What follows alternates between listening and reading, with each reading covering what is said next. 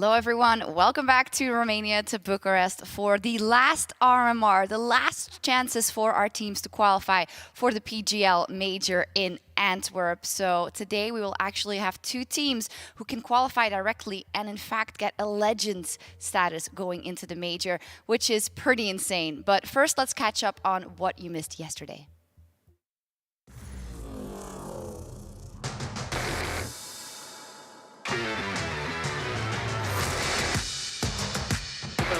We can charge. This shot on the Innocent, a double. Oh, so clean for Innocent.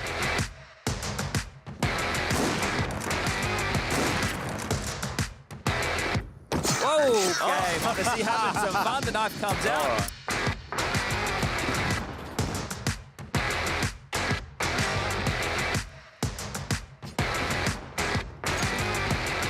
And that Deagle shot is ridiculous. Counter flash is good. He's going to pop up. That's a 2-3. He's getting by the 30 Ken. Centery drops in the back of the site. It's a 2 versus 2. Tad is low, and he drops. It's all on Elliot. 1 versus 1. He knows the player was towards the left side of the site. He spots him on the cross, switches to the AK, looking for him at the Xbox. They're creeping around. They're peeking. They're working each other, and watch Lacho lands the headshot. The 3 versus 5, and look at the hype.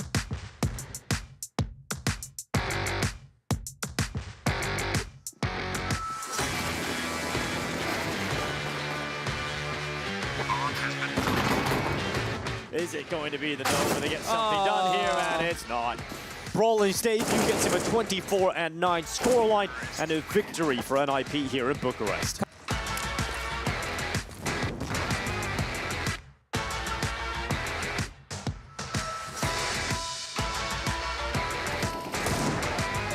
Deer fry on the Deagle.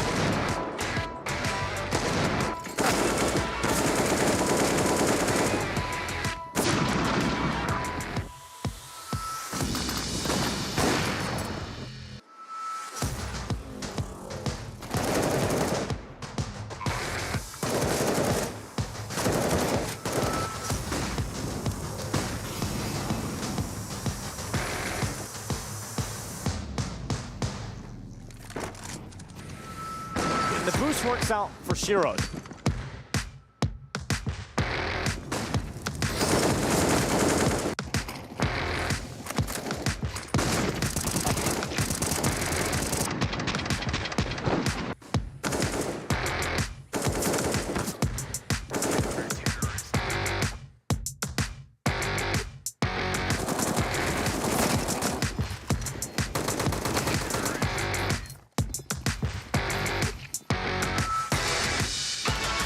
Roy has closed it out. Copenhagen Flames will take their first win here in Bucharest.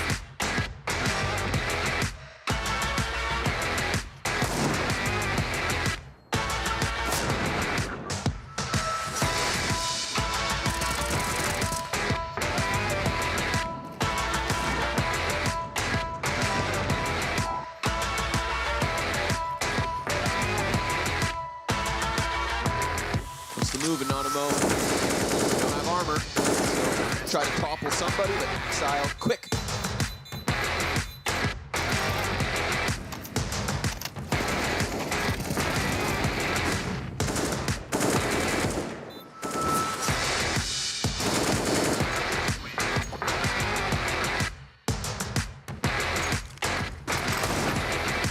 I hate these chickens.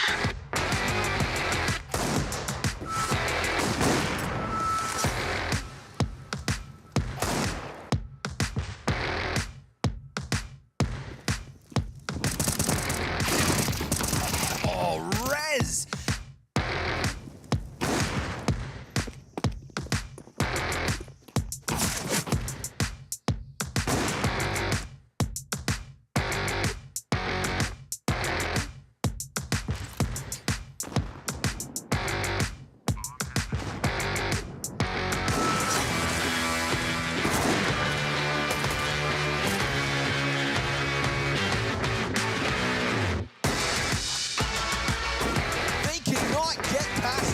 And as he gets attacked from long, it's an ace!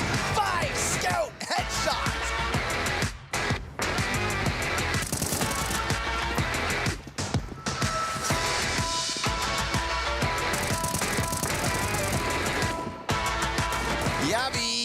comes out. Come on now. It's an ace. 2 aces for the Copenhagen Flames.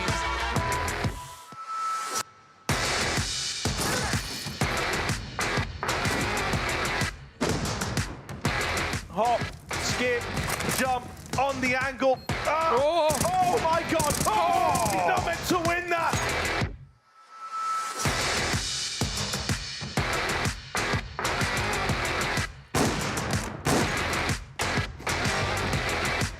Oh dear. Tucked in now. Siren with the first. Needs to get more out of this. Nice. A double up. Takes it a third. That's more like it, Siren. Whoa, he's on for the ace.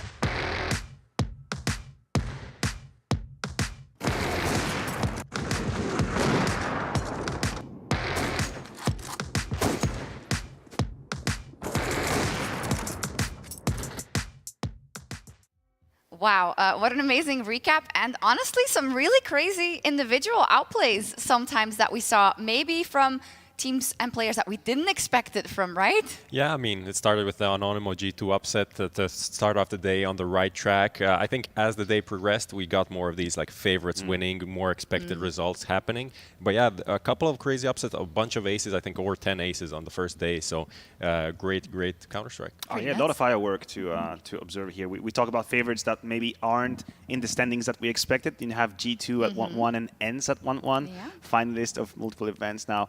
They have to fight today. They still have to stay in it. We'll get it up on screen there so everyone gets a bit of an oversight. Of course, it's a Swiss system, so if you're 2-0, you're feeling really good. If you're 1-1, you're feeling a little bit worse. If you're 0-2, though, you've got a big problem. But I think especially, as you say, in those 1-1 teams, there are a couple of surprises, Maniac. Yeah, I agree. Listen, the fact that G2 is here is obviously something we didn't see coming against Anonymous. There was very little narrative to drive that upset. And then also ENCE being surprised. I thought that coming in here, they would show a better Counter-Strike. But I knew that they still had a lot to prove, a little bit of a chip on their shoulder. So we'll observe their journey. Yeah, other than that, I think you look at the top 4, kind of expected, and the bottom 4, kind of expected. But in the middle, there's a couple of weird situations, and also just some teams that we have to see how well they are, how well they can perform at this stage.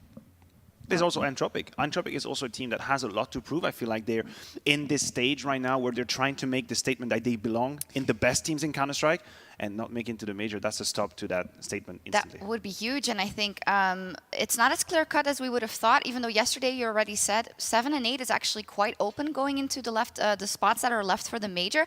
But I feel like we might be in for some dicey territory overall. We already are making the paths of if G2 win, then who will they be up against? If they lose, who will they be up against? So I like it. It's very, very spicy. Of course, you can also get your tickets for the major in Antwerp. We'll put the QR code on screen right here. You can find it on the PGL website and Twitter as well. Oh, I got juked. It's coming back, I'm sure. But get your tickets. There'll be so much going on. Of course, the best teams in the world rather converging on Belgium, and just a lot of fun overall. So let's take a look at the schedule. As we said, some teams are in dicey territory. That means that today we actually have some best of 3s that could qualify teams to the legend status of the major. That'll be in the latter half of the day on the A stream between Players and Astralis and Ninjas in Pajamas and the Copenhagen Wolves. Of course, on the other one, we have ASG and Sangal and Sprout and Endpoint who could be knocked out. But we're going to talk about Copenhagen Flames, Ninjas in Pajamas later, but that's nuts. The Copenhagen Flames could just be legends. Yeah, I mean, a rematch from the last major, the game that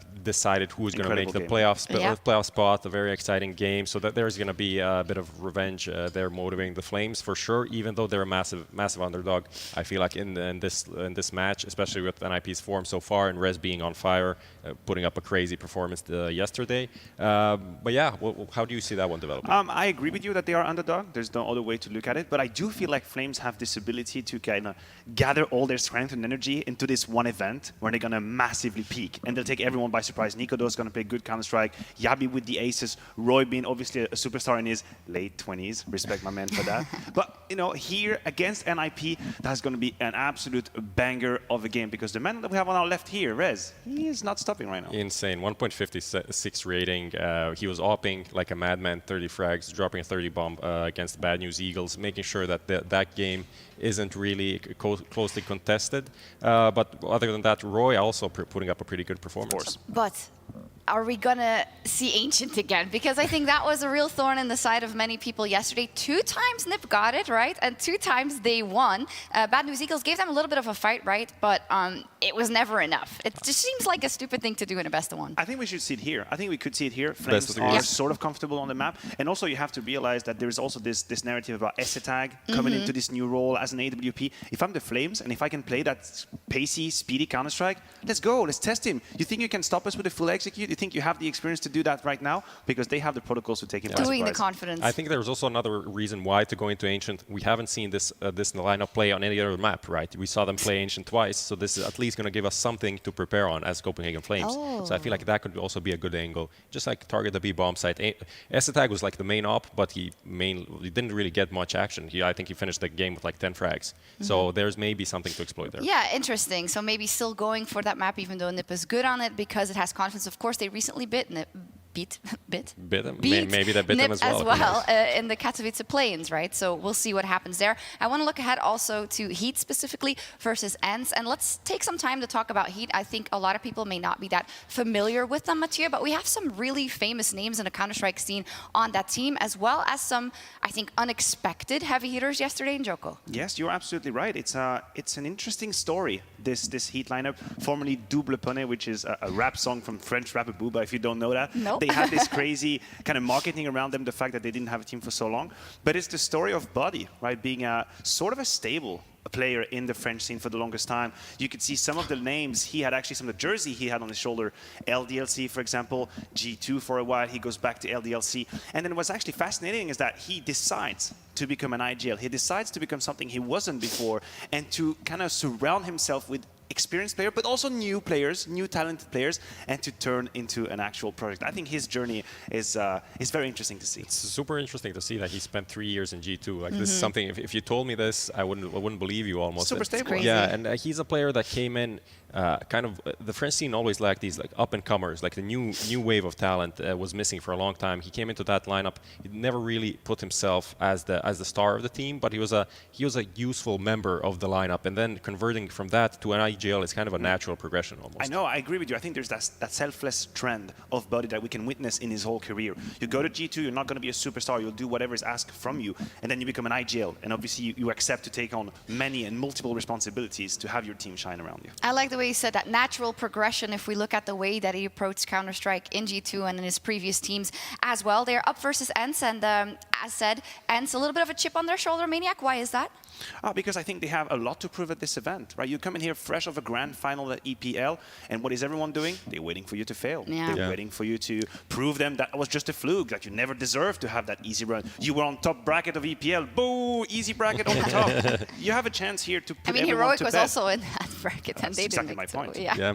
I mean, people love to say that ENCE's runs were flukes, going back to the old Finnish lineup and their run at Katowice. Right. I was one of them famously calling that out. I mean, this lineup, though, I feel like has a lot more than just being a fluke run. I think they pick up the best tier 2 talent consistently, and with the Madden pickup, they just unlocked a new level. Spinx is proving to be like a potential superstar in the CS scene. So I feel like this is a team that has a lot more to give. I like that you're admitting it, but you're still like kicking the old ENCE lineup as well. And be like, but I was right, but I was right. But they were great, come on. Just let's skate. I'm just putting it out there just to prove that I was right. So what is it about then this team now that you, like, what do you want to see for them, obviously, to win today, right? I would say versus Heat, but you know, what is success? I mean, the Astralis loss was a really rough one. I feel like even when you look at the second half, the CT side was pretty good. Yeah. On the T side, they just ran into Blame F, who was very, very on point, and then you just got locked down. They couldn't get any of the openings, couldn't get rolling on the T side, and that's kind of rough. I don't really think that game was an indicator of a big problem for ENCE. No, I mean, it skews the statistics quite a lot as well, because a man like Hades is really far behind what he supposedly puts in the last 3 months, but that's what's going to happen when you have only 2 maps. I think what is also kind of intriguing is that Heat versus ENCE is a matchup that had happened a lot in 2021. Before ENCE took that big step into the light and became a team that we thought in the tier 1, they played against each other multiple times, so it's kind of the ghost of the past, like, no, I don't want to be with you anymore. I mean, the issues with ENCE are these, you know, we have one good EPL run, and then we go on online and lose to in a Pinnacle Cup to whoever. So they lack that consistency, and they have been starting to show it right now. Okay, I also just want to touch on Astralis players rather very fast, because otherwise we won't have time to talk about G2 and Bad News Eagles, and I know you guys just want to talk about that one a lot as well. So yeah, Astralis versus players both went 2-0 yesterday, and here we have, I think, a very apt comparison going into that one. Axel just fantastic overall, and Blamef, what a game he had on Overpass. These numbers are ridiculous. I was about to ask Pro if I could take his glasses, because surely I have issues. Surely I have vision problems. If both of these players are currently above 1.7, it's not even a number that we usually articulate in Counter-Strike. It's mind-blowing. If we had some charts, it would break the charts for sure. Like you don't chart for over 1.5 rating, but of course only 2 maps, so it's possible to have some crazy performances, but super insane as well. That is going to be a key matchup. Yeah. That is absolutely going to be key in this Astralis versus players matchup. Of course, Farlig is still under the microscope. We're trying to see what we get from him. But Shiro has already established himself, right? Number 4th in the world. Here he's gathering more and more experience. I feel like he's more and more dangerous every single event he goes. So I'm going to keep my eye on that matchup. We will. It's for qualification. It's for legend status, which that's epic. That's a really great matchup. But we'll start with our best of ones, and the very first best of one of the day, which is Bad News Eagles versus G2. Let's take a look at the Bad News Eagles.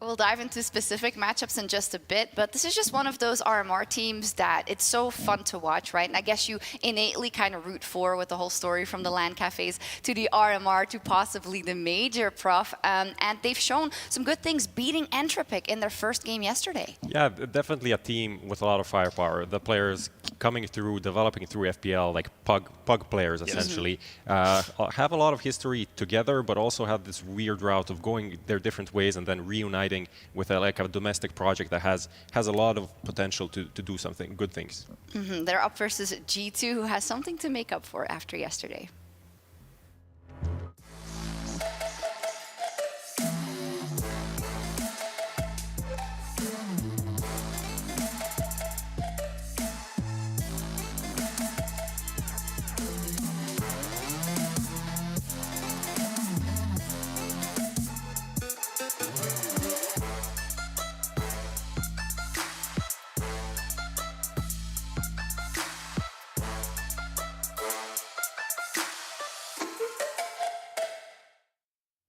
You can always count on them for some funny antics in the videos, but it wasn't all funny yesterday. Opening game versus Anonymous, lost. Sangal, they beat, but I think in both games there's a couple of things to criticize. Yeah, absolutely. We are far away from the high-flying G2, the one that doesn't put any question in anyone's mind. They got surprised by Anonymous, and I think they got shell-shocked a little bit. We could see it against Sangal. 16-10 is not exactly the cleanest of victories, but I do believe that their style suits Bad News Eagle. If you're a lover of the good theory, perfectly Counter-Strike, maybe now is not the time, because we're about to get dirty. This game is going to be dirty as hell. Yeah, I mean, as I mentioned before, Bad News Eagles coming through the FPL style, playing as individuals, but then coming together and trying to just pug their way through games, leaning on their individual skill. They love that. And m0NESY and Nico, who plays more FPL than these guys? Like these, even though there's no matchup history between the two teams, I know there's been a lot of back and forth and history playing in it's going to be the pug scrappy. system. It's going to be scrappy. That's what we want to see. Let's talk a little bit about kind of the stars on these respective lineups. m0NESY yesterday had a bit of a rough one and some rough moments in the overtime versus Anonymous, so he needs to shake off the jitters a little bit. I know what you're referring to, and the fact is the community does exactly the same. They will zone in on a couple of misses, but that's also the level of, I guess, scrutiny that m0NESY is under now, being in G2, is that if it's 14-14, you have to hit that shot. If you're being the opportunity to give a 5v4 to your team, someone steps out into the light without a flash, you have to hit. He missed two very critical shots towards the very end of that game versus Anonymous, and as a leader, as a sniper, so you just can't do that. It's annoying but you're right, we do over-focus on it. Of course we do. Hey, Prof, I was going to go to you, but I want Maniac's man is there. Rigon from Rigon! Switzerland. Yeah. Look, The fact that I compare Regan versus Nico, please, everyone just take a deep breath. I'm not saying he's anywhere near Nico, but I do feel like he's got that explosive, not only in-game, but outside the game attitude, and that's going to be a great matchup. Even more explosive, I feel like, in terms of how he plays the game. He wants to take all of the entry duels that exist on the map. Nico wants to take like 50% of those that he likes. I feel like Regan just wants to go in there and fight everyone. Yeah, yesterday, Krat got interviewed after the Entropic game, and he said, yeah, we lost to them, we weren't as well prepared, but they are not a team that I equate with team structure and strategy for Bad News Eagles, but they are insanely competent individual fraggers. And I feel like in this match also, you know, we've got some of the nationalities clashing and whatnot.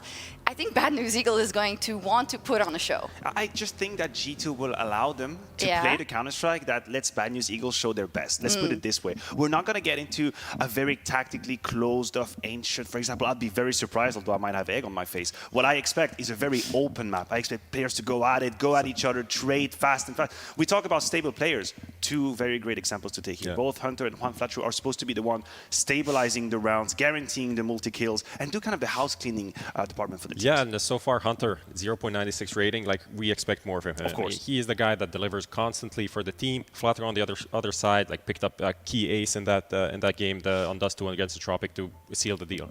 Yeah, we do expect still G2 should be the favorite in this matchup. When we look at experience on LAN, we prepared a little graphic for you of specifically Nico versus everyone on the Bad News Eagle. So, Matt here. He's been here. I'll try to summarize the easiest way I can. Nico on his own has played 7 times more map lands than the entirety of Bad News Eagle. 700 maps on his own in his career, for 100 for the bunch of them. I have a counterpoint though. It doesn't count playing from LAN cafes. Also, Nico also challenge me on the on the other hand, Nico probably played like 50 1.6 LANs in Bosnia that we also don't count into this. Okay. So we added up.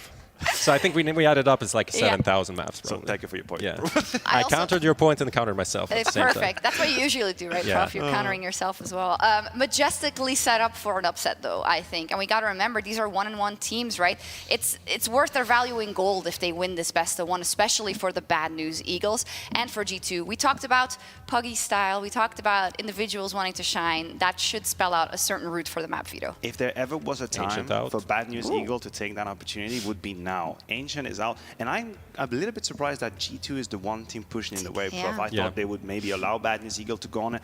Definitely not as proficient on that map, but we still have the maps we want. Going towards the yellow maps. We're going there. Going to the yellow maps. The yellow maps still here. We have Mirage, we have Dust 2, we have Inferno. What's it gonna be? I think Inferno would be the worst of them, and that's why Bad News Eagle take him out, because it's a bit more closed up, a bit more protocol-based, and we're going to get Mirage or Dust 2. That's exactly what I wanted. Let's go! We get Dust 2. Honestly, expected veto in the end from for G2 on Mirage. On a losing streak now, lost to an Onmo yesterday, so going towards the losing streak. Oh, on Mirage, you mean? On Mirage, they're actually on a losing streak, and that's their most picked map at the same time, so it's very shaky there. Going to Dust 2 kind of makes sense, but an open map, a map where we're going to see a lot of fireworks, I hope at least. You hope. Okay, what does your gut tell you? As for G2, when we look at kind of their pedigree, when we look at their run at IEM Katowice as well, what would it mean if they stumble here, and do you think they will?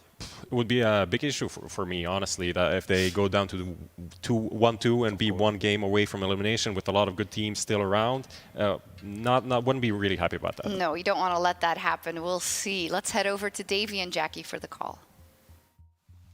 1 + 1 is 2. Quick maths. We've got Dust 2 for this one, and that is going to be our map in a banging best of 1.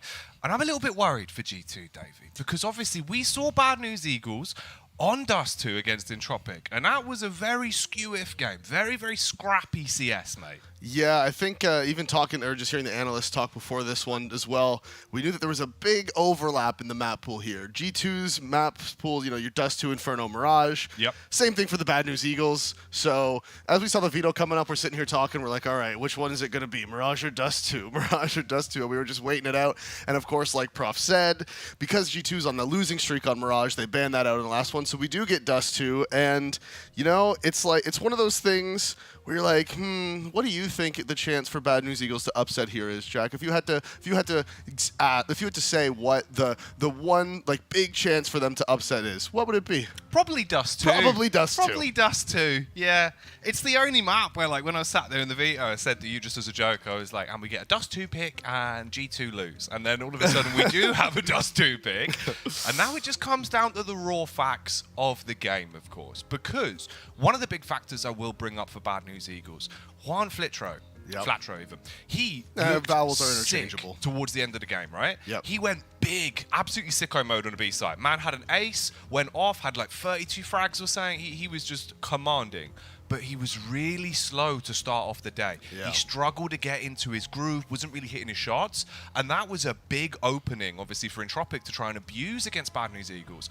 I'm hoping we don't see that same thing here. If Juan comes out fragging, he can be a demon. If he's slow to start, though, Davey, that could be a real problem. Yeah, and we saw right after that Entropic playing against Endpoint on Dust 2 and just farming them 16-3, right? So that win against Entropic on Dust 2 by Bad News Eagles was legit. Like, Entropic is a good team, okay? Like, that is a absolutely legit win to pick up. But like you said, the one thing is they were down early, right? Entropic was building up a lead, they were doing well, and then Juan Flatro had that ace round. Yeah. And as soon as he got that ace, it felt like every single round after that, frag, multi-frag, entry kill, aggressive push. You know what I mean? It just, all of a sudden, it's like he just woke up and just started becoming an absolute beast, right? And the problem is now, even though I think Dust 2 does give them that upset potential that it does, just because it's Dust 2, the thing is, you know, Entropic, they have some great players, right? Alien's unreal. Oh yeah. They have some amazing players, right?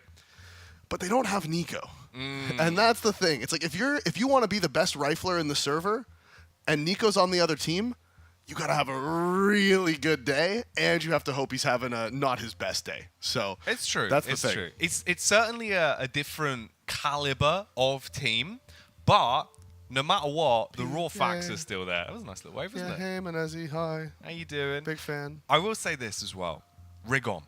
He was so impactful, man. Like, he legitimately was matching Juan round after round. One of them would go aggro, find a hat trick. The other one would go aggro, find a hat trick. You're sat there watching their CT side of Dust 2, and it's like, damn, okay. They are running up mid. They are taking upper tons control. They are fighting for long, like their lives depend on it. Yeah. And I wouldn't be surprised if we see a similar sort of CS coming out here. Looks like the fist bumps are coming out, though. And it feels like we are starting to... Yeah, go on, you ready? Yep. Bang. Bang. Nice. We're revving up to kick off this best of one. And it is an important best of one. A lot riding on this. For Bad News Eagles, can they soar their way up with another upset win, have a bit of a dream run at the RMR? For G2, will they stop the bleeding, cauterize the losses, and carry on with some big results? Bad News Eagles on the CT side, G2 being the tease for this one, Davey. So I think... Oh yeah, because G2 picked G2 had the choice to decide what map they played, so they decided to give up. I think that was probably a tactical decision actually by G2 because they wanted to make sure that it went to Dust 2 and not Mirage because they knew how the veto was going to go. So they chose to pick the map, knowing that Bad News Eagles was going to get to pick the side.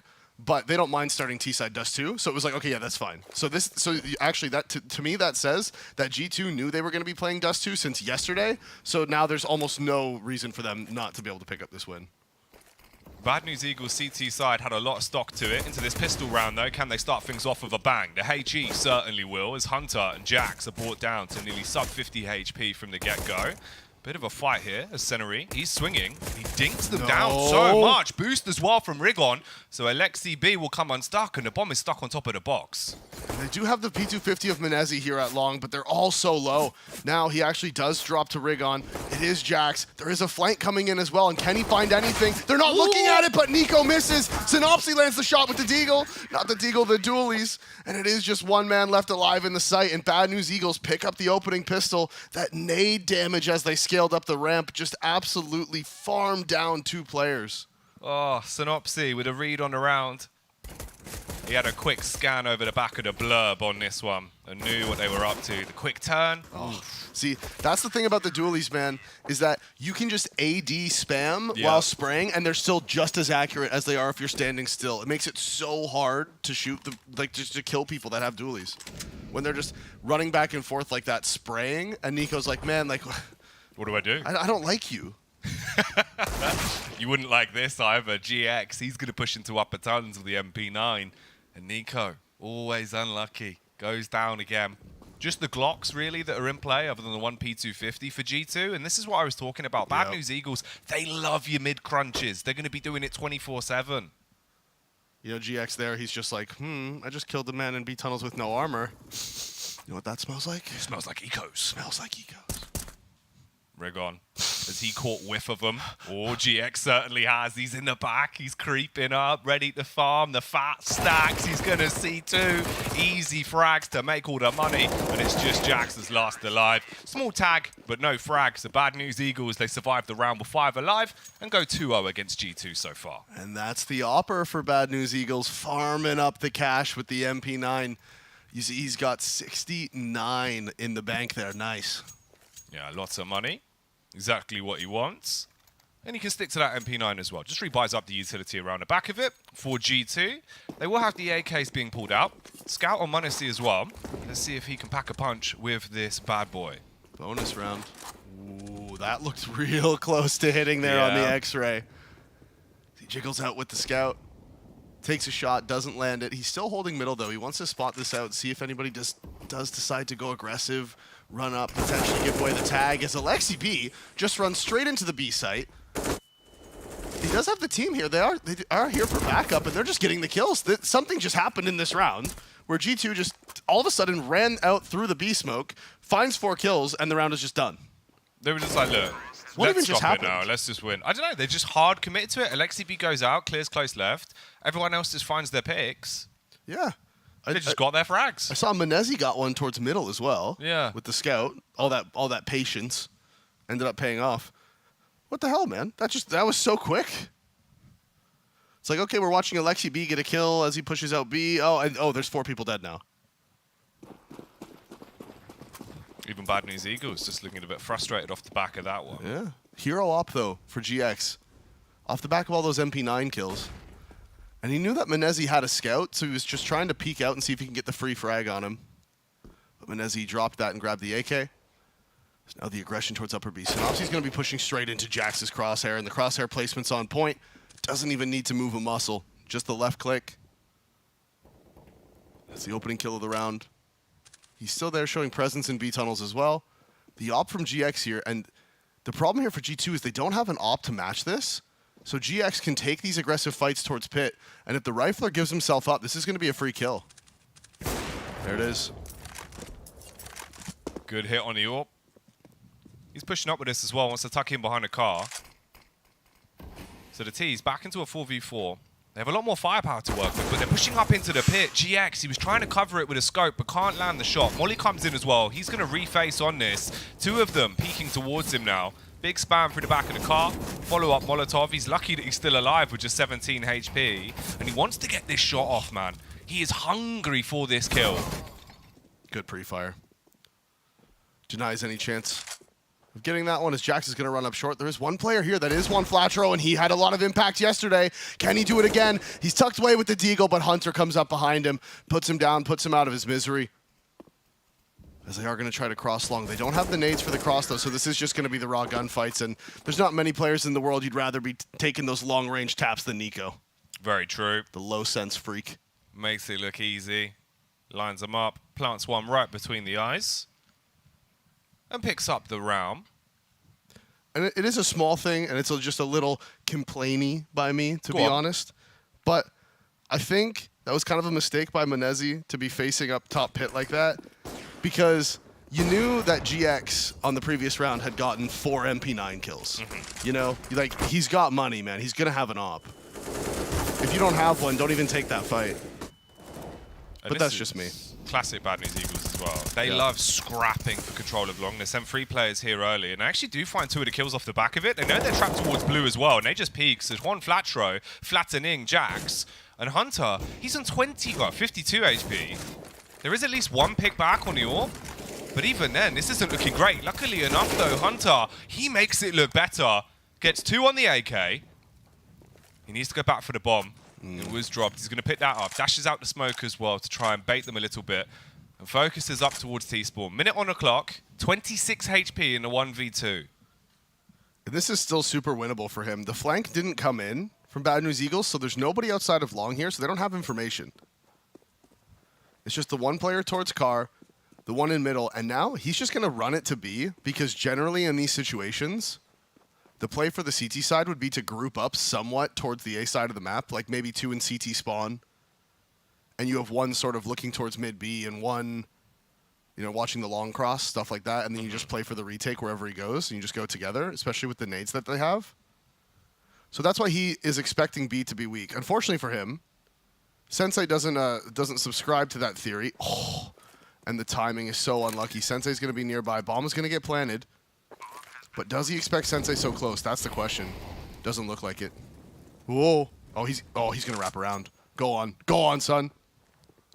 He's going for the big wrap the whole way back towards middle to pull the flank off, and this could work perfectly for him. I love this play. He's going to creep right up in the back line.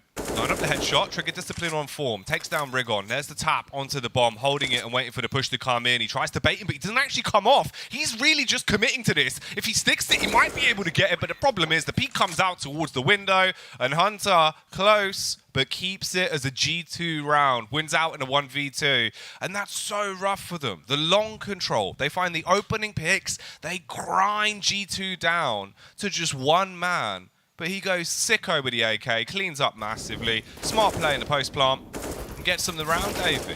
Yeah, and that was the 4K for him as well. This reposition, I love it so much. He's gambling on them being in CT spawn, right? He was actually wrong about where they were, but it doesn't matter because Sensei didn't go aggressive to peek out of the window because he didn't want to give him the 1v1. So Hunter's able to run all the way through tunnels and flank middle because his thought process there is like, okay, if they're CT, they're going to be rotating up. So I have time to run all the way around before they get into the site. It was just perfect.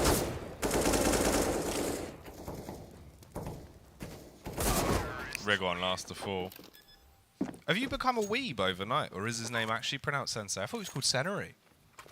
Am I? Oh, I'm such an idiot. Dude, I didn't know if no, I that's had just lost me. No, my brain. that's just me. Right, no, okay. that's my brain. I thought you'd just become like a really big fan of anime. No, just dude, like, we were Sensei, casting please. someone named Sensei the other day, and now my brain just did that.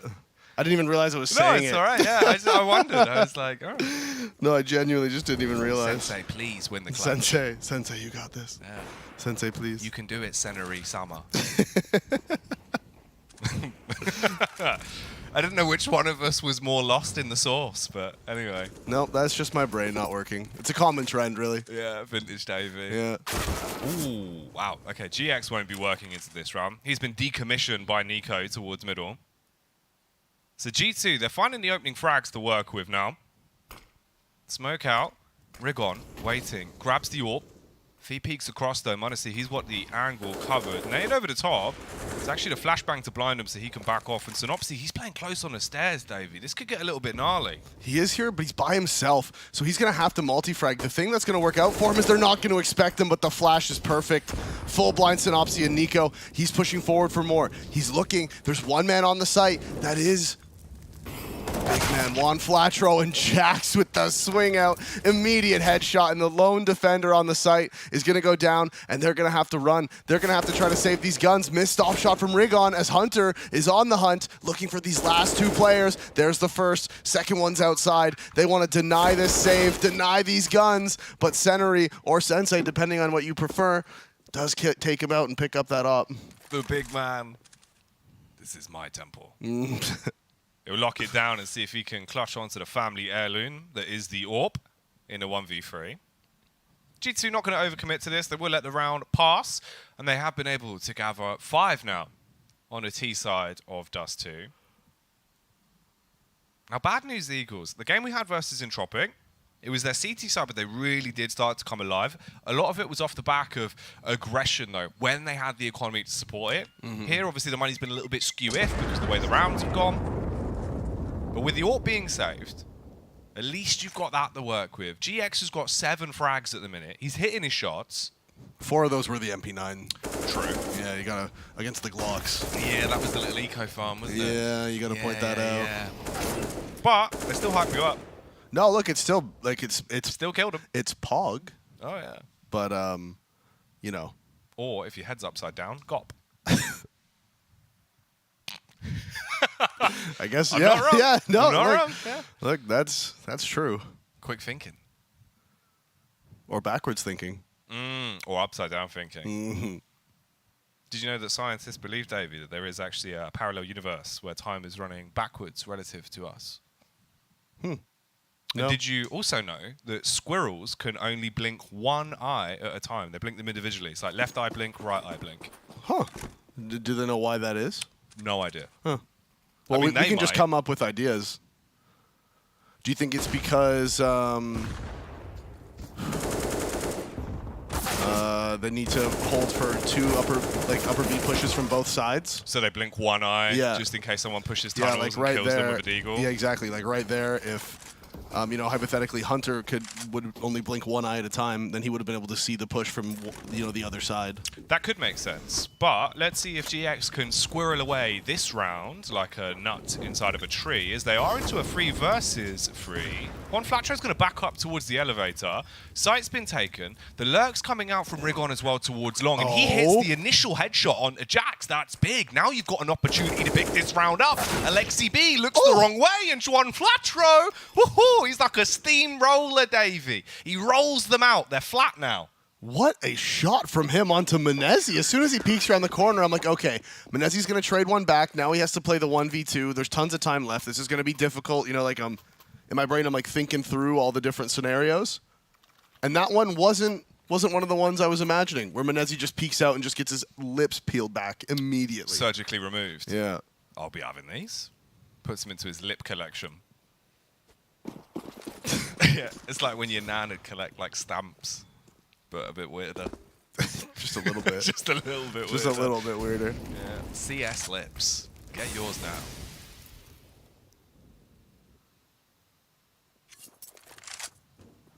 And so far, honestly, it's this decent T side from G2. They're up 5-3, and remember, Bad News Eagles, they won the pistol. So G2 has been winning quite a few of these gun rounds in a row now.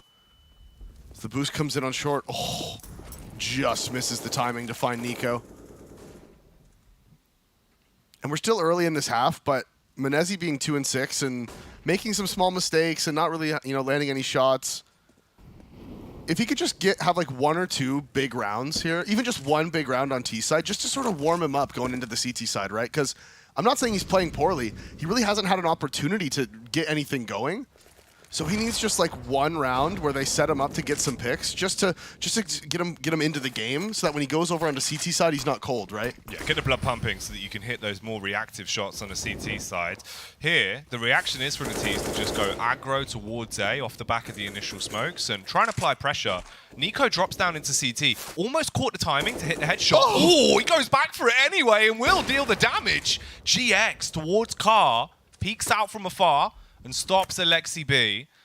Ooh, Seneri though, he's going to face window. And that's an easy frag to bag, so it's all on the CT AWPer of GX. With 20 seconds left on the clock, they're running into the B site to get the bomb planted. And his only goal here is try and clutch onto this weapon. The side of his head's about to be seen, and Nico, he does something a bit obscene. Hits the shot, kills him, and walks away with another round for G2. See, that's the thing about Nico, man, is it's just like everything that happened there happened so fast, and Nico made it look so easy, right? So they were going to go up short. They threw the smokes. He was going to swing out and fight the guys towards ramp and site. They drop a counter smoke in sight. So now Nico goes, okay, we can't scale that. Yep. That smoke is there. It's going to cause problems. We can't scale it. He peeks under the one-way on the railing, doesn't find anyone. He's like, all right, what's our win condition this round? We can't re-execute short. We have to do something else. So he just drops into CT spawn and one-taps the guy at B. It's like all of those things he processed so quickly, immediately recognized what he had to do, drops down and one-taps the guy across the map. And it's like, that is the difference, right? That is the difference between one of the best players in the world and someone who's just really good at the game. That is the difference right there. Yeah, the complete package, the understanding and also the aim to back up the theory. Rigon here with a second AWP for Bad News Eagles. He's pushed into lower tons. He's seen a barrel. He's going to turn away quickly and still finds the adjustment onto Nico. That's a hard shot to hit. Turns the flash and still picks up the frag. Now you've got an advantage to work with here. 3 versus 4 with just about a minute left on the clock. Now because they want to walk into B, there is one man here. That's Seneri. The nade comes in, does a decent amount of damage. About 25 onto Menezzi. Ooh, and he tucks away on the left, and he threw the nade from the other side, so they're not going to be looking at him. Rigon's here with the op. He is blind, but Menezzi hasn't been able to scale forward. The counter flashes in. They go, oh, and he swings out. 6 HP on Menezzi, and how are they supposed to get into this site now? 3 CTs are here. The Molotov is good, but Rigon finds the shot with the op onto Alexi before Menezzi's able to find his first. Watching the smoke as well, just ready for the frags now. Hunter's going to jump up on top of the box. He goes running in. He's actually been able to get close, but the problem is one Flatro's there, and the B site is his domain, Davey. We know this. Yeah, it absolutely is. It can be, that's for sure. And G2, as soon as Nico goes down, it's somewhat telegraphed that they're going towards B, and you can see that's why that early rotation came in. That kill is huge, and the CTs, again, they just had full middle control.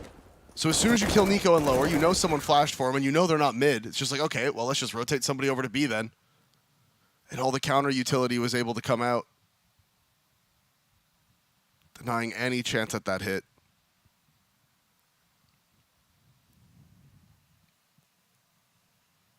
Well, Flatro getting very vocal as well. He's another player that's incredibly fun to watch. Even during rounds, you can see how much he lives and breathes Counter-Strike. Yep. Every frag he finds, every 1v2 he puts his team into, you see the excitement start to build up. And I will say, that's the one thing about this Bad News Eagles roster that comes across quite clearly. You can see they're good mates. You can see when the energy's high, they go for those bolder plays. They don't play with as much respect. Here, respect towards middle, non-existent. Rigon, he takes the face, but the boost will be able to stop it. GX has still got that primary AWP out, though, and he's aggro on short. Yeah, and crucially there, Menezzi, he was holding for the cross and immediately adjusts for that peak. Is able to find the opening pick onto Rigon. Now right there, Menezzi actually spotted out the op push towards short. So now there's one op down middle and one op was towards A. Expecting the op to reposition from short, though, you can see they scaled up quickly through lower. And what's the play for them now? Firing line in middle. One at the bottom, just going all the way up. As Menezzi's going to be creeping around the corner. And you can see they do expect that op to have repositioned. They're not like worried about getting peeked off of short or anything like that.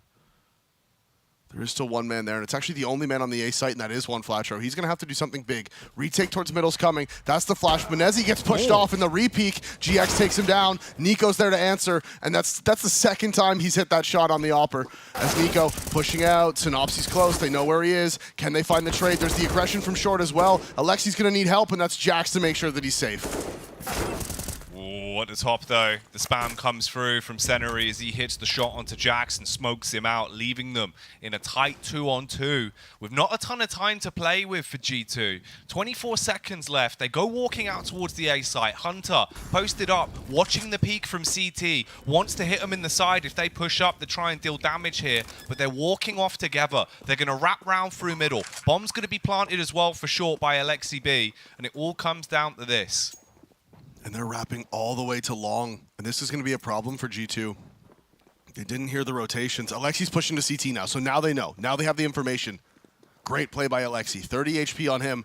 And they are just sprinting up long. He's going to need to find the first. Lands the tag. Can he land the kill? It's actually Hunter to peek out and make sure that he goes down. But it's Seneri versus Hunter. 36 HP on the G2 player, and it's not going to matter. Seneri jumps up on the box, and Hunter immediately executes him.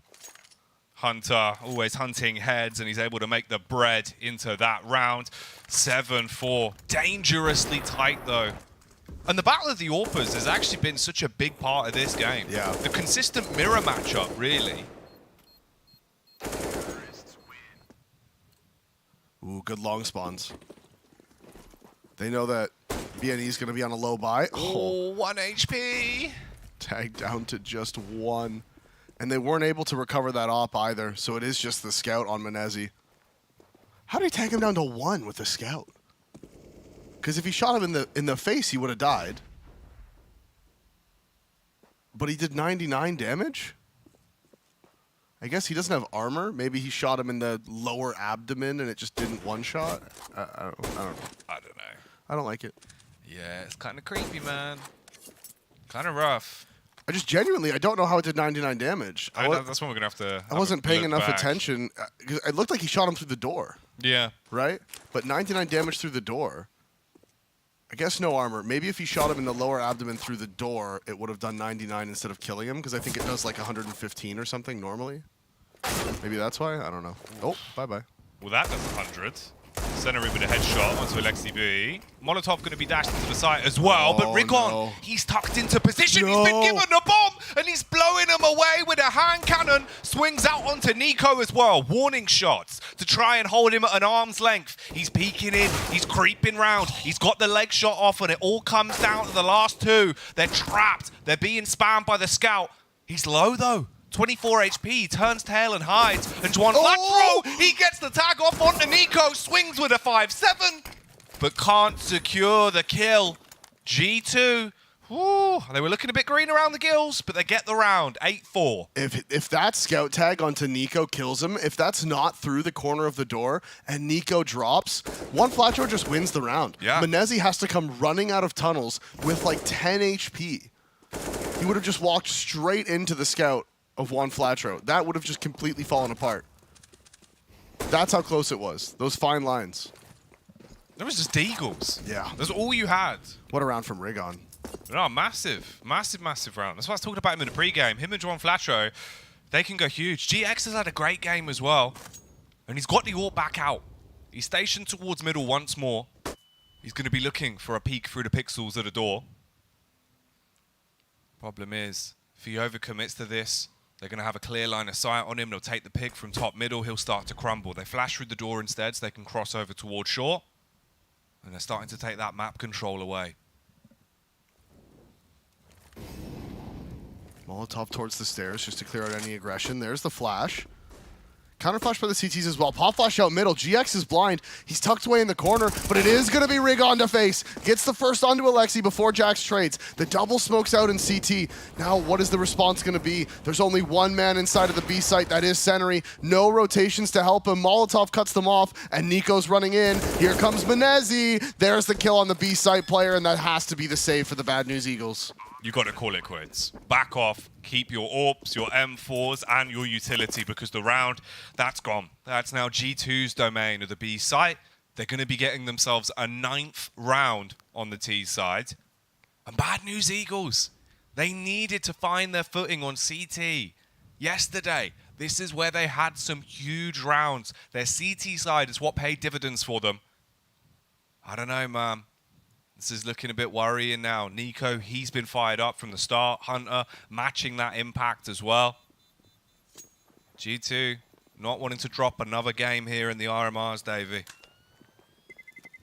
No, I think that one loss was enough for them. Yeah. They were like, maybe we don't do that again. Maybe no. None of this.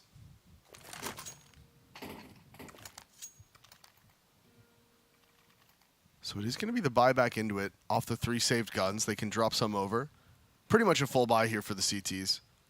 One Flatro can and probably should still just, finish off that utility, get a kit maybe. Maybe get another kit. Ooh. If they lose because he doesn't have a kit, I'm going to be upset. I know they already have 2, but you still get the third one. Every little helps. Also potentially just saving his money to make sure he can buy an op for the next round if they do lose it. So, makes sense. I'll forgive him. You let him off. I'm just a nice guy like that. No, you are. You are a good dude. Oh. Zywu smoke. Line up, yeah. Zy smoke. Although, you know what's funny? Because, you double scope in, right? And you have to go on that exact pixel.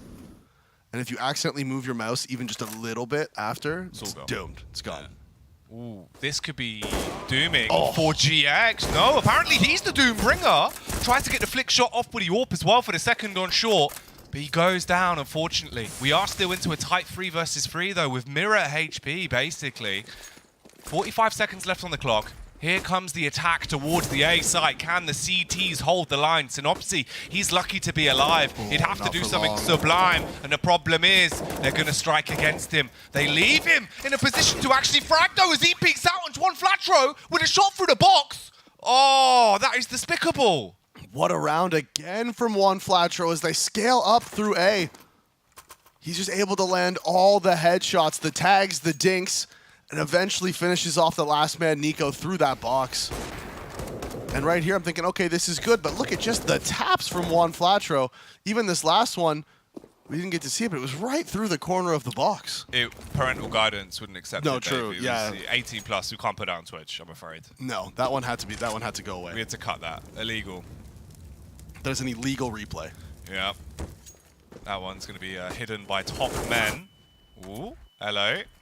Push out towards the B site and exchange of nades as well. Seneri does take down Jax, and there's an instantaneous rotate from the CTs. You do have the lurker of Nico all the way outside of Long, and he's waiting for his opportunity to strike, but they're close towards the doors as the bomb is being planted. He just like has to make, I don't know why he's still walking around in Long. You got to make your move now, bro. Got to go fast, like a blue hedgehog. And now he's zooming. There it is. Because he wants to catch them before they go for the, as if Seneri is watching this. He was ready for it, but Nico doesn't give a damn. He rips him to pieces. And now they're debating what they want to do with this. I mean, they've got to fight in for it, and actually they get 2 picks. Okay, it's manageable. They know that Nico was in the back line. They've got to kill him, and they will, and it's all on Hunter. Can he pick up the round playing behind the box? Will he be able to go from leaps and bounds to get another round for G2? He falls, Davey, but the time he's got to kill, it's going to be so disgustingly tight. Surely not. Oh, it does go the way of G2. So tight, and the flank from Nico is what ends up winning them the round. He finds that first pick. I mean, Seneri actually turned around and was holding for it. Yeah. I thought they were going to start going for their retake, but Seneri, they all just stopped, and Seneri turns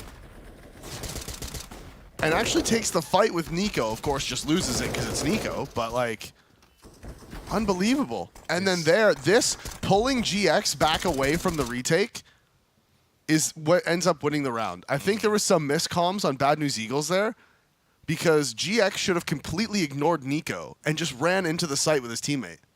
Nico's too far away to stop your defuse. He's in CT spawn. If they run in for the retake, trade on the man in sight, and then defuse the bomb, they win the round. Like, Nico was too far away. But Nico finding that kill on the player outside of door just made GX want to go and trade it, and that ends up costing them the round.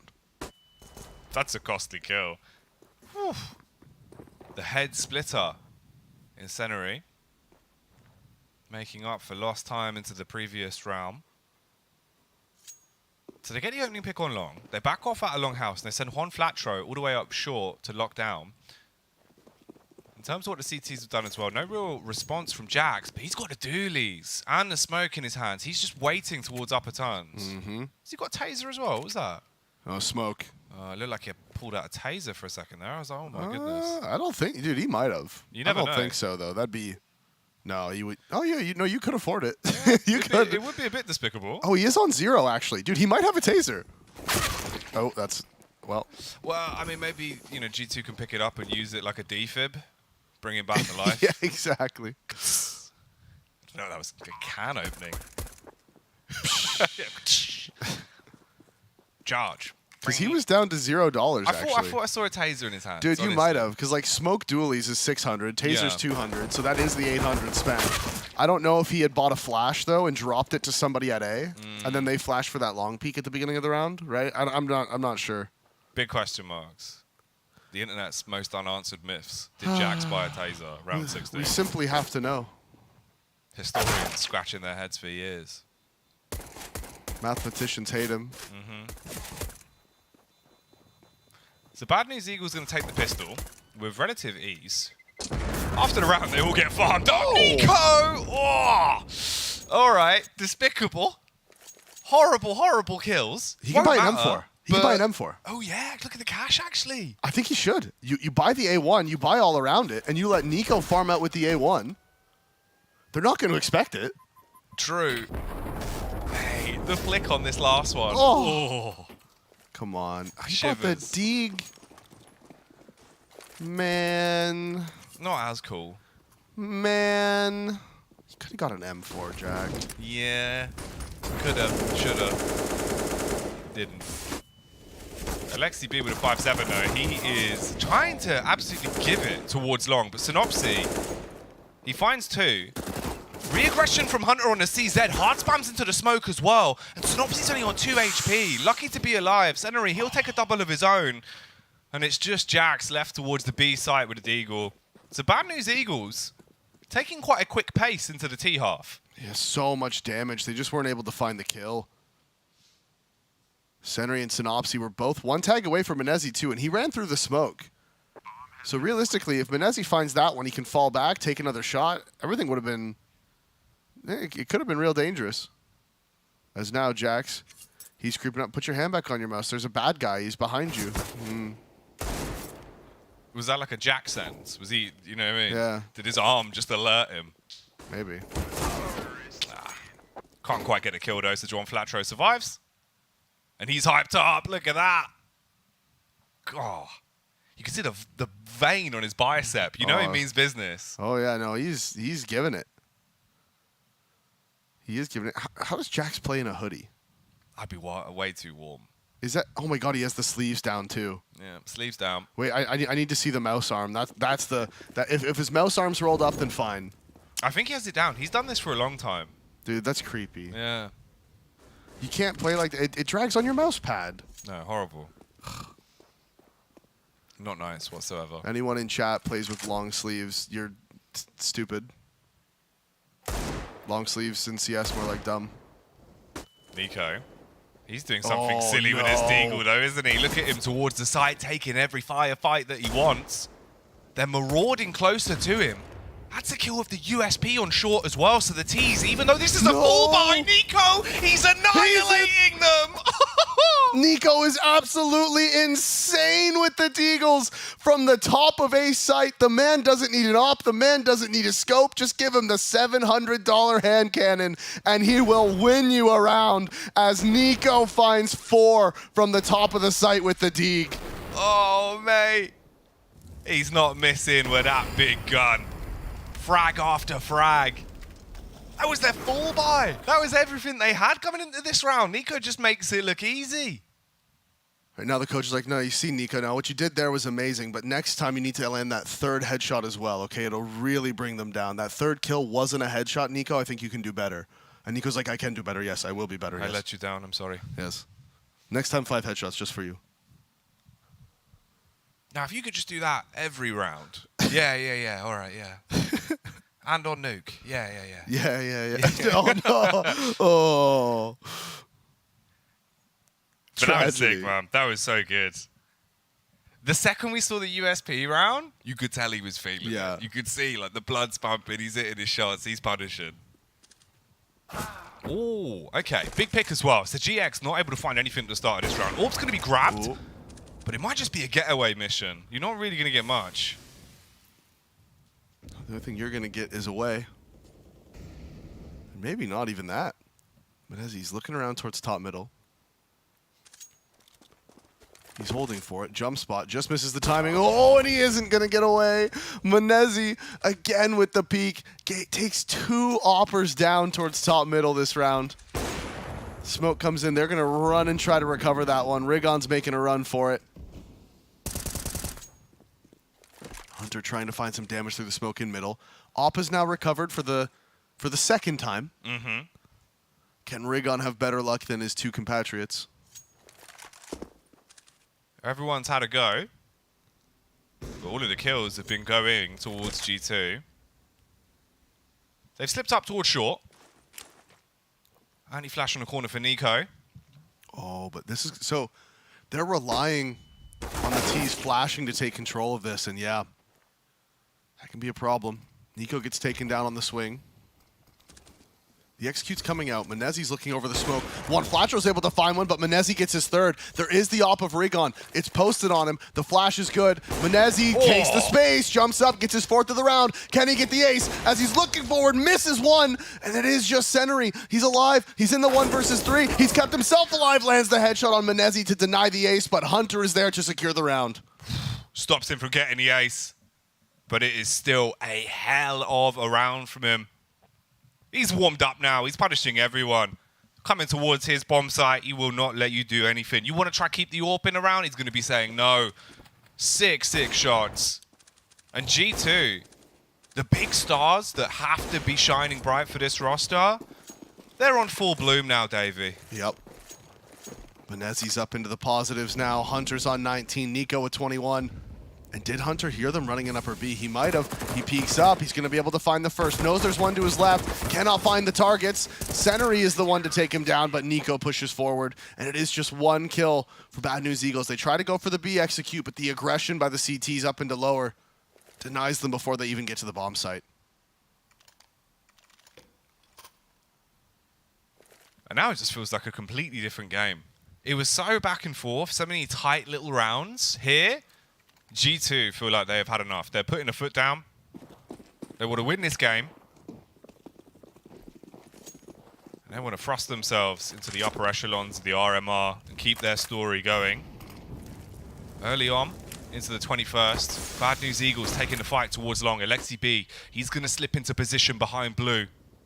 And see if he can leave the Eagles black and blue. Wide swings with the M4, finds the head of Juan Flatro, but Centery trades it. It's a big trade to get. Alexi missing his first few shots. In that initial engagement, the re-aggress towards upper B is going to be the damage onto Synopsy. Jax doesn't take any. He drops that smoke, and he's going to fall back. And you can see that's pushing the Bad News Eagles back over towards long. They only have the one smoke. That's their problem. That's why they didn't want to go through long. They don't have the two smokes for the cross. Actually, they did just pick up a second. Again, I cursed it yet again. Yeah, it's what you do. It's true. But look who's waiting on the site. Nico throws the flash around the corner. He'll be licking his lips, ready to farm up a few more frags. Time starting to tick away as well, down to the 45-second mark here in the 21st. Double smoke on the crossover. Nico behind the box. Hunter watching for the cross. Nico, he's going to walk up, finds the opening kill onto Centery, adjusts his crosshair back towards Ramp as well, and rambunctious as ever, he's taking all of them down with him. 29 seconds left, Rigon spams and the bullet slightly missed. Nico, he's able to push up with the timing. That's the frag on the AWP, and there's the last kill as GX is dropped, and G2 take 14. And this is what we had said in the pregame. It's like, look, you might be pretty good. You might even be a great player. But if you want to be the best rifler in the server, you're contending with Nico. Yep. And that is not an easy feat. This man is one of the best players in the world. At times, probably the best player in the world at times in his career. He is not to be messed with, and they messed with the wrong man on the A site in that last round. You poked the bear, and the bear had a deagle. So he mauls their faces, and now Bad News Eagles, they're down to just the pistols themselves. Quick flash in towards the B site. Seems like they want to go rapid on this one. Problem is, Jax, he's blind, but he's still hitting shots. Juan Flatro replies with a tech. Will hit the head and leave them in a 4-on-4. AWP station towards the window. He does cascade back. His teammate's going to fall as well. Hunter through the smoke, Dave. He goes down. And GX is hiding here in middle. He's gonna, if he finds this timing, he's gonna be able to get one for free. Nobody's looking at him at the moment. They're pushing forward, and he's walking out. Nico's coming back. Does he clear it? He does, but he gets dinked in the process, and Synopsy pushes through the door. So that's free for him! There's the fourth, as Synopsy pushing through the door, timing his push at the exact same time as his teammate GX is walking out middle, and that's 4 kills for him with the Tech 9. What? Synopsy, the worldwide chopper on the Tech 9. Evil brain, angel heart, Davey, because this man is certainly going to be an angel for Bad News Eagles. They're going to be blessed with the fact they've got him on their team. He keeps them in it. The nice match point for G2. And the game goes 14-8. They've got weaponry again, but you can't afford to make mistakes. Fight towards long once more. No, and the response from G2 is the double ops brought out almost immediately. Alexi finds the opening onto Rigon towards long. They know there's one man tucked away here at the blue bin. Smoke's going to come up for the door to isolate him. Synopsy runs through, but Hunter finds 2. Takes him down with the headshot as Juan Flatro's trying to react. He wants to walk up short, but Nico's here and waiting. He has the op. He's posted on the line. He looks towards middle, but the adjustment's there. Gets the kill onto Juan Flatro, and it is just GX now in the 1 versus 5. Horrific position to be in. No matter where he goes with this, he's going to be outnumbered. If he peeks out, he's going to be swung on by Jax. If he holds, he's going to be aggressed from CT. Jax is just walking up on a close wall and should have an angle to stab him in the back. He fires off the first shot, switches to the Tech 9, gets a bullet off, but can't secure the kill. So 15 now picked up for G2 here in the best of 1 on Dust 2. One more round to lock down the game and stop another upset from occurring. One more round. That's all they need. They don't want to be upset again. They're like, no, no, no, no, no, no, no, not again. One loss is enough. Remember, this is the 1-1 game. Winner of this goes up to the 2-1 bracket. Loser drops to the 1-2s. And from that point on, it is all best of 3s. That's where things get very serious here in the RMRs. But round 24 is live. They've got the AWP out for GX. Bit of a slower round here, running more of a default from Bad News Eagles, seeing if there is any info plays towards upper tunnels, as the smoke has gone down. Still just holding towards mid with the AWP as well.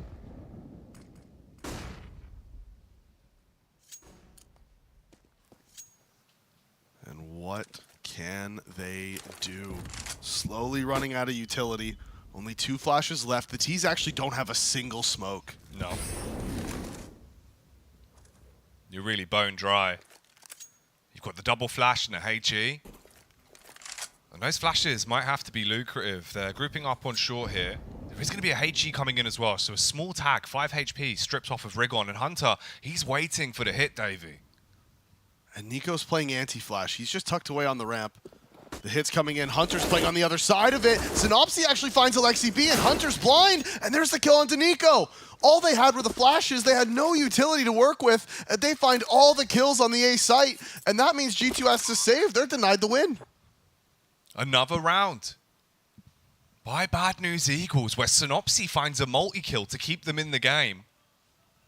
And that's so unlucky for Hunter. Yeah. He hits the first, the flash comes over. He's just blind, spamming, hoping he's hitting someone, but just shooting into the wrong location.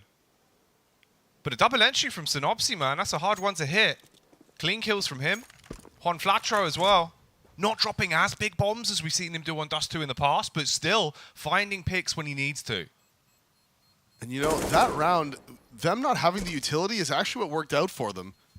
It's strange, but you could see G2, they were all sort of playing, waiting for the smokes to come in. Yeah. Right? Like, so they were waiting, as usually that short smoke fades, the T's throw their smoke onto the railing, one onto the box, and, you know, they scale up short, right? But because they didn't have any smokes to use, the only place they could go was up short, right? They can't go out B because you can't smoke doors. You can't go mid to B because you can't smoke CT. You can't go long because you can't smoke cross. So the only place you can actually go in that moment is up short. It's the only spot you can go with no smokes. And they pop flash through. G2 is all set up waiting for the smokes, and the pop flash play is actually works out perfectly. Nico's caught out of position. Alexi's caught out of position. Hunter's full blind. And it's because they were all just waiting for the util that didn't even exist on the map, and there was no way for them to know that.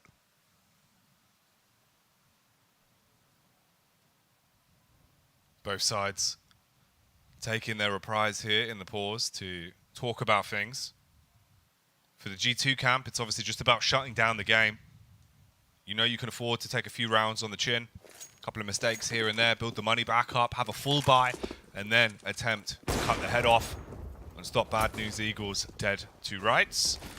And they're going to be sprinting straight up short, but there is a fight coming their way. Nico's there, aggression on the AWP as well, but it's not working perfectly for them. The P250 finds 1 kill into Juan. Synopsy, again, looking for a multi-kill, Davey. Runs out middle, didn't quite catch a glimpse there of Jax's belly, but still hits the shot. Still lands the 180 and just that fast run up short.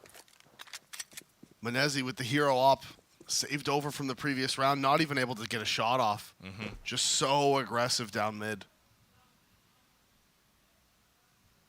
And you can see that was the gamble on the idea that they were talking about what they wanted to do into this round. They decide to go for the fight towards mid, hoping they're going to get a pick on that AWP. Then the P250 does some damage. Problem is, you don't really get anything. So a bit of a throwaway round. Like I was saying, though, you can afford to take a couple on the chin. Don't ruin your money. You know, don't get overzealous. Just take it round by round. You've still got 5 more match points to work with here. For Bad News Eagles, all they're thinking is, go next, keep it going, take another round. Synopsy, he's just thinking, I just want to keep doing this. As long as I'm getting my multi-kills, I'm happy. Yeah, I mean, if you can find 2 or 3 kills every round, you're probably going to win. Probably. Sometimes. Yeah, because if you find 3, but Nico gets like 5, then... Yeah, and he does that just with a deagle. Yeah. Nightmare. Nightmare. Then you probably lose. Although not if you can't defuse. Yeah, no kit. Like if you get 3 get the bomb down, and then Nico gets 5. But they can't defuse the bomb, then you still win. You do indeed. Or if you just have your player push through lower, hit all the information in the world of them running up short, now you're also going to have a heavy stack on the A site, and already they've lost Synopsy. So the Madman multi-fragger, he's taken out of the equation early, and Alexi B, he pushes up close towards the smoke. He's looking for the pick. Flash over the top. He's going to turn it, seize the head. Easy spam. Hard commits with a pull down as well. 1 by 1. All the kills go the way of G2, and they do find the victory they wanted. Starve off another upset and pick up a win here on Dust 2 versus Bad News Eagles. Yeah, Bad News Eagles had some good rounds. They were able to deny those match points, deny the actual ending rounds just those few times with those aggressive plays. But in the end, the favorites of G2, they do close it out relatively convincingly as well, off the back of a great T-half from them after they lost the pistol. Yeah, a tight game in some of the rounds. Obviously, the scoreline might look a little bit one-sided, but some of these rounds were super back and forth. The one big change was Nico just kind of fully snapped into reality and was like, no, like, this is too close, this is too silly, I'm shutting it down. Just puts his foot down with the Deagle on the A site, and after that, G2 went off on a spree. Yeah, the Deagle round was just insane from Nico. Yeah. That was just absolutely ridiculous, the long-range Deagle shots that he was finding. Also, you know, it's worth pointing out that Bad News Eagles won both pistols in this game. Yeah. So realistically, they should have been able to get up to a huge lead, right? On both halves, they should have been able to build up these leads. But G2, they were just too strong. That really is what it comes down to at the end of the day. As soon as they got their confidence back, they just played so much more aggressively as well, and it felt like Bad News Eagles, they weren't ready for that change of pace at all. As soon as they were getting hit, swung on from the start of the rounds, it all went wrong. This is some of the shenanigans that they had to go up against as well. Just horrible. Just ridiculous from Nico. There's not many players in the world that pull stuff like that off, and that he is one of them. That's why he's one of the best. And then you just get slapped by the AWP as well. Nearly the full 5k. The only thing that stopped it was Synopsy, but still not going to work out for him, Davey. In the end, G2, they do pick up the victory there in the best of 1, 16-10. This is the scoreboard at the end of the game, and of course, Nico on top. Yeah, 106.2 ADR. He's continuing on. I mean, he was a huge player yesterday for them. He's always been a huge player for them because it is Nico after all. Yep. 106 ADR, 20 rifle kills. Only actually 50% opening kill success is actually pretty low for him. He usually sits up into like the 60% area because he's just that good. He's almost always above 55%. So he's clearly fallen off. But he was leaving everyone falling down to their deaths inside of that game. 29-13. Just went off on a tear. He really did, you know. I mean, that's all you can really say. That was G2 with all the moving parts, right, in the right places. That's what you wanted to see if you're a G2 fan. But if you're a fan of CS, you're in the right place. We got a lot more games coming up today. When we come back after the break, we'll slip into our second best of 1. So don't go anywhere. I'm Maui Snake here at the PGL EU RMR Group B, and I am joined by Afro and Lucky from Team Heat. So we're going to see how well Afro and Lucky know each other as teammates. So I'm going to throw questions to you first, Afro. Going to be about Lucky, and we'll see how many you get right out of the 5, okay? So first question is, what is one of his hobbies outside of gaming? Workouting. Doing a lot of workouts. Not a lot, but I'm starting to get a little bit more. Yeah. No, I'm trying to get a bit more focused on this those weeks. Yeah. Okay, so that's one. That's one. Okay, working out. All right. Okay, if you had to choose to travel by car, plane, or train, what would you choose? I would say train. I would say plane because it's faster. Yeah. Okay. One and one. One out of 2 right now. All good. All right. Can still make it back. Okay, what does he like to buy most on a half-buy round, like $2,000? Okay, it's obviously a Tech 9 because he's sick with it. Yeah? Yeah, most of the time, yeah, it's true. Maybe a Zeus in counter-terrorist. We have a new strategy, by the way, with Zeus. He's revealing your strats. Yeah, he's leaking everything. I know we can't qualify. Good job. All right, so 2 out of 3 right now. Does he watch anime? Yeah, not a lot, but he is watching it. Yeah, I used to watch some, but it's been a lot of time. But yeah, it's true, I guess. Okay, that's still a point. Does he believe in ghosts? Not really, but he already told me something really weird about this. Like I can't I can't say, but yeah, he saw weird things, I guess. So is that like a yes or no? Like No, I mean it's like a story that he told me that was weird, but yeah, I don't think he believes really in ghosts. Yeah. Yeah, I would say no. Okay. I heard some crazy stories and stuff like that. So, you know, I'm still open-minded, but in the end, I'm like, shouldn't be true, you know. Okay, that's 4 out of 5. 4 out of 5. You know him pretty well. All right, so we're gonna switch it, and it's gonna be Lucky. You're gonna be answering questions about Afro now. So first one is, does he prefer beer, wine, or liquors? Beer. Hell no. I prefer the liquors. Oh. Yeah. Okay, 0-1, 0-1. Not the best start, but you can make it all back. Okay, what's his favorite map? His favorite map is Inferno. Okay, this one is correct, but it used to be Train. Oh well. Yeah, but not. Yeah. Okay. So like one for 2 right now. What is his favorite weapon? AVP. Yeah, for sure. Yeah, one shot. All right, easy. Let's see. Let me get another one. What's his favorite type of food? Good question. Fast food, maybe burgers. I would say Italian food. Sorry, Lucky. Oh, okay. That's okay. All right. We already have a winner, but it doesn't matter. We're going to finish it anyways. All right. I think this is the last question. Yeah. Would he rather read Twitch chat or Reddit comments after a bad game? After a bad game? Reddit comments, I guess. I never go on Reddit. I never. I'm just, watching maybe the Twitch chat, but yeah. Okay, all right. Either way, that's been getting to know your teammates here at the PGL RMR with Afro and Lucky. Thanks, guys, for playing. Really appreciate it. That was a lot of fun.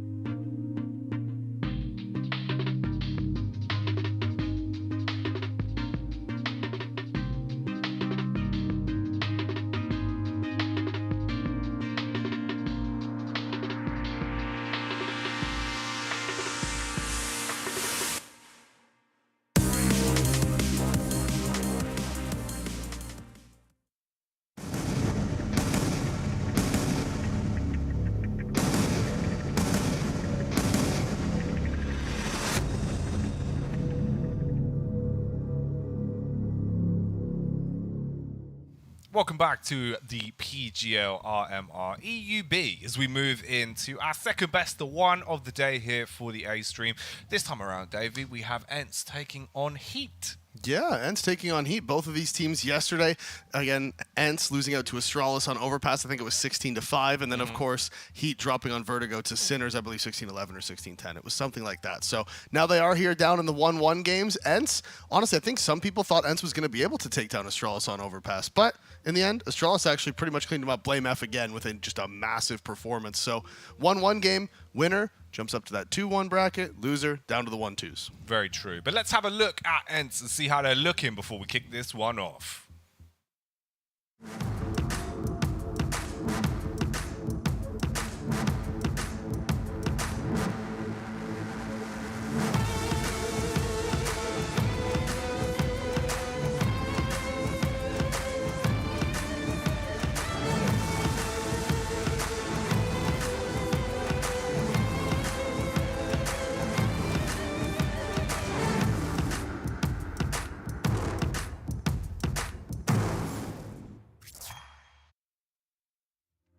There we are, the ENCE boys on land looking lethal. They've had some crispy games so far, Davey. Some of the rounds they've been putting out have looked quite tasty. The man on your screen's there as well, Dihar, he's had some big rounds. Yeah, no, he always does. I mean, he's sick, you know, he's just like really good.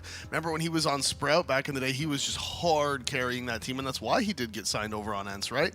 So he's obviously going to be able to have that impact. Going to need him to come up big here. And again, there's the in-game leader. That is Snappy. He's going to have to pull some stuff out because this Heat team, they play a very unique brand of CS. Very like traditional French style, you know. They have that flair about them. They do indeed. A team that went huge during the online era of CS. So let's take a closer look under the microscope and check out Heat.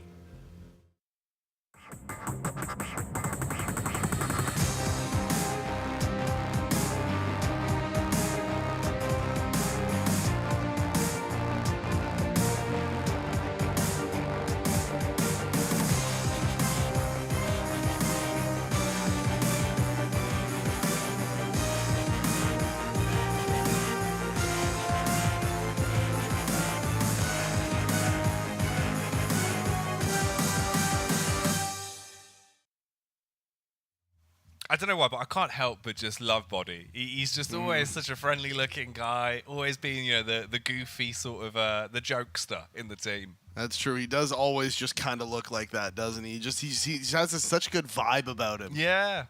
He does indeed. Always got a good aura around him. There look at him, see, I'm happy already. Yeah, look at the glasses as well. Hey. All right. But let's have a look at what we're working with here in the Veto. In terms of the best of one, Dave, we've already got a couple of bands coming in. What do you reckon we're going to see with this? I honestly have no idea. The Vertigo ban from ENCE makes a ton of sense.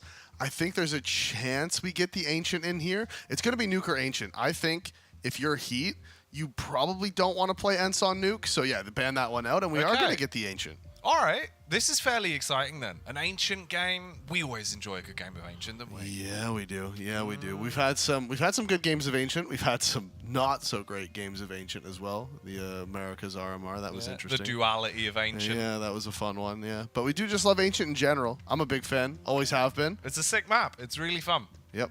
As we see here, the GG.bet odds ends heavy favorites in this one. I guess I'm not surprised, but you know, Heat is like really good. So it's not as clear cut as I think those odds would show, because I mean, this Heat team, dude, they have the potential to cause those upsets. Now that is one thing right there. I think that's a man on your screen. That's Exercise. He needs to step up because he had a really rough game on Vertigo against Sinners. Yeah. I'm not even just talking about the stats. I'm talking about like huge mistakes in crucial rounds, and he's got to step up here against this ENCE team because they don't really have a weak link. No, not at all. Like, it's going to be hard for you to find problems, you know, on ends inside of the game if everyone's playing to the best of their ability. We know that they can pack such a punch. If there's one man to match the Deagle heroics we had from Nico, that would be Snappy. We've already seen it here in the RMR. Some of the shots he's been hitting have been unreal. Yeah, if he's on point again, I mean, those Deke shots on Mirage we were seeing, that's just like absolutely ridiculous what he's capable of at times. And Spinks as well, so fun to watch. Yeah. So talented, great understanding of the game. But I do completely agree with you. I feel like if Exercise can go back to that form that we know he can have, that we've seen with this roster during some of their online games, he can definitely be a difference maker. Body as well, very enjoyable to watch. Afro and Joko, though, two of the bigger names for me that I think will probably be at the forefront of this game. But it looks like we are ready to kick it off. We're here on Ancient for the opening pistol round and starting off on CT and Heat on the T side. Let's see if they can bring the ruckus early into Ancient. Ooh, dualies are dropped over to Snappy as well, and he's heading over towards that B site. Nades are going to be coming in. It's going to be the two-man walkout A, though, so they throw all these nades at B to pull the rotations. The two men are going to walk out A, but the bomb is still waiting outside of B. Can Spinks find this opening? Timing is just not going to favor him. When he checks back to his left, he's going to find the T's in the back as he gets the first. Now he knows that's it, though. Joko trades it back, and the push from Snappy running straight in to the three T's as they were waiting outside of the door. The information not passed over to Snappy, like, hey, there's only one man here, as Body gets another one with the dualies, eventually put down by Deha, and can they respond? He has to push forward. He's out of bullets. It is a 2 versus 3. There is a man in the back line, but Deha actually found him. The Polish power here of Deha and Hades pushing forward. Can Lucky put him down? He's swinging with the Glock. He gets gushed. He has to escape. He has no armor. 1 versus 1. 13 HP. Has to try to recover the bomb. With 12 HP left, he's clearing left, he's peeking right. Hades, he's just going to hold. He starts to walk his way back around. The mind game's coming into effect as time's ticked away. He's got clear line of sight onto the bomb, so he knows what his win condition is. And Lucky, he peeks back up. Oh, he finds the shot! Shuts down Hades, sends him off to the Netherworld, and that is the opening round going the way of Heat. That was dangerously tight from either side, but in the end, he picks it up in the 1v1 with just the Glock. And what a strat call from Heat as well. Look at Snappy just pushing down, giving his life away to the 3 Ts that were waiting outside of the doors. And that final shot from Lucky was absolutely huge. I can't believe that he was able to clutch that one out with 12 HP and no armor. And now, off the back of the kills, Spinks gets the M4 dropped over to him, and he finds 2 openings at middle. And now he's probably going to try to find a teammate to trade that gun out with. I told you, man. Spinks, he's a different beast. He will absolutely punish if you give him an opportunity to. And straight into the game, mauls 2 of them with the M4. Trades it off, grabs the scout. So Hades now armed with the better rifle. And Snappy, he's got the UMP, the Universal Machine Pistol, ready to blow them to pieces if they come running in through the cave. He is waiting nearby. He has a teammate here as well. That's Madden to bait. Deagle in hand. Now, can Snappy find anything? They're going to walk forward. They're going to walk into him, and there's 1 apiece. It is going to be the last man up, and this is Exercise. 1 versus 5. He has managed to sneak into the back line. They know that he could potentially be here. That's why they're pushing forward and just clearing out cave. Hades is on the way back, and he hasn't checked long. First one going the way of Exercise, but now they know where he is. That M4's down inside of the site. They want to make sure somebody can recover that. Flash in towards cave, and he's just seeing, what are they going to give me? Are they going to give me any kills? Spam comes in, tags him down just a little bit as he wants to keep going forward. Snappy's on the offhang, though, and this should be the kill for the CT. Oh my god, he's got the bomb. He's picked it up. He is relatively surrounded. He's only got 20 seconds, but they're going to push onto him. He refaces and hits the kill onto Dha. Hard commits to just try and get the bomb plant off. If he can at least make the money, he would have been happy with that. But Snappy aggresses, upgrades onto the AK, and steals the round from under Heat's noses. The game goes 1-1. All those extra kills on the pistol round just gave Dha that extra money. Drops that M4 over to Spinks, and the double kill in mid, just free frags. They didn't expect an M4 to be sitting in the cubby and waiting for them, you know?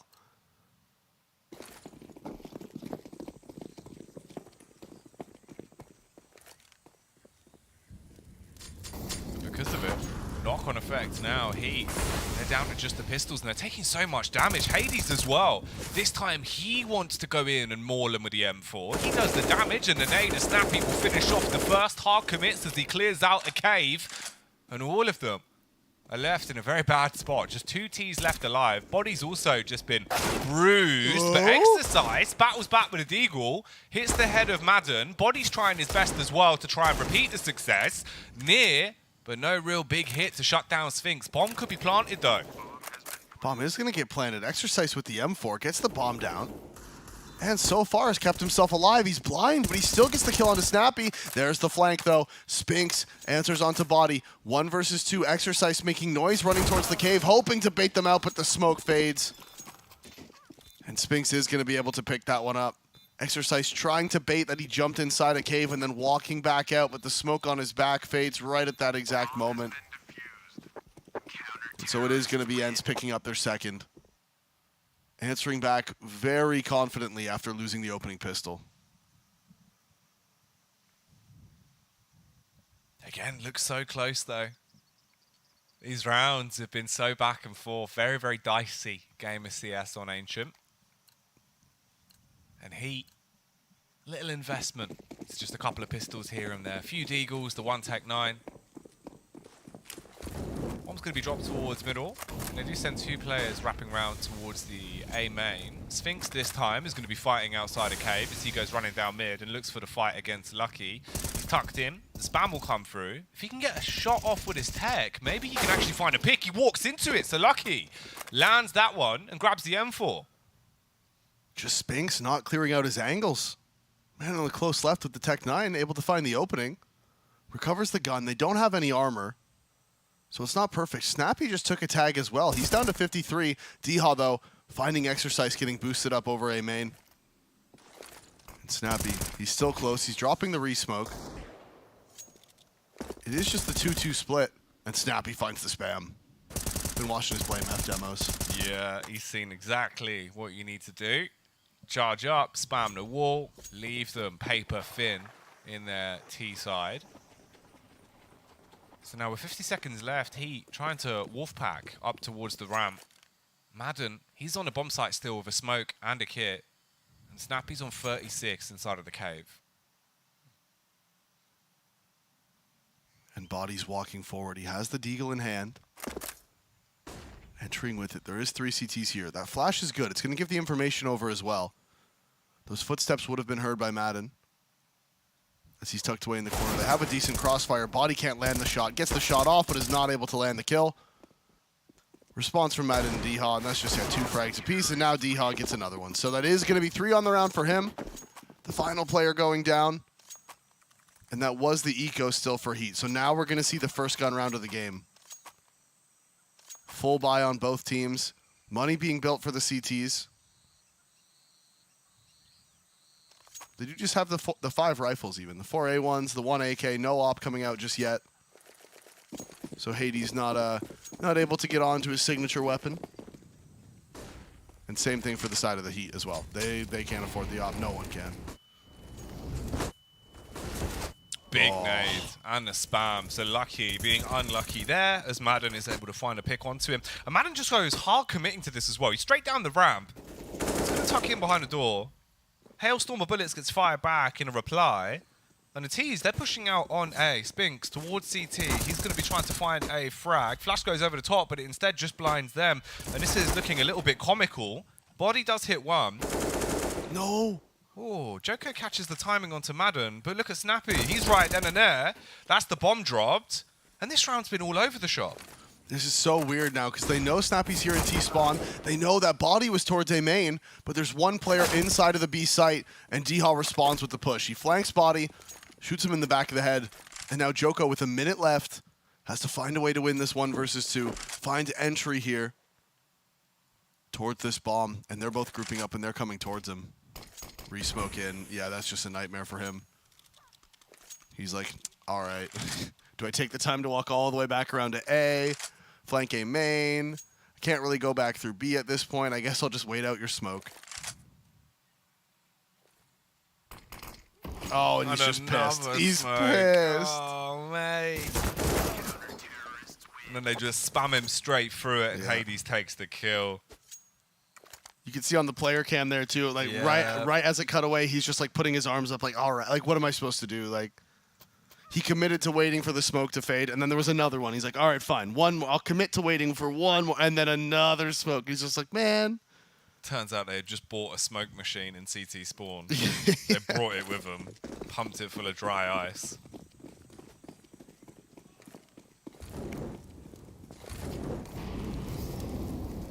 A night at the club, Davey. The smoke just did not stop coming. Smoke again towards middle here. And this time, Hades going to play behind it. Looking to see if he can find the opening picks. Aggression from Ents has been their #1 success play into the game. There's a little tap. Just to scare him away a little bit. He's like, hey, you better not be lining up a smoke over there behind that wall. Boo. Oh! Jeez. God. You scared me, Jack. Okay, so in comes the utility. He's still just going to hold for this and wants to cleave his way through them. But great timing with a flashbang and the follow-up deagle going to be landed by Exercise. Hades is still here. He's holding and then hits the head onto Joko. He falls over. Hard commits. Tries to drag his crosshair over, but Madden, he's playing towards red. And he finds 2 picks, all on Lucky. He's in the smoke with a Tech 9. Surely he doesn't find another tag with a Tech 9 again. Oh, he might. Oh. Right on the other side of it. There's the kill. Snappy drops. Lucky does have the light armor as well. No head armor. Could be the crucial difference. As he's walking up, head is going to be shown. M4, not able to land the shot. D-Haw eventually does. So that is going to be another round going the way of Ents. But 3 people dying means they have to keep dropping these guns. The money is fine. You know, they're not in any danger right now. But every time, you know, they have these multiple people die, these 3 people dead, 4 people dead. Every time it happens, that's just reinvestment, reinvestment, reinvestment. And even right now, actually, if Heat wins this round, Ents is broke. Because they have 2K each across the board. And it's only the 1,400 bonus, so they wouldn't even be able to get a full buy-in if they lose. They're hard coming to A. Everyone's going to be sprinting up through A main. Orp's leading the charge. He's going to peek into CT, and Afro, that time, he will be able to find a haircut onto Hades. There's the utility coming back over from Nut as well. And Exercise, he's lurking at middle. The smoke's going to hold him back. He doesn't commit for the push. I was thinking maybe there's an opportunity here that he could be a big linchpin into the round. But D-Haw, he's just hard out on the site. Madden as well assisting there. This is getting really awkward. They're on the bomb site, but all of the angles are favouring the CTs. One by one, they're starting to battle back against this. And it's a tight 3 versus 3 here, where the flanker of Exercise has been spotted. And he's now dead. Exercise just took so long to go for that flank as Spinks finds another through the smoke. Now it is Afro. He has 3 on the round, needs 5 to win it. But Spinks is going to be there. He's going to kill him, and Ents is going to win the round. And Heat, they got the opening, and we see it time and time again on this A-bomb site. Problems come in when the Ts don't force the plant while they have their smokes up. That is what will always cost you the rounds. Once you get that opening, once you get into the site, you have to push for map control, and you have to force the bomb plant. If you don't do that, the smokes are going to fade, and the CTs, all the angles become CT-sided all of a sudden. Just as easy as it is for you to take the site, that's how easy it is for them to retake it. Imagine if you were a T, and you had control of Temple, Donut, and Main, and it's like your job is to take A. How easy would that be? That's what happens to the CTs if you let those smokes fade and you don't push up for map control. They have CT, they have Temple, they have Donut, and it's like, okay, now we're taking A from 3 spots, and 2 of them are like the most crucial spots that used to hold it. So you have to try to force that bomb plant when you have those smokes up.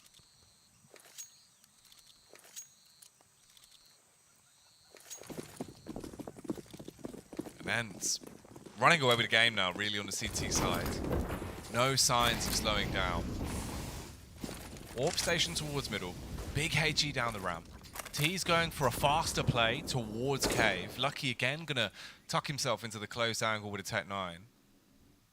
He's looking for the headshot onto Snappy. He does swing, hits the first, tries to back off, but he's overwhelmed by the pistols. The brutality there from Spinks will be able to stop it dead in their tracks, and it's just down to Exercise and Afro. Crazy spray there from Snappy as he swings out from Cave, finds the first, and just commits to the running spray after the fact. The bomb is down. So you can see Ents, they're reacting, they're pushing. The swing's out good. Afro and Exercise get one apiece, and all of a sudden we're in a 2 versus 2. These angles, this does support the T's. They're going to be able to get the bomb. They actually peek out into Hades, though. He finds the first, and Exercise! The double spray, the CT swing, and Exercise lands them both. And the eco round from Heat is what wins them their second. Oh, you were talking about him stepping up into this game. An Exercise, precise as you like, as he punishes there with the AK. A critical round to go huge on the Kalashnikov. And Ents, off the back of that, they feel the need to take the pause, slow it down, figure out what exactly they're going to do to combat this, and what they were going to do with the cash as well. The UMP there for Snappy. Hades delegated down to just the Famous. D-Hard with the Deagle. And then 2 M4s for Sphinx and Madam.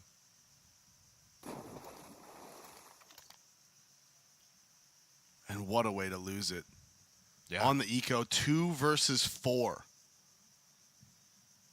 It's just like, and the worst part is, it's not even, you know, you lose a 2v4 and you're like, oh, like that's terrible, you should never lose a 2v4, blah, blah. Ents didn't even do anything wrong in that round, right? Like, it was a 2v4. The players that were at A were coming to group up with the bomb, and while they were on their way over, Heat just pop flashes over the doors, they swing out, they land 2 headshots. And it's just like, oh, all right. And then in the 2v2, same thing. They try to peek together, and Exercise just with the spray headshots them both. And it's just like, well, all right then. Yeah, I guess you did just lose a 2v4, and you didn't even really misplay. It's just like unlucky. I don't know. Just a good round from Heat.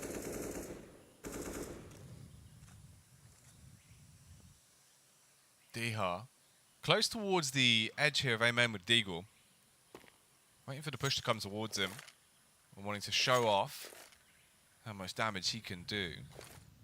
T's going to set up the utility.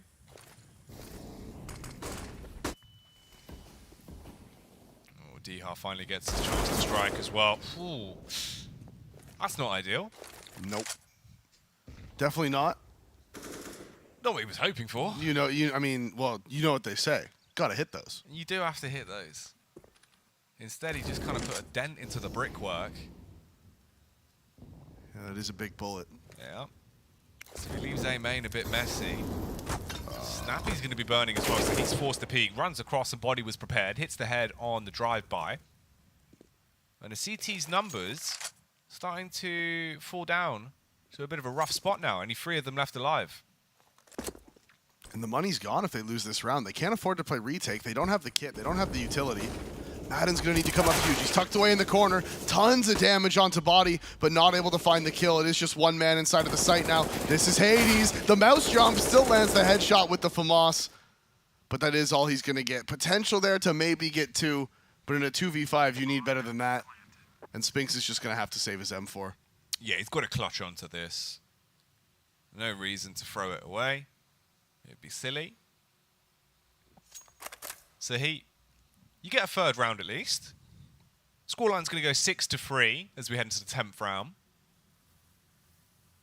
6-3 and the eco for Ents. They're only going to have this one M4 if he's able to hold on to it. And Afro's got that orb. You think about the round when they went fast out A-Main. He nearly single-handedly won that for them, and that was such a messy round as well. So the fact he was able to do so much damage is pretty crazy. And Heat just wants to build up their own economy. Because now you can see their loss bonus, they're even now. They're both at the 1900 bonus. So Heat, they know if they lose, they can be potentially reset. Obviously, one more round when it drops to 1400. So they don't even want to hunt Spinks. They're like, you know what, fine. You can have your one gun, we're just going to build up our economy to make sure that when you do eventually win a round back, because you are on the CT side of Ancient, so you will win another round back, that we're still able to buy up and we're still in a safe financial position. And they're actually going to take attack to talk about this. Figure out how they want to approach the rest of this half. Because now is when the mind games start coming in, right? Because ENCE was sort of just running at you and winning rounds. You've now figured out how to stop that. So now ENCE has to adjust how they're playing, and you need to try to predict the adjustments from ENCE and how you're going to counter them.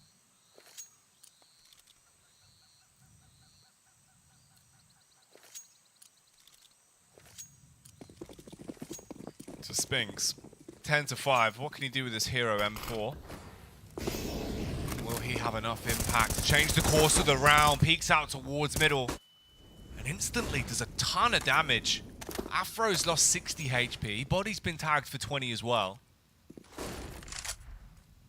It's a nice way to get the opening attack off into the round. No one else has armor. So he will hold on to the M4 for now. Could drop it over to one of his teammates if he wants to.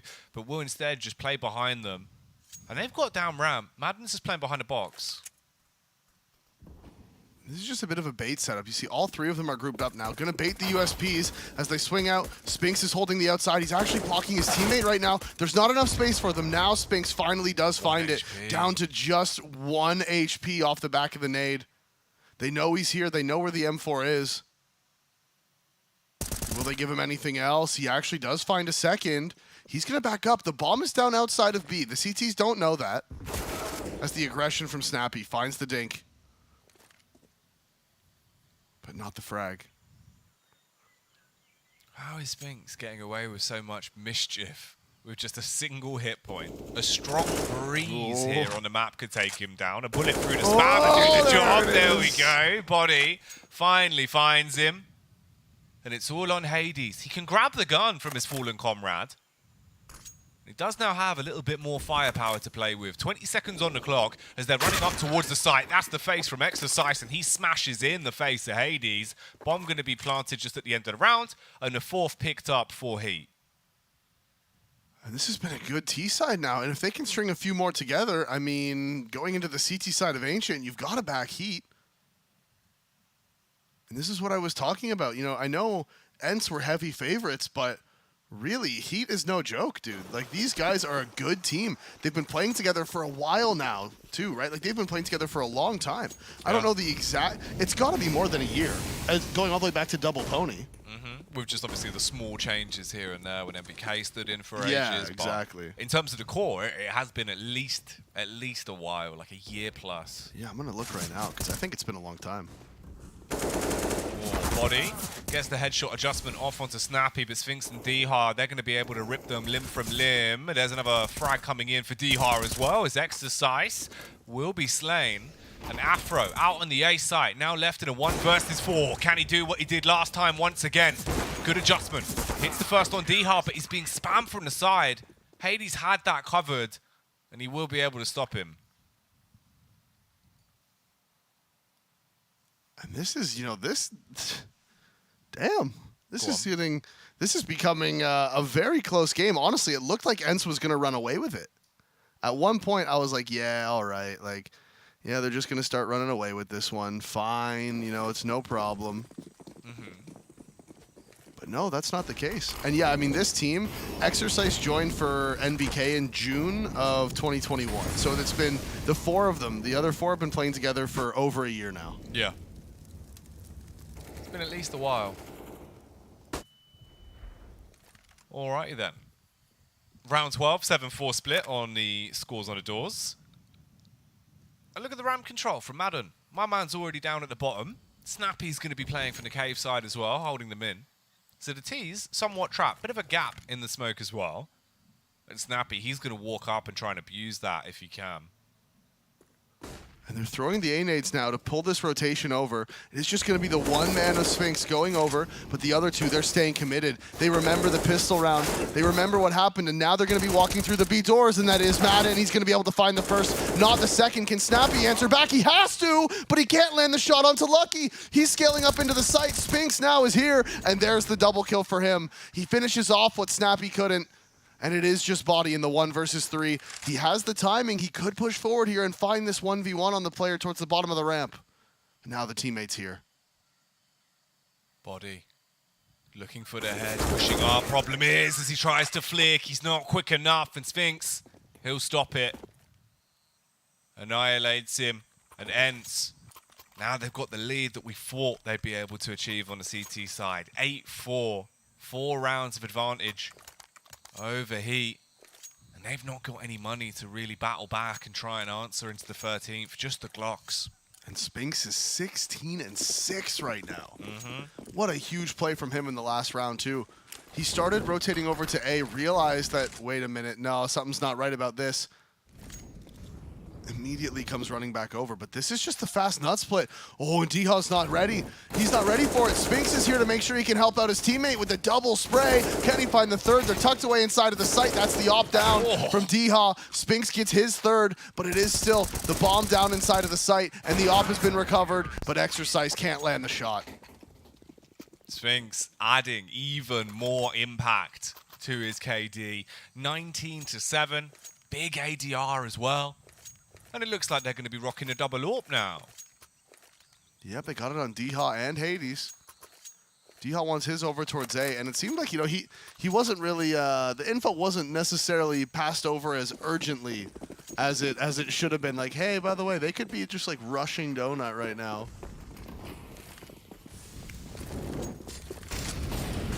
This time, maybe they're just rushing up ramp into B. Joko, he's close on the front of ramp.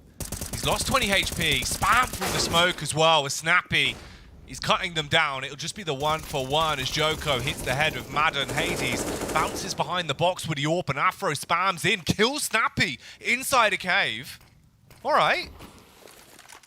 Deep smoke as well, gonna deny the info towards Ivy.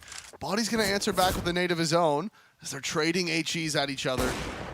The pick in middle was actually found by the CTs, and oh, he spotted him in the smoke. Hades, he's trying to get on the other side of it, but there's 2 behind him and 1 in front. It is gonna be Spinx now. Needs to be immense again. He's already got 2 on the round. And does he know there's a second player close inside a cave? Are they saving? Oh, they're just backing off. Huh. All right, they're gonna go for the save. Give up the round. Yeah, I mean, Joko and Body, obviously they won't know, but they're both nearly just 20 HP. They didn't have the kits, but they give it up. So Heat for the 5th round. Going into the last round of the first half, at the very least, they're going to have a very healthy buy for it. But this is either going to be a 9-6 or a 10-5. And if Heat are able to get this as a 9-6 half, they'll be very happy with the way this was going to what the final result is. Yeah, 9-6. I mean, if you get 6 on the T side of Ancient, you're vibing, man. Yeah. That's so great. Ancient very CT-sided. I think probably what happened that last round is when Hades died, somebody just called save. And so then even though Spinx did trade 1 back, he's just like, all right, we'll just save then. We'll have a save. We'll let it go. Can't hold it back anymore. No, conceal, don't feel.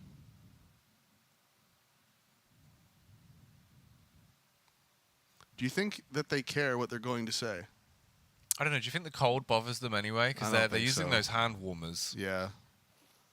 I don't think so. I think the hand warmers pretty much secure that one for them. I'd agree. I'd agree. Well, round 15. 9-5 split on the score. And again, they're going aggro towards middle. They're just going to push up on this. Spinx, he's able to push the whole way around and support Snappy as well.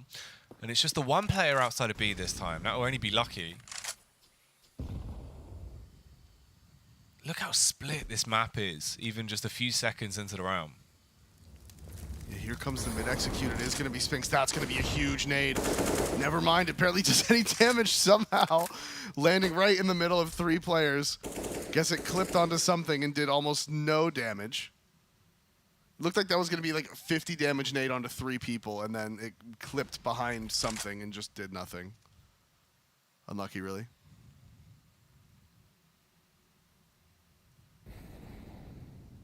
Joko's just creeping up into the crosshair of Spinx, playing inside a donut. He's ready for this fight. He wants the 1 tap. They're clearing back towards middle, so there will be a big group up. Flash goes over the top as well. There's the second flash, and here comes the push. He's blind, but he's still slaying. Shuts down 2 of them, and now he's got support. No. Missed shot on the AWP from Afro. Oh, you can't afford to miss those. He's been hitting the hard ones, but the easy one's not going to go his way. But Sphinx on for the ace. Finally falls as Hades. He'll get the last nail in the coffin, and they take the extra edge at the edge of the half. What a huge round from Sphinx. He gets full blind inside of the donut, sprays the first 2 down. Then just the reposition. I mean, that double kill right there is just ridiculous. This swing out here, I mean, that's just, honestly, Afro just has to hit that. You can't miss that. It wasn't a difficult shot. Not trying to add insult to injury here, you know, be too mean or too harsh or anything like that, but you do need your opera to hit those. 7 and 14 right now as well, just not having a great game. No, and Afro is one of the players I was highlighting on because normally he can be a bit of an edge for this team. When he's able to really come alive, you see it reflected in their rounds. Not happening though at the minute. Right now he's just a blunt blade. Yeah, you got to sharpen him. Lucky though, he might be quite sharp. He's got the dualies. Will he be able to impact with them if they go running into his bomb site? Flash going to be prepared. Smoke as well there from Snappy. And they're going to go walking up the ramp off the back of the util. And here's Lucky. He's in the angle to try and shatter them, but he's being shot in the back. He still turns and finds the frag onto Madden. So we are into a 3v3 as the bomb gets planted. Pistol round, looking dicey once again. And 3v3. They don't actually have the kit. I'm not sure if there was one on Lucky. He probably had dualies and armor, so no kit, and they have to wait out these smokes. Pop flash is in, it's perfect. Snappy, full blinding Afro for Hades to swing from the pillar. The reposition from body does get the answer back. Do they have a kit somewhere on the ground, though? That's the question. Doesn't matter. Spinks with 3, and despite the fact that he's the one who bought the nades into the round, he is still the man to find 3 more kills, and he is creeping up ever so closely to that 30 bomb. He wants the full 30. The man is an absolute MVP at times for Ents. He can be so good. I think he's on 28 right now. I think he finished the last half with 25. And yeah, he just got 3 in the pistol. He's 28 and 8 in 16 rounds. That is outrageous. Yeah, no, huge performance. Oh, and now he's going out mid, and look at all the ecos here for him. He gets 2. There's the 3rd. There's the 4th. And Spinks denied the ace again, but he still gets 4 on the eco. 32 kills in 17 rounds. Spinks, now this is a stat pad game. Look at him laugh, and he's like, man, I can't believe that. They're all buckled. They're having a great time. A little smirk on Dihar as well. Happy with the way the game's going. And you would be. They're running away with it. The same can absolutely not be said for Heat, though. They look livid about this. Joko, with only 3 kills, hasn't been able to find his form. Afro as well. Struggling into the game. Round 18 is live. Something's got to change. If the CTs want to start getting into the groove of things, has to happen now. No more room for error. And they're not going to be able to bring the op out onto Afro, but honestly, not sure if that's going to matter too much. Joko also on 3 and 16. Heat, they're just not hot right now. That's really what it comes down to. Heat looking very cold at the moment. They're not able to hit their shots. Ents winning out on the trades, and I mean, realistically, it is Spinks who's just going absolutely massive. You know, Snappy's 10 and 12, Hades is 9 and 10.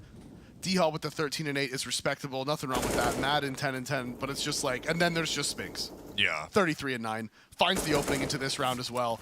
And he's so confident right now, you'd back him to hit any of these shots.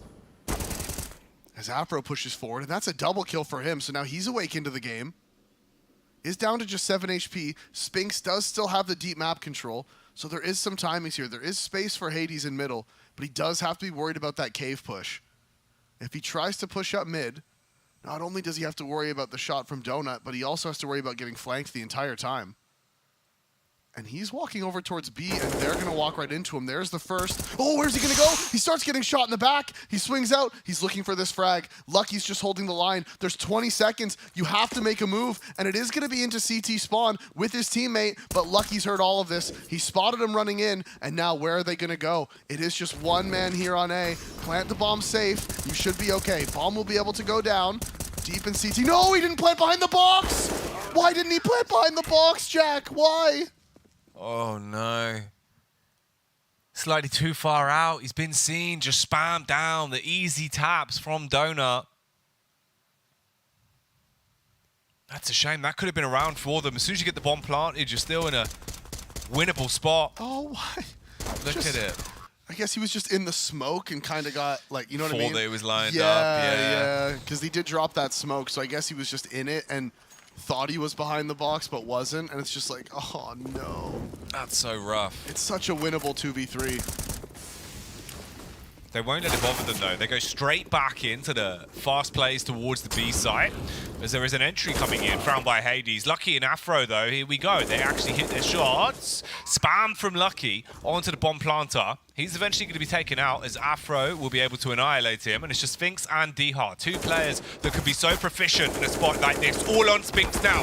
Unloads with a Kalashnikov. Hits one onto Afro, but that's it. He's fragged out, and Heat will take a 7th. They found the opening into B as well. Hades running up the ramp, the instant headshot. But they just couldn't figure out where they wanted to scale. They had some players going towards long, some sort of just hanging around in the short area and inside of sight. You have to scale together. You have to make sure everyone knows what they're supposed to be looking at. Just weren't able to do it on that occasion. So it is 12-7. ENCE is put onto the eco now. They're not going to be able to buy into this. The bomb plant will help. So they have just that little bit extra money. I think Joko's hair was down earlier, and now he's put it up. I'm pretty sure. I might be wrong. I think he has it up when he's playing, but he had it down for the media day. Yeah. That's probably true. In my head, on the player cams at the beginning of the game, when like in the pregame, he had it down. But I also could just be totally wrong. I might have just created that memory in my brain. Maybe he deployed like a rapid man bun, you know? Who really knows? Oh, no one. It's impossible. We also have no way to check. Yeah. So it's just like, what can we do? Only speculate. Very true. And pretend that it's just right. We don't have to speculate about what's going on Stream B, though, as it seems like it is an 11-1 scoreline against Team Spirit there for Sinners.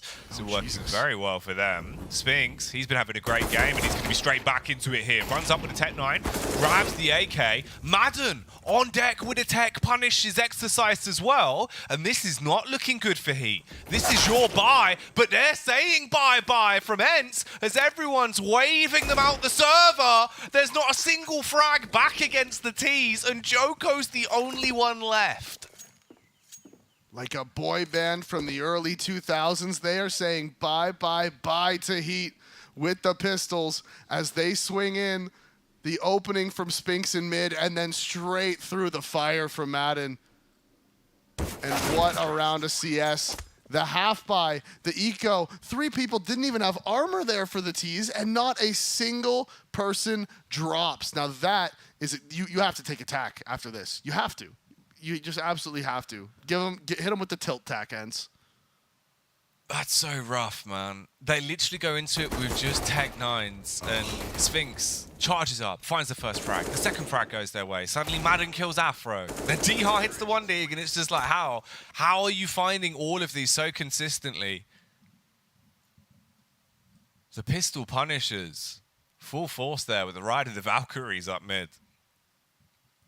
When there was attack pause called, just wonder which team called it. That's the question. Because if it was ENCE, that's based. Just messing with them. After you eco them, you take the tack. Like, yeah, you go ahead. You think about that. You think about what just happened. As they are going to force back into it, Heat. They're down 13-7. They had the money for 2 guns and nades. No kit, though. And again, Joko still just on that 3-18 scoreline. It hasn't been good enough from Heat. Now spams are coming in from bottom middle, just trying to tag Lucky as he's playing around in that smoke. Worth a shot as they've just slowed everything down. They haven't showed any presence over towards B. Now the walkout middle is coming in. I'm assuming Ents thinks that they're on eco right now, which realistically they should be. At the very least could be. So they do take slow middle control, and now they're all grouping up towards A. There's one man here playing close. That is the 5-7 of Exercise, boosted up on the tree, and he's going to have the first contact. Can he even get one? No. D-Hall flicks up. Afro does take down Space toward middle, and there's the swing out from Body. The double kill with the M4A1. Hades trades it, but takes a dink. Big bruiser Body. Oh, Lucky cruising in the back line as well. Sees the rear of Snappy, and Afro goes on to get his second kill of the round. He grabbed the AK. He was like, I'll throw it back to you.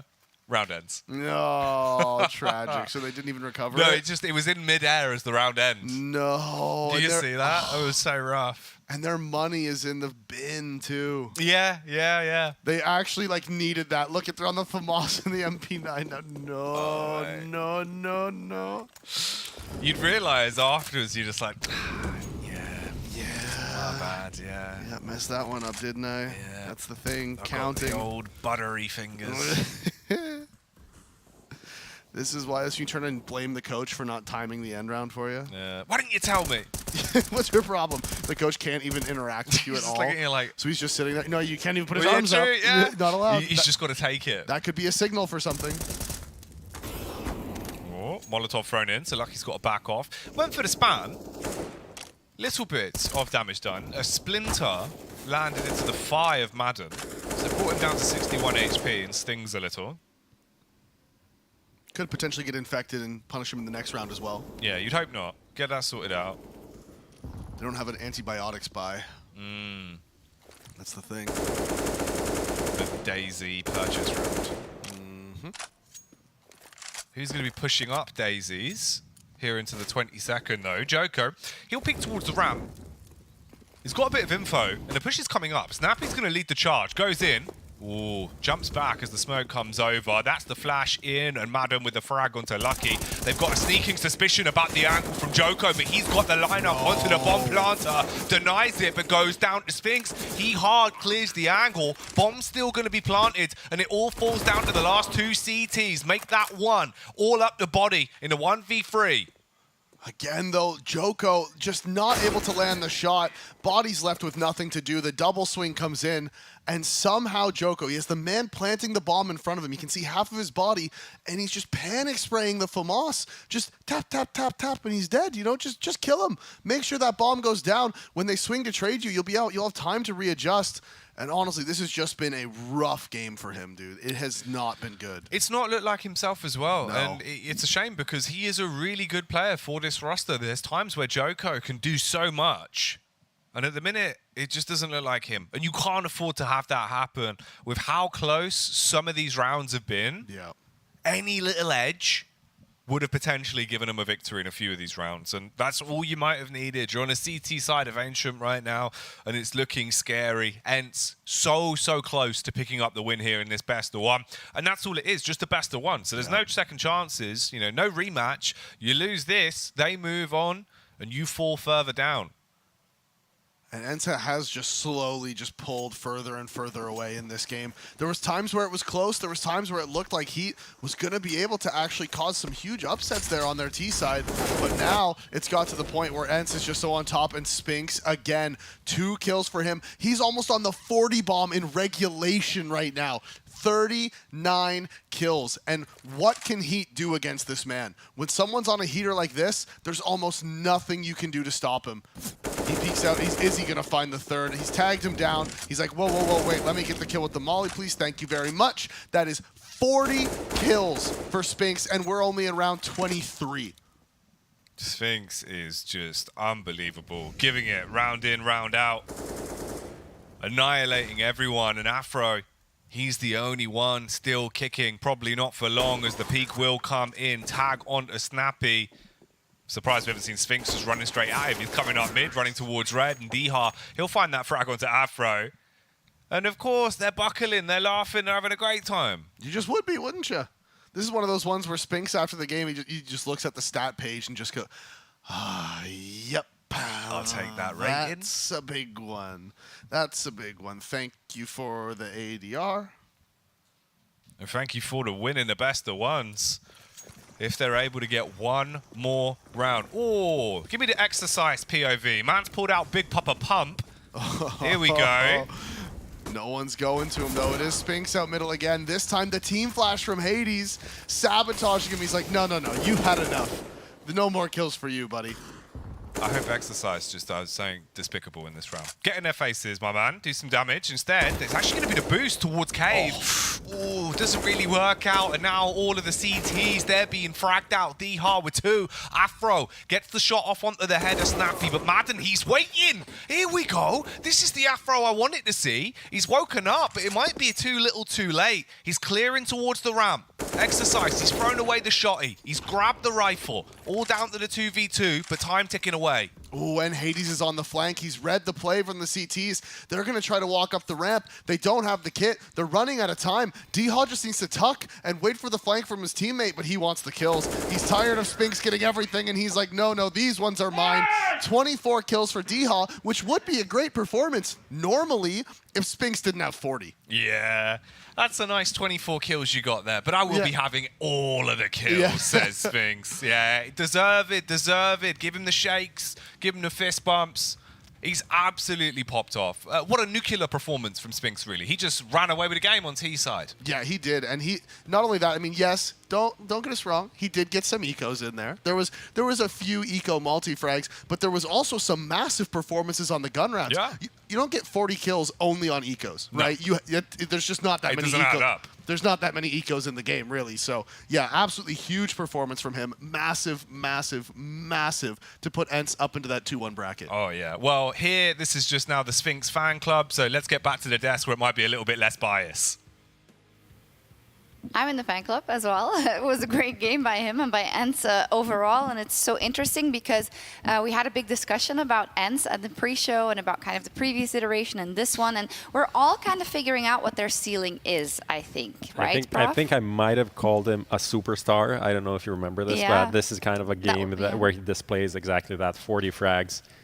What the hell? I think you even tweeted about the top 20 this year for Spinks. Is yeah, that what I did tweet about that, and then I realized like people take this as I'm making the list, and you know how it goes. But Prof, you just told me that you're already making the list. Yeah, I mean he's already locked in, so it's fine. People don't know. People don't know he makes the people list. People know, but very impressive, right? Yeah, extremely impressive from Spinks. We can do nothing but applaud and appreciate that masterful performance, 40 kills plus. I mean, he already had to deal with Rez going massive last time, 30 plus kills, and now they have to deal with Spinks. They obviously have an issue with player catching on fire and being superstar. Like, I have nothing to say but bravo to Spinks. That was beautiful.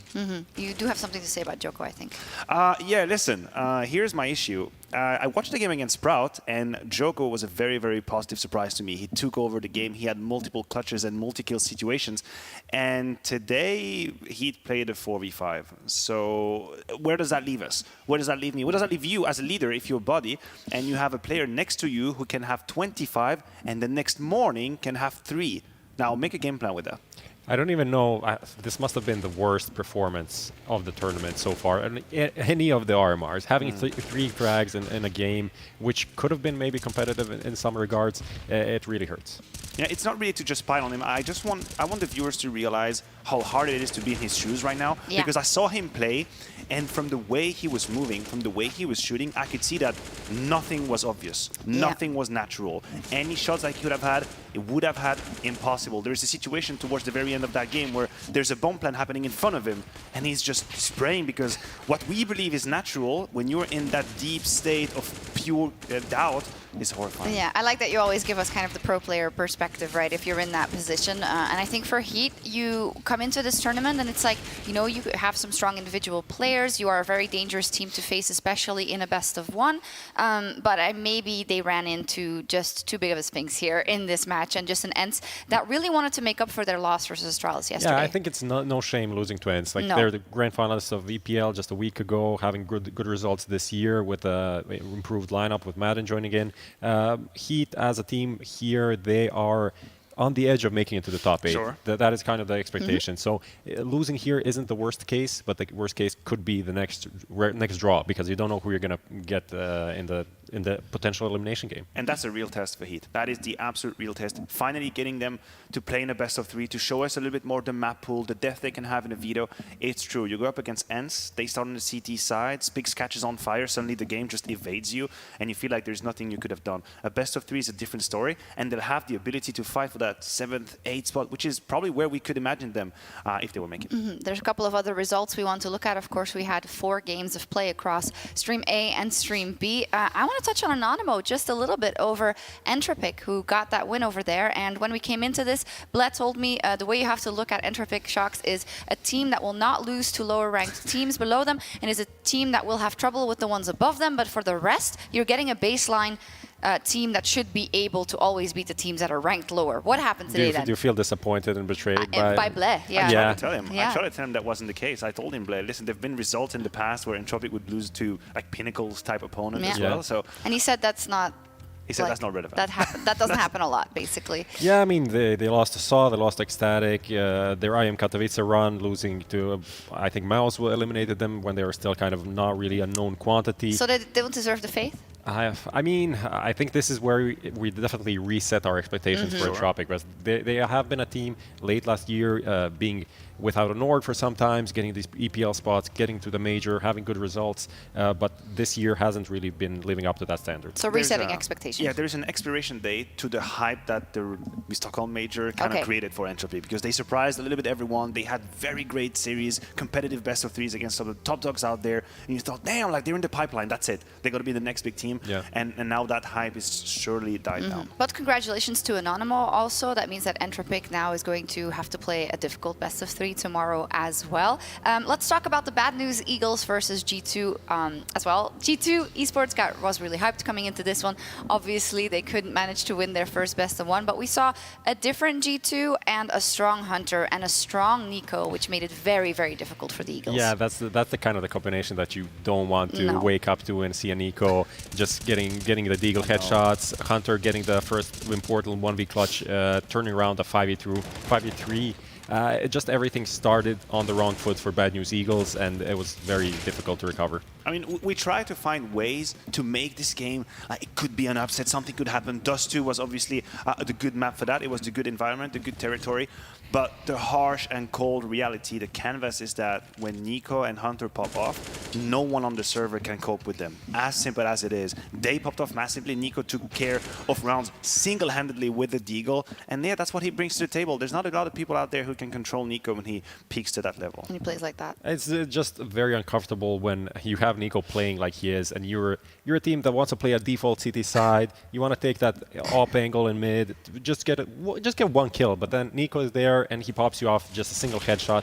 It's just depressing. Everything falls apart so quickly. Yeah, we built it up as like, oh, it's such a puggy game. That's how they have a chance. But then G2 is just going to be better at playing that style. They unfortunately, got out-pugged, and even like a lot of eco rounds. I think I stopped counting at 5 for both sides, but still not enough for Bad News players to mount a real competitive map. Exactly. The margins are so thin that whenever Bad News Eagle is in a good situation, they have to close it. Yeah. And we've seen that happen, unfortunately, not when they lost clutches. So you talk about those eco rounds, though. Is this cause for concern sometimes when they were up against the eco? G2, for some reason, didn't do it? I think even after this game, I'm not really super convinced. I'm not really happy with what I saw from G2. What you mean. Okay. Like, you saw Nico and Hunter pop off, yeah, amazing. And that's going to get you wins, but like, if you face a more serious opponent, like put these guys against an ENCE, NIP, Astralis right now, I'm not really, I wouldn't be confident in predicting G2 as the favorites there. I think they did what they had to do. Like, it wasn't necessary for G2 to dig so deep into the strat booth for Alexibi to completely figure out rotations.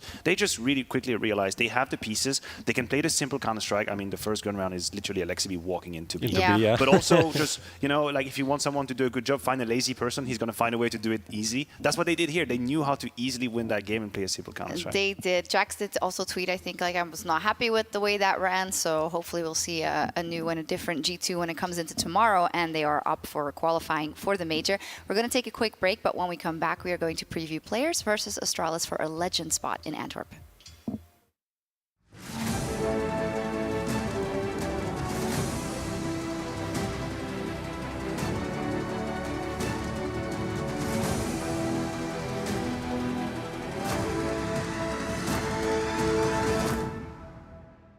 succeed in this game, you need to invest in yourself. Be daring. Innovate. Calculate. Never hesitate. Follow your instincts. Don't follow the crowd. Back yourself. Bank your wealth. Analyze, strategize, and galvanize. Now is the time. Take your shot.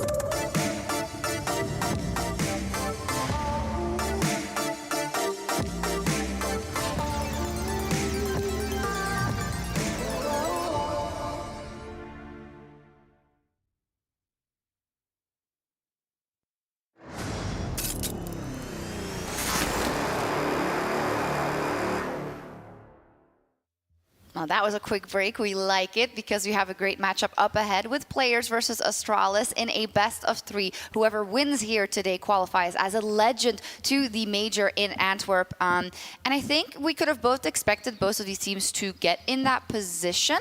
But this is a pretty tricky one, I think, when you look at the teams that they could have ended up playing. And is it safe to say that Players is the favorite, and how is the percentage divided, Prof? You're putting the percentages on the line Yeah, right away. you are the stats guy, so... Let's go over like a 65 to 70 leaning towards the Players. I think that's... What do you feel? Am I on the right track? Nah, I think 70 is up there. 70? I'll be there with you. Okay, I mean, 70. the thing is that the two teams are... The trajectory for Players is kind of toward on the downturn, and then Astralis kind of looking better and better, but not like, oh, we're the best team in the world, but they're promising. Good introduction. Let's take a look at Players.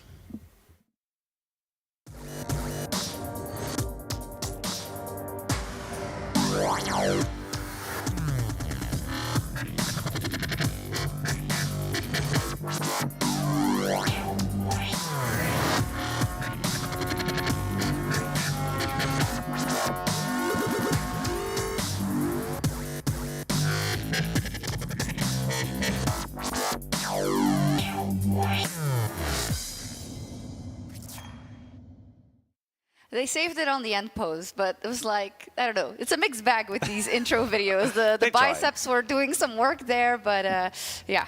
Needs more work, definitely. This whole team could use a bit more biceps exercise. Do you think that's the way to a victory? I think that is what makes them a really good land team. Speaking of biceps, let's talk about Astralis.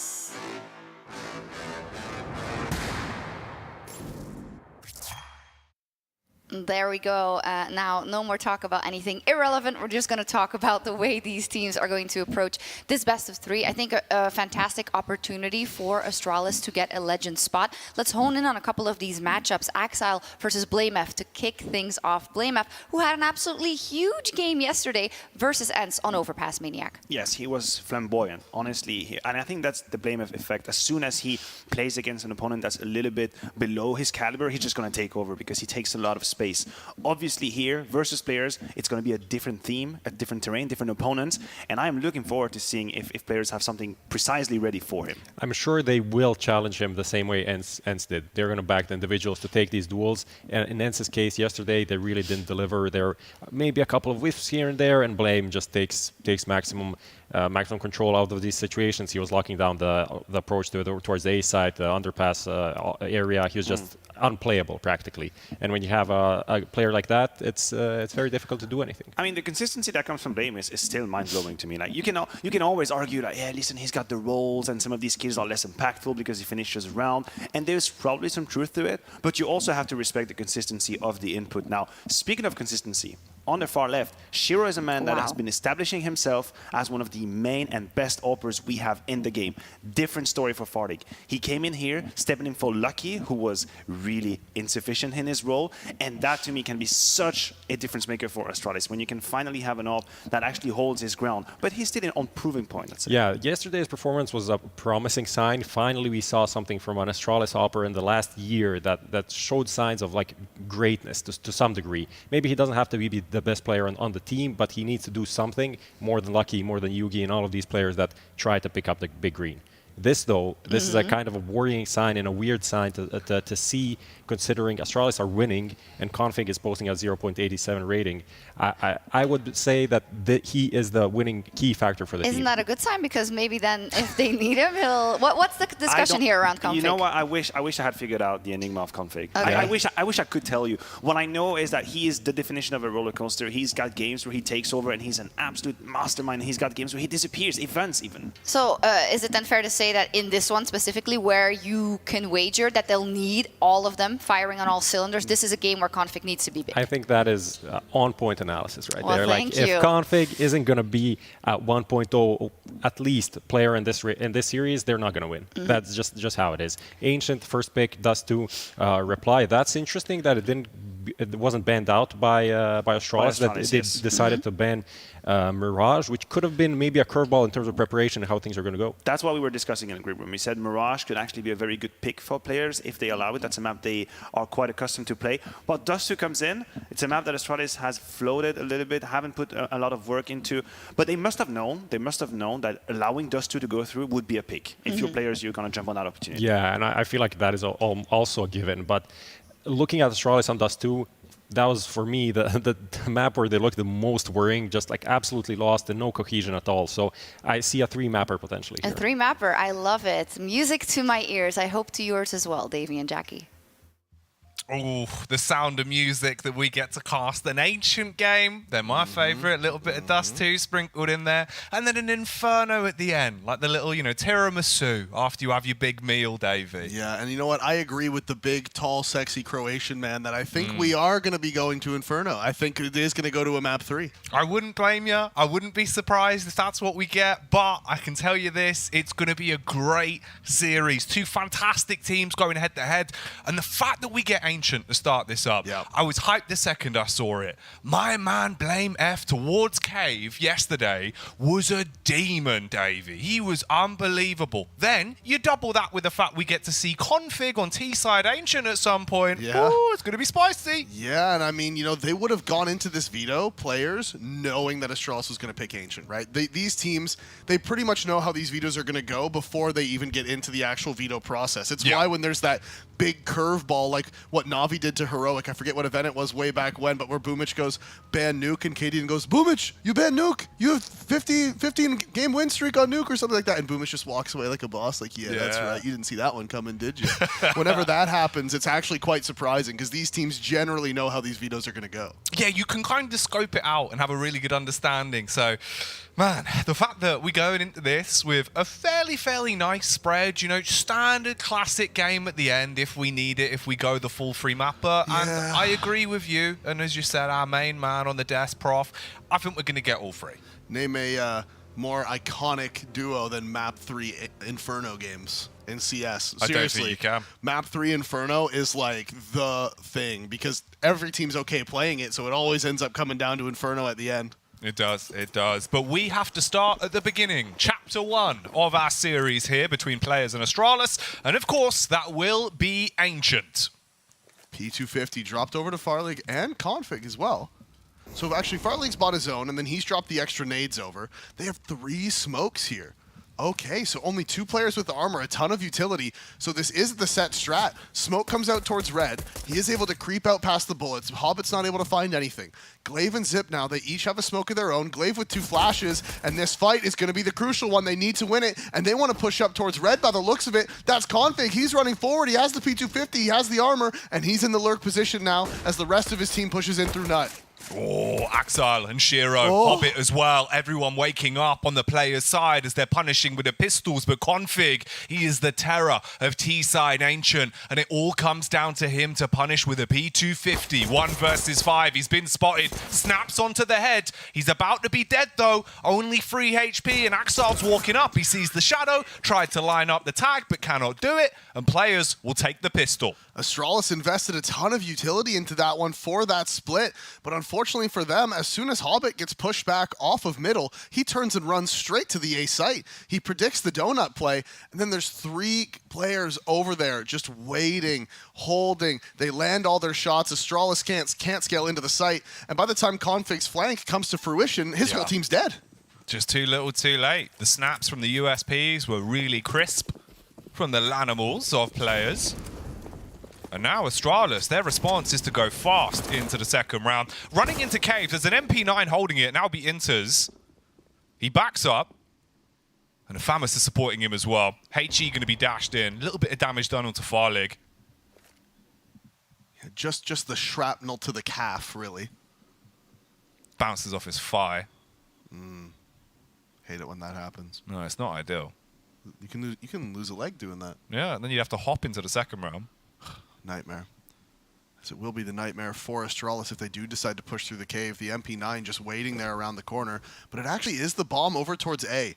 So now what they want to do is they're all either going to group up towards middle and try to put pressure on the donut player, which will allow their teammate to get out sight with the bomb. What they don't know is there's 2 players in red, and one of them is Hobbit with an M4. Hobbit's just head hunting here towards middle as well, and it's easy pickings for him. Oh, he's going to get it. Oh, blame F. If he actually gets the bomb plant down, he'll be happy with the funds, but the response from Axile will be agile as he runs into the site and denies the extra cash. It was a good effort. On just the Glocks, you might as well just try to get that bomb down. Well, it's best case scenario, you know, you make the extra money, you know the round's dead and gone, so whatever you can do to secure the bag, Davey. Yeah, and from top middle, red like that, you know, when you're just shooting the Glocks as they swing out, Hobbit would have felt like he had the ring of power. True. He did indeed. And luckily he didn't drop his massive contact lens so he could see them all. It'd be a very different movie, wouldn't it? If Sauron just couldn't see the whole time. Imagine if he just had bad vision. Yeah. What's happening? He's like, why did they make me an eye? God damn it. Has anybody got a monocle? He just keeps trying to look around, but he just can't see anything. He's like, I'm really just, this is just an intimidation factor, really, because I'm actually quite useless. Just have to hope they never question it. Just imagining, oh my god. It's Bucklejaw. Oh, what a good parody movie that could be. It would be huge, a parody man. Lord of the Rings movie. There you go. If casting ever doesn't work out, we can just work on parodies. We can just start writing the screenplay right now. True. We'll do it in a downtime. We know a couple producers. Oh, we can get them on board. Yeah. Astralis, what can you produce into the third round? Down by 2 at the minute. But you finally got firepower to work with. The AK in the hands of Config going to be taken towards Donut as well. He finds the adjustment shot. That's a big opener, but he's running in through red. Hobbit's here. And he wants to spray a few bullets into him. Comes close though, Davey. Hobbit stays alive. 6 frag he's had into this game so far. And he peeks out with contact on middle as well. How did he get away from that? No idea. The flash, I guess, working perfectly. As he was able to tuck away and escape towards the A bomb site. It is Glaive walking up, and does he expect the op from Shiro? Remember, he only had the P250 into the last round, and this is why Glaive does flick up and clear it, but Shiro's nearby. He's posted on main. That's where the bomb is coming in from. Nobody's cleared him. He's going to get one for free, but it's going to come down to the timing. There's the first, and Astralis is running out of time, as it is Shiro now, just delaying, just staying alive. Bomb's not going to go down. It's it. Round done. You don't have the time. It doesn't matter what you do. You're still going to be punished as well because this is Shiro's world. You're just living in it. He lurks in the back of Temple with the AWP, punishes onto the first, shuts down the second. And that's the round falling in favor of players once again. A bit of momentum towards middle. Config, after he hit that shot onto Axar, I was thinking maybe there's an opportunity for him. But Hobbit, just unbeatable in some of these rounds. Does not want to die, does he? No, and it was actually the crouch from Hobbit that saved him. Ironically, making himself smaller even than before. As he crouches down, when Config flicks over, he hits the first 3 bullets, but the crouch walk across, he put the ring on, he disappeared, and the last few bullets just couldn't find him. Have you ever thought that maybe, you know, like those cash for gold websites? Okay. Do you reckon they're just like a big scam where it's actually like dragons just trying to steal everyone's gold? Big smog. Yeah, that's what I mean, see? Yeah, it's possible. Who else is buying up all the gold? I don't know. It's just a front for like a dragon. Or leprechauns. True, could be. They're mass-producing rainbows illegally. But where's the sunshine going to fall? Here into round 4. As Astralis don't really have the best bite to work with. You've got the 2 AKs, a couple of Deagles sprinkled in for good measure. One of them in the hands of Glaive. He's going to see the jump spot towards middle and does hit the head, so Hobbit goes down. And there's a rotate here. Shiro's going to be holding the angle with the AWP now. And yeah, he's just posted up. He's waiting. The setup inside of Cave, this setup has become more and more common, so you're starting to see teams sort of jiggle it out, right? People don't just walk into this angle anymore. Because the setup is just becoming more and more common. Now the thing for Astralis is they don't have a smoke, so they're just relying on walking up and finding these picks. And they're playing retake on A. So they are going to be here in the cave. Config spotted them both, so now they know, but can they get the kills? That's the question. And will this flank find anything? Nafany is still nearby. He does peek out with the FAMAS. Playmap finds the kill though, but Shiro answers. And again, they're running out of time. And that's it. It's done. Shiro peeks out, doesn't even wait, doesn't even need to time them out. He peeks out with the op, finds 2. And Astralis again, they're running out of time on these hits. They are indeed. Shiro, the hero with the scope. He's able to pop off a few shots and leave them broke into the round. And players farming up the early lead on the CT side of Ancient. They've taken 4 on the spin, but of course there's now money to work with once again. So the investment comes out for the Danes. AWP on Farlig. He's yet to find much leeway to get into the game. Yesterday we saw him having a good bit of success on the map. Once he was able to flex his muscles a bit. Here though, Inters could actually be such a problem. He's playing close towards Cave. Trade of bullets between either side. He backs off, dashes out the smoke as well to buy a bit more time for them.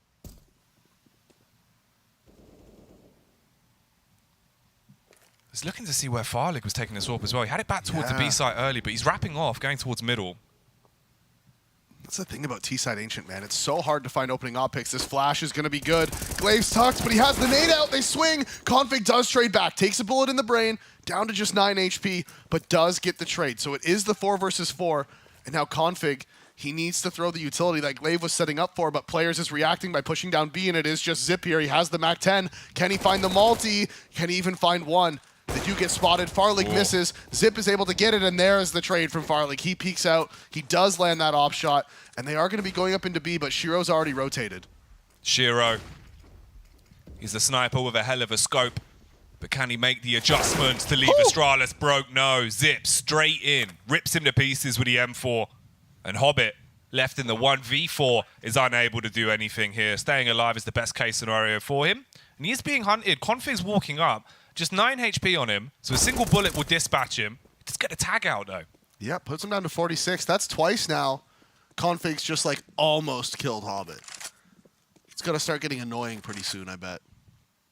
Like, man, this guy just won't die. Shadow gives him away. Yeah, it's rough, man. You got to be aware of where the sun is. See, this is why I hate the sun. Yeah, it's awful.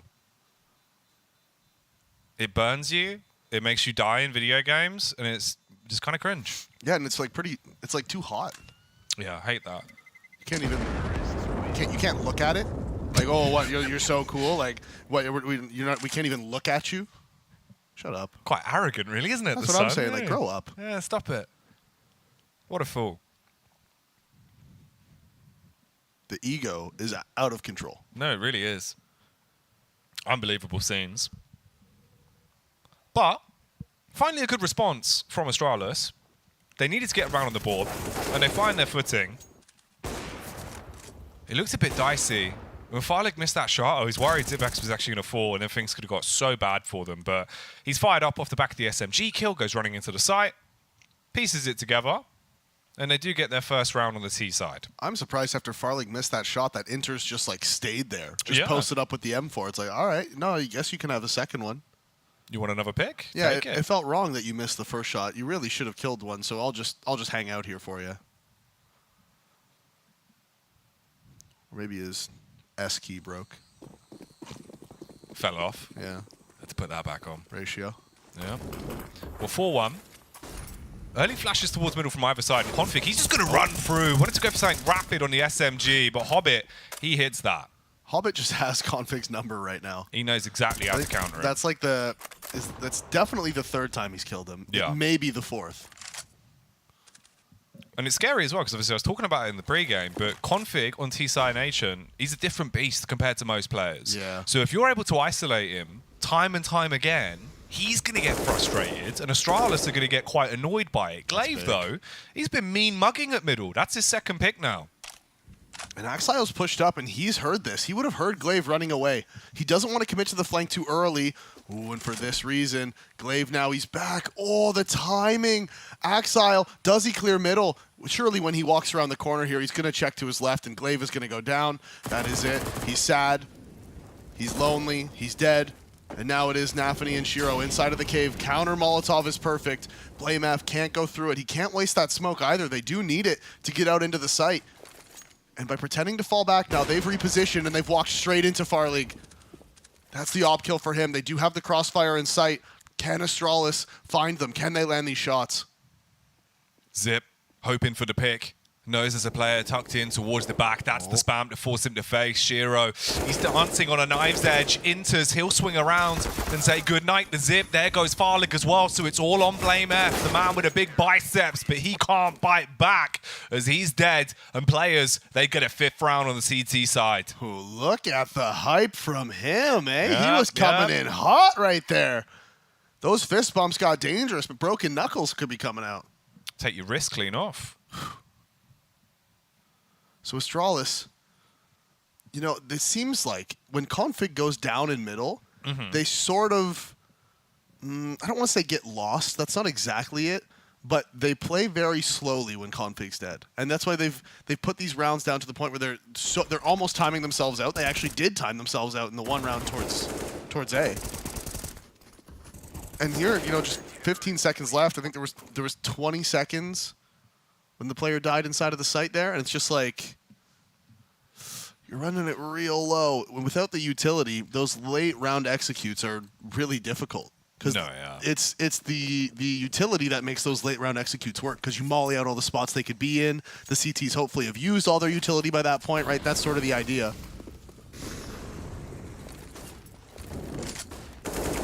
Enters. Oh, he's fighting for cave control, and Zip, I mean, he gets the opening kill, but unfortunately it's onto the back of Config. For the greater good. Yeah. Denies the kill, grabs the gun, leaves him in a 4v4. Shiro watching towards the ramp. That's going to be the jump face, but no bullet to smash the face of the T's. So Astralis slow it down and start to dial it back a bit. They are just grouping up. They do have some utility here. The 2 smokes, 2 Molotovs, the 1 flash. The spam onto Shiro. Zip just taking him right out through the wall. The smoke inside of K for Nafany does block off Farlig. He did get tagged once with the P250. He still has 80 HP, though, as the double flank is coming. They're both walking towards the ramp. Blamef, he's going back with the op, and no, are they going to clear him? They don't. Nafany finds Zip. He knows there's one in the smoke towards long, and Hobbit wins out on Blame. It is just Glaive. He has the tech. He has the head armor. They don't know where he is, but they have an inkling. Now they know. Shots ring out. He finds the dink. He finds so much damage onto Hobbit and Nafany, but cannot get the kills. And it is going to be players picking up their 6th. That was just the half buy from Astralis, and they made it so close. Dangerously tight round. From the way it started to how it finished, night and day difference. Rough round though, man. That was really clean. The spam, beautifully timed. Good pickup. But all in all, players, they're still making this huge buffer become a reality on their CT side. You've got 6 rounds now. You still got the weapons to work with as well. Shiro, he's back on the orb. He's going to be waiting for the fight to come towards A main, this time stationed over there. A bit of a difference in the setup. And the T's, they're going out middle.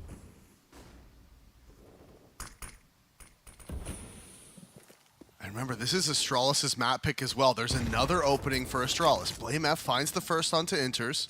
And Farley gets the second onto Axile. So this is more like it for Astralis. They get mid control, they find the picks, Molotov to force Nafany forward. They would have heard the tag, and there's the pre-fire from Blame. That Molotov just giving away his position inside of the cave, and Hobbit, he needs to come up massive. Hobbit has to hold the line and stop them from being able to get into the bomb site. BlameF, he's gone on the recovery mission all the way back to spawn. Throws the bomb on his back, rotates around. And Config, he's just sat inside of red. So if Shiro tries to wrap over to support his teammate, he could take a bullet to the back. And the whole thing could fall just on Hobbit. Will they clear him out? That's the big question. They've got their eyes honed in on it. They're just going to be waiting to see if he overextends.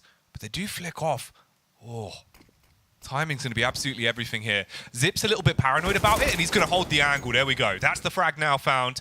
And obviously Config holding towards mid. He's just got to secure this one onto Shiro. Won't get it, but it's surely just going to be the save. Ooh, he's coming back for more. So the thing is, everyone in the server right now thinks Shiro's going to save, right? Everyone. Astralis does. They're already hunting through T-spawn. He's playing close CT. Part of me wants to believe he's going to go for this late, and there's a kit down somewhere in sight that's been calmed to him, and he's going to go for it, but I don't think that's the case. I think he just believes this is the best spot to save because he thinks they're going to be hunting him over towards A. But Astralis doesn't have the money to hunt regardless. They don't want to overcommit. They don't want to drop these guns. And now, Astralis, they get their second, but also crucially, because of all the kills they've been getting in the previous rounds, Players doesn't have the money to buy. You're going to get a gun out on Nafany and Axile. Shiro's going to have to drop one over to Inters or Hobbit, but somebody is going to be low weaponry, low utility, whatever. That's just unlucky, isn't it? Yeah, that's really disgusting from his POV. You would be fuming if that happened to you on Cave. Oh, yeah. I mean, BlameF, though, he is the king of Cave sometimes. True. All right, round 9. 6-2 to work with. Looked like players did want to go for the aggression outside of Cave with a two-man setup, but the flashes will hold them at bay early, and the smoke is down as well. So instead, they're just going to play together on the crossfire with the MP9 playing anti-flash. And this is just going to be the full execute from Astralis as well. There is two players here inside of the cave, though, so they're not going to be close enough to help Nafany. He's here by himself. Flash hasn't come in. Nafany plays anti, expecting it, but there is no flash, and Config spams back onto Inters. This bomb is going to go down.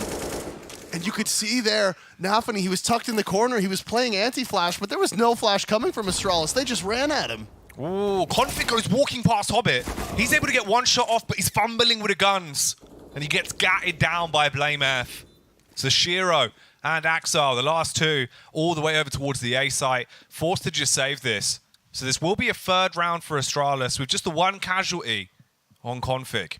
And it was a good call by Astralis as well. I'm assuming they predicted the double cave play from players. And so the response is, all right, well, we'll just execute up B, smoke off cave, and rush long because we believe you guys are going to be playing double cave. And that's exactly what they did.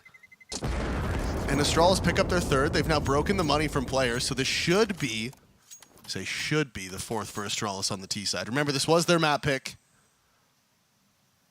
And now Shiro needs to find a way to have impact with the op because Astralis just isn't going A. They're just like, all right, fine. Like you're gonna just put your op in temple the whole round. We're just not gonna go A then. Also, I just saw the little glimpse of the update from the A stream there, or the B stream even. It was a 16-6 victory over Team Spirit for Sinners. Wow. Yeah, that is kind of crazy. Look at that. Ooh. Damn, 16-6. Yeah, yikes. I wonder what happened in that game. I'll find out. As that is a pretty one-sided affair. Not exactly what you'd expect. Zedco and Neofrag just popping off 26 and 23 kills apiece. Yikes. On Nuke. Well, that's how things go for Team Spirit. But we're back in the action now into the 10th round. Shiro's got the AWP out. The rest of his team, of course, just trying to play around that with the pistols. 2-player setup inside of the donut. One of us being a Tech 9, the other's the AWP. And Astralis running more of a default.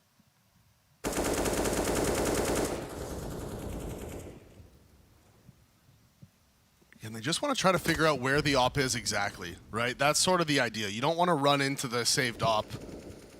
It is inside of Donut, and they are stacking 4 over towards the A site, like you said. So they're just committing to holding this.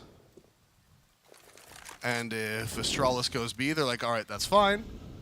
Oh, but is Farley just going to walk right into this angle for Shiro? He's waiting for him, and he is. That's a free kill, but one man has made it across. That's Config. He's used that timing to get across into red, and it's working perfectly. Shiro's now adjusting. He's rotating over, but he's not going to expect Config to be here. He thought he had the line, and this is going to be the free kill for Config. Config, with a clothesline play, slams into the face of Shiro. And now you can execute from all angles, explode out onto the B site, get the bomb down, and find where the CTs are lurking. A recovery mission could be in play to see if the AWP can still be grabbed. Axel stays alive as well, and Inters will find the AWP at middle. Now you just need to get out of there. Stay alive, keep them in the game, bring those into the next round, because this is going to be an Astralis pickup.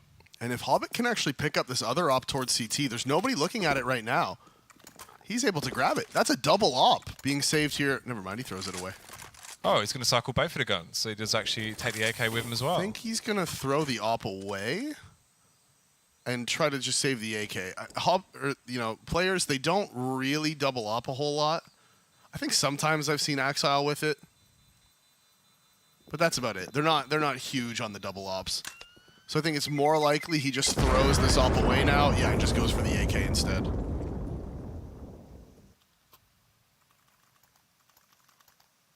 Force Astralis to have to buy another one if Farlig wants to bring it out. Which he does. All right. Business as usual then, 6-4. 2 rounds of difference. Not an awful T-side from Astralis. With some of the picks they're finding as well, and they've actually got weapons, they could have a little bit more momentum. But we're back into the game, round 11.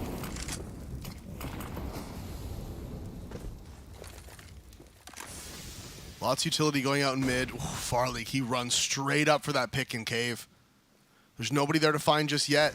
He's jiggle peeking it. If Farley gets the timing right here, there it is. The free kill for him. And that's why you see players just not jiggling with their guns out. That's why you jiggle with your knife or a nade out, because you're so much faster. When you're doing it with your gun, because you're so slow, it makes it so much easier for the Opera to land that shot. And that's exactly what happened. They've walked all the way into A, and there's only one man nearby. That's Axile, just outside of Donut, but he's on the mid side. So now Astralis has the read that they are actually stacking over towards B.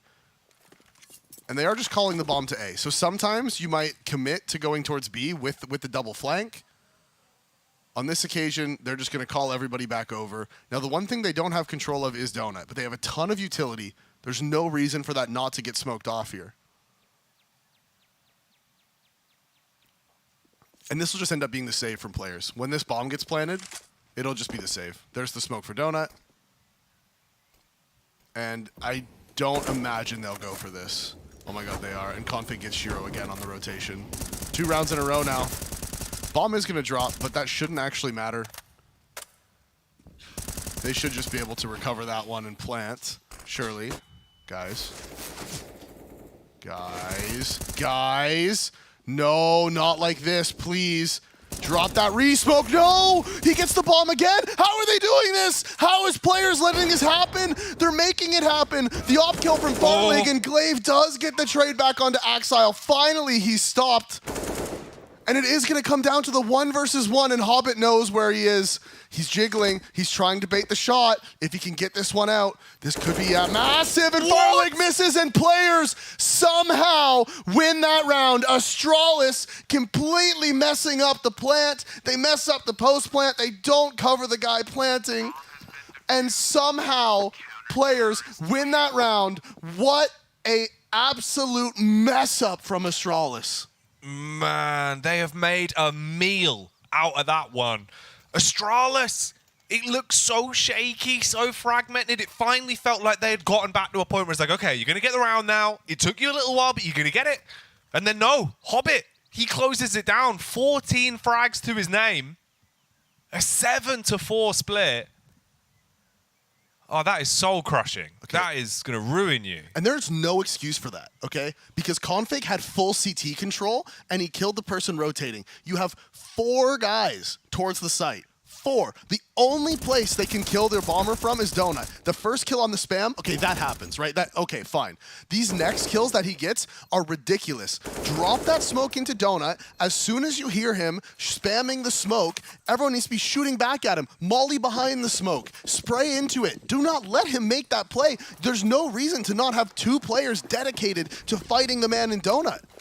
While your teammate's planting the bomb. There's no threat anywhere else. Config has CT. You don't have to watch Temple. You don't have to worry about the CT scale.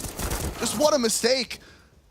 As now they're scaling into B, and this is going all the way towards players until Farley does answer back with the headshot on the AK. Glaive, there's one man playing on the far side of the smoke, and he's able to answer it. 2 versus 2 now, and maybe Astralis can pull off the 2v4 like players did in the previous round. They need to. If they want to keep this close at the half, you've got to take everything you can find.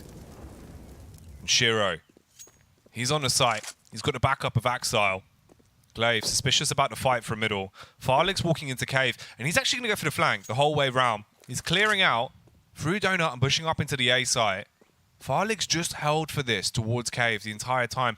If he can potentially bait them over as well, this could be huge. It really does come down to how the CTs opt to play this one. We're still a minute on the clock. Axile and Shiro walking up together. He throws away the AWP and instead goes on to the M4. And they have led them to believe that this is actually going to be a late round play towards A. They think the T's have taken a bomb there. Instead, the bomb is still lurking at A. And it's just Glaive here on a Hitman mission. Oh, and now Farlig's coming back. They peek middle, and now Glaive has been waiting for this face in CT. He waited for so long, almost 40 seconds he was sitting there just waiting for Shiro to walk up, and at the exact moment that he does is when Glaive moves and clears the close CT angle. Molotov is going to allow the plant, but Farlig has to pull off the 1 versus 2, the smoke, and they're going to scale fast, and Shiro, the wide swing, the F1 peak, and that is the headshot, and he's going to go back for his op. So players pick up their 8th. Astralis not able to answer back. The timing for Glaive there is just so unlucky. That's really rough for him. Tried to play the mind games, play the positioning, but just as he faces the CTs, we're in a prime spot to stop it. And keep in mind, this is Astralis' map pick. Yep. Ancient is their turf. And at the minute, they're being turfed out. Players, you've got a 4-round lead. You're looking good on your CT side. And they're winning rounds they shouldn't even have a chance in. Yeah. I mean, still, they are on the CT side, and 4 rounds on T-side Ancient, definitely, it isn't terrible, right? It's a very CT-sided map, and we saw Astralis are very good at their CT side as well. So this isn't the end of the world. It's not a terrible half, at least not yet. If it goes 11-4, that's pretty bad, but it's not, you know what I mean? It's not awful. It's just like, okay, fine. We didn't have a great T side, but now we get to go to CT and just start stomping them, right? That'll be the thought process. Yeah. It's not just that the scoreline's 8-4. I can't believe Astralis lost that 3 versus 5. I can't believe that. It's a punishing round to lose. And it can dent your confidence as well. And that's something that you need in this sort of matchup. Config as well. They've had his number time and time again, and he is such a beast on T-side Ancient. The fact he's only 6 for 13 and hasn't been able to find any real leg room for them is going to make it even harder for Astralis to get into the game. Yeah, he has died every single round. Yep. Although he's got crucial kills on the rotations when he's pushed up through middle. Oh, timing on these peaks are just ridiculous. Axile jumps up, Glaive walks around the corner, and Axile can't land it. The in-game leader from Astralis finds the headshot. Keeps all of his HP. Oh, and a crucial miss from Farlig, and he's going to be punished. Hobbit flicking up, lands the dink onto Glaive as well. And Farlig with 2 crucial misses. Means that Astralis is going to get control of middle. And now Zip gets the kill onto Inters. Device is pushed all the way through. Can he get into the back of Shiro now? Zip, aware of the possibility, throws the flash out. Does Shiro peek? Does he face? He's taking his time. And he actually now knows, he has the idea that they're going to be pushed up into CT. Not calmed over to Nafani, though, and he is going to drop. Astralis pick up their 5th. It was looking pretty bad for them, but at the end, players not able to secure it. No, I felt like he could have been in a good spot there. The linchpin towards Temple, potentially, but they starve off any chance of him finding impact into the round. And Astralis do get another one on the board. Hobbit really did go on an unexpected journey in this round. He ran out middle, he was diving over bullets, finding all of the kills. But Glaive, with him staying alive, even with just 10 HP, that was enough for him to get the round over the finish line and take us 8-5 as we're coming up close towards the end of the first half. Hobbit, he's just running in with a USP. I'm a little surprised that Nafani wasn't expecting any sort of CT play from Glaive in that moment. Okay, Config runs through the wall. Glaive gets caught pulling a nade out, and he is still going to find the 3 regardless. 3 kills for him. It is now just Nafani. And he is just dead. Yeah, Farlig with a Crocodile Tears. Shoots him in the back of the head on the P250. And an 8-7 would be massive. Even a 9-6. This is now a very good half for Astralis. Could have been even better, but you know, we'll let that one go. Eventually I'll let it go mentally. It'll bother you for a little bit. Once they get onto the CT side, though, I'm sure all will be forgotten if Blame F is able to go up to his old tricks. But still, last round of the half. Hobbit, again towards middle. Prepared for the scrap. Does a lot of damage, but goes down in the opening commotion. That's Config with the initial pick. Blame F on the flick! Oh, that is grotesque. What a flick. What a 180 from him. Config found the opening into this one, but does drop to Nafani as he's pushing through red. You can see Axile responding here towards main. Farlig not going to miss that one. It lands. They get the trade. They hear the rotations, and they're just going to run over to B. Played the numbers game. Link up together. Bomb shuffling back through spawn. Glaive as well, holding the angle. He's going to see the peek onto the head. And it all goes down to Shiro. 11-7. He's had some big rounds, but a lot of them have been when he's had the AWP in his hands. This time it's the silenced M4. And he is tucked away deep in Ivy. He's holding for the B aggression, but the bomb should just be planted. And once that happens, he doesn't have a kid. He's got to try to go for the retake, obviously. It's the last round of the half. Molotov inside of B. He clears out his CT spawn, worried about that flank from Glaive. This deep smoke has just pretty much ruined the round for him. There's just no way. Like he has to try to go through it because he doesn't have a kit, so he's running out of time. He's still worried about this flank from CT that isn't coming. There's no one there. And by the time he waits for this smoke to fade, there's the second one, and now everything's falling apart. He literally just was like, all right, fine, whatever, you win. He's just like, I can't win. That's fine. I'll just run through the smoke. Have to get it over with at that point. Yeah. There really is nothing you can do. So an 8-7 half. That's actually massive for Astralis. They'll be landed with the way that's gone. God, look at that stare. I can't. I'm mesmerized. Players, knowing how close they were to a dominant half. I can't get over that flick. That was just unreal. It is filthy. All those deathmatch hours he puts in. Yeah. Now that he doesn't have to in-game lead, it's just more DM time. Just focus on shooting heads. Okay, so second half pistol.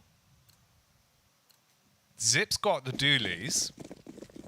Love that for him. Yeah, where's this madman going to be taking these bad boys? Ooh, over towards A. B even. He's taking them inside a cave. It should be A. Yeah, I know. It is the classic Mandela effect of Ancient. Do need to flip those sides. Glaive in the 1v1 towards A main. Axile's going to walk in. Oh my god. Ooh, fight towards Nut as well. This is looking a bit risky. Glaive, he gets caught on the timing, so he's shot in the back of the head by the Glock. Farlig, he'll snipe down one, but the kills are falling over to the player's camp. Oh, all right, Farlig, 10 for 10, 2 kills on a pistol. What more can he do? You need to try to find the player that's inside of the site right now. They know Axile's here. He's actually able to land the headshot, and Shiro peeks out to help him. That Zip with the dualies, he goes down, not able to find any impact with the weapons. As they're grouping up towards middle now, Shiro's going to have some help from Nafani, and they're going to commit through Donut. Blame F is here. Can he do something amazing? The big boulder of Blame F. Is he able to find them? So far, the shot's not landing. He's running low on bullets. Gets the first. Flicks can't land the headshot onto Shiro. Can't land the bullets. He does get one. He makes it interesting. But in the end, it's players picking up the second half pistol. It looked close. It looked scary. Blame F and Farlig finding important kills.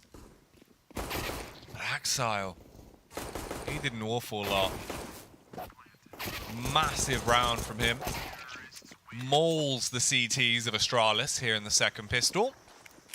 Now they've got the better buy because of it. The SMGs are out. Double Mat 10. One Galil and the 2 AKs. But look at the A main attack. They're running in with a 5-7. Blame F. Oh, Furious on a pistol. Taps down 2 of them. And already this is just a 3 versus 3. Ooh, thankfully for them, Axile answers back, but that is Config. That's what he can do. The Deagle headshot found in middle. The MAC-10's dropped. It is just the 2 AKs remaining. And what are they going to do? 5-7 from Glaive, spots out 1, more info gathered. Zip finds the back of the player in Shiro, but he's not able to land the kill from that range. Just can't find the headshot. RNG doesn't favor him as Glaive has tucked himself away in the corner. He is going to be able to find him. That's Axile dropping. It has to be Shiro. 1 versus 3. Gets the first. Takes the tag, though, and the AK is already rotated into the site. The second round, 1 out by Astralis. Blame F on the A main crunch. Just annihilates them with the pistol prowess. All of the bullets. Causing so much carnage. Config as well with the Deagle towards middle. Comes in like a can opener and just takes the top off. And now Astralis, they're only 1 round away from tying this game up. This is their map pick. They're on the CT side now.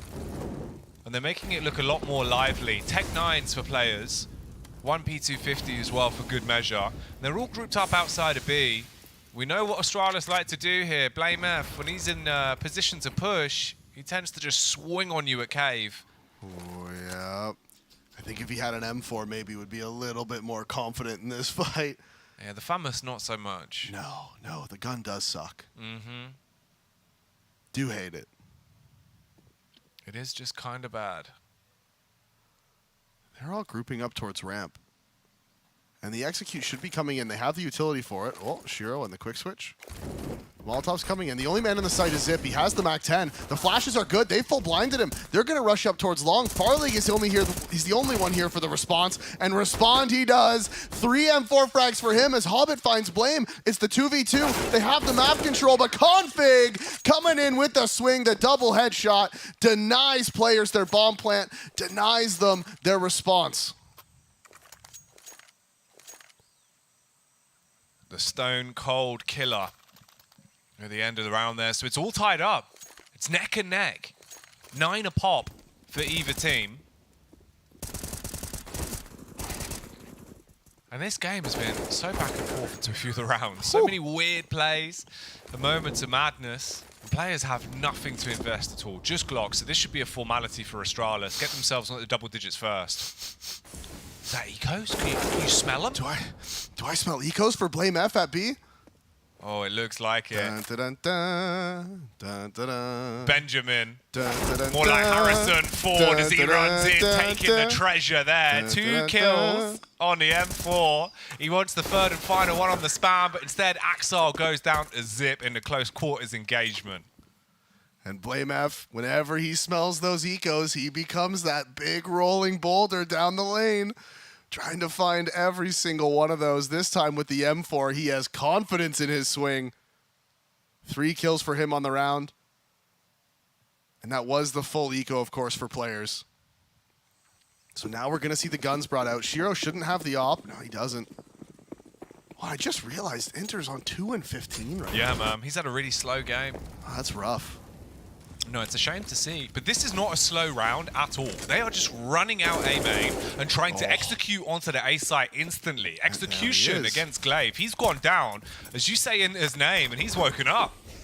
Say him and he will appear. Config now. He's pushing in and he can't find the shot. Axile lands the kill, and this should be the save now for Astralis. But again, Zip lands the dink, but no frag. It is just Blame F. He's by himself, 1v5. They're already hunting him too. Look, there's already the player in T-spawn. That's Hobbit. Yeah, Hobbit has gone full John Rambo. He wants to find him and cut him down, stop him from being able to save anything into the realm. Blame F. Just going to tuck in.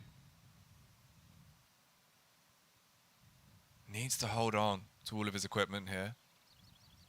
But players holding on to the tight game, as it will swing back 10-10. Again, level footing in the scoreline. Astralis shouldn't have too much of a problem buying. Yeah, I was going to say Farleague and Glaive will be low, but Blame F can drop 1. Could even drop 2, actually, but it would be the FAMAS, so it's like, you know? Do you really want the FAMAS that like, bad? I'll give you one. I'll drop it, but I don't know. And good for Inters to find some impact into the round as well, right? Finding that entry over on A. It does tickle me with Config's player picture, by the way. Whenever he gets flashbang, it looks like when you're like sat up playing games at 4 AM and you open a text document. Oh yeah, it does, doesn't it? Yeah, look at that. Just, my eyes! I'm blind. Oh, hello, Config. He's arrived on the server. Hits the headshot onto Hobbit. So that's an opening pick going away to CTs. Wow, Config. Giving it now. 2 clean kills. And the smoke towards main as well. It's just going to slow down this play from players. Counter smoke again. And they're just like, stop. We want to walk out. You're using all these grenades. If you didn't use grenades against us, we would have won this round. That's what they're thinking right now. I want to try and rotate off. They've got the bomb on the back of Axar. He's still lurking towards A main.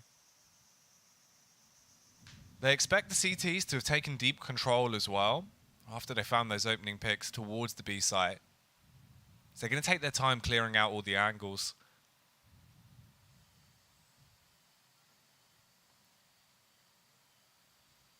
And they have had to fall back over towards B. Now the good thing for them... okay, never mind. They're just saving. Take it all back. Again, I was going to go say something. I was like, well, Astralis, they don't have any smokes left, so they're going to be able to get up onto the site. And they're not going to have a smoke for the defuse, so as long as they get the pick, and I was just going to create this whole storyline of things that are just... And then Axel just grabs the bomb and goes, no. Yeah, it was like the metaphor for my like build-up I was going to do for that one. As I'm starting to do it, he just throws the bomb away. He's like, shut up, noob. You are the bomb, and you've just been thrown. Yeah. Manhandled me. Yeah. So Astralis, with the 11th round, the metronome of the game continues to swing back and forth. Little fist bumps coming out.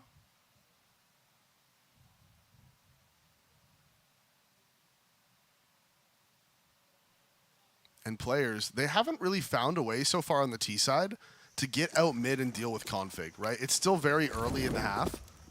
So I'm assuming we're going to see a little bit more of that because that was huge in the last game that Astralis played, even against ASG, right? That was the one spot where they were able to find the openings.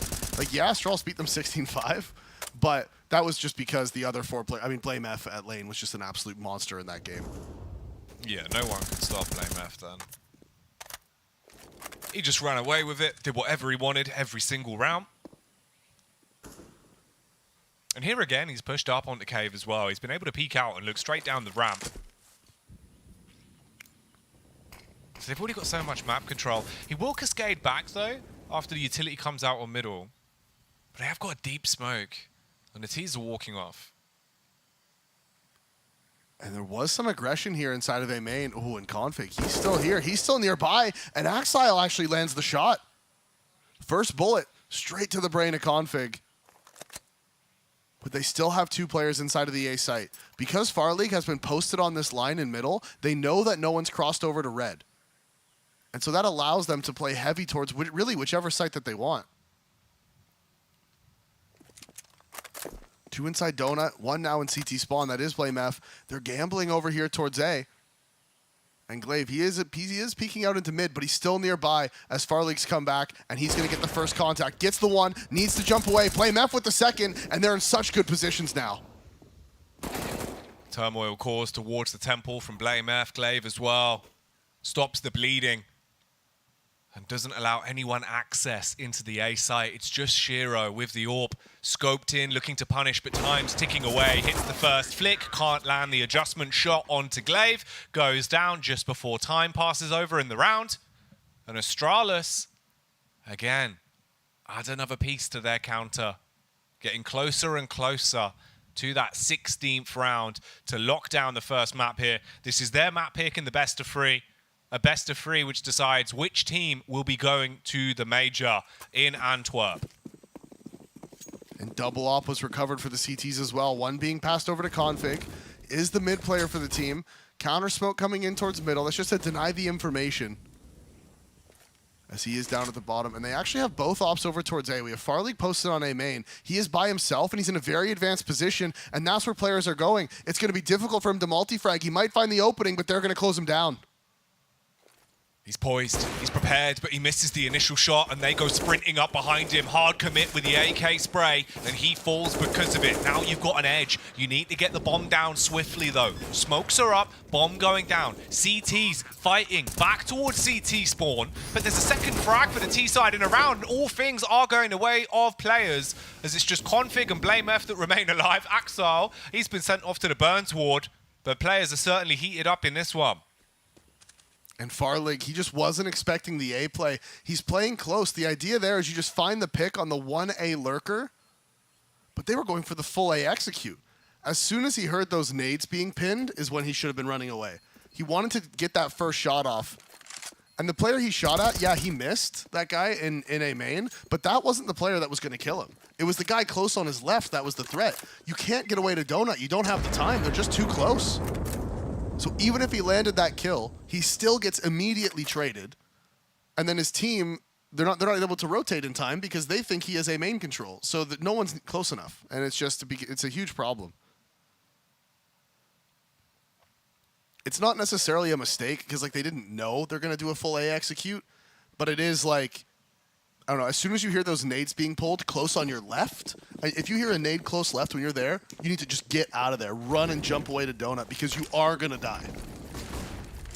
1-for-1's the best you can hope for.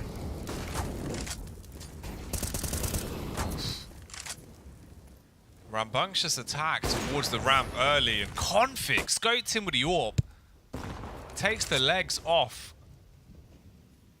Drops players down into a 4 versus 5. Double cave setup as well. So Astralis looking very heavy-handed into the 24th round. Yeah, they brought up the double ops again. And Hobbit, he can't cross over. This is the only line he can hold. He knows that. If he crosses over, he could potentially walk into the op of Config and the... of course. Just of course. As I'm saying, is like you can't cross because Config's op is there. Config pulls out a smoke, walks around the corner, and that's the exact moment Hobbit runs and jumps across. It's just like, all right. I know Hobbit, he's in the back line towards CT. He can be such a nuisance. He's going to get the kill onto Glaive as well on the rotate. And the whole round goes into utter chaos. Shiro with the AWP wields it like a shotgun and blows Config to bits. Farleague falls, missing a critical hit as well. And this is just looking rough. Hobbit with a real heroic play. 3 frags into the round, 22 kills to his name. Just BlameF left alive. And he's got no one to blame this round on. It's dead and gone. Yep, it is. And that's how you can tell Config is like a secondary opper and not a primary opper.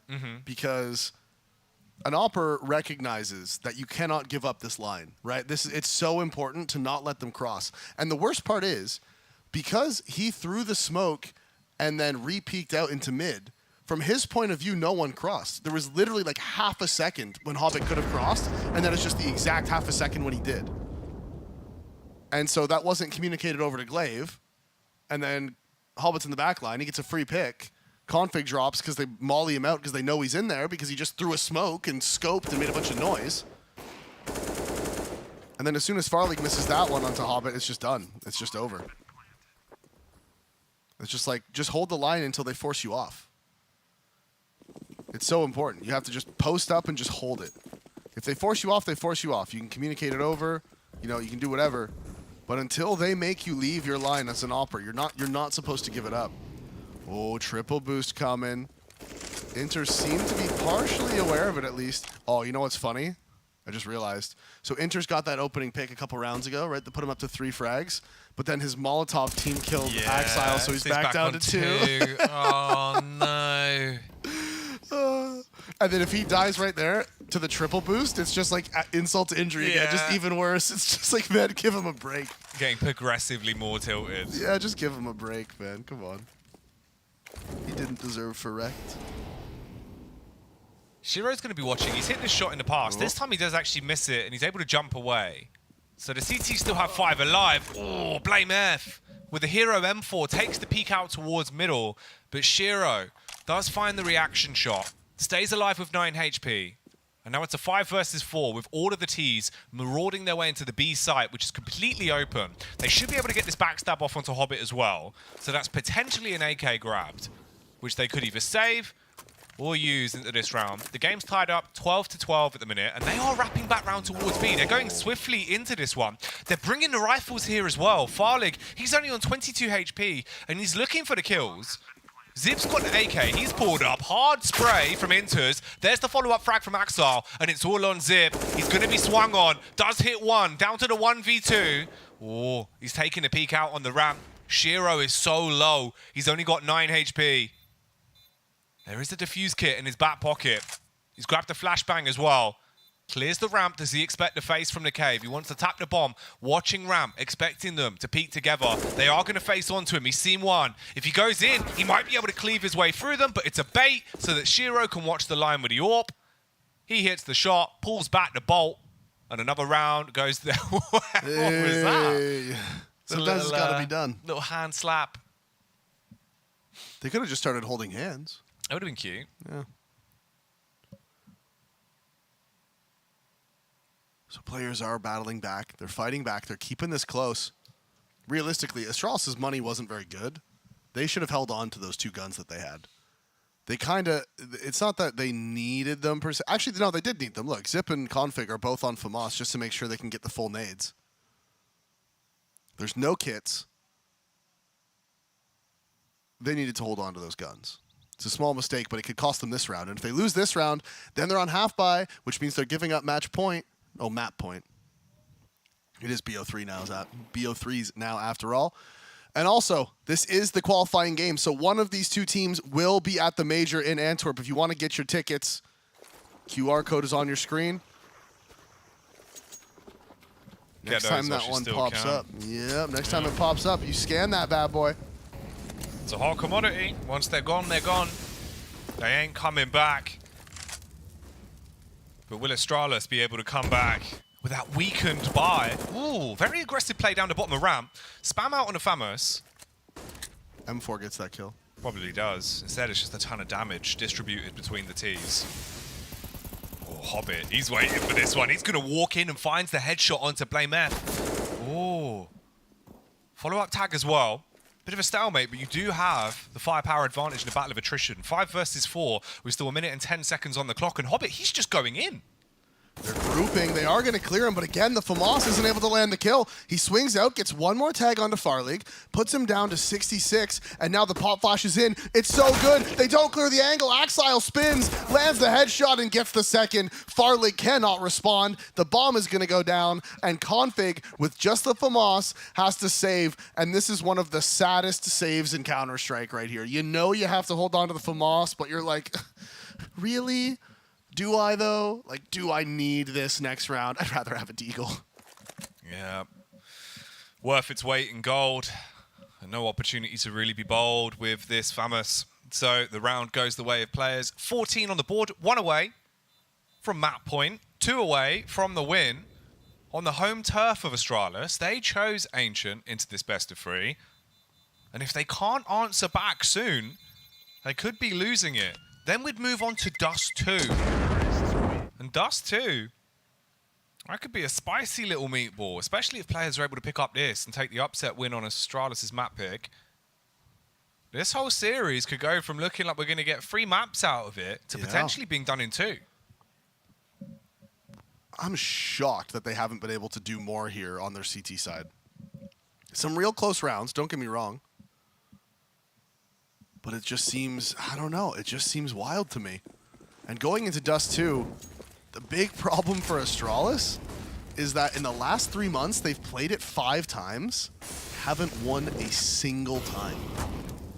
They'd have to break that and finally get a win on Dust 2 if they want to take the series to the third and final map of Inferno. But let's not get ahead of ourselves. Okay. Config trying to keep us in the present for now. He gets one, but Axile, oh, he's been putting all of his points into agility, Davey.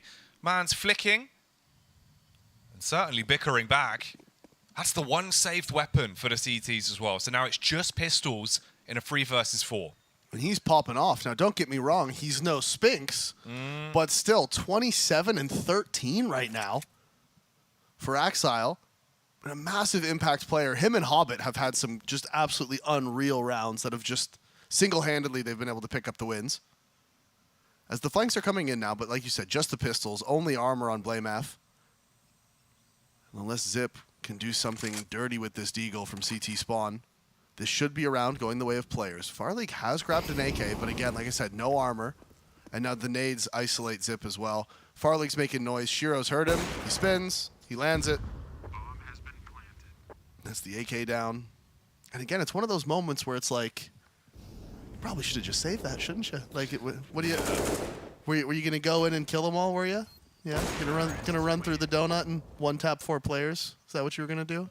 He wishes, but it's not gonna come true. And instead, the only fact that we can say here is that players have made it to 15. Match point is theirs. 1 round away from going to Dust 2 with a lead in the series against Astralis. Astralis that feel like they're falling flat now on their CT side. The buy will be coming out. Farleague already dons the AWP.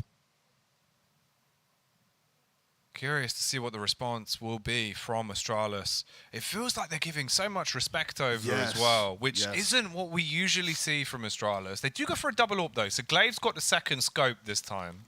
I wonder if he's going to keep it or if he is going to pass that over. We did see him do a bit of AWPing when Lucky was on the roster, you know? Yeah, full glass cannon as well though, because they just didn't have the funds.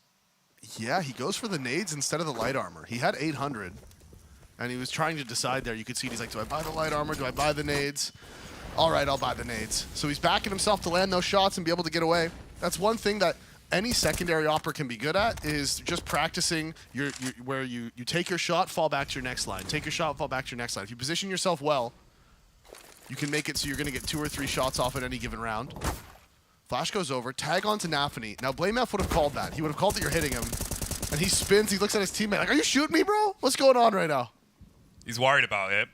Blame F wants to give them a reason to be paranoid, though, towards Cave. He's seen the jump spot round the corner. They dash out the Molotov, and he backs back. They were hoping that they were going to be chasing him down so that potentially they can find the frag. They will still hit one. Nafany falls, and it is a 4 versus 5 into the 28th round. Yeah, re-aggression from Blame finds the pick there, and I was actually about to say how Players has done such a good job just nullifying Blame F's presence there. Yeah. But this time, they force him back. He re-aggresses, finds the kill, picks up that second smoke, drops that in the same spot. So 40 seconds left. They are inside of Cat, but they haven't been able to scale forward to Cave. There's one player lurking over towards A. That's Hobbit, but the bomb is towards B. They're boosting. Farleague hasn't heard it, and Shiro lands the shot. Farleague again on the close angle, gets punished. Stunning shot from Zero. So much more to be done, though. And Axar, he goes in again. Grabs the AWP, wielding his teammate's weapon, but Blame F will batter him.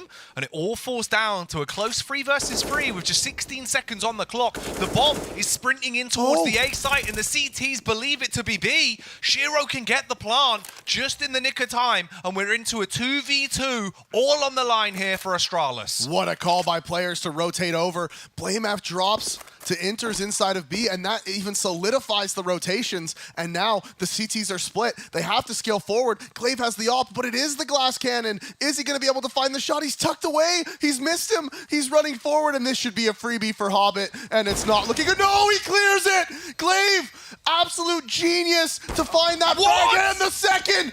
Glaive, it looked like the round going the way of players. The perfect call. Hobbit tucked away in the corner, but Glaive with the big brain pushes up and clears him. Oh, when striving for glory, you've got to get glory. And that's exactly what Glaive does on the scope.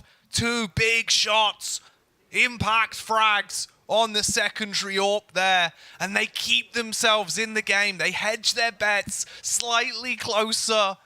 The tightest intricacies on that round as well. It looked like players were going to finally close out Ancient and send us to Dust 2. Instead, it's 15-13. Astralis fighting towards middle once more as well. Config, he charges up, dashes the smoke. Hobbit walks into him. Point blank, the close quarters combat goes the way of Config. And the flash going, oh, he's timing them. Nafany's got into cave. BlameF doesn't see him. He's got the nade out, and he drops. Nafany just walking straight through the smoke. Counter smoke comes in, and he pushes through again. The second kill for him on the round. This man is the new smoke criminal, as he's got 2 inside of the cave. A break in the action as the pace slows down. Shiro poised on the angle, though, expecting the face, and Glaive, he walks into it, giving him another pick and giving players another edge into the 29th round. And Config's rotated over, but those nades, they just give a little bit too much away. They're like, okay, yeah. We definitely believe this is B, as Config spots them both. A ton of damage, and now Farlig's been spotted. They know he's in CT, and that this should be it. There's no way Farlig's going to be able to come back into this one. Shiro has the rotation covered. They know exactly where he is. The utility just keeps coming out. He's blind. He goes forward. He can't even find the first. That is going to be it. Nafany closing it out on Astralis' map pick of Ancient, 16-13. And the heroics from Glaive in the previous round is not enough to save his team. It kept them in it for one more round, but that's all it was. A single extra round for Astralis. The game itself and the map falls in favor of players as they pick up Astralis' map pick, Davey, and they're one map up in the series now going into Dust 2. And a Dust 2 that Astralis has not won a single game on with this lineup. They haven't won one time on Dust 2. It's players map pick, and now Astralis, you can see they know how far back their backs are up against the wall. They are struggling. They're all the way back. They're like, oh no, we're gotta go to Dust 2 now. This is not good. It's not good at all. It is scary, scary stuff. Prof and everyone on the desk was thinking this is gonna go to the full 3 maps, but Shocks, are we still going to 3? Apparently not, if I'm listening to my analysts correctly, because of players winning Ancient and Dust 2 being up next. Prof, you were definitely changing your mind halfway through that game. Everyone on the desk thought it was going to 3 maps. I just want to make this clear.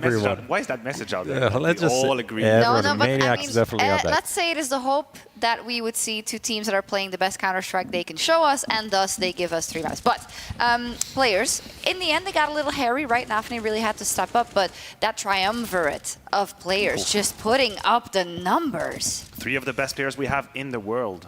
I mean, Hobbit, Shiro, Axile, all popping numbers, all making the difference, all making the plays. And you're right, players took the scenic route to win this game. They had only 8 rounds on their defense, then they won the pistol, but lost the round after that. They allowed Astralis to take control of the game financially and positionally. So for Nafany to be able to dig his team out of that hole, that was great. Yeah, 6 out of 7 rounds in the end to close out the game. You don't really see that a lot. They even lost one of those anti-ecos, as you mentioned, BlameF on the 5-7 and then closing it out. So you didn't make it easy for yourself at all. The T side from Astralis is really good, and that's a reason why I kind of lean towards Astralis as being this, like, maybe the best team in the world on Ancient. But the CT side just fell apart. Hobbit had his ends in it, and a couple of clutches coming their way as well. What was it? How did Hobbit disrupt Astralis' CT side rather so heavily? I think that there was a very good balance for Nafany and his calls between extremely fast, explosive, pacey Counter-Strike, just relying on one frag, literally.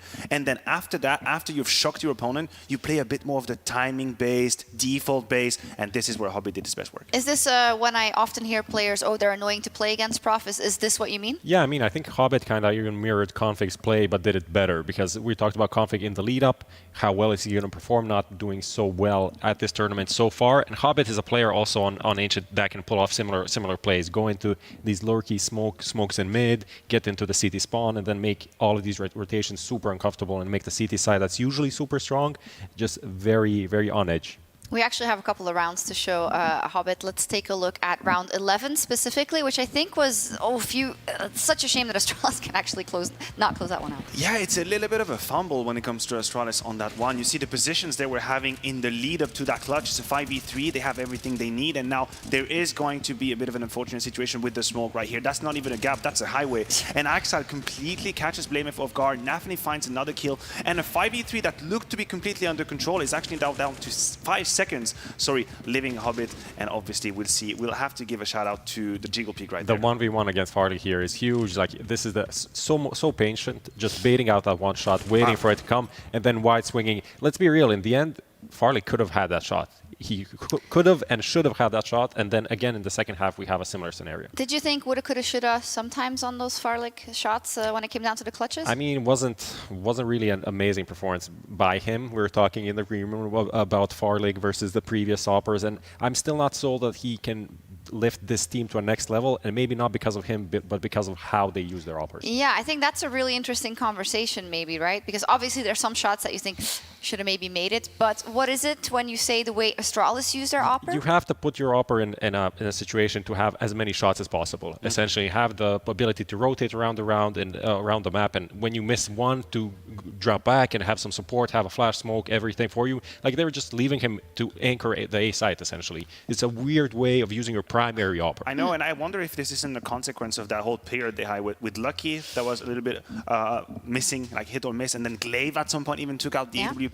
And I wonder if just naturally they figured out a way to lessen that impact. Band-Aid. But exactly, but that's a Band-Aid. That's not a long-term solution. Prof is right. The AWP is extremely centric in Counter-Strike nowadays, and you need to put him in the best positions. Yeah, and you'd want him to kind of be able to develop the way he will shine and not in a system that maybe worked for a previous team. I think that's quite interesting to follow. Let's take a look at round 24 as well. Again, Hobbit gets the better of them, and I think his impact in this whole game was just phenomenal. That's a beautiful round from Hobbit right here. The timing he hits, the fact that he jumped over that little ledge right here, catching the kill onto Glaive, and then again, there'll be a little bit of a Jiggle Peak against Farlig. That right here, it might look like nothing, but the fact that you step 2 or 3 times, you put Farlig in a very pressureful situation, and then he even adds another one onto Zip. That round had Hobbit written all over it. 11-12, like, you see how important that round is on the scoreboard, and that just enables the comeback, the 6 out of 7 rounds that players want to close out the game. In general, is it fair to say that for the side of players, they will be a team that will punish you extremely hard if you make those things like, oh, the smoke isn't perfect,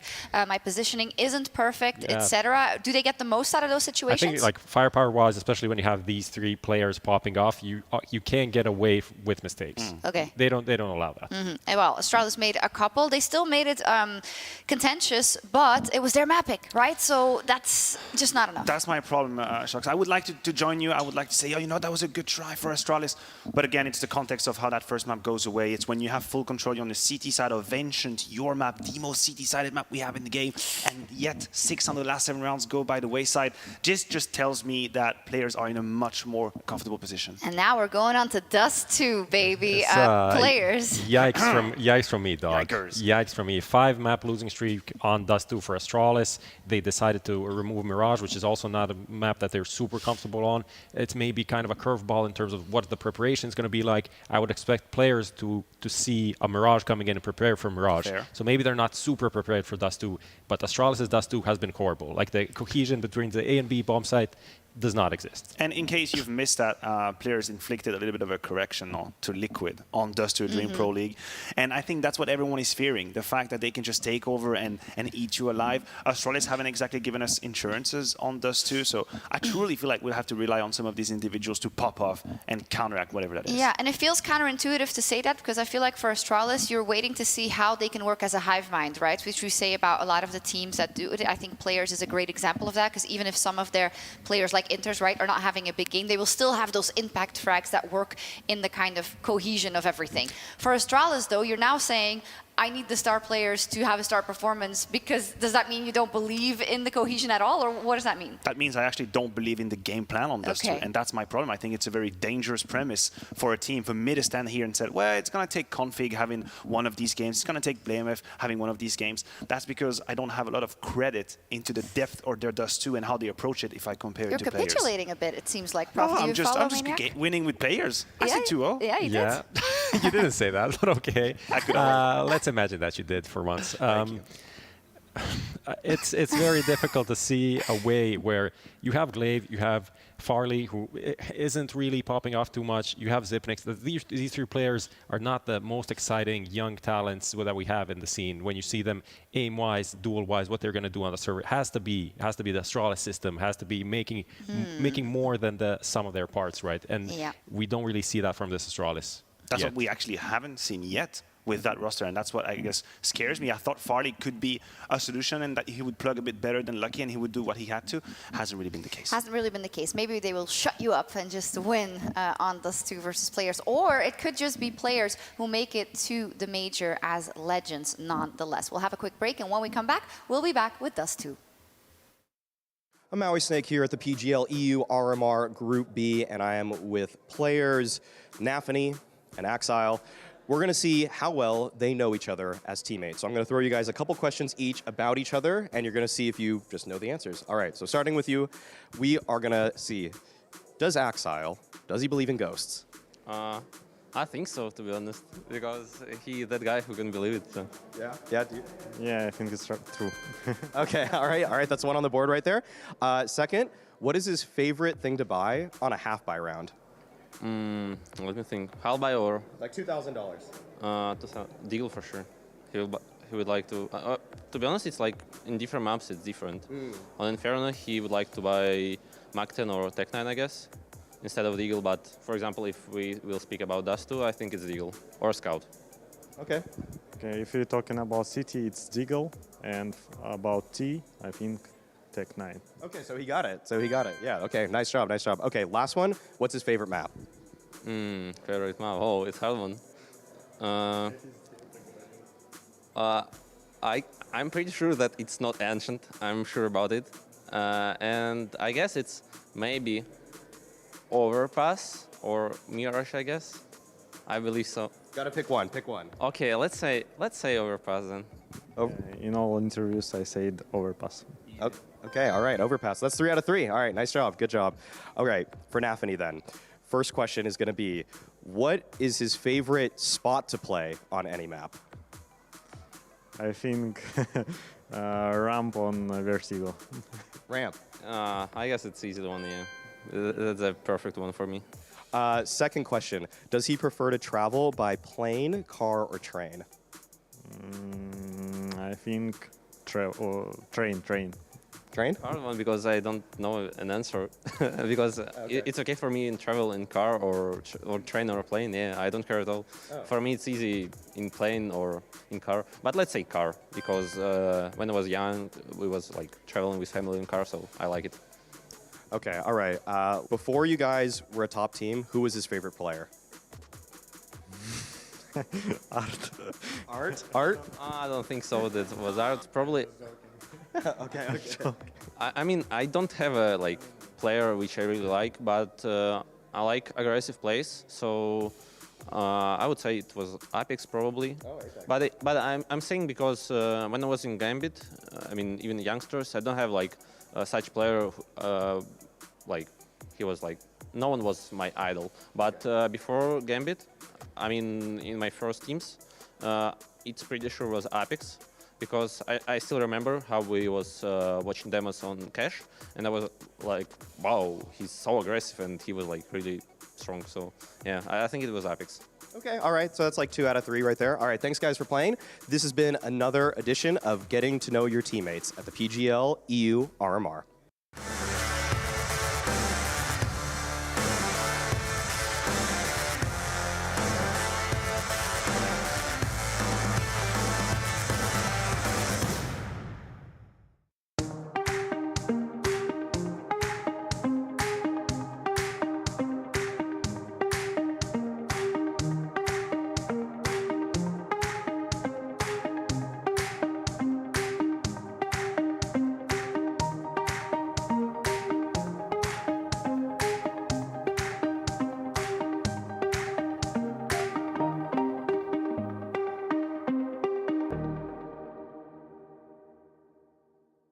Let's go.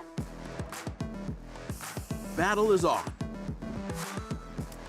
Burst RMR views with a double bonus. Get insurance for single and combo bets. both up to 20 euros. Fire up with GGBet. GGBet, this is real.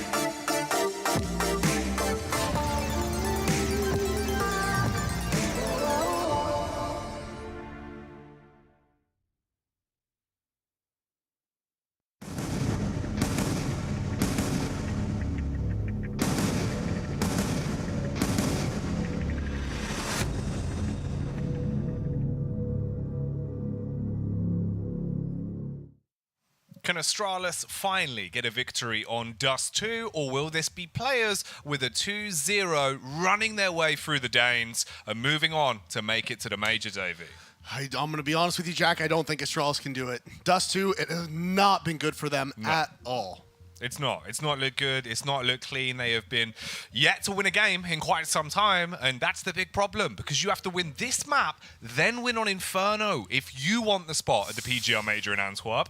And at the minute, players, they're looking like they are too much to handle. Yeah, I think the fact that they were able to take Ancient from Astralis is just ridiculous. Yep. Like that just should never have happened, realistically. It's just like... Even after Astralis' T side, I know Prof was saying on the desk that Astralis has a good T side. It's like, yeah, no, they do, that's true. But you got to win more on CT, don't you? Like you can't be dropping your map pick like that. No, it can't happen. There was a few moments of greatness where they nearly held on. You know, like Glaive towards the end of the game started stepping up massively. Yeah, that was... But even then, it's too little, too late. No, that round where he cleared Hobbit in that cubby, I was genuinely just in shock. I thought for sure, I was like, well, all right, that's it. He's tucked away. He hasn't seen him. Hobbit's going to find the free kill, and, you know, 1v2, there's no way. And then just Glaive just runs up, no armor, hard, clears it, and punishes. And I was like, all right. And then, of course, they lose the next round right away, so it doesn't really matter. But it was still pretty cool. Just Glaive things. Yeah. He is the war Glaive at times. And that man's going to have to come up big here on Dust 2. Yeah. Because Config has had a pretty poor event so far. I mean, they're 2-0, so it doesn't really matter. Blame F's just been absolutely popping off, so it's like, okay, who really cares? Like, yeah, Config's not dropping 30, but it doesn't really matter if Blame F is popping off. But in the last one, players did a great job of nullifying Blame F's presence in the CT side when he was in cave, right? They did, yeah. And that was kind of one of the crazier things about it, because obviously, if he would have been able to be activated on CT side, maybe that game ends a bit differently, because he was so annoying versus ASG. Very different, you know, opponent compared to players. Different caliber of opponent, really. But the style of CS that he was playing was still repeated here. It's just that he couldn't get any of those early frags off. He wasn't as confident as well. And that's a big factor. Astralis was showing so much respect on their CT side. Yeah, and I think, you know, players just generally just did a much better job of forcing Astralis to show respect, right? Like, it wasn't just that Astralis was just playing scared. It was like, no, players was doing a good job punishing. And anytime Astralis tried to do anything, to the point where they were too scared to do anything. They were like, you want to fight? Not really. No, like, you want to fight? Yeah, okay. And then they walk forward, get hit once. They're like, I don't want to anymore. I'm not interested. No, I don't want to. I don't want it. Farlig was really inspecting that paper. Yeah, no, there's... see, the thing is, he writes very, very small, so that nobody else can read. So no one else sees his notes. Yeah, that's why. He writes... he has a very tiny little pen. Yeah. And he writes in like almost unintelligible letter. Like if me or you read it, we wouldn't even know. We wouldn't even be able to tell that it was Danish. It's so small. So then he can read his notes and he can read exactly what he's saying, and that's why he can use it to trash talk as well. And he can pass notes, but he's the only one who can read it, so he just passes it to himself. You know what would be quite funny as well? No. So if it said far lig when we're kind of on like the wide shot, and then close lig when they go in for the zoom. Also, who the hell is Hank?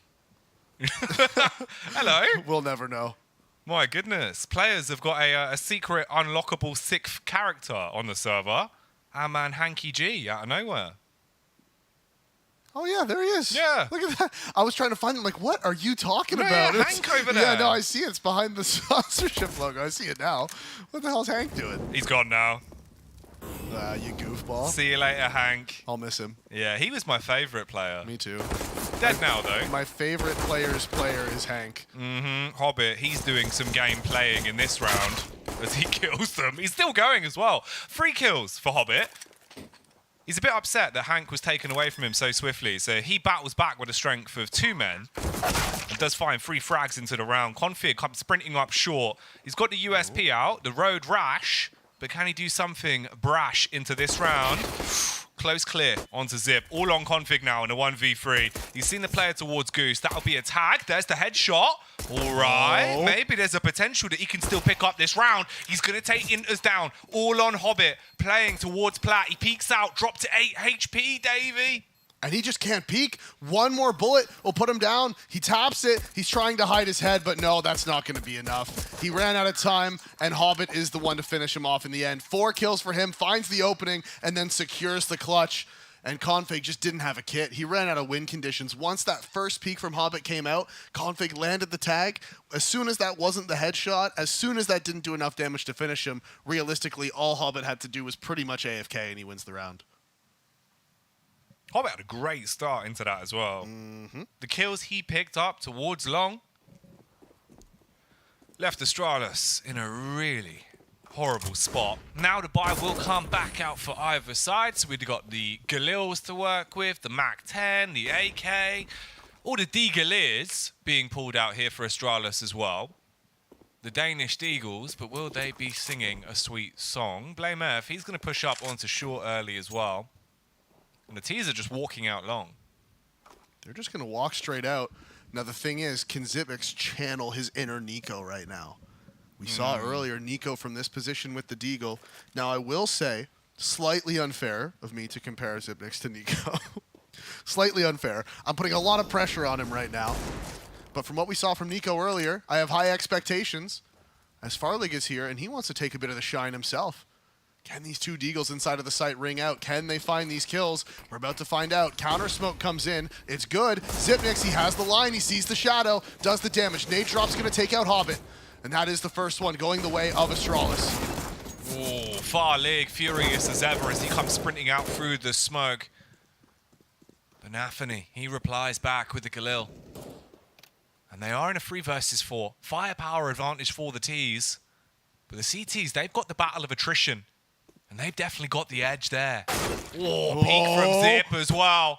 Unzips onto the first man. Spam on the cross. And he's going to peek back out on this. Does get mauled by the Galil. And Config and Blame F work together to shut them down. So Astralis take the game 1-1. And crucially, again, on that CT side, you have to buy those smokes for that A site. It is just the meta now. Teams don't even fight for long anymore. The change in middle has now meant that CTs can constantly put pressure in mid, put pressure lower, pressure off short, so they don't have to fight for long every single round where it's more of a coin flip. They give it up, and as long as you have those counter smokes for the site that you're able to drop when the Ts execute, it makes it almost impossible for them to scale up the ramp. You can see what happens. The change in the meta on this map is definitely interesting. I still think it's the worst map in the pool, but the meta change is interesting at the very least.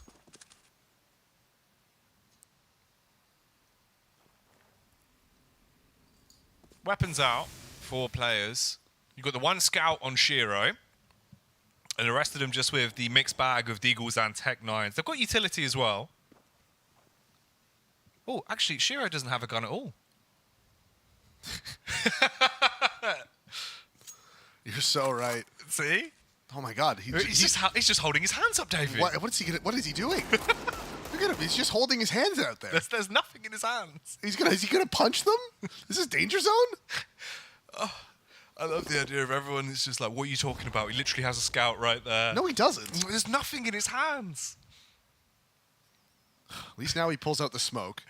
That's better than having nothing. It's better than having nothing yet again. Here he goes. He just keeps He's just got his thumb up. What is going on? Sheer shenanigans. Oh, all right. He's walked through the smoke with a Tech 9, but his feet are going to be seen. And BlameF stops it there. So no crazy play off the back of the Tech 9 close angle. Config with a spray, shuts down Hobbit as well. Glaive goes on to get 2 frags, and it's just Shiro, gunless. Gunless Shiro. Can he throw bullets in their directions here? As he is going to peek out, and no, that's what happens when you don't have a gun. You peek around the corner, and a man with a gun's going to just win out on that. As Config from deep in middle closes out the round, and a clean round for them as well. All 5 players staying alive. The force buy from players just not working out. That's my favorite bit. I don't know what you're talking about. No, yeah, just facts. My bad. Just facts. I did like how we both perked up as well. The second he got through the smoke, it was like, oh, actually, hang on, play. Missed him, and then just BlameF is just standing right on the other side. He's like, oh, look at this human. Yeah, he's seen some feet. Doxed him, got the kill. And it is just the Glocks now. Shiro did save that extra money by not buying the gun last round, so he's up to 29. Config finds the opening onto Nafany. Nade is out. Little bit of damage. Config wants more. He knows they have Glocks. And you know what happens? He gets sniffing. He smells the ecos. He pushes in. BlameF with the FAMAS from up on short. Does take down Shiro. It is Axile. 1v5, and this one's doable, Jack. He just needs to land the headshots. He's swinging out top middle. Finds the dink onto BlameF. Oh, and the winnable round from Axile not coming to fruition as Config finds the headshot. So close there. Could have been an ace.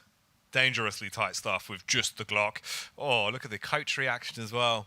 He realizes how much danger they were in that moment. Notice how scary it could And be. he's laughing it off. If he doesn't laugh, he'll cry. Mm-hmm.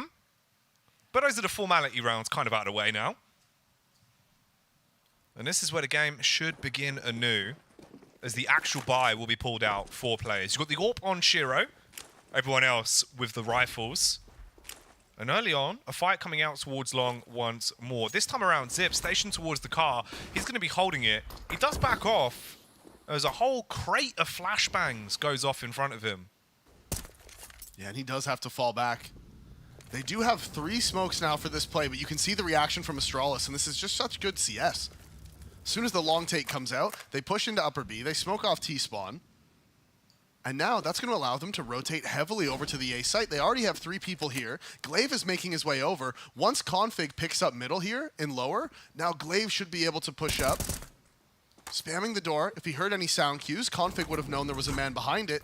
And now this is just going to be the 4-man A stack as the nades are coming out. But players, they're not scaling yet. Config's pushed up, and he needs to get this timing right. If he goes too early, the flank is done. Boost onto the site for Glaive. He's going to go up on short.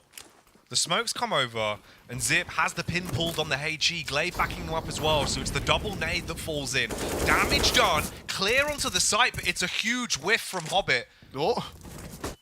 Config got spotted on the flank as well, but he spotted out the CT, and the counter nades from Astralis. Absolutely perfect. 30 seconds left. Shiro now has to scale, has to try to do something. Config spams out Nafany. That's the kill going his way. And now what can they do? And that is a good flick from Shiro, but it still might be too little too late.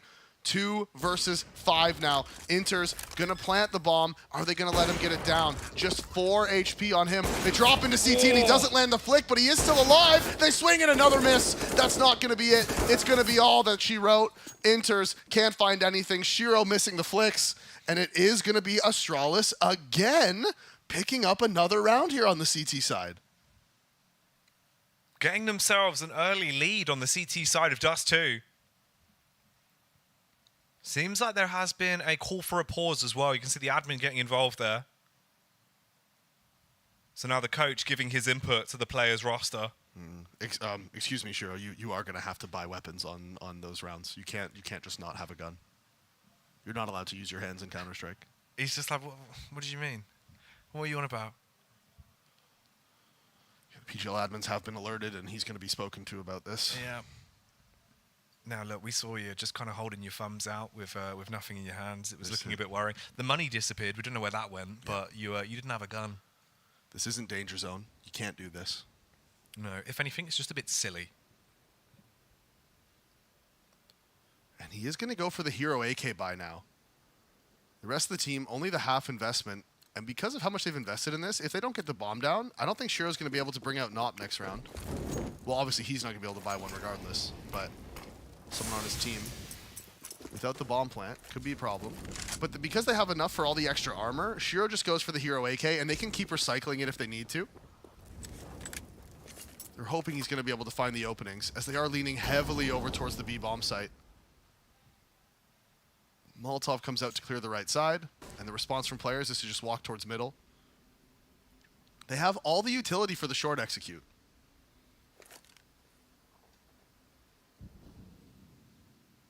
Blamev. He's waiting for push to come to shove so that he can strike back with the M4. Has the nade as well. He's going to dash that out, and that is a hefty one. About 120 damage distributed between the T's, and Farlig in a position to hit the head as well. Ooh, Nafany hits the frag onto Config. He's now grabbed his AK, but there's an instant trade back from Blame, and it all comes down to the 4v4. Axile gets the bomb plant off just as he takes a ton of damage from the HE, but this is not looking cozy at all. No, the saving grace for players here is they do still have Shiro up inside of the site with the HP. I say that, the nade falls right on top of them, and the HEs from Astralis doing so much damage, and Shiro with the AK not able to find anything. It is just Farlig, Zip, and Blamev. They walk up, they land all the kills, and Astralis pick up their 5th. The HE damage there from Blamev and CT Spawn was absolutely massive. The utility damage alone into that round basically won them it. Yeah. You know, the opening HE does like 120 damage. We see consistent utility damage coming in throughout the course of the round. One by one, it just meant they were all on like 5 HP. So a single bullet from the M4 takes them down. And Astralis, now, they've won 5 rounds on the spin after losing the opening round here against players. Config 10-2 as well.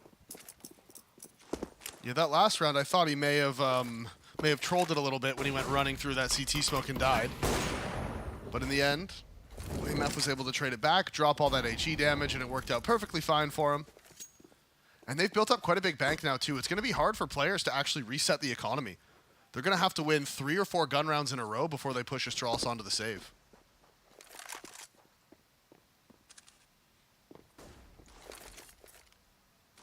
Glaive with a HE. Throws that one into upper tunnels. And slows down the T's somewhat. Trader smokes, and Farlig playing on the shocks angle with the AWP.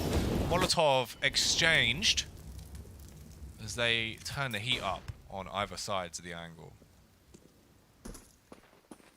Now they're making their way out middle. They have a ton of utility. The execute should be fine here with the mid to B play. You can see he's looking for another HE. There's the mid to B smoke. Molly behind it as well to cut the rotations. Blamev drops his Molly, but it is just a little bit late. There's already one man who's made it past it. That's Nafany. But look at the play from the T's. They're everywhere. They're just 1-1-1 across the whole map right now. Axile should find the push. Oh, Zip, he runs away. He doesn't go for the aggressive push. And it is just Glaive. He's by himself, and he is surrounded. Oh, Hobbit on the peek out. He gets obliterated by that AK. And now the round is in fairly dastardly territory. Just 20 seconds left, and Glaive reveals himself towards the B site. The AWP scoped in, but Axtar's in the back line. He spams his way through 2 of them, and it all goes down to Blame F, who can't stand to fight against Axile. Huge flank there. Massive shutdown into the round, and players finally get another one on the board. It looked dicey, though. That was not clean. No, that late long play from Axile is what ends up saving them. Even the cameraman's like, oh my God. It's just crazy. He's going to rush over there. He has to. He absolutely has to. It's like he was worried too. Yeah. It's like he wasn't watching the flank. Nobody was. He was watching mid. Yeah. Tag, again, Dust 2 moment. Ashiro tags Glaive down to just 30 HP.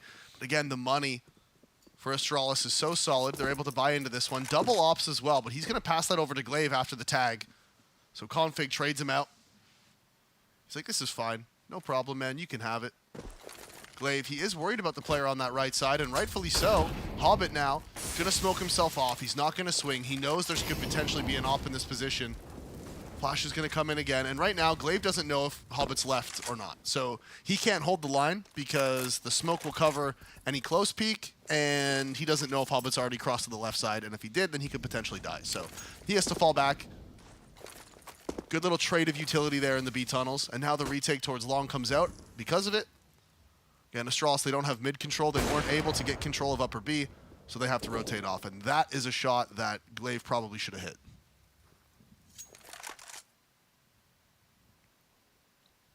Blameff with a Molotov prime towards the ramp. His steal is about to be tested here.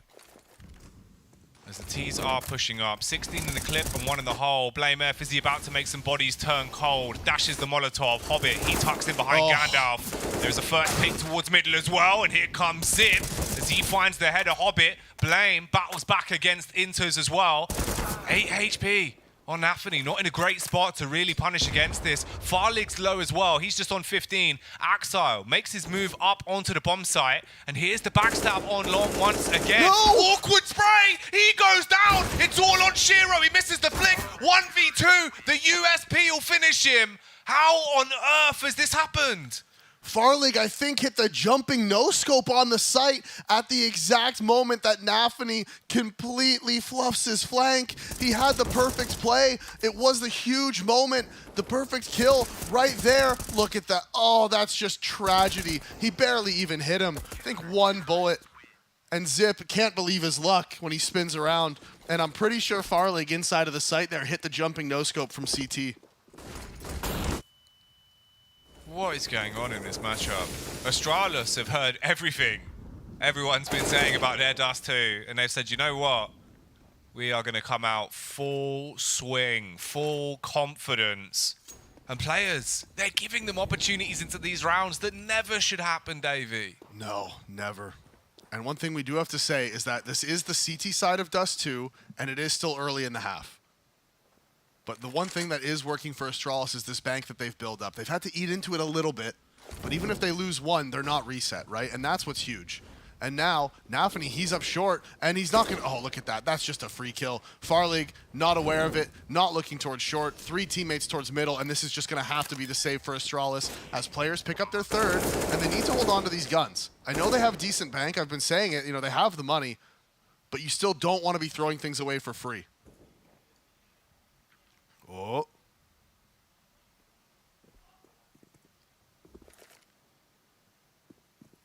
Players, they want this round and they want to stop the potential save from Astralis if they can. So the rotate's coming around. It looked like there was going to be a fight towards upper tunnels, but Glaive doesn't overcommit. He's got the smoke, so if there is any contact, he can drop that and at least try and burn the additional time off the clock to make sure they save their weapons. Config's watching CT as well. They're taking a couple of taps out, trying to bait the T's to peek. But it does seem like they'll get through the round with a free weapon save, the free kits, and the utility. So they can buy back up around that save.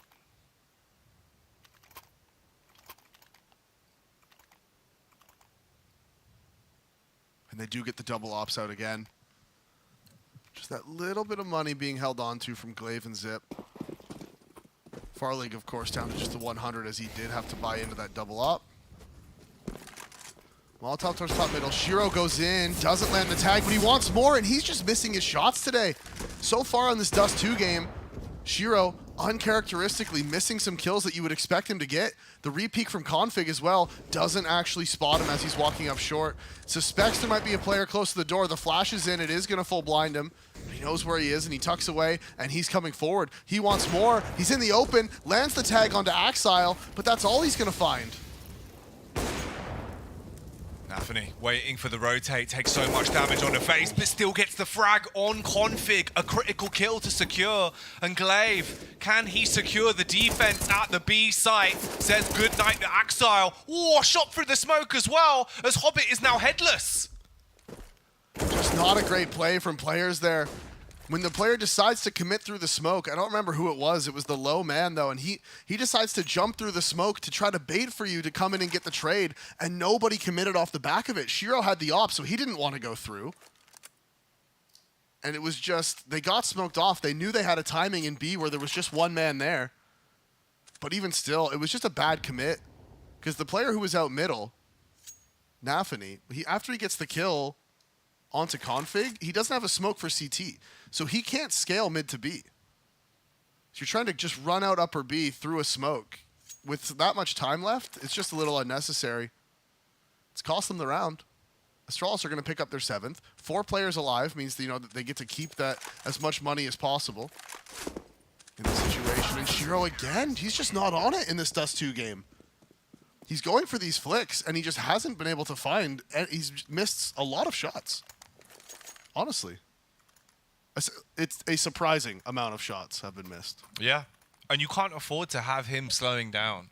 After getting the upset win on Ancient, you know, a map that we know Astralis can be so dominant on, you're coming into Dust 2, where Astralis haven't won a game here in quite some time. And now it looks like maybe they actually have a chance, because some of the names that need to step up for players, they've cooled off. They've lost the heat that they had. I do like the fact they're going to take a tactical pause, though, at least. Yeah, it's a good time to take attack. This is their second one of the game. They're down 7-3, but they still are able to get the buyout. It's not the end of the world. You pick up, even for them at this point, you're like, all right, even if we get 2 more, 10-5, and then we go to the CT side and we win that pistol, you know, we potentially make it 10-8. It's a close game. The map's CT-sided. The game is CT-sided. Like, we're fine. They're not in panic mode yet. The way they've lost some of these rounds is not ideal, but yeah, they're definitely they're not quite panicking yet. This game is still close.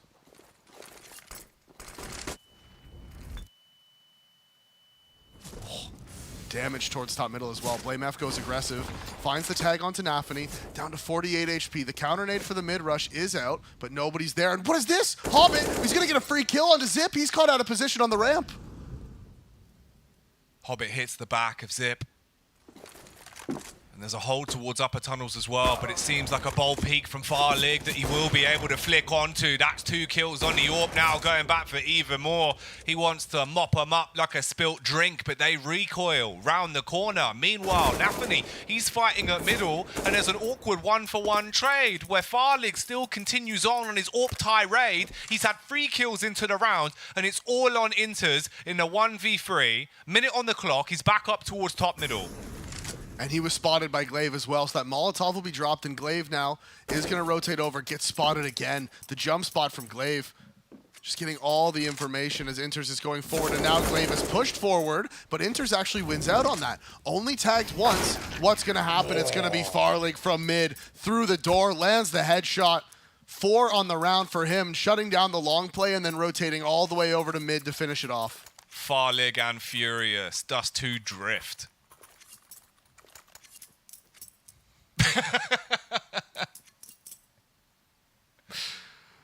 As players immediately going to take their third tack. They're using these up early. They are going to be on the half buy here. And this was their map pick, and what a weird game. Yeah. What a very weird game of CS we've been having here on Dust 2. These rounds have been so unpredictable. And a lot of it's just been down to individual skill ceiling, really. Yeah.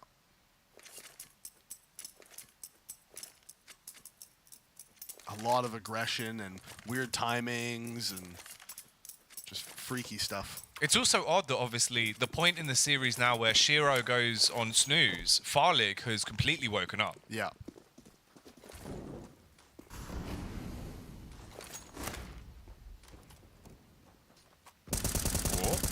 Short fight. BlameF. Okay. Goes down to Hobbit. Tech9's going to get that kill. Glaive. He tries to lock it down, but the 1-for-1 trades are coming in all across the place. And that is actually 2 kills now for Axile into the round. So the CTs don't have much to work with. Just Zipex and Farlig left alive. And they might just have to save this, really. Yeah, the hero AK from Axile just coming up massive. Gets 2 entries on the B site. First one he finds is Config towards back plat. Just one taps him as he swings. It's just like, well, all right then. Immediately gets the trade on Glaive. You're just like, well, okay. B site taken. Players, of all the rounds to win, that's the one. They pick up their 4th. Astralis now forced to save this. The 3 kills from the previous round means, again, that, you know, like I was saying, they do have money to buy when they lose, but they not for much longer. Yeah. Not for much longer. These guns are going to need to be dropped. Config's going to need a drop. Glaive is going to need a drop. He's either at 48 and 44. So Zip and Farlig are going to be able to pass the guns over. They'll keep some money in the bank again, but if they lose the next one, they're just going to be broke. Okay, so Shiro's pulling the AWP back out once more as well. Yeah. I hope we get to see some impact from him on it. for his own sake and for players as well, if he can wake up again, it could change the tide of the game. He does go for the early boost towards mid, but not going to find any tag or kill there. No. Nothing found. And that's the thing about Oppers, man. You have to be kind of a weirdo to be an Opper, because you have to have rounds where you miss a shot or you should have got a kill and your team loses the round. And then you still have to be willing to be like, okay, but give me the up again. Let's do go. it again. You know? Yeah, exactly. You have to be just a little ill to be an Opper. Just a bit of a weirdo. That's why they're a dying breed in the game at the minute, and it's a shame to see. Shout out to Orpers everywhere. They're like goalkeepers in football, you know? You have to, so much pressure on you, you have to be just totally okay with accepting all the pressure. As right now, Astralis not wanting to accept this pressure up short as the T's, they're scaling into sight, but it's one of those situations where they just have to accept it. They've played heavy in CT spawn, they've left one man over towards long, that's Zip, and the 4-man retake in CT, and Shiro's got to be worried about getting nade stacked here. At least got to be crossing his mind. This time it's not going to come out. And it's just a 5-on-5 retake. Oh, nade off the wall, lots of damage done. Nafany spamming through the smoke, hits the head of Config and takes him down. Glaive, he's able to find a frag back at the very least, and Inter's just lining up all the tasty treats until Blame F hits one. And that's all they get, 2 kills against players into the round, so the 14th. Now, with an 8-5 split, Astralis with a slight edge, but the money running dry. That smoke that was on the CT ramp, that was thrown by Astralis. And all it did was help players. I wonder if that was supposed to land higher up the ramp, because it landed almost on the top of the ramp, but it was still on the incline. Whereas if it landed all the way at the top, then they could have scaled through it and fought long in ramp without having to worry about being shot in the back.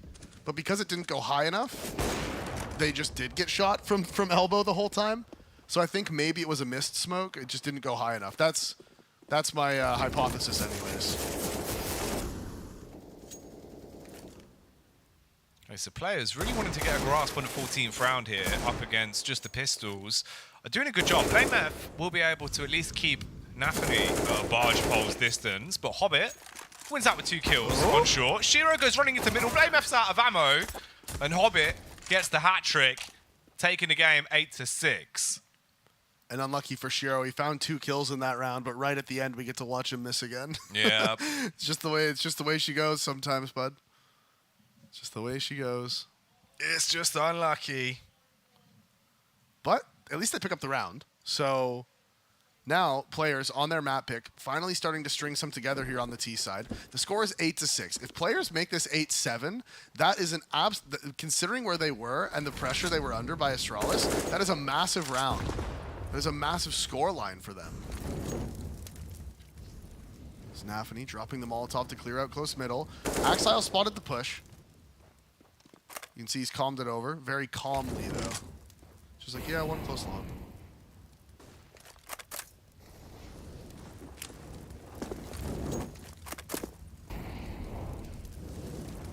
Upper control being taken by Glaive. Nades pulled towards long.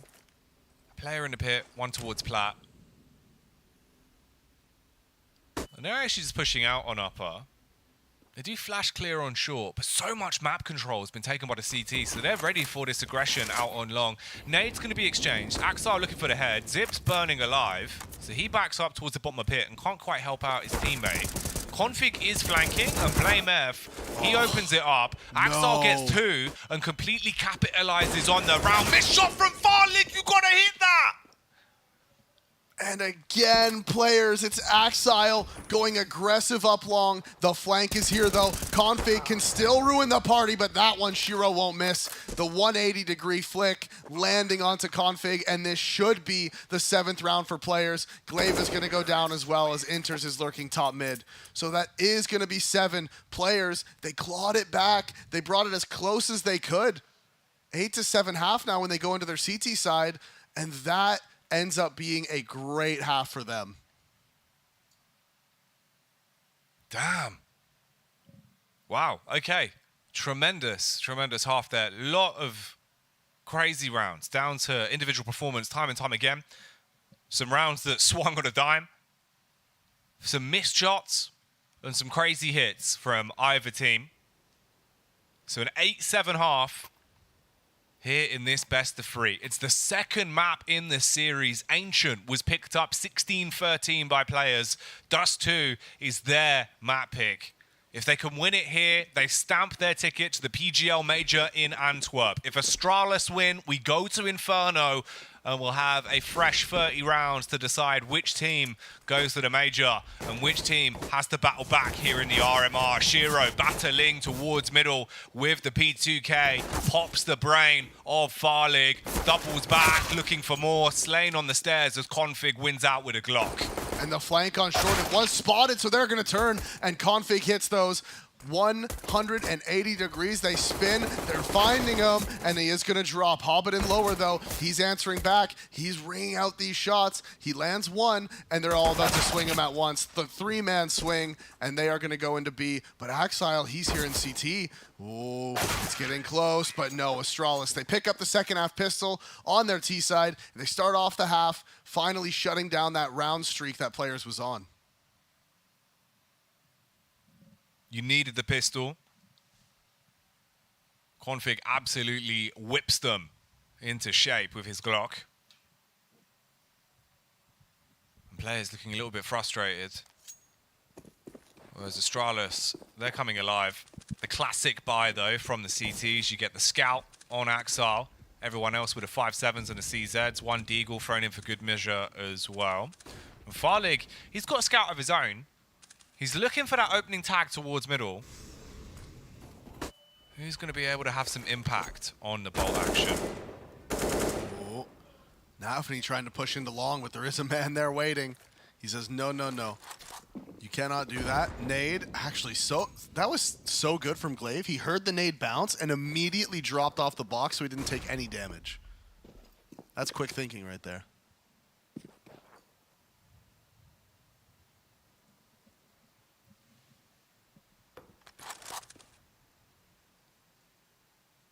Slow round from Astralis, and this is 17th. Just under a minute on the clock. As they are grouping up with 4 players on short. Blame F holding towards upper tons. Bit of a stack over towards Goose, 4 players. It's a 2-player setup, so they can bait for one another, but a utility is being thrown out, and Glaive's going to go on a hero mission. Just runs in, looking like a kamikaze, to see if he can find some frags with this Mac 10. Scouts posted on the cross, and there's 2 in Goose as well. Bomb going A here is going to be a problem. Nafany swings. Now that might have been a little bit too obvious. Hello, Farlig, with the Glock. Headshot found. The Deagle from Shiro needs to find one more. It can't. Farlig again with the Glock. Gets his second of the round. Third of the round even. He's got all 3. And Blame F finds Inters in middle. And players, they had a good bait setup. They had a good play, but it just didn't pay off. I think that the swing from Goose was just a little too obvious of a bait. They're like, why would the Goose player do this? Like, it just doesn't make any sense. God damn. The kill through the smoke, though, with the Glock. Yeah, that's ridiculous. That's a double gush. Yeah, that was a crazy frag. And now, in the grand scheme of the game, Astralis is going to be leading 10-7. Look at the scoreboard for Astralis. 12-8, 12-8, 12-8, 12-8. Yeah. That's the first time I've seen that. Now, of course, Blame F ruins it, but we got to experience it before. Just he did. for a second. Yeah. Got to enjoy it. I don't think I've ever seen that before. No, that's pretty cool. 4 people with the just exact same score. The mirror matchup. Like this late into a game too. Like, yeah, maybe after like 2 rounds or something, but not. Oh, and it was the Glock burst as well. Farlig. You love a Glock burst. Looking like a real gangster. I do, man. You got to hit him with the triple bullet now and then. Show him who's boss. So it is going to be the eco now for players. Nafany has some flashes. He bought a smoke as well, I think, at the beginning of that one. Threw it for the cross so they don't get the information. So it is going to be the short stack. Now with these 2 flashes, they're going to want to all group up and have Nafany just flash as they cross and hope they can swing out and find just any amount of kills.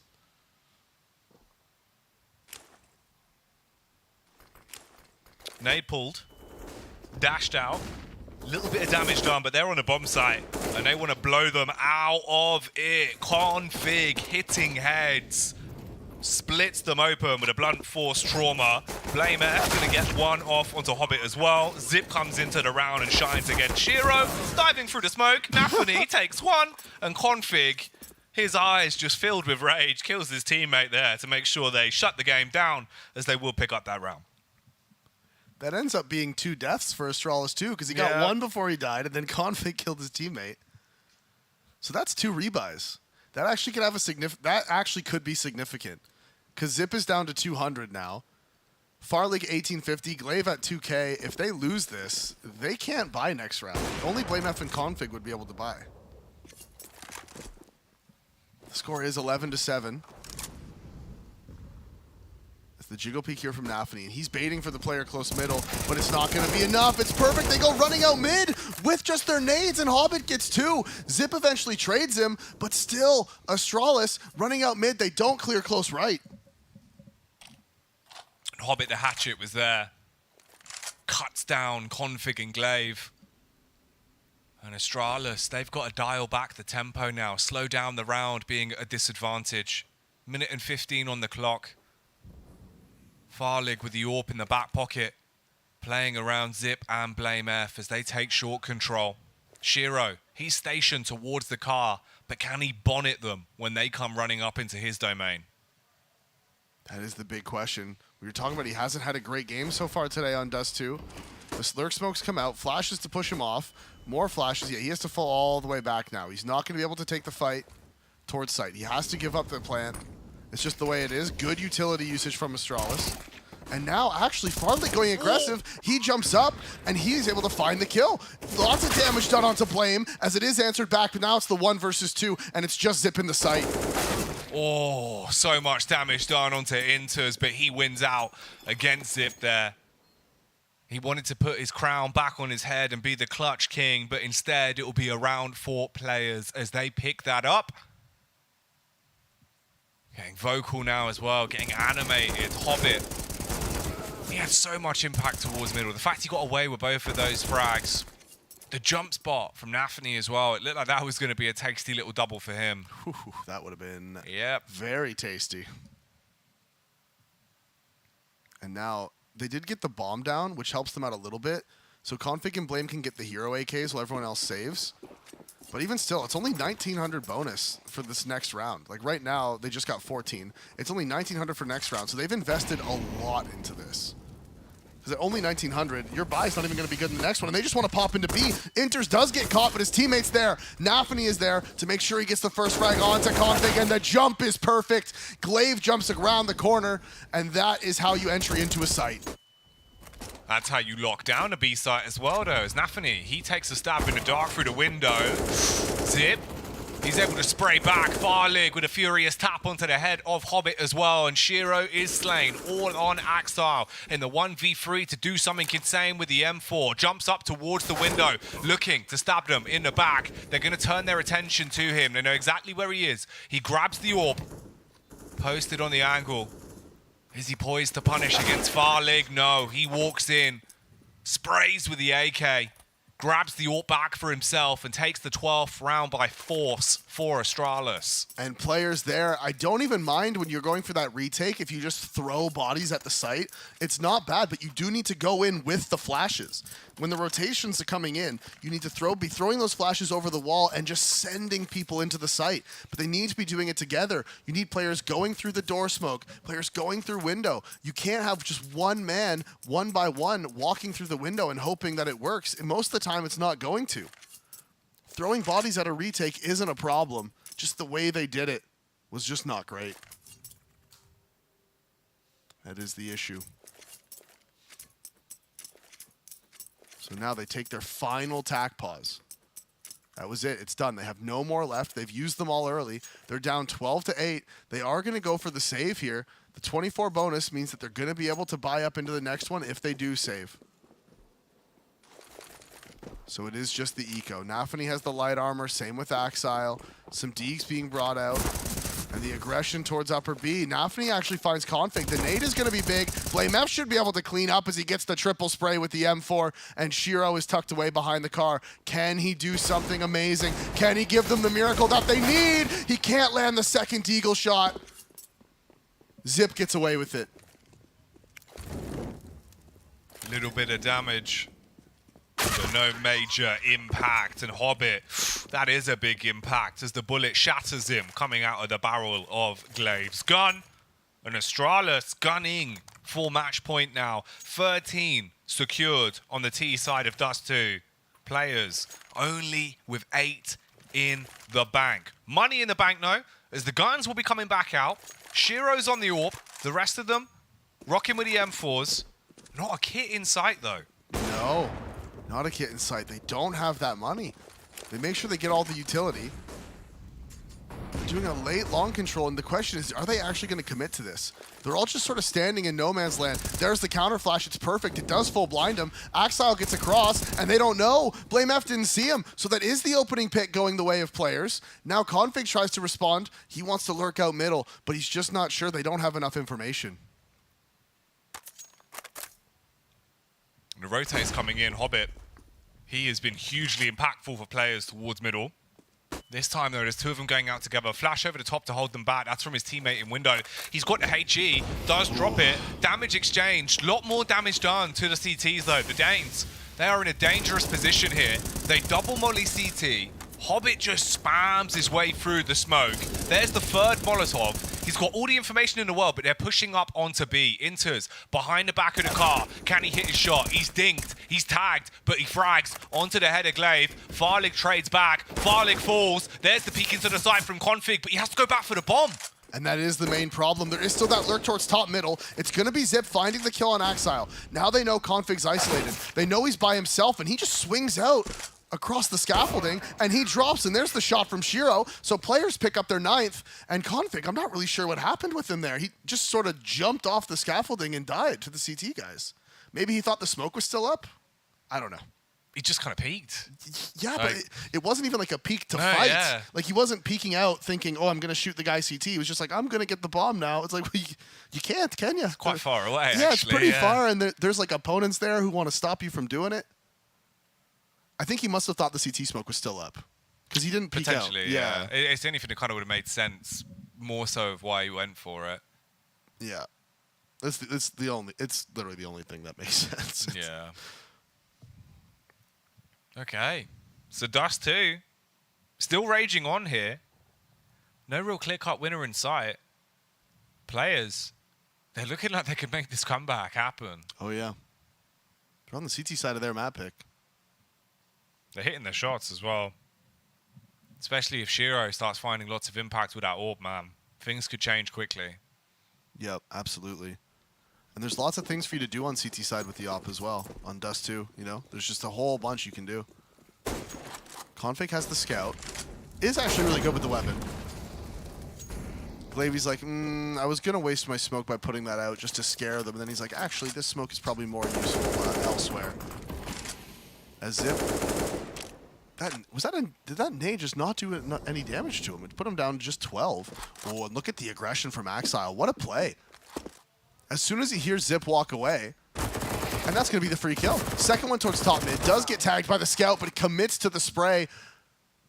67 damage onto Config, but the kill going the way of the Dane. So Astralis now, 4 versus 4. They answer back. There is an AK down to his left if he wants it.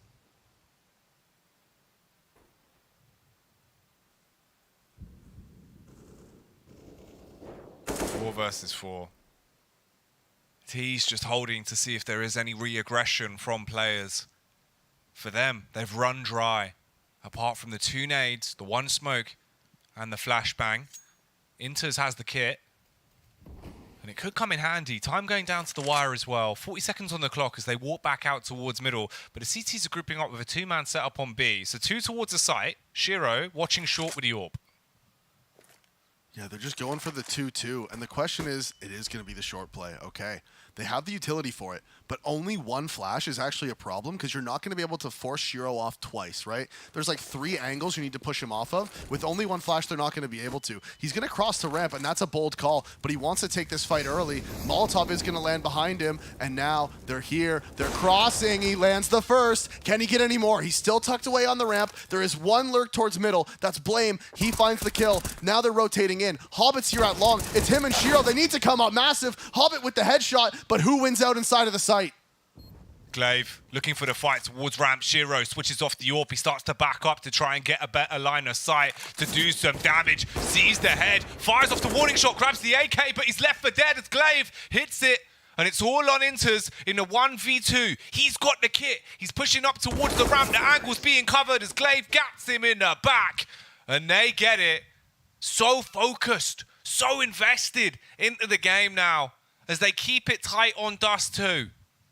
And the ultimate battle in that round came down to Shiro versus Glaive inside of the A site. The winner was going to be the one who won the round for their team. If Shiro picked that one up, there was just going to be no way for the last remaining T as Blame F on short to win that round. He didn't have the utility. Op would have been posted on him. Astralis, they go to 14. If they win this map, that would be a massive upset, and we would be going to map 3 of Inferno.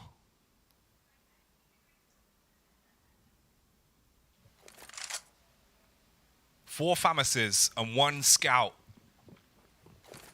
That's what the Cavalry have got here for players. That's what the buy is looking like. And Axile, he might be burnt alive. Problem is, the Molotov won't spread onto him. No. He can stay tucked in. And will they clear it? That's the ultimate question. Axile, if he just tucks, trigger discipline. Oh, he wishes he had an M4 right now. The swing out, there it is, the counter flash. It's actually Hobbit who finds it. He still has the smoke to keep himself alive as well. Farlig is going to answer onto Shiro, but the flank is already coming. Axile, wanted to do more damage on the Famas. But instead, it's Nathany in the back, sprays onto Blame F, leaves it down to Glaive and Farlig. Oh, he sees him. Oh, he doesn't get it though. He doesn't land the shot. He shoots just a little bit too early, doesn't find the damage. And now Astralis with 40 seconds, they're worried. They want to fall back. Glaive is clearing the flank, and he realized there's nobody here. Players is committed to A, and Glaive could just run it all the way down through middle and cut these rotations. The smoke's keeping players so heavily focused here on the A site. Glaive set up for the rotation. The bomb's been picked up, but they're starting to catch whiff that maybe something's run amok. The Molotov towards short will give up the goose. Has he seen ahead of Glaive? Doesn't seem like it. Drops down, and that's the trade. Opening pick, back in favor of Astralis. 10 seconds, but they're isolated. If they can kill the bomb planter, that might be a round dead and gone. They take him down. 4 seconds left. Glaive, he can't win the round. No, that's it. He's done. He can't get in. Now, can he just survive? He's going to run out of time, and he is going to make it. They are just going to grab the op. And Farlig, I got to point out, just a mistake from him there to even go for that bomb plant. You know they're going to run at you. You know that they know you're by yourself. He has to make the play running into the site. It's exactly what he does. He sprints through the window. If Farlake had just recognized what the CT's win condition was, potentially gives himself a chance to land that shot on the player closing down on him. Instead, he tries to tap the bomb, and he ends up going down. And I thought Glaive had the round-winning play when he was lurked out middle, but he doesn't. It looked like it. It looked like they had found the fix to a very messy round and been able to piece it back together. Players made themselves famous with those Famases, though. Huge sprays, great positions. In the end, it goes down to the dicey plant on the B site, and players, they've got the game so close, Davey. This one is incredibly back and forth here in the second map in the best of 3. And it all started with a missed Molotov. It just didn't spread. They Molotov the car. It doesn't spread to the corner. When you throw that Molotov that lands on the car, there is always the chance that it doesn't spread to the corner. You have to clear it. The Molotov, it clears out anybody playing behind the car, which is great to know, but you still have to clear that corner. There's never a 100% guarantee that it does spread. They don't clear it. They end up losing. And if that is the reason, if that's the catalyst for players to make this comeback, that would just be unbelievably tragic for Astralis. As now, we're back into this round. Glaive has the hero AK. He's already tagged down to 13 HP. He's inside of the pit. And what is going to happen here? They're all set up. Counter smoke is ready, close tunnels. But he's by himself. There's 4 CTs over at A, and the bomb is sitting outside of B tons.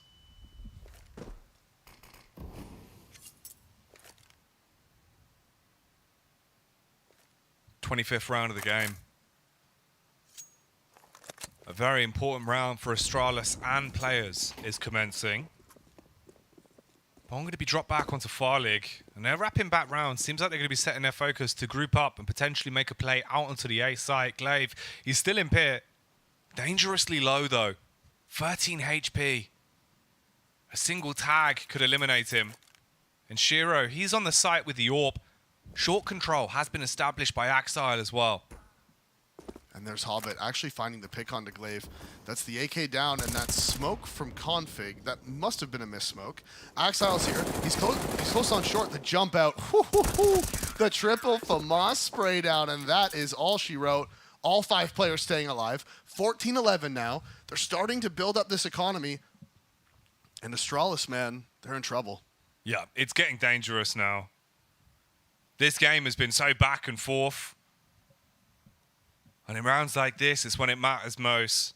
1 away from match point. 2 away from taking the second map at Dust 2. Pushing us to Inferno and giving us a level playing field for both of these teams to make it to the PGL Major in Antwerp. For players, they're going to want to pick up the pieces, bring the game to 12-14, and take it round by round on their CT side. Shiro has the AWP towards middle. Flash to hold him back. He's looking for that opening pick. And there's no op for the T side. It is just the scout on Far League. Zywoo smoke coming out. It's going to land on the hinge, which just means that, you know, sometimes if the T throws the smoke from close on the door. Oh, did he miss it? He missed it. See? That's the risk. See? Okay, I've seen players miss that with the scout. Now, I'm not saying that the scope is different. All I'm saying is I don't see players miss it with the op. But when someone has, and I don't mean players the team, I just mean players in general. In general. Yeah, that's a team name. Branding. But yeah, but when someone has a scout and they do it, I've seen it miss. So I don't know if there's like a difference between the 2 scopes. I'm not sure, but I'm just saying it's anecdotal evidence. Something to keep an eye on.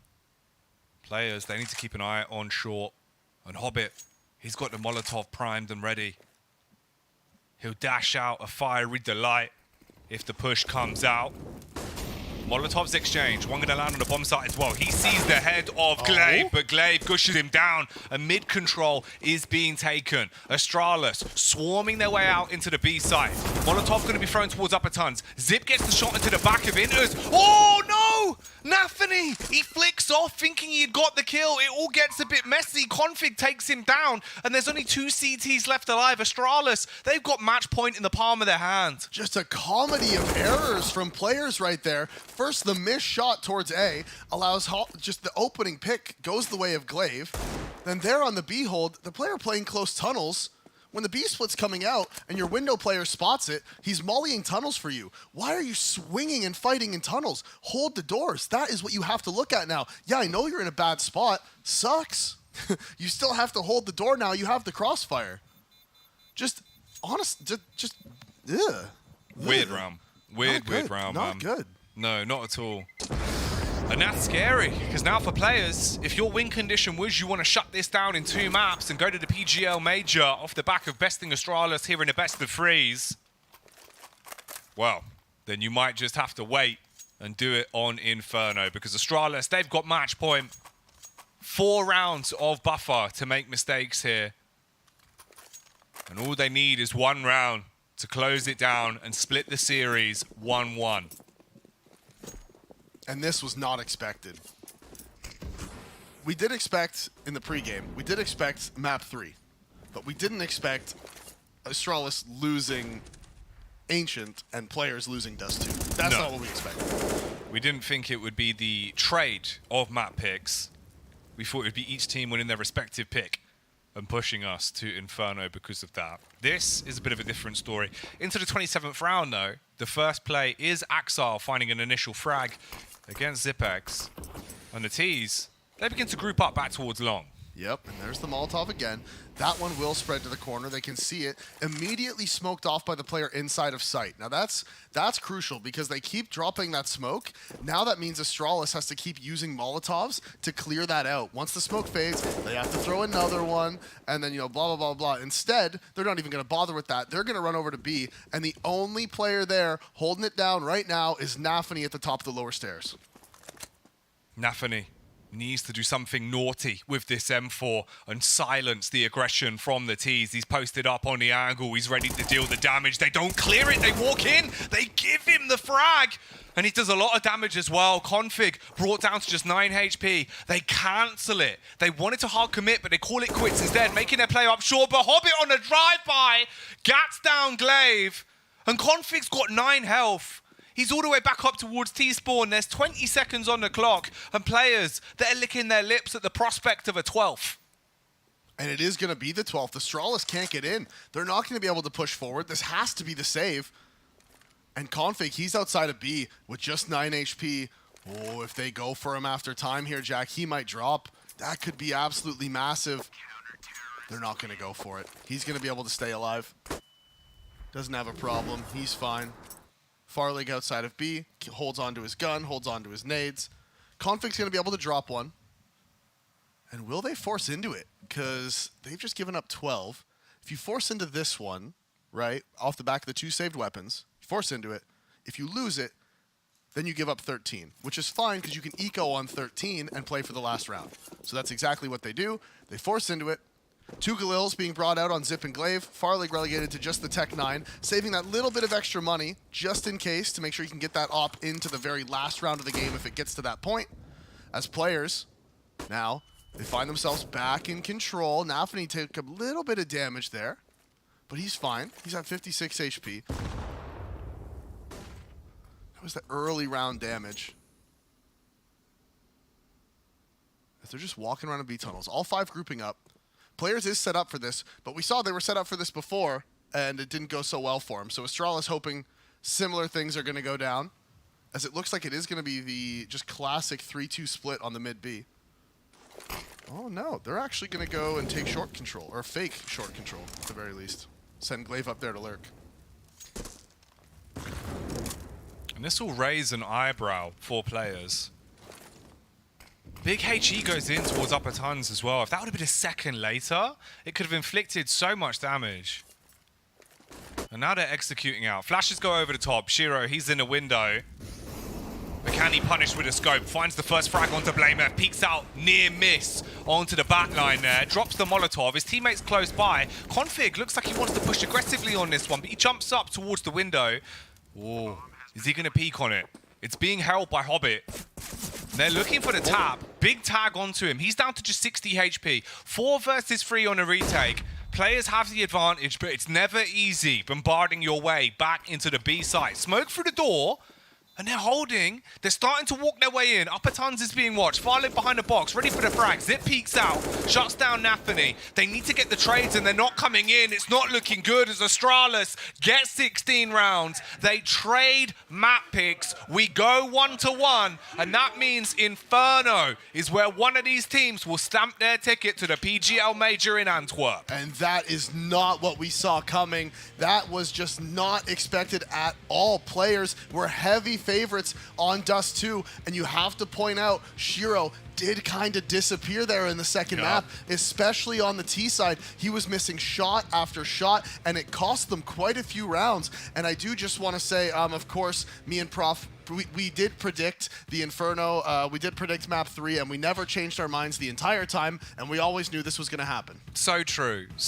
Davey. You know, never a dull moment, never wrong, is he? Always the smartest man in the world when it comes to Counter-Strike. But as we said, that's it. We are going to be going to that third and final map. Inferno's where it's all going to unfold, where it's all going to go down. So I suppose really we just need to break this one down and see what the analysts think about that affair.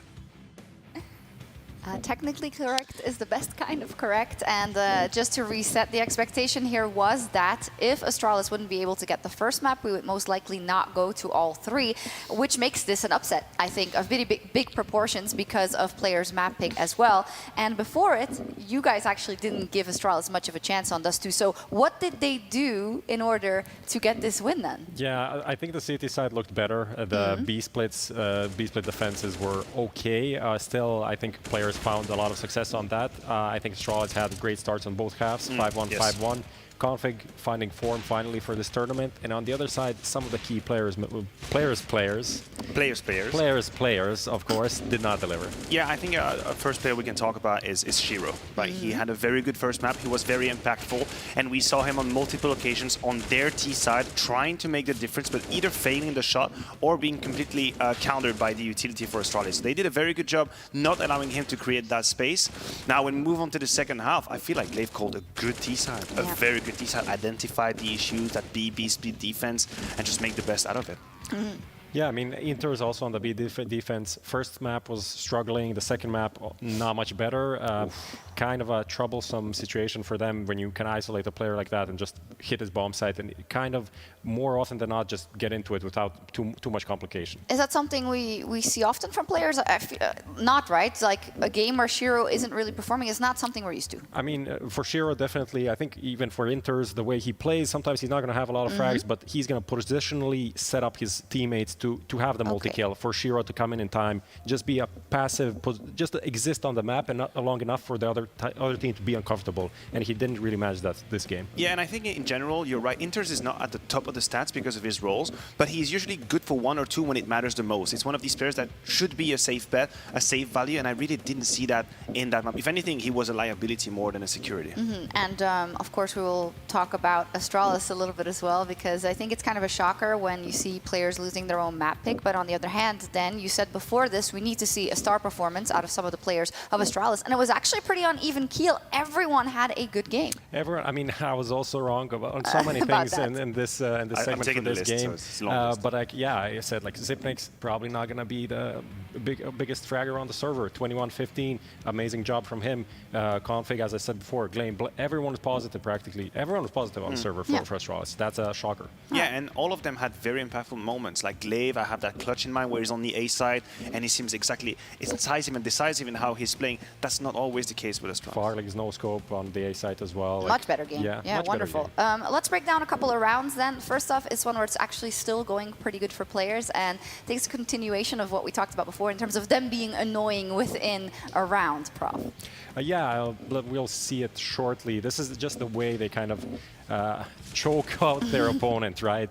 Very slow. They find a kill. They wait out. They wait out the utility to the smoke and the B tunnels to dissipate. They have a lure coming in on long, and then everything at one moment just collapses for Astralis. They attack from so many angles. We see the Exile, just a beautiful, easy lurk. At the same time, the B bomb site is collapsing, and it's just a round in the bag. That's their DNA. That's a typical players used to be Gambit team, of course. That's how they play Counter-Strike. They keep the whole map, and they make sure that if kill 1 doesn't fall through, then kill 2 might be a possibility, and even there's going to be a lurk behind it. So at the end, as he said, last 15 seconds, they own 95% of the map. So the natural question would then be, if you know you're playing against players and you know they're going to be patient and have pressure over the whole map, just don't step out, I guess. But it feels so scary to do that. Yeah, and at the highest level, I think all teams try to cheat their way into the rotation just a little bit. That's how you get that extra edge. You think the B side is going to be in jeopardy, boom, you send another player. He can be the difference maker. Players, they use that against you.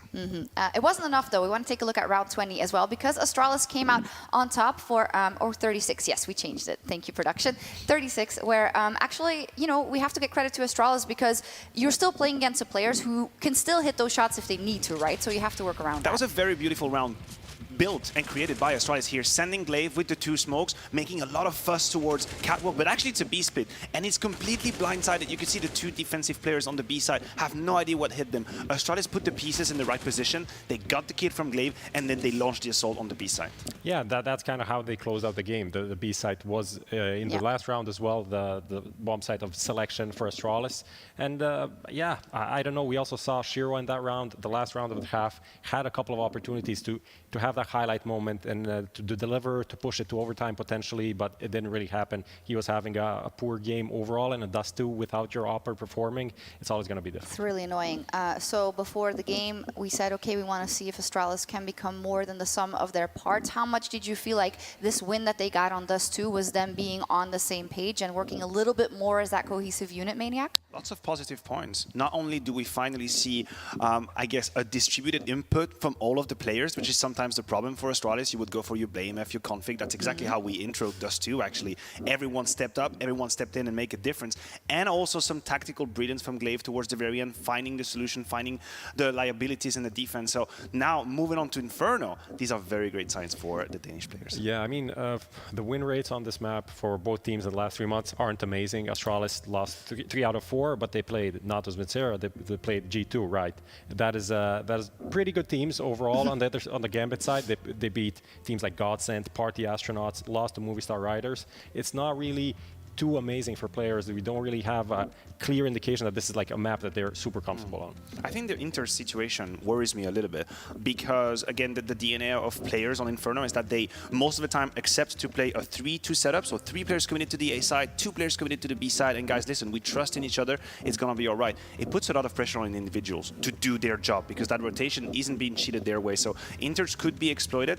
We'll see if Glaive actually makes that his plan. It's actually funny because in the green room, I was asking you guys about kind of the moniker of the players, and you said sometimes they get flack unnecessarily for being these land gods, not land gods, but online gods, even though they have actually performed also on land. Is this creeping in again? Is this going to open up the mouths again of the people who say, see, I told you so? In that regard, it's a very important best of one for them. I think definitely if they lose here, it will be more centered on Astralis being on an upward trajectory and proving that this team has something more than what we saw in the last 6 months. I think it would be a big achievement for Astralis. I think what we see now from players is on par more or less with what we expect from them, and of course the individuals, sometimes they're not going to be on point as another day, right?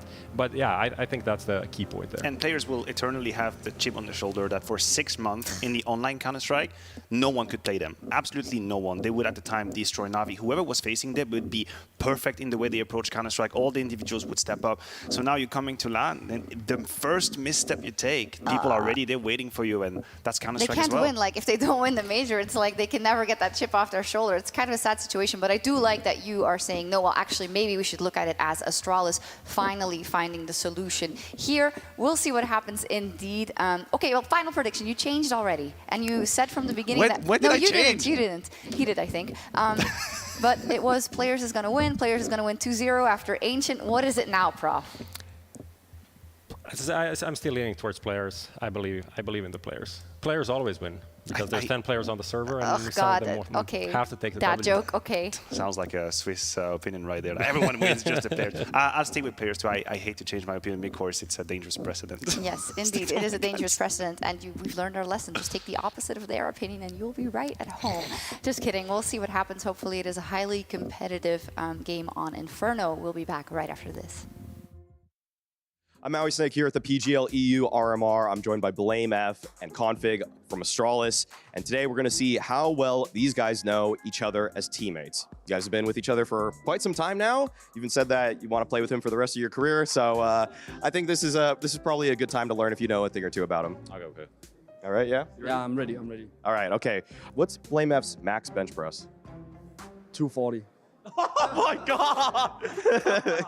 Let's say that. Let's say that. Kilogram. That's impossible. That's impossible. That would be nice. Right? Surely not as impossible for BlameF. It's 190, but I'll take 240. That would be insane. Next question. All right. Is BlameF a city or a country person? Well, he's moving to the city now, but I think that he prefers the country. To be honest, he likes it when there's like green areas and stuff like that. I think that he enjoys that a lot. Okay. I think that's pretty accurate. I need some green stuff around me. I cannot live like completely in the city. There can be like people around me and stuff, of course, where I live, but not too many. Not like in the middle of Copenhagen or something. So a little bit out there. Would he rather read Reddit comments or Twitch chat? Twitch chat. Probably, yeah. I think honestly pretty fun to read Twitch chat sometimes. I like the memes, like a lot of meme stuff. I think it's pretty funny, honestly. If BlameF had to choose a spirit animal, what would he choose? Gorilla. I mean, I haven't thought much about this question before, but I'll take a gorilla to be nice to Khaled. Very nice, very nice. Good answer, good answer. Does he prefer deathmatching, retake servers, or executes? Deathmatching for sure. I don't think that he plays a lot of retake. Okay. Yeah, it's true. I only play deathmatch. I don't really play all the other stuff. But I play a lot of deathmatch, so that is correct. All right, Blame F, I'm going to throw some questions then about config to you. First off, how many days a week does config go to the gym? Probably like, I would say 4 or 5. Okay, what's... I think it's like, yeah, between I think like 4 is a good amount, yeah. So he gets a point on that one for sure. All right. Does he watch anime? No. Ding ding, correct. I'll never watch it. Sorry to all the anime fans, but it's not my thing. I don't enjoy it, I think. What is his favorite spot to play on any map? Could be T side or CT side. Mirage, short. Like, I think Kyle is maybe not the best, but like one of the best players of short of all time, just because he's like, play B, he can play ladder, he can push mid, he can do so much stuff in that position. I think he's one of the guys that has the most impact in a position that some people don't find a lot of impact in. I'm going to pick the same spot. Yeah, me too, honestly. Not in this team, but in previous teams. Is on like a half buy, 2K, what is he buying? No, just overall, no nades. He will buy Deagle armor, he will maybe buy AK armor, he will maybe buy Deagle, but he will not buy any nades. For sure. 100%. He will sneak armor, and if Glaive says like buy to like 2400, he will be bought to 1400. Sorry, boss. Sorry. The next round he'll just have AK armor smoke only or something like that. So that's gonna be okay. Does he prefer beer, wine, or liquors? A little bit of everything, but he definitely enjoys a beer occasionally. Correct. You get another point there, boss. Awesome. I think that's it. All right. Well, I think you went flawless on that. So congratulations, Blame F. You win. It's not like it's much of a contest, but yeah, good job, guys. There we go. All right. Thanks, guys. Thanks for playing. That's been another edition of Getting to Know Your Teammates at the PGL RMR. Thanks.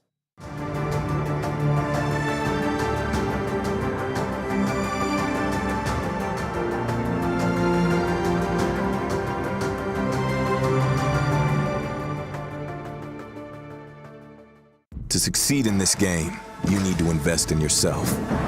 Be daring. Innovate. Calculate. Never hesitate. Follow your instincts. Don't follow the crowd. Back yourself. Bank your wealth. Analyze, strategize, and galvanize. Now is the time.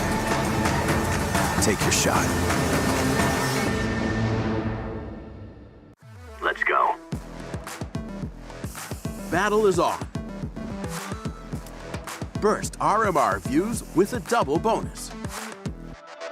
Get insurance for single and combo bets, both up to €20. Fire up with GGBet. GGBet, this is real.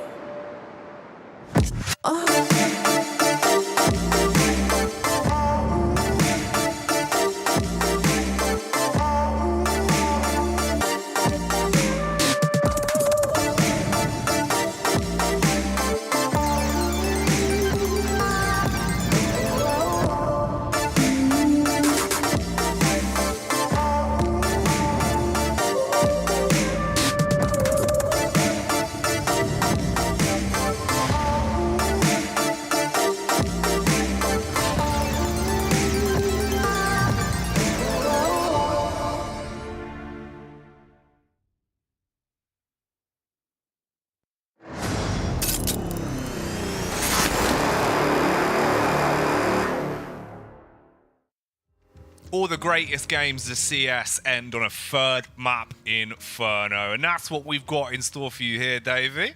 Can't even disagree, honestly. I mean, I guess I could, but I don't really want to. Be silly, wouldn't it? It would be, because how many great games of Counter-Strike had we had? Third map Inferno, overtimes. Yeah. Even at this event alone, or EU RMR, same thing, man. So absolutely, third map Inferno, it's a Counter-Strike classic. It is. It's a staple of the game. See what I did there? Like a staple gun. Bam, straight in. And it's going to hold us together and hopefully hold your attention through what should be a very exciting end to this lengthy best of three. Astralis taking on players. One of these two teams will qualify to the major off the back of this game of Inferno. And some very weird upsets in the first 2 maps as well. Astralis picking Ancient. We're like, okay, Astralis should win Ancient, no problem. Player's not that great on it. Astralis, one of the best at it.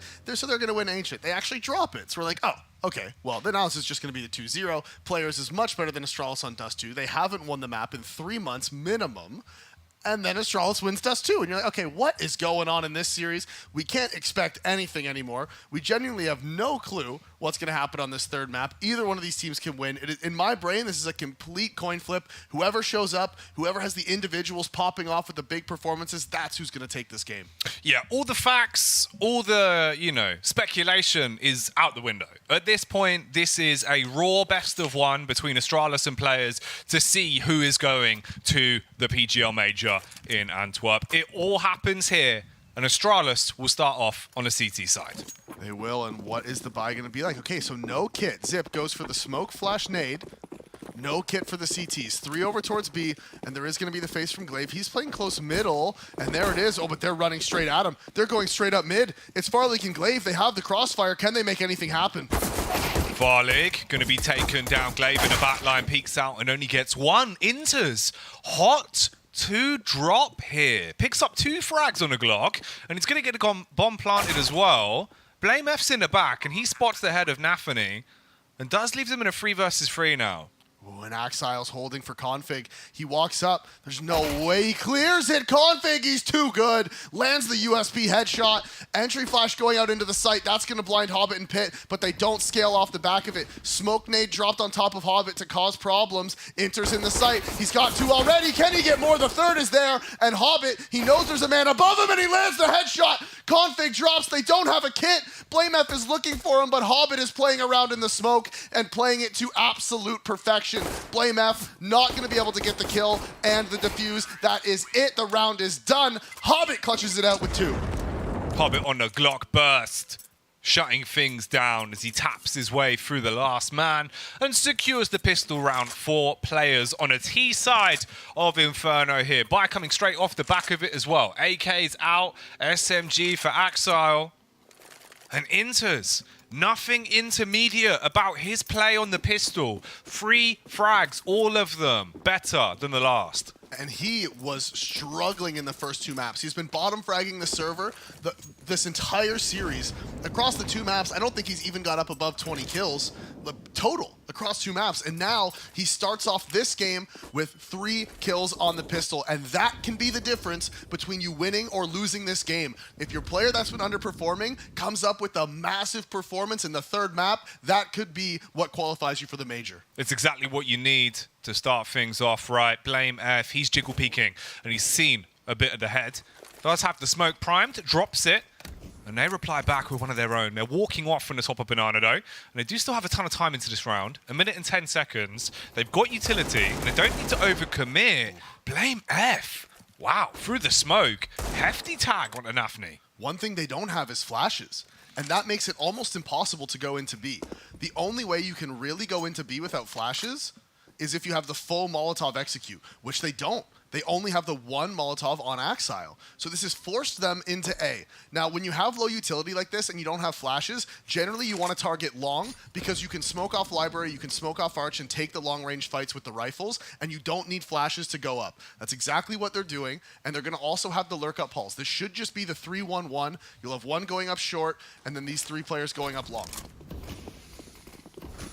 Double smoke so they can wrap in through the back, looking for the heads. The Eagles trying to headhunt an opportunity to open the round back up for Astralis, but it's 2 players downed. The man on the side's gonna fall. Blame F gets 1 bite in before he buckles, and it's all down to Zip in a 1v4. A round that's completely gone. If he found an exit, it'd count his blessings.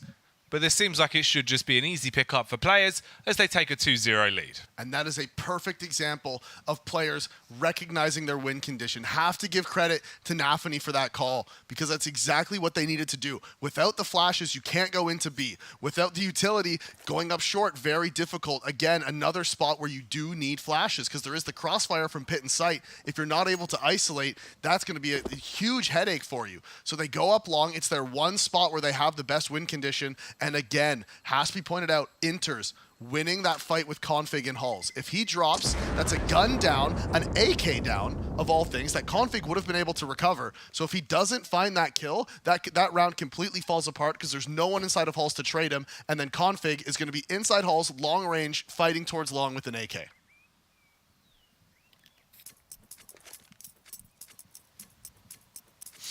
So a good start on the T side here.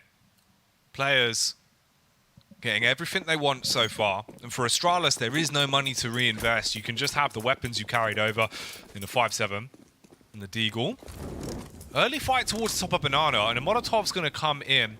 If they wanted to, you could try and set up here for a bit of a bait play. Send one player down, hope the player's hard committing to the site, and then all peek together off the contact. But Nafany, he's clearing it with a Mat 10, so money to be made here, Davey. Yeah, he's just going to go in and scout out the stack. That's the purpose of sending the Mac 10 in. Now he knows there's at least 2 more in B. That should be the call that they're stacking it. And they shouldn't... Oh, he spotted him. He's seen the gun barrel, right? Yeah, he must have. He's saying things. He still has his crosshair here. So he knows there's one in window. Okay, this is actually interesting, though. Never mind, it's not at all. They're going back to B. I was going to say, because Glaive has this control, they wouldn't expect them to be stacked up towards A, and Astralis was running back over to the A site regardless, and I was like, oh, they are actually going to be stacked here. They might run into it, blah, blah, but then, of course, they just ran back over to B, so... Okay, this gets a little bit awkward. The attention goes off a balcony. Got Shiro, please kill him. Please just shoot him. Yeah, what's going on just here? One bullet, please. Ooh, and he gets dinked. Yikes. Thank you so much, though. I needed that emotionally. No, yeah, that was terrifying. I couldn't handle it. That was a bit worrying. It was stressing me out. I was about to have a panic attack. Please just kill him. Please, please. What are you doing? There's just a single bullet. What are you doing? Just a morsel of a bullet, please. Yeah, just a small sliver of damage.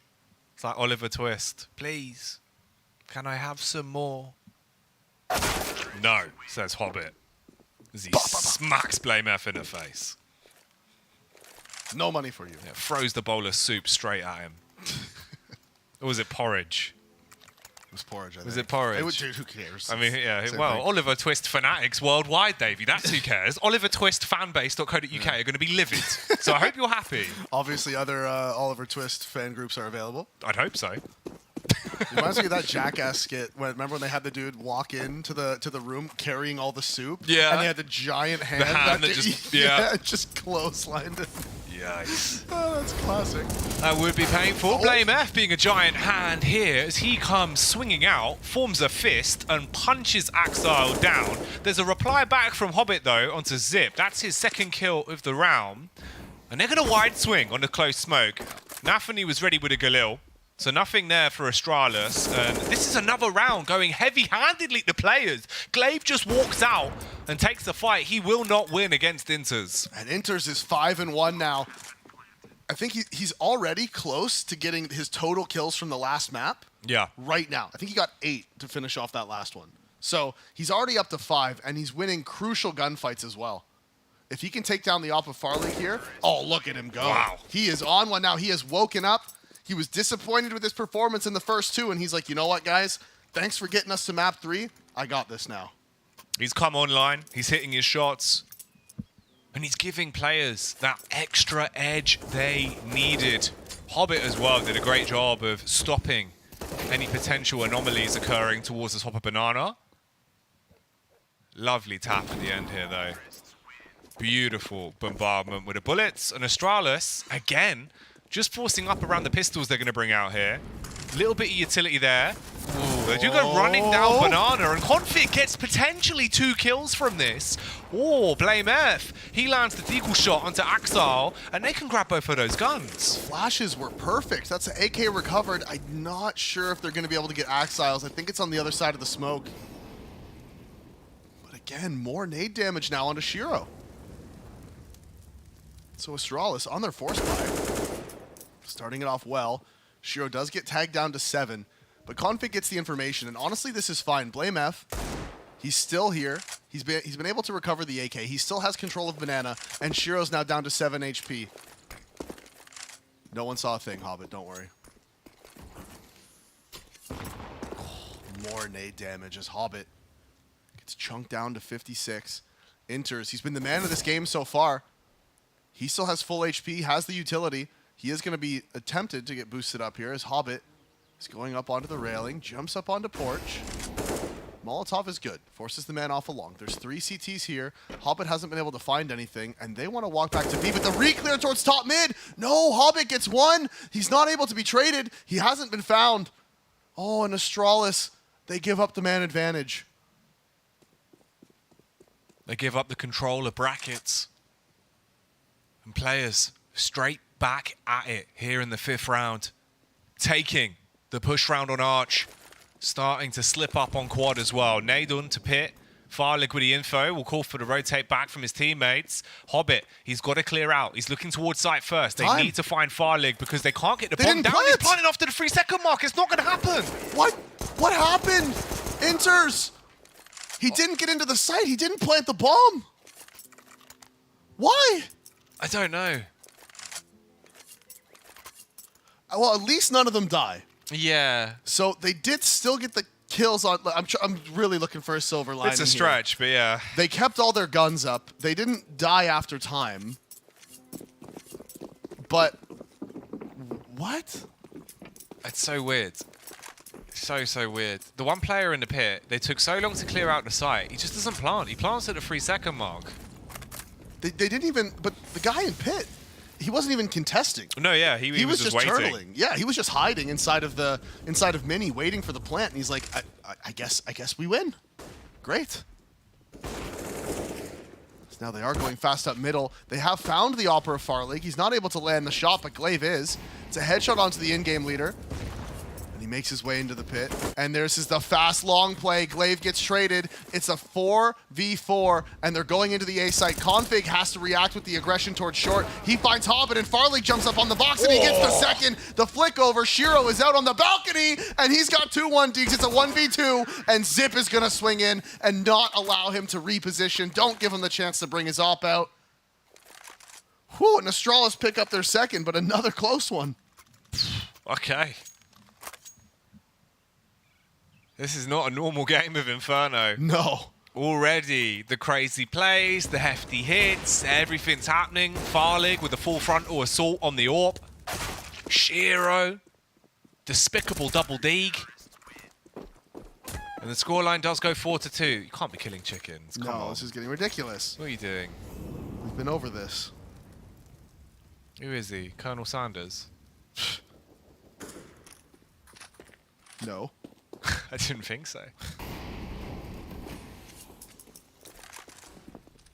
He's not even cooking them. No. It's just murder. Ooh. Herbs and spices coming in towards Banana. As Nafany drops down to just 45 HP. They do go for the counter boost, and they're going to look towards the top, see if there is any aggression. Meanwhile, over at A, there's a bit of a noise complaint in the apartments as we see bullets being fired off through the wall. So a lot of early damage on Banana, and the CTs have just backed off. Ooh. Players re-aggressing towards the top. That smoke might toy with them. Yeah, it's not great for either team. That's one of those ones where everyone's looking at it like, what is this? This sucks. Like for the CTs, you're like, damn, we wasted a smoke on that. And for the Ts, you're like, wait, what's that? Why is that there? This is odd. This is suspicious. Is there a player sitting in it and they're about to pop flash him? Like, what's going on? Instead, pressure being applied towards middle, and now the B hit's coming. Flash in, they go for the push. Ooh, there's the frag for Blame F in the back, as he will be able to hit that kill onto Nafany. Ooh, all the frags going away to CTs as well. Axel, the only one to actually get one back in favor of his team, but he doubles down, gets the second, and he's got the bomb to work with. Going to plant just in front of first oranges, but Farlig, he's on a fast rotate, coming towards CT. He re-smokes it. This isn't a great angle to be left in, though. He's playing close. They're going to be walking up. He finds the adjustment shot onto Config, kills him, down to the 1v2. Oh, big dink onto Glaive, leaves him on 38 HP. But Astralis stay alive and get the round. Axile, I really thought he was going to pull off that ace clutch, man. I really did. when he peeked out and it was just the MP9 of Glaive to contest him. If he lands that headshot, he knows exactly where Farlig is, and you could tell in his brain he was already getting ready for the next fight, because as he was swinging out to fight Glaive, he was backing up towards the coffins so that Farlig couldn't peek out and trade him instantly. So he was ready for the next fight. If he just landed that shot, he could have potentially picked up that ace, and that would have been ridiculous. And it would have just been fitting for what's been going on in this game so far. All the show-stopping plays on a third map, Inferno. It's where they normally tend to turn up. The banana battle really heating up here, though. All of the potassium is on fire. And Astralis trying to punish. They push down towards the bottom. Ooh, and usually we've seen players contesting this, but this time they're all just grouped up at the ramp. They want to go for the flash retake. There was a moment there where I thought they were going to go through the smoke and catch them as they were walking down. They decide not to do it. They want to wait it out. Just let Astralis burn their utility before they decide to go through. Blame F is going to stay close, though. Flash towards the ramp is just going to be a little annoying. Just show some presence. They're like, hey, we are still here. And the flash retake is going to be on the way. Molotov for Maxile is actually going to clear out Blame F. Oh, he's so mad right now at Config. He's like, why? Why didn't you smoke me? Why did you smoke the bottom? As Blame F drops, and it's Zip here. He's by himself, not Config. My apologies, it is Zip. And he just let him down there. Glaive with the swing. That's 2 back. Gets the first 2 frags. He wants even more. Inters, though, on a heater this time around. 8-3. Connects the bullet. And Farlig, he's ready for the cross. Scoped in. 25 seconds left. Push will come to shove. They swing out together. The back line from Zip. But it all goes down to the 1v1. Shiro, he's got the bomb. He'll get the plant. And it's up to Config to deny this. And he has the M4. He has the kit. Shiro's now tucked himself away at New Box. Might have just shown himself. No. Config's walking up. And the thing is right now for Config is Shiro could be anywhere. He could be backhaul, banana, back sight. And Config has to tap the bomb and try to get that info as soon as possible. Flash over above. He's looking now. The tap is out. The shot is there. And Config lands it. Shiro can't hit the shot. He peeks out early. He tries to take him while Config is looking towards other spots. Instead, he walks out. Config was aware of it. He finds the kill and finds another round. Astralis, time and time again, are just barely pulling these rounds out. 4-4. Players take the first 4 rounds of the game. Astralis get 4 back now on the spin. But like you were saying, none of these rounds have been incredibly decisive. It's all been down to the wire. What a scary feat here we've been witnessing.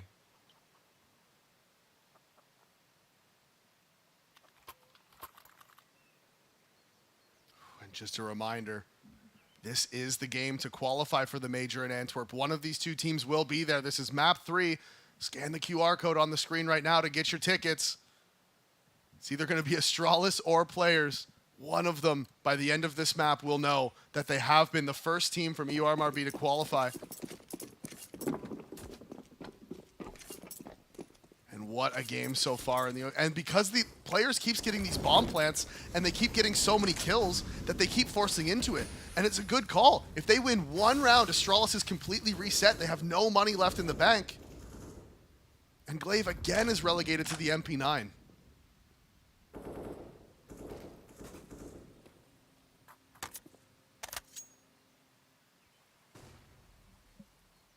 Flash up middle. Smoke going to go round towards Archside. A little bit of counter utility so that Farlig can peek out from Boiler. Walk in towards apartments as well. And there's a trader damage to the CTs. They reposition around it. The AWP's going to be scoped down towards bottom mid. Farlig misses the shot though. Whoa, that got dangerous. So close. He was crossing to try to get over towards long right when the player popped up inside of the little pit. Was able to find the damage, but the B play's coming, and again, it's just going to be the pop-in. The players' killer bees are on the swarm into the B site. But can Astralis hold the hive as the push is here? Zip will fall That's the opening frag on the SMG. Blame F, he gets 2. Hungry for a third as well. Wide swings round, but the nade of Glaive will blow Axile to bits. 30 seconds on the clock. Inter's rotating round to support Hobbit. He's looking out, facing towards CT. Farlig's there with the AWP. The smoke will come in. He hits the shot onto Hobbit, and it's all down to Inters in a 1v3. They run through the smoke. He hits the headshot. 16 seconds. He's got to plant the bomb. They're going to push from either side, try and split him down the middle, but they don't actually hard commit to this. He gets the bomb off. He walks into the smoke with his back turn. He's got the timing off. This could be insane for Inters. All he's got to do is play it to perfection. Sprays against Config into the 1v1. Farlig jumps on a bomb, tries to bait him to re-peek. He's going into the back. He's going to line up the shot and shut it down. Inters, the madman for players, clutches it out. That is disgusting. 1 versus 3. The initial flash through the smoke is actually perfect. He's full blind, but he hears the sound cues right before the play is made. So he sprays while blind, gets the kill, and then in the 1 versus 2 finds the perfect timing to phase into that smoke. Config comes through at the exact moment Inters walks into it, and he pulls off the 1v2, plays it to absolute perfection. Now, the only thing I'm curious about is Farlig had pushed up through backhaul as he was planting the bomb. I feel like Farlig should have been able to see if he crossed the backside or not. Clearly didn't, right? He obviously wasn't holding that line. In my head, I was like, as soon as he's not near default, Farlig, who was in backhaul, if he was just holding the back sight cross as the bomb was getting planted, then there's no way he could be back sight. But I guess Farlig didn't peek out that far. And it's a crucial mistake. It's a crucial mistake, and Inters takes full advantage of it. And now they've completely reset Astralis off of the back of so many close rounds in a row. Shiro recovers the op, but both teams so low on money because it's been so back and forth. We see Galil's, Mac 10s, of course the op on Shiro, but still no money in the bank for either team. This game is on a knife's edge. Just complete chaos. Ooh. So close to having an opening frag on the AWP Shiro as well towards Banana. A full stop would have been inflicted there. Axile, he tries to tuck away with a Mac 10 as the flash comes around, but there's no kill. Just an awkward amount of commotion. Finally, the frag onto Blame F as he'll buckle under the pressure. And the CTs now in a 4 versus 5. Again, re-aggressing with Config close towards the wall. Turns the flash. Axile, he'll hold with the SMG whilst his teammates maraud their way towards middle. Oh, and Config, he can land these, gets pushed through the wall, does still eventually get the kill. Down to just 2 HP as it is the 3-man stack over here towards A, and you can see players, they want to go back to B. They know Config's lit. They know they probably left him by himself, and the re-clear towards middle is perfect from Astralis. That should be the rotations now going back over to B.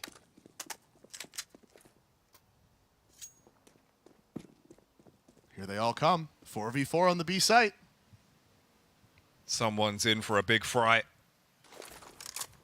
But who's going to be hitting their shots? Hobbit starts it off. Nafany as well with a snapshot back onto Config. Farlig, he'll fall, and it's all on Zipnix.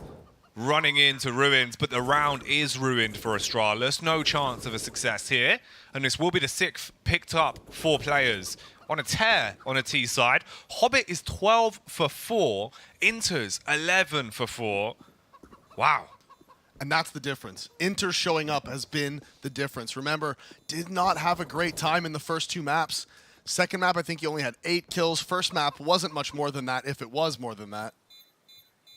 And so for him to show up now, not only getting opening kills, he's winning clutches. He's doing so much, and it is so massive for this team to have him performing this well. Cannot be understated.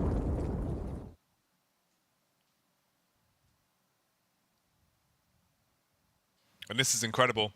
The 3rd map, Inferno, both of these teams traded their map picks here. And if you're just joining us, you've done well to tune in now. The 3rd and final map between 2 teams battling it out for a spot at the PGL Major in Antwerp. And players, they've got 2 rounds of edge to work with on the T side. Astralis, they're going for a crunch out middle. They're going to run it down. There's an AWP waiting for them. Shiro, his crosshairs flicked off. They're getting close towards the bottom of mid. They dive round the corner. The AK unloads. Blame F with 1, and the T's shut down the rest. Yeah, Blame F got the only kill of the round, and the money there for Astralis now, it's still not great. Farleague will be able to glass cannon, but this buy isn't going to be ideal. I just checked, Jack. In the first 2 maps, Inter's got a total of 14 kills. Wow. In 2 maps with 33.9 ADR. So far, in this game, Inter's has 11 kills and 104 ADR. So that is a massive swing in performance. And you can see, based on the scoreboard, how much it's helped the players' team. Yeah, complete change. He started off with a triple on the pistol round, and you could see from there it was a different story from what we had been seeing in the series so far. This is a different round though. Round 12 to be precise. Aggression towards Banana again early on from Astralis. A lot of damage done onto Glaive. He's brought down to 66 HP, and they're grouping up with a 4-man setup on the A side. Yep, they're leaving Zip here. Nade is going to be huge. Tons of damage done. That's Axile and Shiro each taking a big chunk. And he's got more nades. But them retaking bottom B is going to mean the rotation comes in. Glaive's going to be boosted. I'm assuming he's going to drop this nade down to Zip so he can use it. Maybe a little bit. There you go. Thanks, bud. You're making me look smart there. Yeah, give him that HE. We'll see how much impact the high explosive will have. 40 seconds on the clock. Bomb towards Banana. T's revving their engines, ready for this one. Hobbit, he's causing some commotion as well as he slips in towards Arch side. Zipnix, he's still ready for the hold. Hard spam on the Famous. Hits the head. The HE could be lethal as well. HE doing a bit of damage. Hobbit's actually here in CT. They know he's here, though. He's in the library. If he wins out on this fight, he actually doesn't even need to win the fight. He's just delaying the rotations, but it's not going to matter. The players inside of the B site are able to find the kills. Inters, that was a task too tall for that man. We've seen him pull off a clutch in this game so far, but the 1v5 is just a little bit too much for him. And Hobbit inside of Library was doing a great job delaying Farleague's rotation. It gave his teammates the chance to have the 3 versus 2 on the players inside of B, but it just doesn't matter. Astralis, Zipnix, and Glaive, they hold it down. They just don't let them into the B site at all. And Astralis answer back. They pick up their 5th.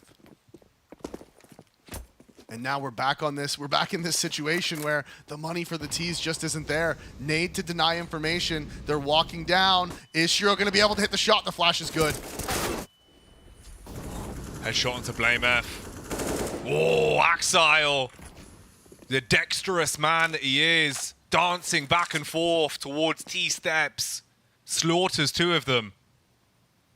And Astralis. This round is quickly getting away from them. HE goes over the top of Config's head, dents his hair. But can he reply back? Look at the moves he's making. Sees them, lines up the first 2. Oh, he wanted to peek out for the 3rd as well, but Hobbit will be able to hit the head. And it goes down to the 2-on-2. Farleague's got bomb control. Bombs down in second mid. There's lots of time left. A whole minute for players. They drop a smoke on the bomb. He is going to grab it. He should be able to make it up middle. Tag, but not the frag. Bomb is going to go down inside of the A site. They don't know where the second player is. They know that Farleague's bottom mid. Zip is actually inside of Halls now and enters. He's looking for it. The 2-star players so far this map for players. That is 14 and 5 on both of them as Inters and Hobbit in the 2 versus 1. Can Farleague do something amazing? Farleague walking up. It'll be a really rough fight for him, but he hits the first. It's all down to the 1v1. Hobbit tucked in towards the pit, and he will punish. Peeks out and stops it. Then and there. Farleague. Oh, a tight round to be left in.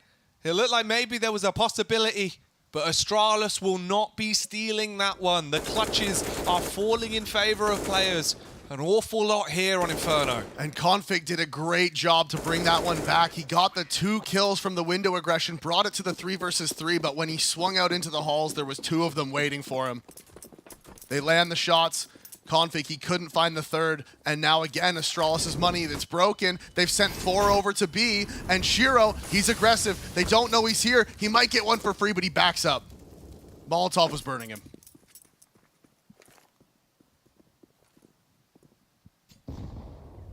HG thrown towards the top.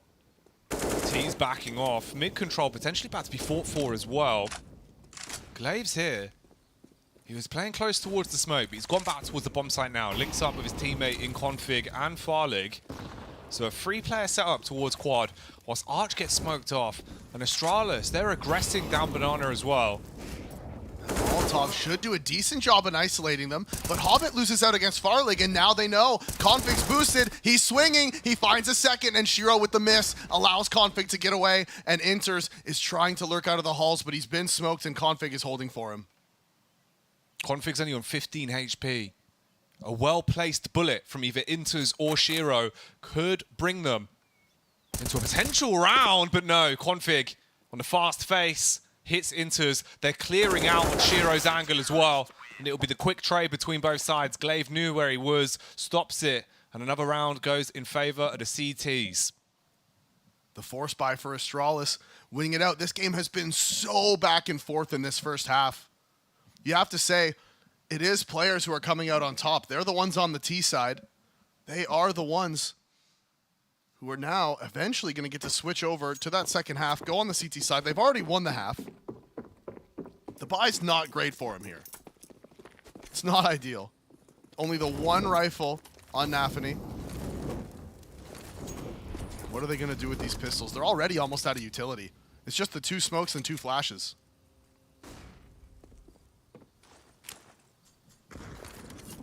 First flash going to be thrown.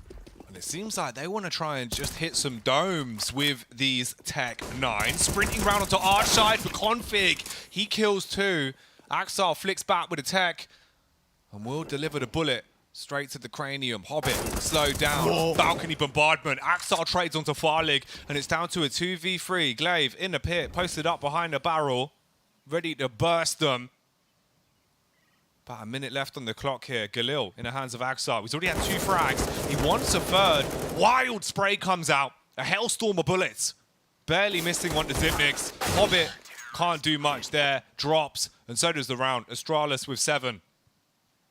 As close of a half as we can get. 8-7. It does favor players, though, because now, like I was saying, they're going over to the CT side. The more favored side. And this game has been so close, and the clutches making such a huge difference. Players have just won out on so many of them. Multiple times throughout that half, they were able to win it. And now, what's Astralis going to be able to do on the T side? They're going to have to seriously show some balls here. Going up against this player's team because they are on the back foot. 2 nade sets being purchased. The smoke double flash for Farlig and Glaive. And where is the play going to be? Where are all these nades going to be used? Flash up middle. Glaive will set up with a utility. His teammates will go sprinting up through the apartments and look to evict the CT side control off the A site. 4 players, 2 of them waiting back towards Graveyard and Pit. There's the feek off the back of the flash, and Axel hits the head of Zipnix. Shiro's down to just 9 HP, but he's still alive pivotally. Oh, Axel as well. That's a follow-up kill onto Farlig. And Hobbit, he's got the rotation. Sees Config jumping in the air, but he won't be jumping for joy because he's dead. And it's all down onto Glaive towards the B site. He'll run round a corner, and Inters will clock him in the jaw. Astralis trying to go for the Halls pop there, but they just seemed so disconnected on where they wanted to go. Some players jumping out into lane, they were blind. Someone staying up inside of Halls. There's people running into CT spawn. It seemed like just to create chaos and hope for the best sort of situation. At least that's what it devolved into. Yeah, see if you can find something and then run off the back of it, but nothing really went their way at all. So that is players picking up the second half pistol, starting off this CT side just about as well as they could have hoped for. Nobody even died. Not a single kill went the way of Astralis. Not even one.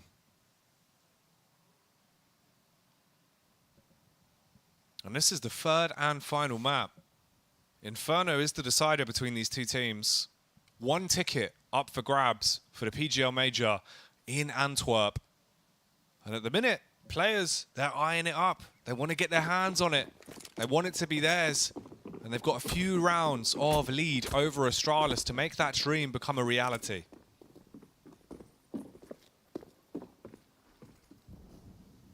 They go for the full eco.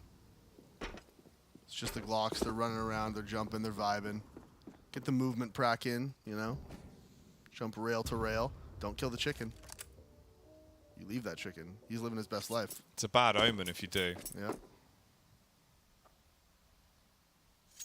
The other benefit is as well of a Glock round like this, at least, you do have time to talk. Yeah. Which can actually be worth its weight in gold. Sometimes you tunnel vision, get too sucked into the game. And can't make the adjustments that you need.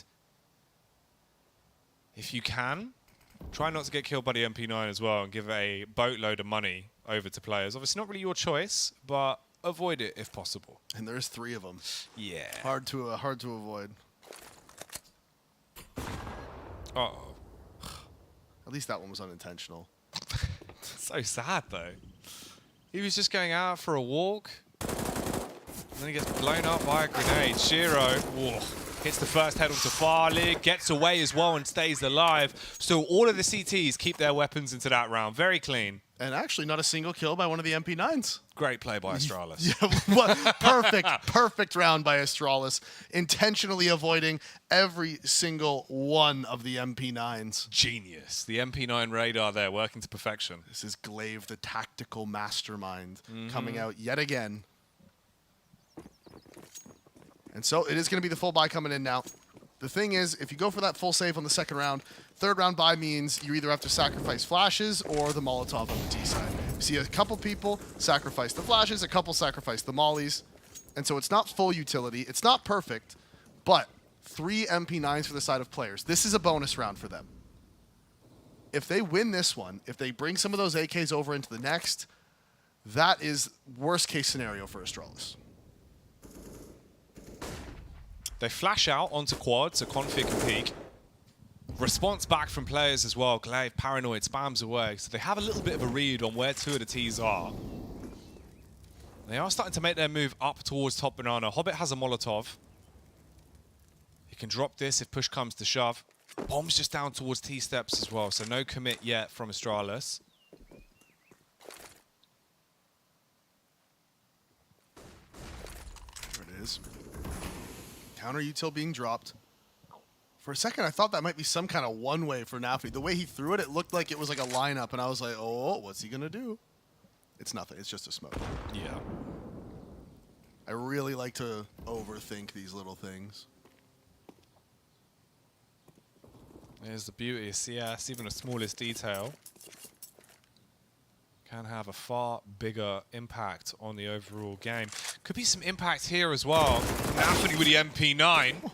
As he swings out, takes one man down before config trades, and they're pushing up. The pit punisher of Axile delivering bullets, but not being able to set him up on a date with a coroner just yet. The Molotov will make him move away. 52 HP, playing on the off angle. 1 bullet from Farlig's all they need, but they need to get the bomb down. Time is tight, and they do get the plant off into the 3v2 now. The flick from config is just absolutely insane. He is so good in those moments. The flick down, if that double kill comes out, there's a chance for players into the round. If config drops and the player in pit can just survive, they had the opportunity, they had the chance. Also, just so sad for Axile inside of the pit that he's not able to find a kill on those players crossing to site. So much damage, and now they are just saving, and now that is going to be Inters with the MP9 trying to farm some cash, trying to just take the gun away from the T's. This is working perfectly. He's going to drop. Playmath dies.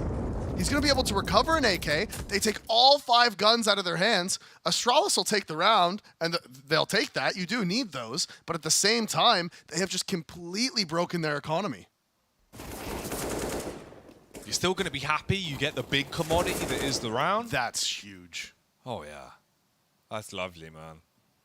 But like you're saying, I mean, a very, very costly one overall. And the knock-on effect is, look at the buy. 3 MAC-10s, 1 AK, and a Galil. Oh. Versus the CTs, who off the bonus, 2 M4s, 2 AKs, and an op. This doesn't even feel like you won the round. No, worlds apart. Ooh. So close on getting the opening pick towards middle there as well. Zipnix, he's just survived on 9 HP from the early commotion. And even worse now, if you're Astralis and you do lose this round, your money bonus is worse than it would have been if you had just lost the last one. So these are the economic games that come into play when you're playing Counter-Strike. That's why the game is so beautiful.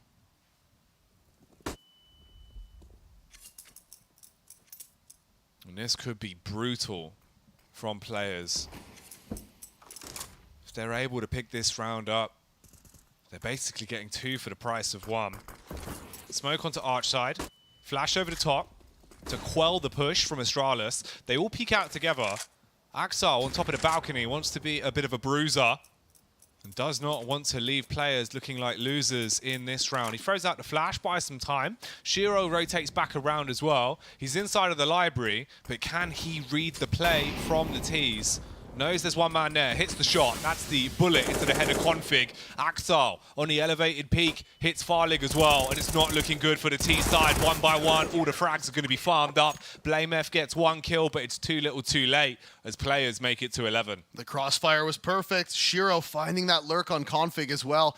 Doesn't jump the gun, doesn't rotate. As soon as he hears the moto smoke, he doesn't just go running over to try to get to the site. He stays posted on the lurk play. He stays watching. He wants to make sure that there's nothing funny happening, and he gets the kill onto Config, and then the crossfire in sight works to perfection. Axile in the pit, doing exactly what he does best, finds the opening as they come up short, and that is going to be players resetting the economy of Astralis. They're going to be on eco, and what can they do about it? Hobbit finds Config. He tried to run up Banana and get the opening with the P250, but Hobbit with the M4 is just a little bit too strong for him.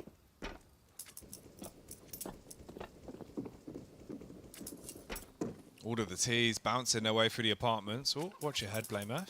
Dangerous. Yeah, jumped straight into the fan. That thing was going a little faster. Could just really cut you real deep. Yeah, decapitation could have occurred there. It looks like, again, this is another round they're basically just using as an existence timeout. Yeah. Just talk it out. You need to figure out what exactly you want to adjust when you get your next buy. Yeah, Glaive's doing a lot of talking, actually. You could just see it. He was being very vocal. Yeah, Glaive and BlameF having a big back and forth. Yeah. Like gargantuan back and forth, even. A ganch forth. Ooh. Yeah, I know. So it feels like they've been able to have the discussion they wanted. They'll now commit to just get the round over. They go running up towards the B site. There's a pick into the back as Zipnix will go down to the AK of Axel.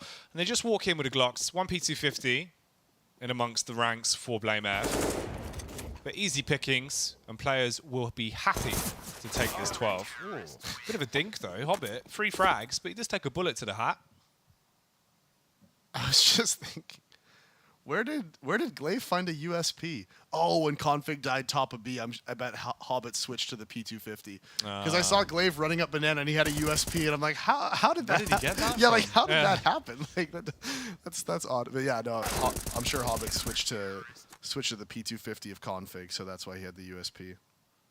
There wasn't a whole lot to think about in that round, so that I really had to. I was like, this is curious. Kind of sus. Where did you get that USP from, bro? Yeah, sussy. You can't buy those on T side. Yeah. Who does he know? What merchant is he speaking to? What are you buying? What are you selling? USP, please.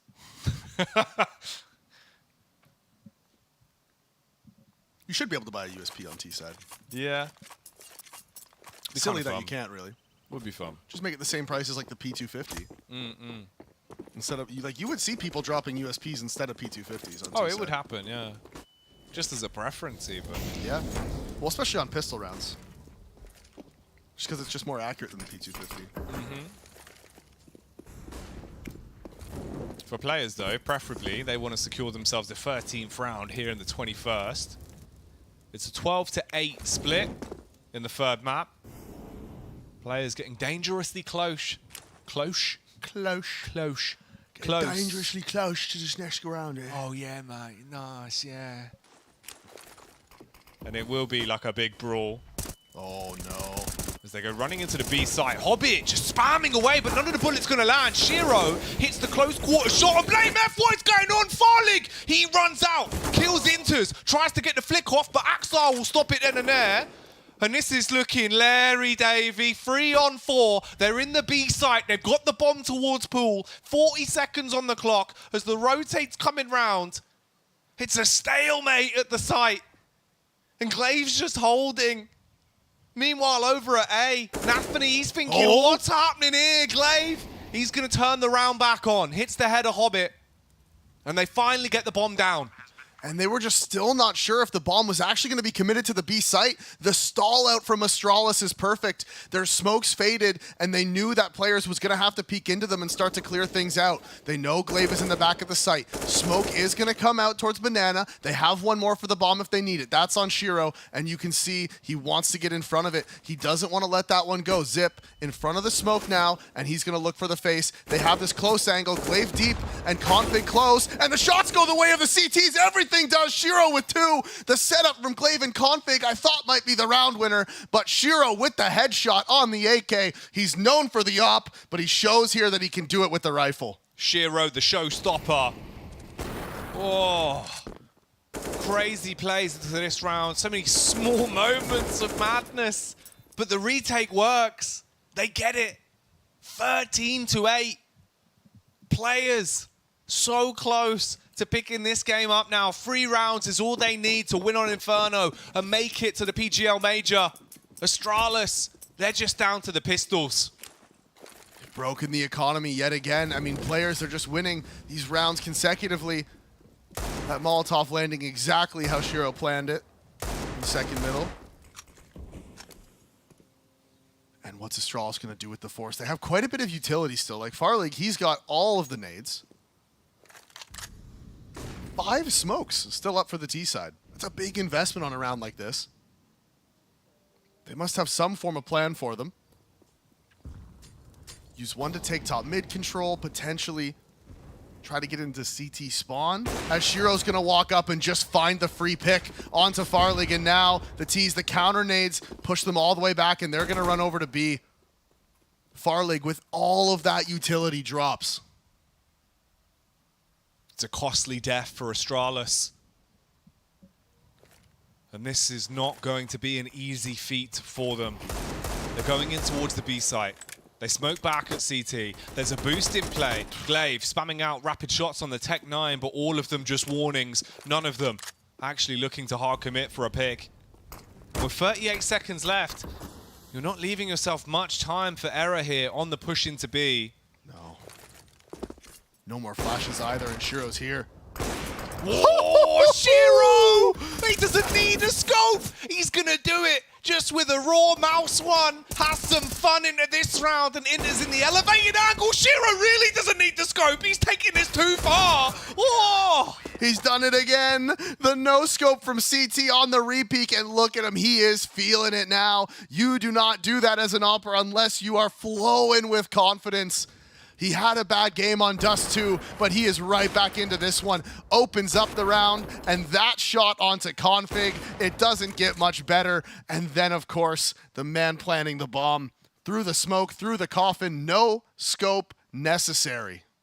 God, he's in spawn with a screwdriver. He's taken the scope off his AWP. And he is wielding it like a blunderbuss, just blowing everyone away. God damn, players. They are in cruise control now on Inferno, Davey. They know how close they are to securing that ticket to the major, and it is just a formality to shut this one down. Astralis, realizing their backs are against the walls. They look shook. 14-8. 2 more rounds. If Astralis want to battle this one back, they need a minimum of 7 to get to that 15. And players now, money built up on the CT side. Look at how many rounds in a row. gun rounds on the T side of Inferno, Astralis is going to have to win to break the economy of players. And Axile, he wants to get aggressive. Look at them. They're pushing right through. This should be one for free towards middle. He spotted him. No, he just creeps right across. Shiro's going to respond, and they've taken top mid control, but they have no idea there's a man behind them, and his name is Axile. He's going to find the bomb, and now, oh, this round is going to be falling apart for Astralis. Axile. Does he see the bomb? Like a mother hen. He did. He can nest up on this bomb and wait for the round to hatch. Hatching a plan to assassinate in the rear. They come running straight past him. Farlick has no idea, but Glaive, he'll be able to hit the flick, takes him down and stops it. That is massive that Glaive gets that trade. I thought for sure that's a guaranteed double for Axile, but look at this too. Shiro, he's aggressive. He finds the kill in top mid, and he heard the player rotating off of window, so there's still 2 CTs in the B site. It's going to be the 3-on-2 execute, and they don't have Molotovs to push them out. Here comes the push. They want to run in through the smoke. The 2-man setup towards the back of the site. Inter's ready to slump him in the face. And it will be the easy frags falling in favor of Hobbit. Gives his teammate a love tap because they have picked up match point here on the 3rd map in this series. And what a play. Axile going aggressive. He wasn't able to find the second, but it doesn't actually matter. He gets so much information, and as soon as Glaive spins around to kill him, then he can tell his teammates, hey, there's one more banana, Glaive is going back for the bomb, and there's might be one towards top mid. You know, we're not really sure, so Shiro peeks out knowing that at most there's one top middle. At most. And he finds the kill, gets the information, and that allows him to keep 2 players towards the B site. Pop flash towards top middle, and Hobbit opens it up. The last round of this game, potentially, and the first kill goes the way of players. That's Hobbit at banana as Shiro gets forced off of long. Oh. Astralis running into the A site. Axile ready for the attack, snipes down Config, there's the follow-up frag, but Glaive busts through the door, waving a 4-4, and Axile ain't breathing no more. Goodbye to Nathany as well, as they keep it clutch, 2 versus 3. Round 24 could still be a potential pickup for Astralis. They've got site control. Glaive, he's tucked into the site with a bomb on his back, but they don't want to commit to the plant yet. He's going to weave his way back around, go for the safer plant. The CTs, they've found their opening. They've got back over. Shiro, he's scared to death. He's scared to look. And Glaive, he's going to leave him shook. Fires off the warning shot. Hard committing for this, but it's getting dangerous, Davey. Runs back. Headshot from Inters. All on Zipnix, but he ain't picking this up. You can't fix that as players get 16 and they're going to the major. They absolutely are, and look at them. They are the first team EU RMR B players make it all the way to the major. They take down the Legends of Astralis, the 4-time major winners, going down to that 2-1 bracket. But huge congratulations to players. That was a massive performance on the 3rd map of Inferno. After their performance on their map pick of Dust 2, you thought maybe Astralis is going to be able to take this one. It goes to Inferno. It becomes a little bit more of a coin flip, but no, players, they showed up, and crucially as well, Shiro and Inters with massive performances on this map. Incredibly so. The opening pistol round was the Inters show. Yes. He just rocked up to the party, found 3 huge frags, each one better than the last, and did not stop, right? Like you were saying during the game, even just a few rounds in, he had a bigger performance in 1 map than 2 games combined. It goes to show how much difference he had. Absolutely, and Shiro as well getting some crucial picks on that CT side. On Dust 2, he was pretty much irrelevant. He was missing shots, he wasn't in the right positions. Overall, it just wasn't a great game from him. Wasn't a great game from anyone on players, but as soon as we got to Inferno, we saw Inter stepping up, and you can see that sort of rejuvenated the team. Like, man, look at, he's doing this. We know that he had a poor game, 2 poor games back to back, and now he is stepping up and performing for us, and we have to be able to take this. Yeah, incredible series though overall. It ends on Inferno where all the best matchups do. So let's get back over the desk and dissect this one. All the best matchups in Inferno. If it's a good Inferno, it can be a banger indeed, although it was quite players' favorite in this one. And you guys said it already, and we're going to talk about it a little bit more. Inters, because he caught some flack also from our side, I think rightfully so, for some of those moments in map 1 and 2. Not just kind of putting the frags up, but the impact and the clutches. I mean, that's the sign of a very good player if you can just reset, and in the most important map you're going to have played in the last couple of months, do that. Massive reaction from Inters, you're right. He had 14 kills combined in the 2 first maps of that series. He had 21 right here, so the numbers don't lie. Great reaction. He had clutches, we'll obviously talk about it, multi-kills, and he was part of that key defense on the CT side. Yeah, I mean, we can't undersell the importance of that clutch as well. It was 4-4. We didn't know where the game was heading, and after that, the economy spirals out of control for Astralis. They need to eco, and Gambit just take the game away. Yeah, it was also, speaking of their confidence, I feel like, because players got off to a flying start, and then Astralis did manage to string like four rounds together, but they kept force buying or half buying because they knew if we win one, which we think we can, we're just going to take over this half. Yeah, and there's a few very good rounds. They were trying to like pull off some pushes, try to kind of surprise players, but it didn't work out. Here we see the Inter's clutch coming in as well. Yeah, just an amazing moment which kind of defined the game. Surely, and even though the scoreline seemed quite close, you could see that players were just putting maximum pressure on Astralis. All these clutches, it might not amount to much, but you are making sure that your opponent never have enough money to be safe. If they lose a round, that is it, and this is when Inter's actually struck. Yeah, before the Inter's clutch, it was a 1v1. The config won, there was a 1v3. The Exile tried to pull off, also came down to a 1v1, and the economy just they couldn't build a bank on the Astralis side. Did you see different problems for both the T and CT side for Astralis, or is this one general thing you can point at saying this really wasn't working for them on Inferno? Well, I think they actually played a decent game, but on the other hand, players just had everything going their way. Like, you get the control of the economy, plus you have Inters, who should be the worst player, playing amazingly. You see Hobbit stepping up, Exile, but also Shiro, who was missing, had his moments as well. The CT side of players right here gave me flashbacks of that time in 2021 where they were dominating everybody, and I mean everybody. They had these very switching CT defenses where sometimes you're just watching thinking, wait, hold on, Hobbit is banana now and Nafany is on A. The next round they shuffle it around, so they were always one step ahead of Astralis. Yes, they were. I believe we have an interview ready with Exile. Oh, we don't? Never mind. Just kidding. What was it? I mean, would be nice to hear from him. It's a highlight reel, sorry.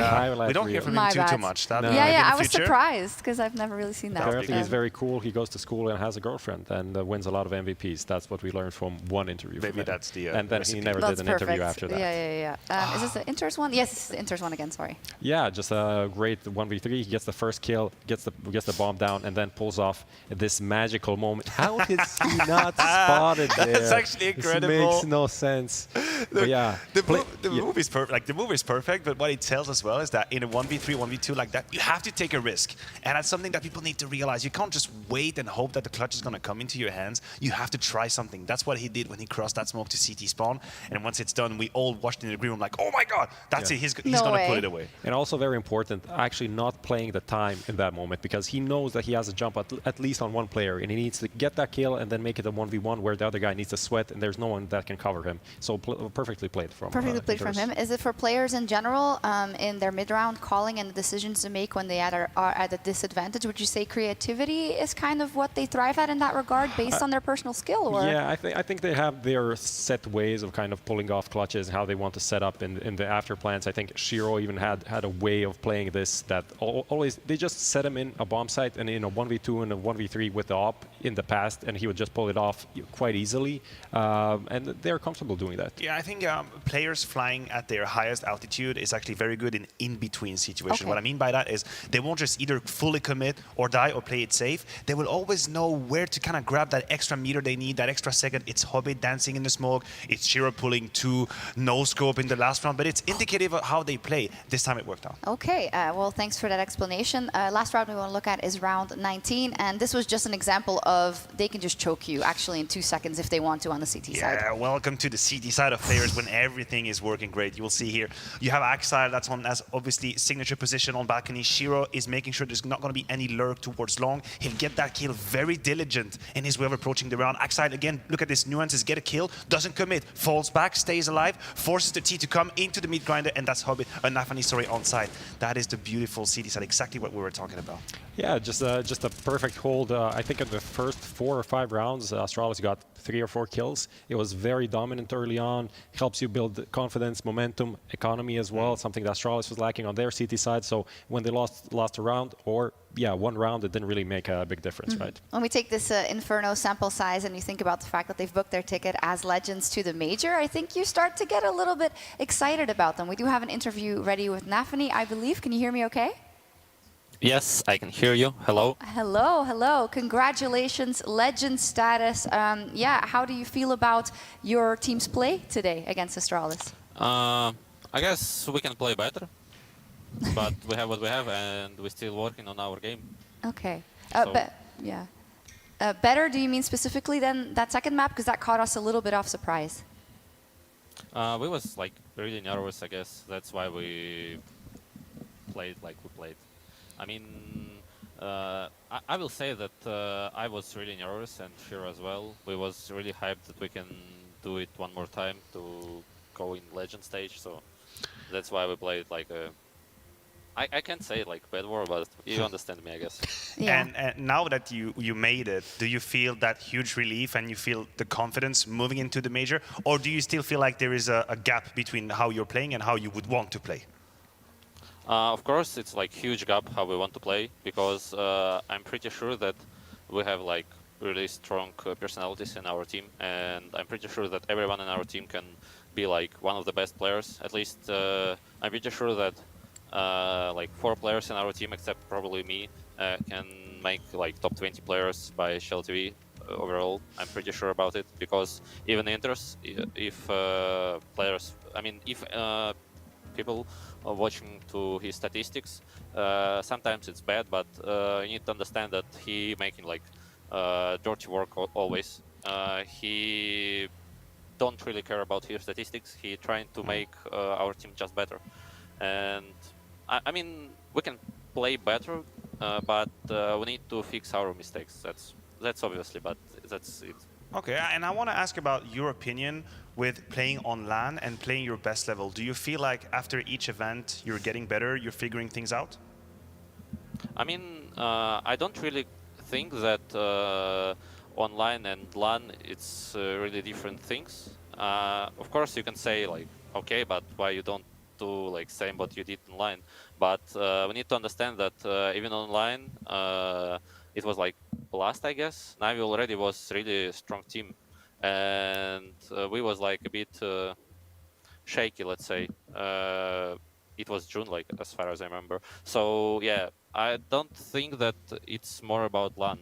And as I can see, our players is ready to perform really cool, but we still need to work about our mentality. Yeah, you touched on Inters as well. Like looking at the first 2 games, even though he is the support player and having a lot of these dirty work done on the server, he didn't have a great game. And then we saw him on Inferno pop off. Like, what is the difference? How does that happen from one map to another? That's how our team works. Sometimes our player can have a bad game. For example, Shiron does too, but any other player can switch him and perform really cool. So that's like I want to see our team like this, when some player maybe have bad game, but others will help him and we will win overall. Okay, final question. How do you feel right now about how you're performing as an IGL, knowing that kind of the major is coming up where people expect fantastic things from you guys against the best teams in the world? I mean, I'm really young in-game leader, but we need to understand that, as far as I remember, maybe the youngest one in top 20. So I'm really unexperienced, and our coach Groove, he is really experienced guy as a coach and as a in-game leader. He trying to help me a lot. He like speak with me every day, and we're trying to figure out it. He trying to do me like a better in-game leader. And of course, if you will see like best in-game leaders right now, it's obviously Kerrigan. It's obviously, I will say, Apex, in my opinion. These 2 guys, it's really cool, but in my opinion also, if we will speak about like perfect team, it does not matter in-game leader you or not, you should perform well, at least. At least perform to an adequate level. Thank you very much, and good luck at the major. Thank you. Good luck. Awesome. Thanks. Yeah, I mean, he's right. He's a very young one compared to kind of the others. And also in terms of the amount of big games these other IGLs have played on LAN. But it's nice to see that he admits that and that he says it's a work in progress. Plus, I expect my team to get a base level no matter what. Right, Prof? Yeah, they are a team that has still a lot more to give. They have been together for a long time, but they're still pretty young, except Hobbit. The development to happen is still there. Yes, that's why I asked him, do you feel any difference from LAN to LAN to LAN? It's with the experience, with the time, comes the tenure, comes the ability to be the best IGL. And I just want to see Gambit players keep improving. Yeah, I see the next analyst crew. They're already standing there. So I think we're going to go to a break pretty quickly, unless we're going to take a look at the schedule again. We are not Copenhagen Flames versus NIP. Will be up next on the A stream. And yeah, we'll give it over to our colleagues and take a quick break. And we'll be right back for that best of 3. Bye-bye.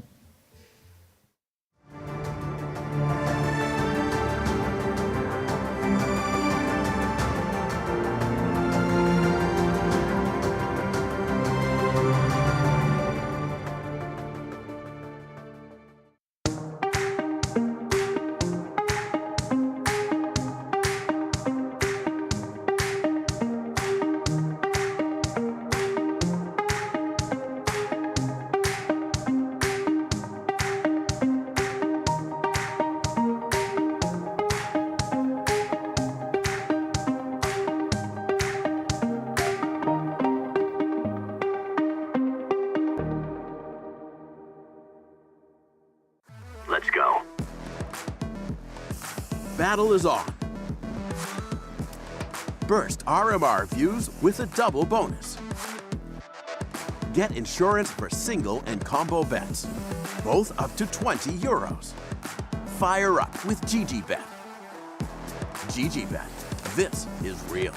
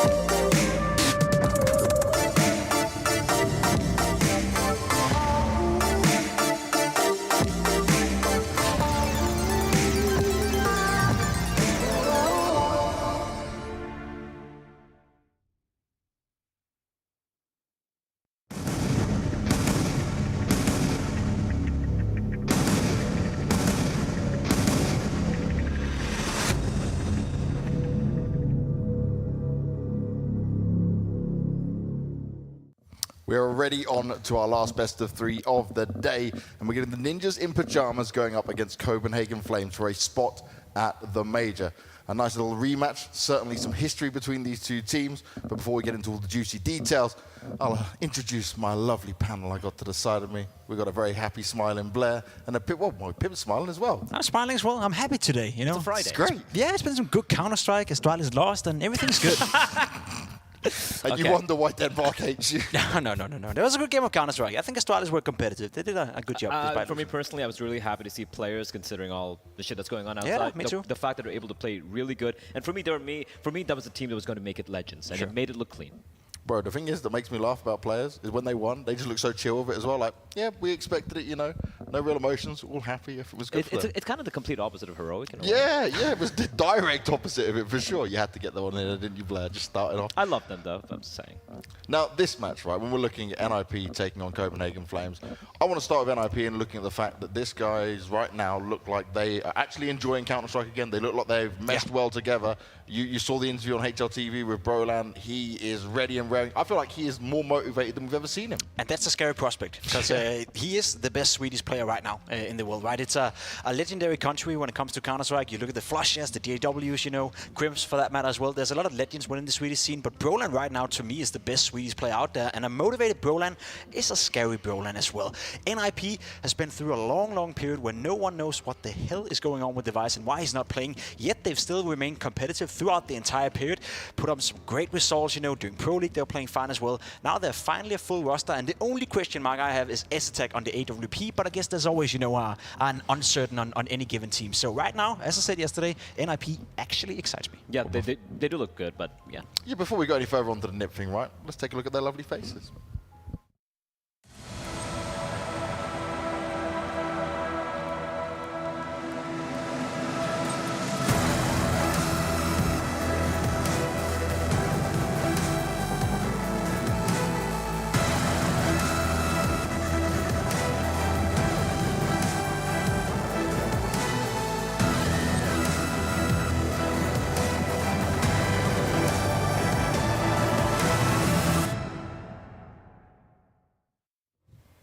Now, I touched on Brolan already, but we got to also talk about Rez, because you may laugh and joke about S-Attack, what we know we can do on the AWP. Well, Rez can certainly do it. If anything's to go show by that. Yeah, I think the most surprising thing, and which is what Pimp alluded to earlier, was in that Pro League run they had, that was a dead team walking, right? You had Fozy still playing for that lineup. They couldn't get in Brolan because he wasn't listed as a player initially when they were playing Pro League. So the fact that they're able to have such a deep run, losing eventually to the finalists in the form of ENCE, who we know are a very solid team right now. They lost to G2, they beat Liquid. With that lineup, I was very impressed. Right? But again, the factor there, the reason they had such a deep run was Rez playing like it was 2018 all over again. Now, the good sign for them is Brolan's delivering in his debut games. Rez is looking the same he did. He's continuing that form. But let's be real, so far they've played only Endpoint. They've only played Bad News Eagles. And both the maps were in Ancient, which is a very comfortable map for them.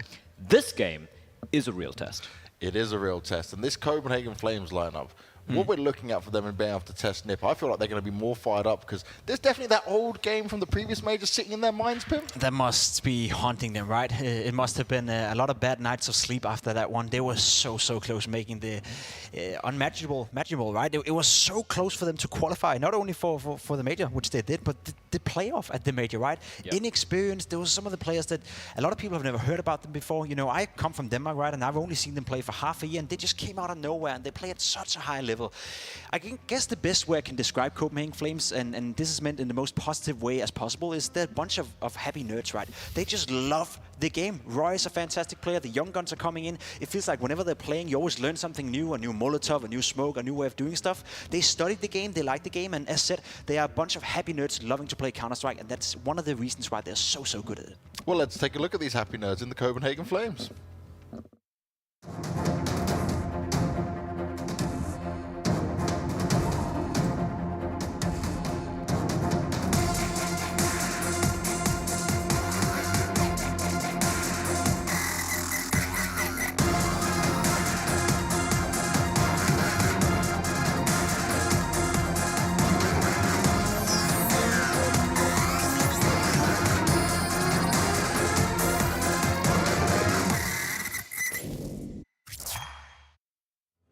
But you have to ignore their happy faces when it comes to that video, because when you get in the server, they're certainly a dangerous team to go up against here, Blair. Absolutely. And this team, I think they've defied expectations time and time again. There have been people who've been like, after the major performance, they're like, that was just a flash in the pan. The Roy won't be able to maintain that stop performance, considering his advanced age, at least in Counter-Strike at the very least, although he's still pretty young compared to us. But yeah, they've managed to prove a lot of people wrong. They did have a little bit of a period where they were struggling against teams they really had no business losing against. The caveat being was all online. This is a team who seems to thrive in this LAN environment, the studio LAN environment. They haven't really been tested yet in front of a crowd, but they don't need to right now. Right now, it's about playing their nemesis in the form of NIP. There is a lot of history as well. You got to remember back in the Stockholm Major, NIP knocked them out, like you mentioned earlier, Banks, and even recently in IM Katowice, it was Copenhagen Flames who got a little bit of vengeance, although that was an upper bracket game. Sure was, and it was a good game for Copenhagen Flames. You see the scores right here, 16-12, 16-3. There wasn't even a game, to be completely honest. And I like the way you said it right there, Blur. It's a team that seems to thrive in bigger games, right? Whenever they play online games, whenever they play, teams that are supposed to be below them, they play to their level. And whenever they play against a good team, they play up to their level as well. So it's one of those teams that is very diverse in that regard. And when I look at Flames, I think, no, on paper, they shouldn't be able to compete against a team like NIP. You also look at the organization and the size of that. They had a very, very rough time even keeping the players because the economy within Copenhagen Flames is not as strong as it is in NIP and Astralis and FaZe for that matter as well. Yet they still remain competitive. So it is kind of like the David against Goliath right here, and I think it's going to be a good game. Another David versus Goliath, but I want to look at another matchup in terms of internally between these two. Now, Broland we're going to highlight straight away, but we're also going to bring on Yavi as well, right? Both of them right now looking like they're putting up some big performances overall. But when we look at this, Broland's the more experienced one, Broland is feeling hella confident right now, and potentially we're seeing the best Broland we've had overall. Can they match up like this? The reason these two players are here for us is the fact that they've both been the highest, one of the highest rated players for their respective teams, right? Obviously, Rez was above Broland, but Yavi is not considered as the star player for this team. He's the kind of one of the strong pillars of the team behind the foundation of Copenhagen Flames. But you look at Roy, you look at Nikodos. The fact that Yabi's been having a fantastic event thus far, if he can maintain that, and on the other hand, if Broland can maintain that kind of honeymoon period he's got going, we're in for a clash of some pretty nasty firepower. They're going to be in deep trouble right here, NIP. I say, with a smile on my face, because Flames is one of the few teams in the world that play seven maps, right? Yes. It's not a secret. NIP, they can't play Dust 2. They have to get rid of it, which allows for this pick, the Vertigo one, and that's such a strong map for the Flames. They play it a lot, and they're good at it.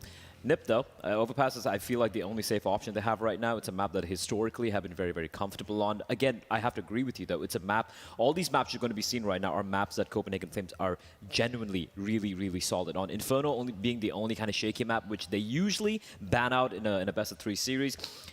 That is a bit of a surprise. I don't know about that. I kind of feel like Copenhagen Flames could have just banned out Ancient, because that is a map we know NIP can thrive on, and it's a map that they are right now undefeated on, and it's the only map we've seen Broland play on. So why are they letting that through? That's a bit of a question mark for me. Flames are good on Ancient. They're very good on Ancient, but I agree, NIP is probably one of the best teams in the world when it comes to that map. It is kind of telling they're not picking it into it, and I think that's a result of the fact that they actually respect Copenhagen Flames on Ancient as well. Otherwise, you'd be like, why don't NIP pick the map? They've been so good on it so far. Yeah. Flames, again, going into Overpass, NIP's map pick. They have won 4 in a row on it. Again, a map they're very strong on. We saw yesterday this new Molotov that no one has seen before. So I'm a little bit worried on behalf of NIP. Looking at the teams, looking at the players, looking at the squad, sure, NIP are the favorites, but I would be very careful with underestimating Copenhagen Flames. I think that's the thing, though. For NIP, we just haven't seen enough, right? And it's a fundamental change in the way they play as a team, because Fozy, Broland coming in for Fozy, he's not coming in as the AWPer. Now, Asadak's got to play the role of Fozy,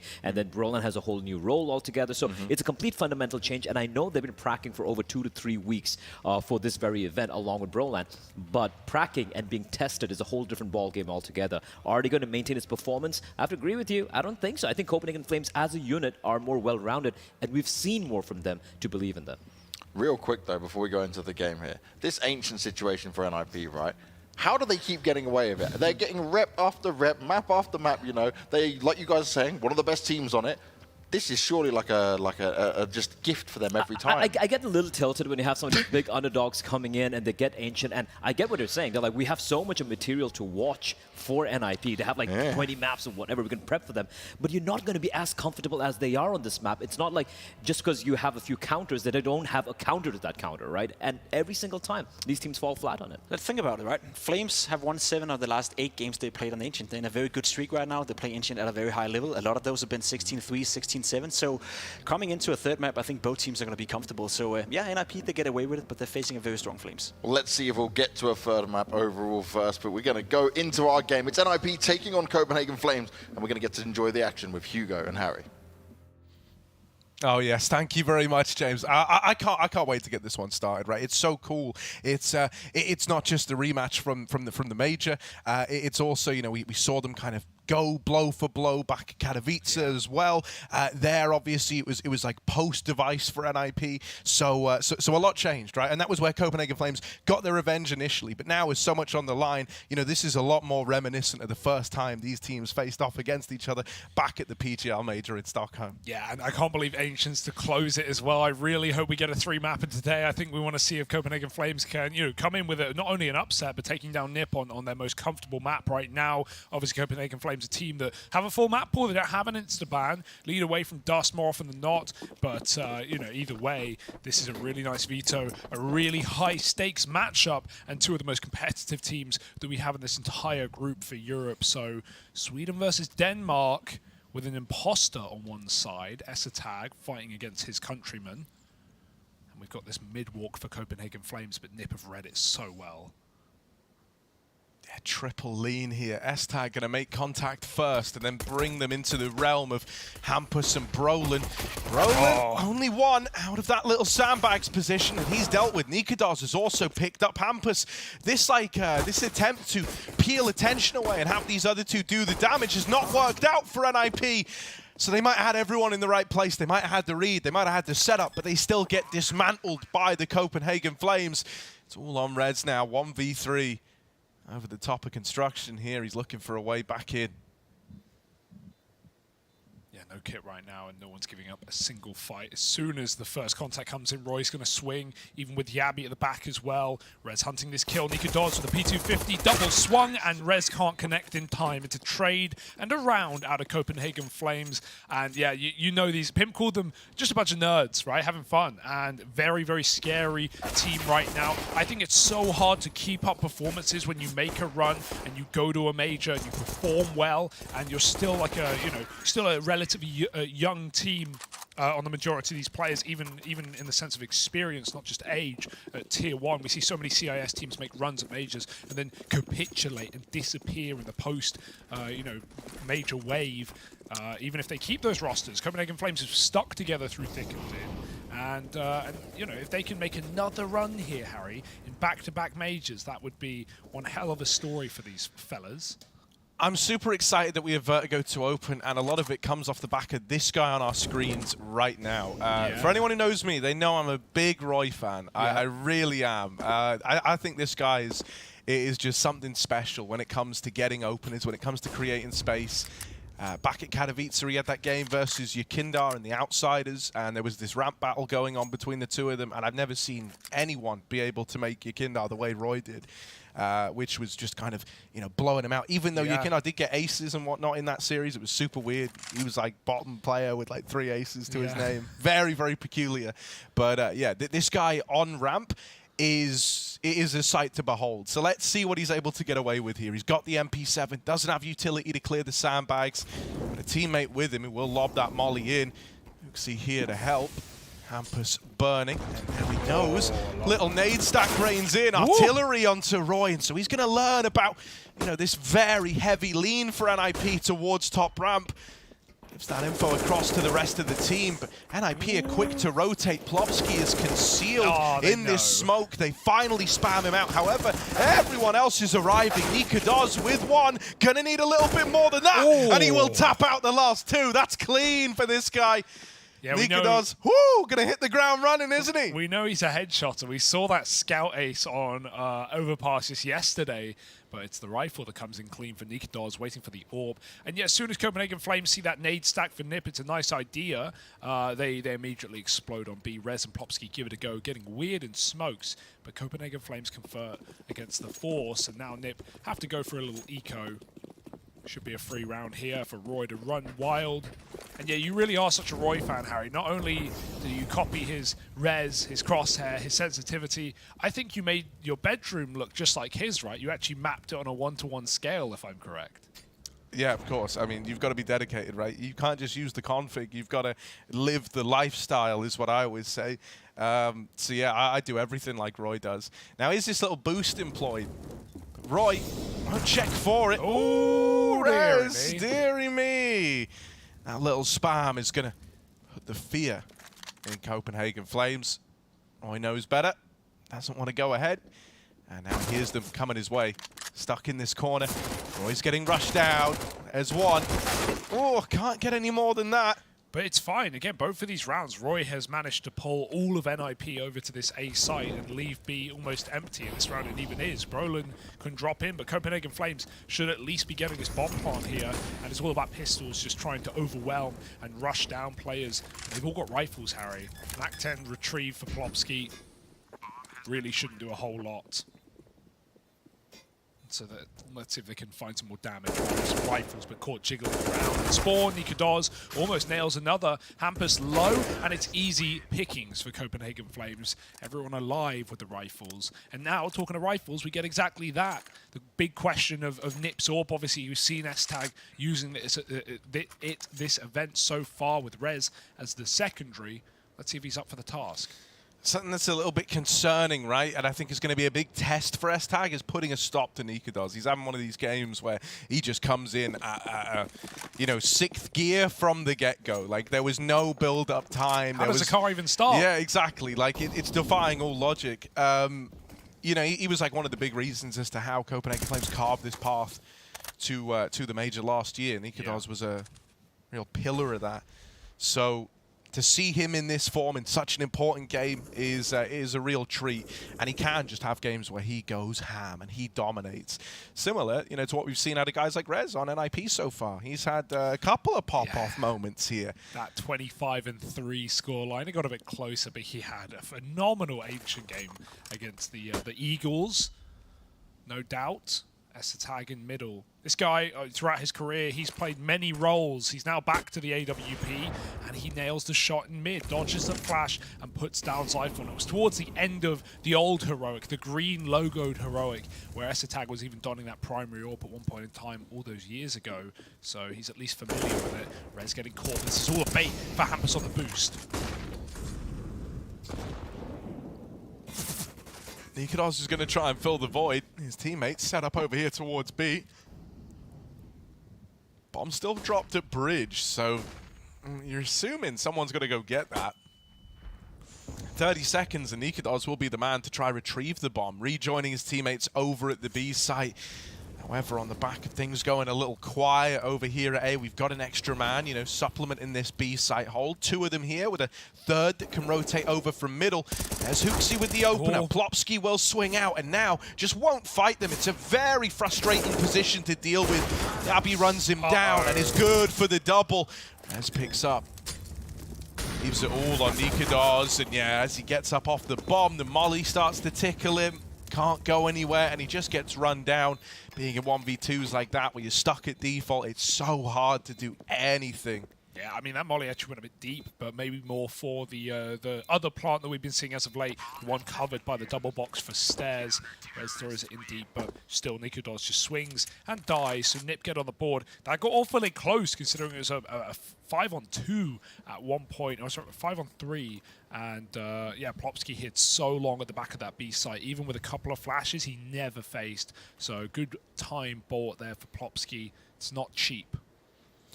I'm getting, you know, a little bit worried because I think, you know, Roy over towards ramp. Maybe I've sold everyone on him very, very hard, and you know, it's not really You're yielded already the results. getting off the Roy train 4 rounds in. I'm not getting off the Roys just yet, right? Here's the thing.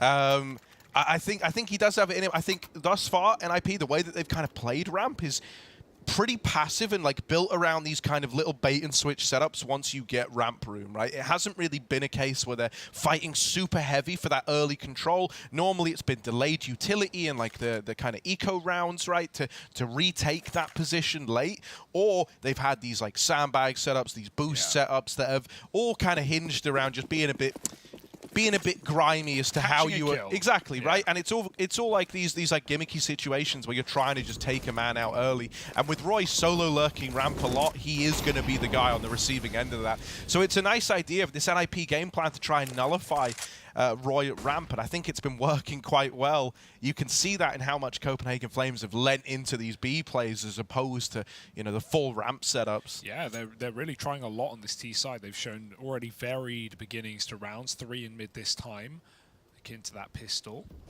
Oh, do they boost? They're double nading, double smoking over the top. Flashes, you name it, they got it. S-Tag gets that pick. Hooksy dead first. Siphon wants to go, but that Molotov lands at the right time. And it's up to Roy to entry B this time around. That's a beautiful flick, but there's 2 more CTs facing. S-Tag peels off mid to help out, but now he's got to look back. That molly lands. It forces the bomb in, and S-Tag drops it. This is lovely for Nip right now. A 4-on-2, and they know where Plopsky is. Yabi's looking for that kill to slow down in the mid-round. With Nikolas dead in middle, yeah, it was only a matter of time. Solid. S-Tag, lovely, clinical with this AWP. You know, you touched upon it. He's been a man of many talents. It's kind of in the story of this dude's career.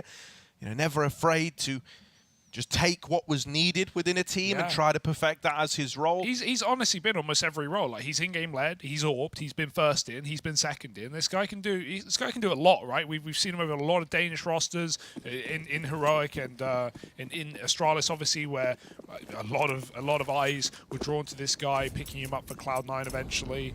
We all know how that went, but coming back into Nip, it's really nice to see him still varying it up, still keeping it fresh.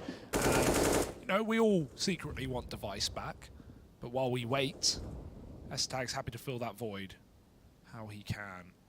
4 kills in that round with the AWP, and now a bit of a B walk with just Glocks.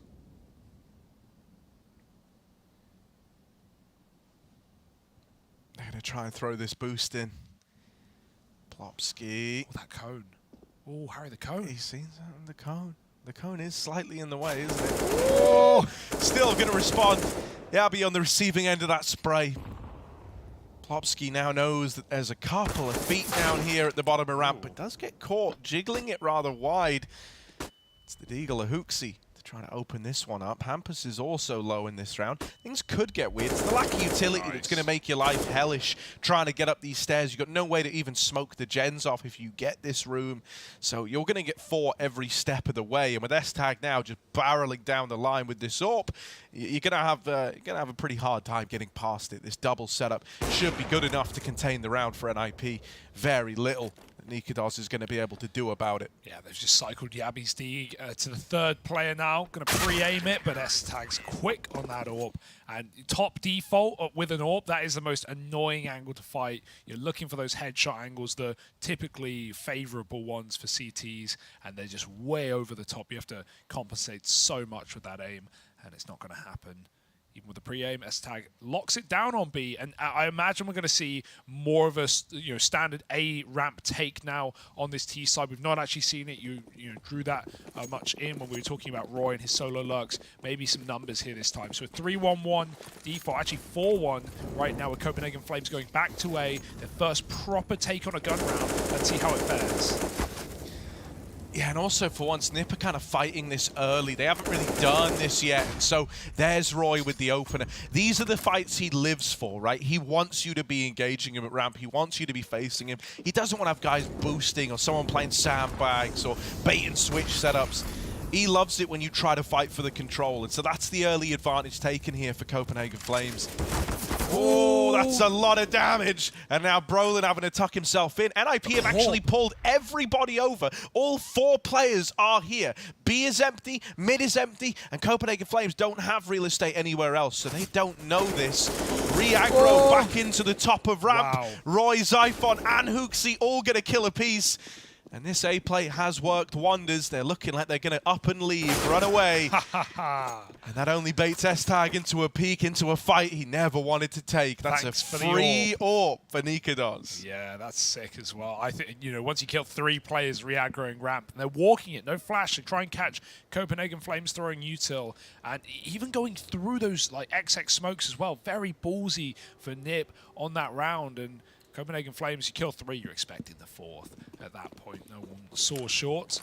And now Nikolas has an AWP to play with as well. Going to take his spawn towards A, look for this pick. S-Tag yet to take A spawns. Actually just been leaning B and mid most of these gun rounds.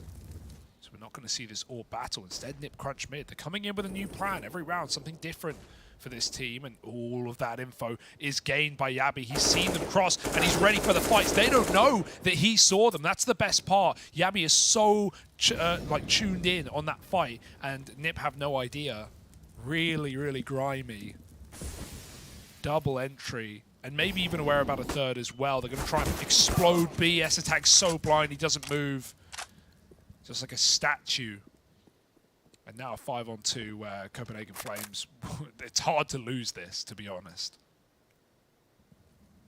Yeah, Nip are conceding everything. They are playing CT spawn. They kind of want to just save. And because they didn't know whether or not, Copenhagen Flames are up A, or if they have joined Yabi now over towards B with him going so deep, they've grouped in CT and started to fight away from the B site, trying their best to hold on to these guns. Lovely round out of Yabi, though, right? It goes without saying. Really, really nice, little entries over towards B. Sets himself up with a flash that was so good. It left S-Tag so blind. And also, he just didn't really believe that anyone would just be, wide swinging on the back of it. He kind of hangs around, doesn't fire off. This is a nice save for Brolin and Rez. Going to get away with their guns at least. 4 kills. I mean, we still got rebuys for Copenhagen Flames, but they're not going to be building up much money off of that one. So that Yabi little mid-angle, that was pretty gnarly, isn't it? So it's like a pixel angle to spot the cross. So for Nip, they're peeking mid there, and if someone's defaulting mid, they're going to be holding on top here, this angle, and they usually will see, oh, there's a headshot angle, he's playing it, he's seen us mid. Yabi does not get spotted. He's crouched, he's playing a pixel, he sees them push mid, and then he readies himself for a gunfight. Meanwhile, Nip are thinking, ha ha ha, there's no one mid, and they're just walking around the corner, and so Yabi's just so much more favored. It's cheeky, it's nice, it's smart.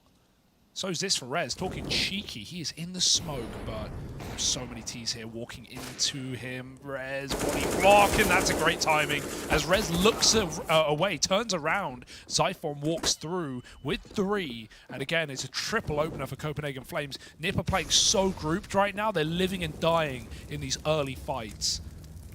Rounds being won or lost off the back of them.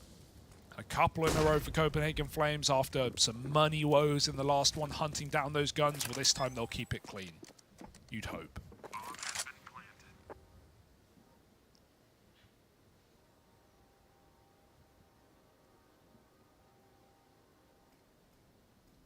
Yabi's already hunting. That's only the USP. The big gun is here. Brolin's not looking to part ways with it anytime soon. He really doesn't want to give up this A1S. Once again, trying to drop them in the save, getting wrapped, and Hooksy will remove it, so doesn't get to save it twice in a row. Copenhagen Flames up on a 6. NIP, something that they were doing really well early on was kind of not giving away these early fights, in particular over towards ramp, but like even the triple mid pushing in. These are cool ideas to try and like test the limits of the Copenhagen Flames default. I would love to see them go back to these kind of grimy bait and switch setups over towards A, right? Where something that you just said, which is the rounds are kind of being won or lost on the back of this first fight, on the back of this first engagement. They're so all-in on it that there's no room for it to go wrong. There's no contingency. There's no fallback plan. If you lose 3 pushing ramp or pushing middle, that's the round. You are not coming back from that one anytime soon. No, we haven't seen, when Copenhagen Flames are getting bomb plants, it's only to start the clock and guarantee the round in like 5-on-2s and 4-on-1s. So yeah, we need to see Nip maybe play a retake round and give up a bomb site. Or even just try and catch Copenhagen Flames in the plant, because right now it's so early on where these rounds are coming through. Fight down ramp is nice, not overcommitted is Hampers. He hops out quick. Roland has short side, and this is looking a lot more standard now for Nip. They tried to be audacious, they tried to be cheeky, but reality came crashing down, and Copenhagen Flames, up with a very good T-side start to this map, has forced some respect out of Nip. Plopsky passive B. S-Tag spotting mid, but the bulk is this AAA setup. The Copenhagen Flames are working right now. A util trade out on short side. Molly's going to push back Brolin. And for Nip, it's the question of if you want to re-aggress on ramp. And if you do, at what point? There's no flash primed for this play. S-Tag has one for the boost. Re-smokes are buying Nip more time. Oh, that's close to Brolin. He doesn't want to stick around. Copenhagen Flames dry fighting at ramp, not even trying to set this up with a flash, and that will betray Nikados as he's spammed through the top of this smoke. Shot Rez, the AWP off. top default. Flashes to slow Copenhagen Flames down, and with only 20 seconds left, they're going to have to go. They're going to have to explode onto this site. Brolin, in the meantime, is up through the short side, and everybody's dead. Zyphon is late lurking through B, and he's never to find anything here. 1 versus 4, just going to save the AK. They even know what he's up to here. Not uncommon to see him do this. And so NIP will get that round. That's a really nice return to just, you know, getting passive with it, waiting them out, besting them in kind of, you know, this this fight for top ramp, never giving them that invitation to pick the pace up. And that was just a lot cleaner across the board. NIP, few more rounds like that, and this CT side is well and truly saved. Yeah, they're testing their executes right in that round, and S-Tag from Elevator, he holds a flash in his hand for like 45 seconds, lobs it high, and Nip just able to jump up off boost, swing, fight. As soon as Copenhagen Flames try and commit, far slower of a round, a lot more respectful in the early round. Rez, he wants to go back for this. It didn't work last time, sitting in the smoke on short. Maybe coming through, looking for a kill through the gap, but they might see him back. He throws util. Gotta be very careful. It's S-Tag, first time on A with his Orb, puts it to use in taking down Zyphon. They molly him. He's going to be able to get out. Oh, Hampers wallbangs him in through the yellow side, and that's one way to trade it. Knowing the angle, he's got his receipts. 3 on 5, and Copenhagen Flames, a very difficult spot right now. Hooksy wants to try and like get involved, try and trade, but he's got the bomb on his back. He can't go further than this. Like that would just be the entire round thrown away. As a result, it means there's no punishment on Roy's death. You know, there's no follow-up to that. Everything gets very, very slow again for the Flames. Util goes over, Rez doesn't push with it, just decides to play the short wall. S-Tag, the timing could be awkward here, could be a little rough. Now concede the angle. Flash goes in. S-Tag, missed shot. That looked dead on, but Nikados able to land his. However, the rest of NIP should be here to pick up the pieces. Yabby's dead. Hooksy and Nikados stuck over here at the sandbags. That's a lovely reaction. Second kill now from this AWP. And a 2v2 inside of the site. They go swinging out. There's also a wrap coming in. And so with Nikados dead, the round is secured. Brolin, lovely little double up. And I mean, even if those guys had fallen short, you had this big wrap for Blobsky coming in. The swing fight that round is Rez killing Yabby coming up on the site, because he not only doesn't have a teammate to trade, he's alone, but if Yabby gets that kill, it's a 3-on-3. Suddenly Copenhagen Flames have enough players to cover that bomb plant, but you see how suppressive Nip are. As soon as they hear that plant in a 3-on-2, they know that one player doesn't have his gun out, so they just jump up boost, they swing default, they kill the AWP, and then they close it before he can even get off the plant animation. So yeah, really nice for Nip. But you're giving up ramp and playing these bomb sites and playing for the plant is going way better than the early game where, you know, they were just getting triple killed at top A, and now Rez is starting to feel it. He's starting to get confident again. He knows that one kill was so big last round. He's even pushed all the way through A, leaving the AWP on S-Tag on sandbags, but this is not an A play by any means, while Roy's lurking alone. The rest of this T side are creeping towards a B site. And this boost, if you don't want your gun to stick through the wall behind wood, you can't switch. You can't quick switch, you can't QQ, pull out nades. But it doesn't matter when Plopsky does that. Jumps up with a flash from Brolin, and you couldn't have timed it better. Yeah, beautiful scenes now. Roy has won one fight over here at a ramp. Maybe that's a contingency plan for Copenhagen Flames. Maybe they see how much room this guy can create. Zyphon still challenging the B stairs. The bomb has gone back to rejoin Roy over here outside of the A site. Brolin just not overextending. Flash goes in. Oh, that's a quick reaction from Zyphon, who was at the full mercy of that flashbang. A 3-on-3. Now the A site is the more reinforced of the two, and you've just seen Hooksy here. You know, that earlier it was only Roy, and it often only is Roy in these A-side lurks. So that is a lot of information now for NIP to go off of. You can see that Plopski's left the B site in response to this, is kind of playing that construction angle to watch both mid and B. It also is going to give him a way faster rotate over here towards A. The nade finds Zyphon over at ramp, and Roy, there just isn't time for this. There just isn't a world where that 1v3 can happen. Lovely for NiP, lovely, right? From the flash at B ramp to challenge early, and then they have a great reaction to the info that they gain over towards A. This CT side is looking sharp. Yeah, there were some really nice early rounds for Copenhagen Flames, but NiP quickly realized what the solution is, and they are applying it with pressure. I love that nade play at B as well. They hear that A is just too quiet, and even though Copenhagen Flames haven't made a step on the B bomb site, it's just expected by Brolin and Plopski. A flash for a double, just an eco now, shouldn't be any problem. And Hooks is trying to pressure mid, but as he runs away, the nade lands. And Copenhagen Flames are going to get picked apart in a round like this. Not really much to be said or done with no utility on the T side of Vertigo. Oh, that's a clean shot. Any more, perhaps, Roy? No, Rez will shut him out.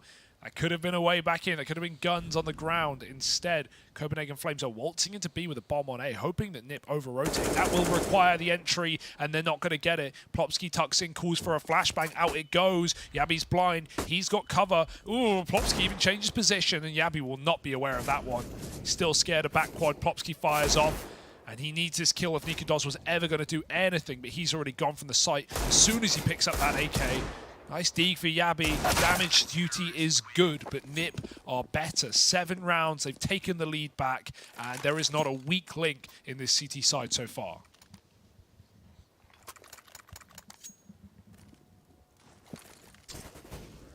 Oh wow, I thought that was from mid, but perfect bounce off B. Util's really clean. Even on this B site, we've seen like Plopski play quad and default, and like NiP are throwing like triple flashes, just one after the other, chained over from CT spawn. I imagine they're leaving flashes in CT for those rotators. Yeah, you can see some on the ground now for whoever's closest right now, and it's really good for either bomb site. You know, not that NiP been in an A retake because they've been super heavy on A, but on B, if a mid player or an A player is leaning back, they can just start chucking him over for Plopski, and he's making good use of that utility right now. 7-6. Here's a big gun round for Copenhagen Flames.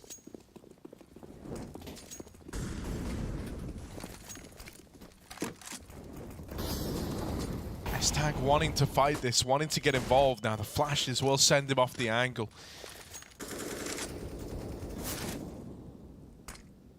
Rez is trying to play around this short smoke. He's attempted it a couple of times now, really to results that have often gone against him.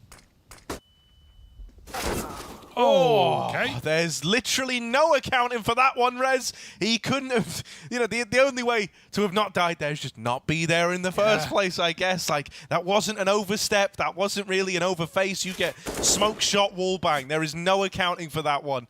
An early advantage for the Flames. S-Tag will respond, bringing it back into this 4-on-4. Now, Brolin gets the info that Zyphon is out in middle. A little bit wide there. Hampus would have loved that kill. That would have been huge for NIP. Zyphon's able to keep on swimming, still alive. Nikodos out through A. On a bit of a mission here, walking in deep. S-Tag is holding from under the boost, but it's only this short angle. And so Nikodos is given a deceptive amount of room here. Oh, it's being considered. Brolin and S-Tag, they got the comms on lock, man. They know exactly what's being afforded to the Flames. Zyphon has brought us back into a 3-on-3, but the trades, they keep coming up in favor of NiP. They keep going the way of this. Oh, what? Oh, it climbed up. no. It climbed up. These mollies, man. And now there's 10 seconds. A flank's coming in. Zyphon doesn't really matter about this fight. His teammate's dead in A. This is a done round. Kill or not does not make a difference. And he's going to die as well. That is just worst case scenario. Not after time. Could have been more problematic, but my God, NiP, they almost lose it to the Molotov, and S-Tag saves the day. This CT AWP on the A site is causing a lot of problems for Copenhagen Flames. He is wrecking them right now, is S-Tag. Kill after kill. And Brola, this is so good. Nikodos was just trying to clear angles as clean as he could. And Brolan's so fast, man. The Swedish prodigy, I don't know if that word even applies anymore. He's more than proven.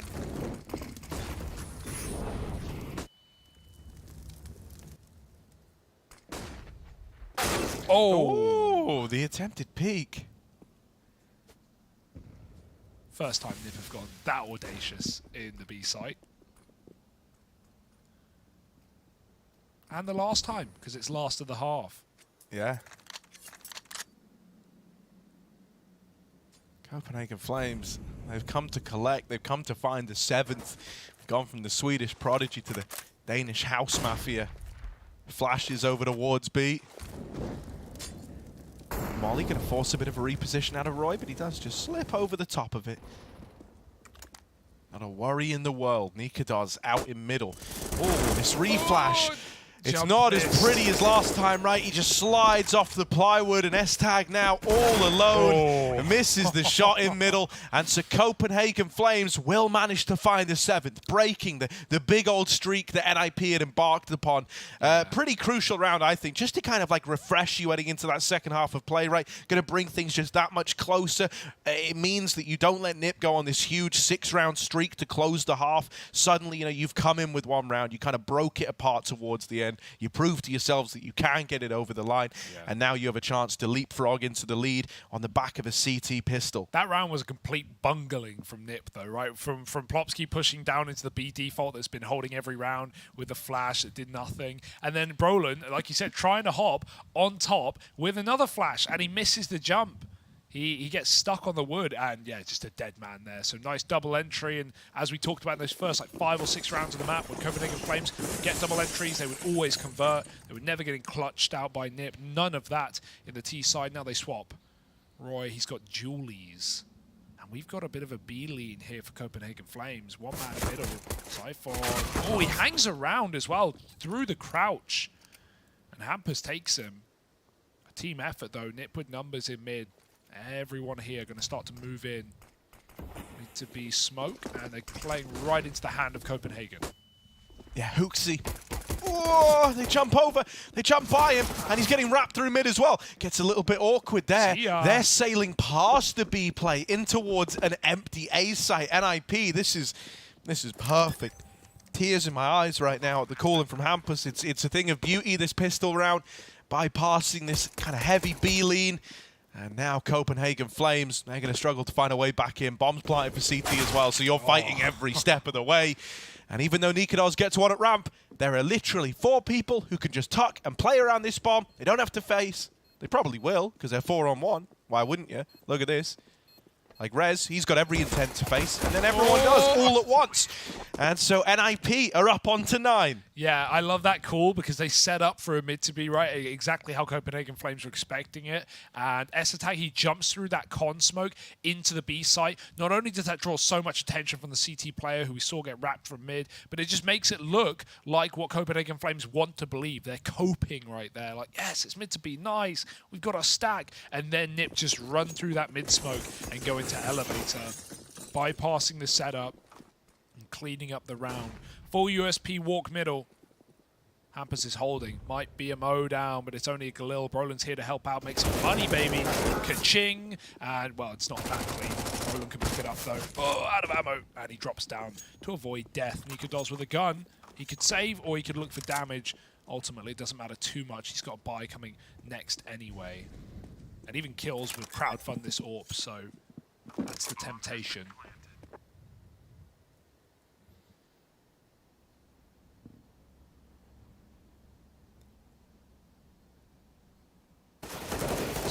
Oh, perfect pre-aim. He's getting wrapped, so he should still be dead, like, but yeah, you can't take it away from him. It's a lovely little double in a round where he didn't really have anything in. So, yeah, you know, bit of extra damage done at the end there. Something that's kind of poetic here, though, right, is that, you know, we talk about this as like one of the matchups from the PGL Stockholm major, the one that kind of decided whether or not you got to make a run into playoffs or your journey ended there. And Copenhagen Flames, they had it all taken away in an OT affair, right, in a full-on 3-mapper. Gave it their all, poured their hearts into it. Yeah. But in that series, it was It was Hampus and it was Device who stepped up a lot for NIP to fill that void. Well, Hampus doesn't need to do that anymore. Device isn't here. Hampus bottom of the board, right? Just kind of full comfort in the team, full ability to just sit back and lead. Then we've got Brolin, latest edition, moved over from Fnatic, top of the board, looking really, really good. S-Tag, the man filling the shoes of Device's AWPing. Second in the server, 15 and 11. It's a real kind of changing of the guard type look. And it feels quite nice for NIP. Yeah, especially when this is a team that, you know, they just had so many roster moves, right? They've had so many academy players in and out, so many role changes. Now they got Brolin in. Now they got S-Tag on a new role for the time being. It's just constantly in flux. It's constantly changing. How do you gain consistency while doing this? NIP seem to have found a way. And I think a lot of that has to go to the calling of Hampus, but also the addition of DJL, who has really fixed T-sides in a big way on this map for NIP. Has helped out. Oh, nice shot. Nikados, he's just sliding in.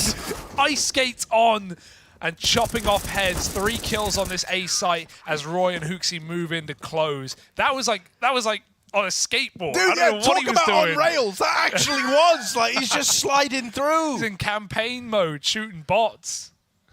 That's sick. For an AWPer, I want to know his headshot percentage, because when he hasn't got the AWP, look at it. Scout A1S. This guy's clean. That was just so nice. And, you know, I think that round there showcased just how strong crouching is. Like, you are, you know, we should all do it. Yeah, all the just time. crouch all the time. Crouch, slide spray, everywhere, slide. like a slug. Way less slippery. Nikados. No, but, you know, I mean, you'd be surprised. Like, not many people know that when you're crouching and, like, moving, you still have, like, top accuracy. Don't start a new meta, Harry. I'm just saying it. You know, me and Davey have been talking about it a lot. Yeah? Yeah? Crouch sprayers, united. You don't spray, though. No. I mean, it's not for me. It's for everyone else. Well, that's a big round out of nowhere from Nikados. 21 and 13. Yeah, they don't like it. They're speeding it up. Or they wanted to. Yeah, they tried to take some space quickly, but it's not really gone their way, has it? So probably just going to slow this down now. Wait and see if you can catch anyone getting over-aggressive, overzealous.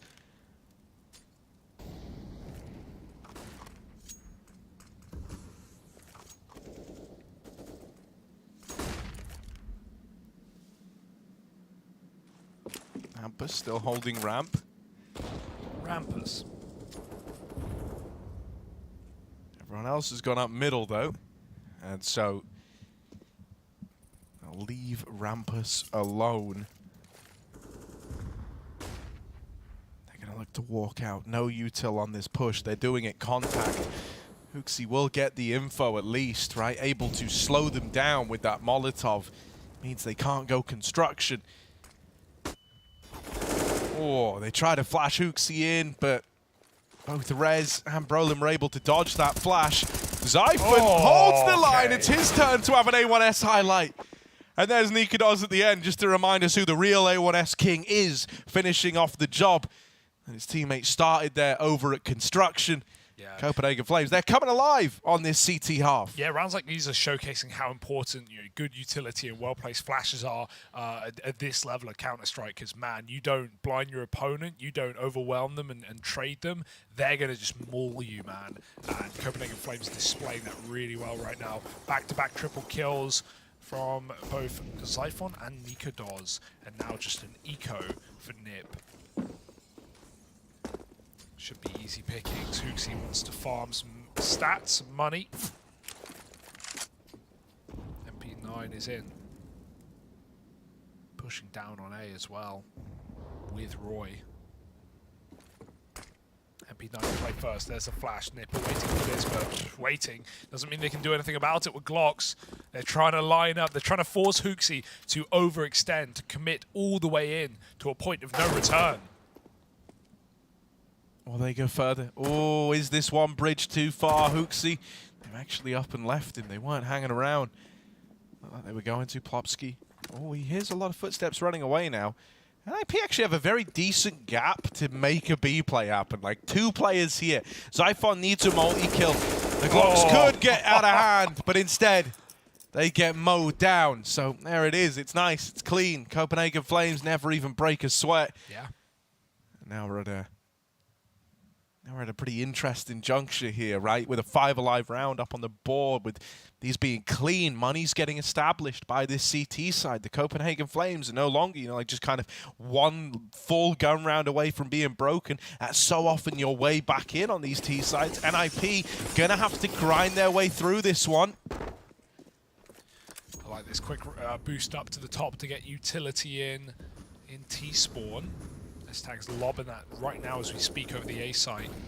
It's actually going to land elevator, I think. So they're trying to work middle, and there's a nice double setup there for Copenhagen Flames to stop it. They never even get to the smoke. Zyphon's here. They've already walked past. It's free. He doesn't know. First player made it through. Popsky turns around for 2, but he's not got the bomb. Does he want the space or the bomb? It's the latter. He gives up the site. Nikodos reclaims this position, and S-Tag comes in to play with him from middle.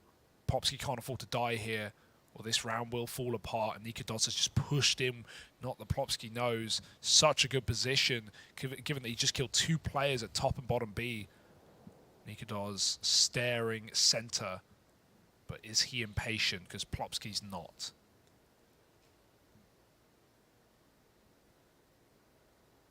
Oh, he's jumping up, and it's that decision to swing, that decision to peek. It's only dug the hole deeper. Plopsky, the savior of this round. Roy going in the middle. Plopsky's actually leaving with the bomb.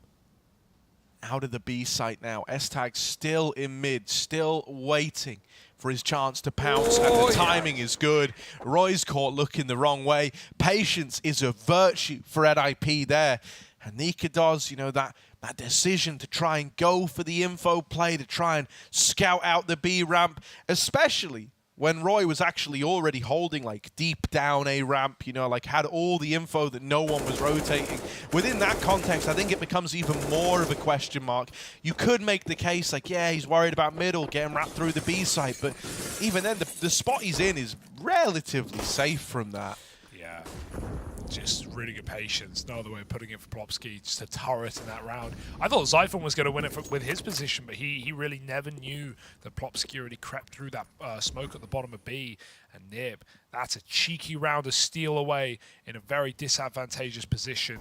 2-on-4 right back into the swing of things. Now popping middle, Hampus running and gunning, Mac-10, in goes, Zyphon on top, gets overwhelmed even with the flash. Yabi, he's blind as well, and Brolin secures that kill. S-Tag's late to make sure they can't climb back up on Con and backstab, but Hooksy's going forward on the front through the smoke, and now he's trying to stop this B plant. Yeah, did get team flashed. It's 2-on-2, right? His push slowed down. Comes to an end at the generators. He's going to wait for Nikodos to move in as well. Bomb now getting planted. Hooksy tries to swing, and Rez back of the site. Good for the double. Gets that one over the line. They try to rush down the moment that bomb is tapped, the moment that bomb is planted, and they come to pay the price for it. Yeah. Ooh. DJL even calls for a timeout here, so NIP just want to let that one sink in for Copenhagen Flames after 2 really annoying rounds to lose, right? That 2-on-4, and then right then into a really speedy round. Nip want to chat it out and make sure they can keep this one clean, because they're not out of the woods, right? Copenhagen Flames still are right behind, nipping at their heels. But the money is always going to be the problem. And it rears its head once again. They're going to buy. Okay. Ballsy. Zyphon drops the orb to Nikodos. He is having a hell of a game. Leaves Zyphon with nothing. No Kevlar, just a Deagle. But Nikodos, if there was a man you wanted on his weapon of choice, it would be this guy right now. Mate, this is such a all or nothing call for this map. It's like we're either going to do it now or we've got to do it up against 14. With no wiggle room. So this is the opportunity. They're going to use these little gimmicks of the boost to try and take early man advantages, to try and strip Nip players from the ranks. Ooh. Yeah, Copenhagen Flames have so many cheeky things, Harry. We've already seen that over past Molly Smoke combo from CT Spawn. Now they're doing this boost over mid. Just little ways to catch advantages. But Nip, here's the good thing. They've won they won a couple of T rounds here. They've not even gone A. They've not even shown their A attack yet. And of course, it's a weak buy. So only Roy playing an off angle, hoping he doesn't get mollied in or out. He's going to use his own utility, forces Rez back, but Nip are fine waiting. There's very limited util in the first place. 2 smokes remain. And not even a kit in this round. I'd be very impressed if Copenhagen Flames somehow pick this up with the way that Nip are playing it. Just methodically clearing A. S-Tag's not going to get a peek on this AWP, but Hampus right now is just being loud at B while his team creep up. And I mean, because the Flames have, you know, like we say, they've gone all in here, they're going to be so much more, you know, overzealous in response to that util that Hampus just lobbed out towards B. They actually left the A site entirely with the exception of Roy, who's run down. Now, these players that were rotating away have now returned. They've come back. With 20 seconds, this orb might be able to find something. If it can, who knows? Right now, a man down, 5v4. That's not showing any signs of changing. They try their hand at the spam, but the bomb plant is in. Nothing's connected. The Flames have got to save. They've got to keep themselves burning for another round. NIP up onto 13. And these guys have just got to tuck tail and run away. You know, this is actually a really nice save for Copenhagen Flames. Like, Nip are in full control of this game right now, but Copenhagen Flames get to run this round twice in what would or should be a full eco in the next round. You said they're playing for that 14-10 score. That's when they'll have everything. Just make sure that they don't overinvest in this follow-up. And, yeah, Nip, right now, 5 alive. Brolin can afford to hunt because taking guns out is of big value right now. It's guns that can't be rebought. Gonna jump clear it. Oh, and it's perfect. Killing Yabi. Committed. That 1M4 pushed all the way up to the edge of B. That one exit for Brolin matters so much in Copenhagen Flames trying to win this eco or force buy cobbled together again. They're in a very bad spot right now. Nip, full control, full focus, a clean A execute. Without the util or kit, there was nothing Copenhagen Flames could do. This one should be no exception. Just, again, relying on a pop-off round for Nikodos. And while they are often plentiful, he's just not been on the A site. And that's once again where Nip are leaning early.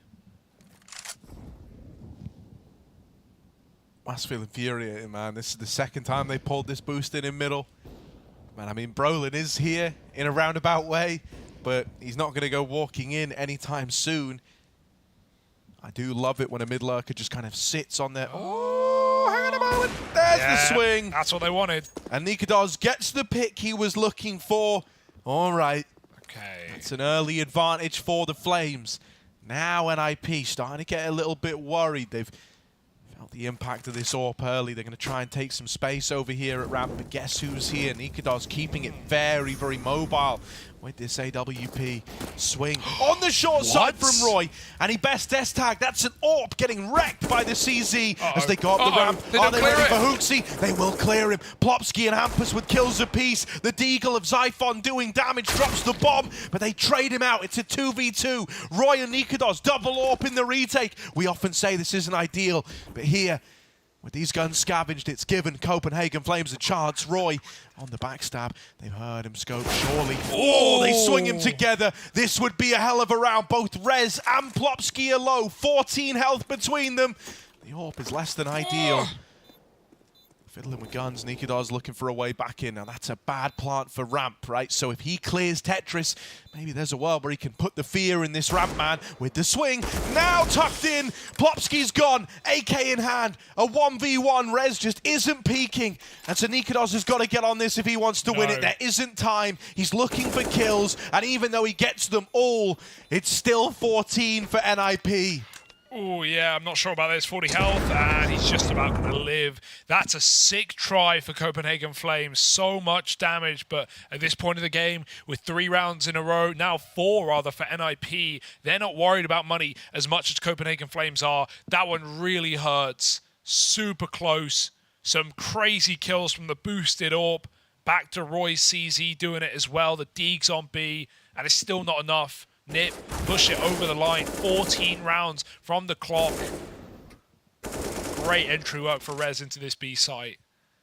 And this game, it's so close, but it's still Nip in control. 2 more to do it. Back to Copenhagen Flames on their map pick.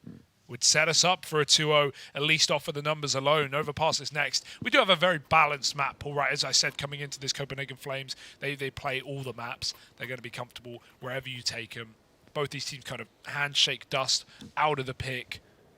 Neither of them keen. It was Nip to remove it. And here we go back to full rifles for Nip. Not interested in that AWP. It's a fast B start for Plopsky. He's going to get cheeky again. I mean, really, this round is the map for Copenhagen Flames, so they need results, and that is certainly a nice way to start. Zyphon getting his 20th kill there, opening up onto Plopsky outside of B. He's still hanging around here, still fighting, and Nip have dispatched fellas to come and deal with him. Rez,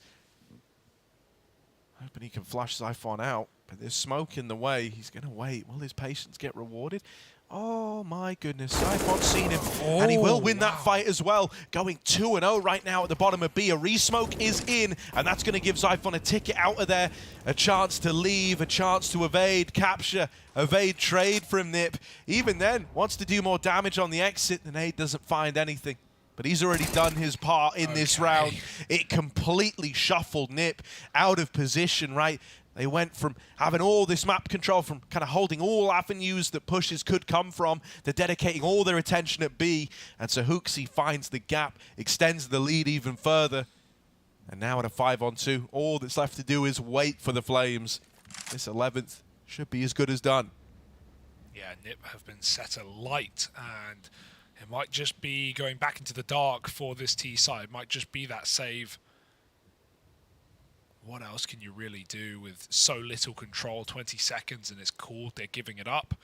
Very, very big round out of Copenhagen Flames. Every time you think they're ready to give up and go down, they pull out one like this with 5 alive. It gives them the breathing room up against 14. It's not the GG round that it could have been with their money on the line. And they know how to long out a series, especially against Nip. They've been there before. Very nice B hold for Zyphon as well. I also like that lineup smoke that Copenhagen Flames throw to assist him to get him out of B, because often you'll see if you just eyeball smokes at B stairs through that little hole of the entrance, you'll often see what Nip were trying to do. They were looking to peer over the smoke, find that one gap that they could see Zyphon walking up the stairs back to B. If it's just an eyeballed smoke, it maybe has that gap, it maybe has a chance, but that's a lineup throw, and so Copenhagen Flames know they can actually get Zyphon out of there safely without any punishment from Nip. So it just keeps 5 up, keeps them in the game. Coach is coming in with words of wisdom here in this round, as now we need to wait to see the fruits of their labor. The AWP off, but despite that, headshot percentage still pretty high for Nikodos. We've seen some sickening shots out of rifles from him this game. Whereas S-Tag, he's been AWPing all CT side. Now, finally pulls it out for the T-half as well. Instead of flat rifles for Nip, they're going to try and use S-Tag to open up. Yeah, he's taking this AWP over towards ramp. Him v Nikodos is a fight that we might get to witness here. Oh, he's holding for a gap in this smoke. I never trust the Flames around this this tarp, man. Yeah. I never trust it. They're so wacky with the things they're able to do with the little pixel gaps around this short side. S-Tag still holding this angle. Nikodos looking like he wants to swing it. Gonna lob a flash in, and now looks to go in with a peek. It's like he can sense this AWP is here. S-Tag still ain't moved a muscle. This is a weird spot though. And Nikodos, there it is. He eventually breaks the silence over a ramp, and he might do more than break silence. He might break Nip. 3 in the round.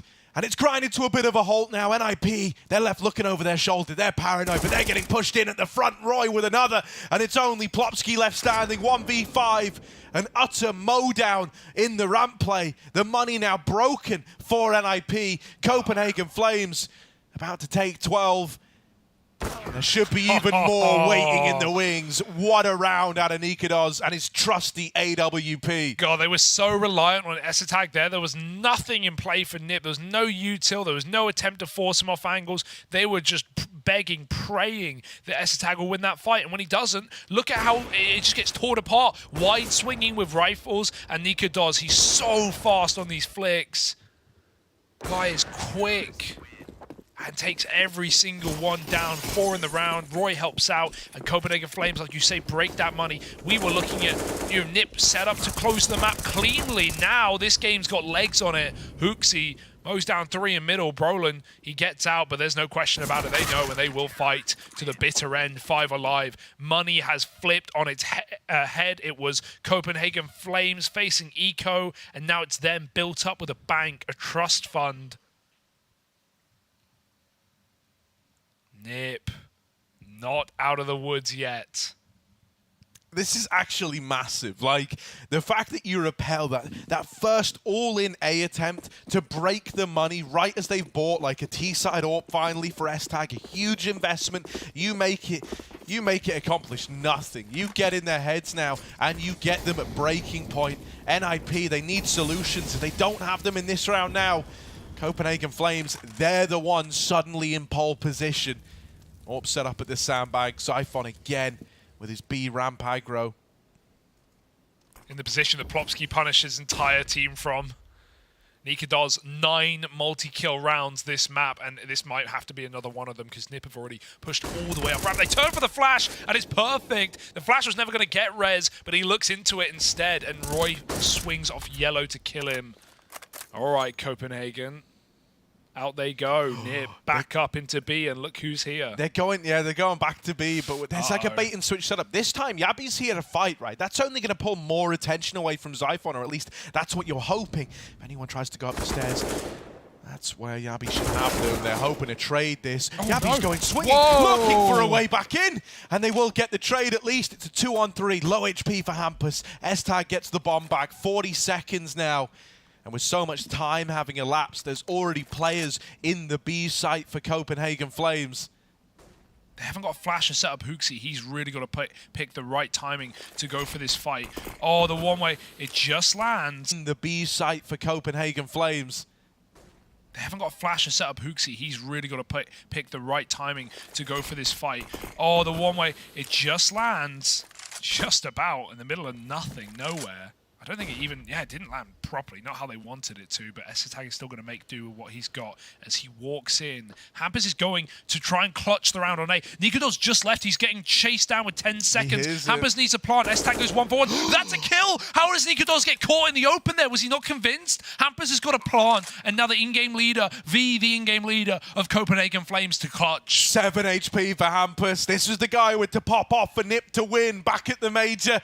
Now this clutch could tee them up. Hooksy at full health, full grit, full confidence, in through CT. Hasn't seen Hampus. Oh, no. He's too shallow. And with the bomb planted for ramp, this is the last place you're expecting. Hampus might have done it. He might have outbrained the entirety of the Flames. Now wrapping him. Wow. Hampus is going to lock it in. And that is a round that is going to haunt Nikodos.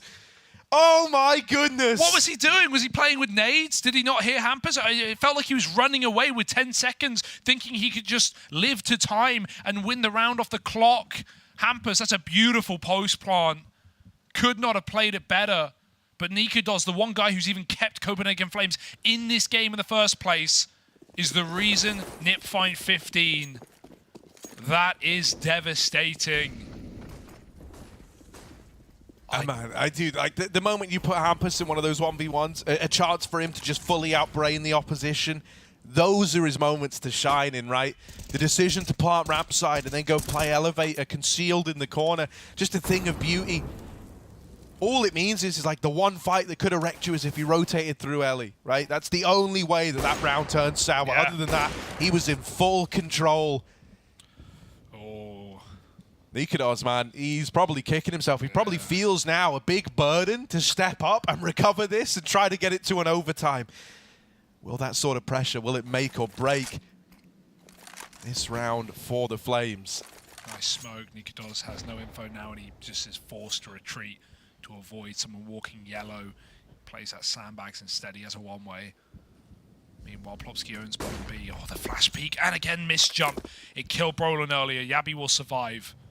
But Nip know what's up. They know there are two here right now. They're going to reboost themselves on both sides. This is cheeky for Nip. Yabi, will he catch anything? Anyone? Will Brolin poke his head through? Yabi spams, and Brolin wins it. Zyphon's still going to trade the kill. They jumped up on the right side, and Zyphon has to go big. Roy's here to help out. Zyphon swings off double, and Hampers converts the kill. 30 seconds in a 3-on-3. Nip, they want to go. They kind of don't have a choice. They have to commit.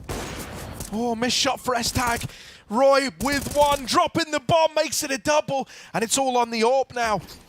S-Tag naded down to half, a really rough spot to be in.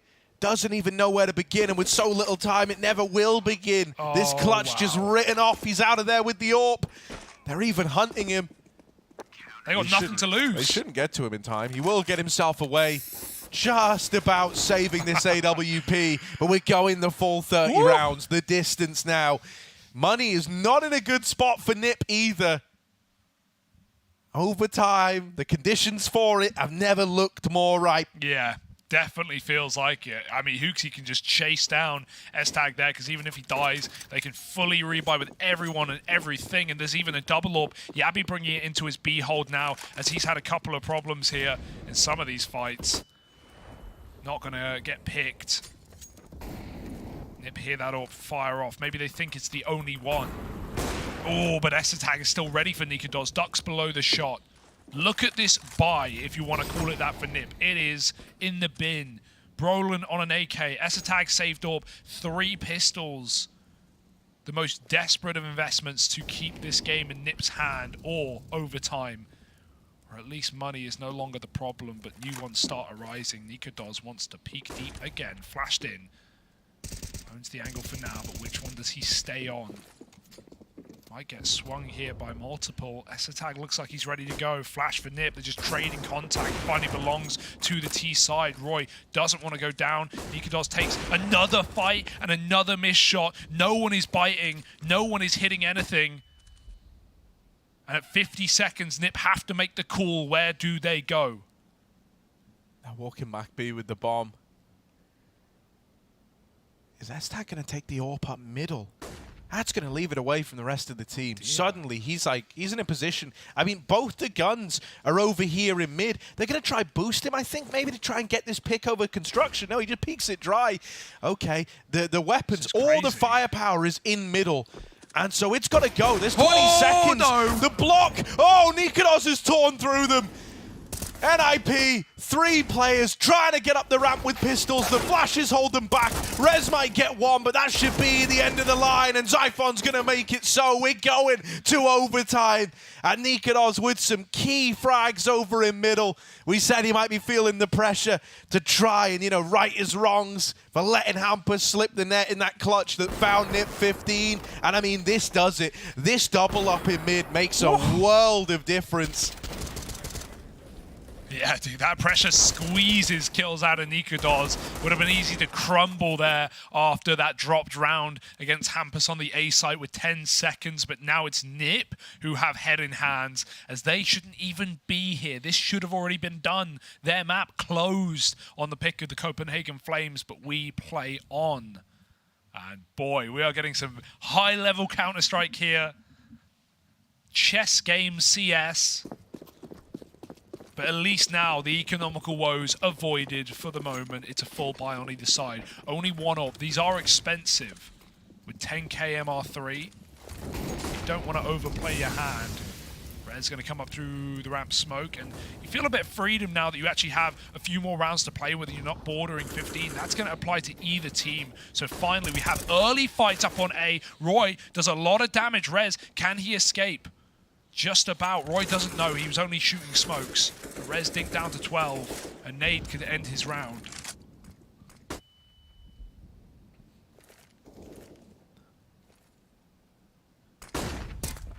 Ooh.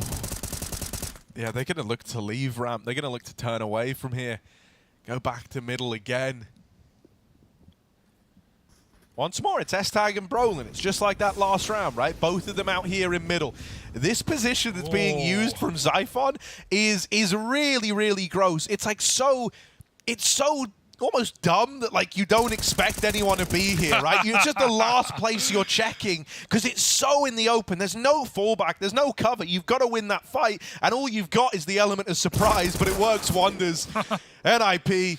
All on Plopsky now. He just doesn't have time. The bomb's in middle. He's 1v4. May as well save. You know, he's just gonna, I guess, save.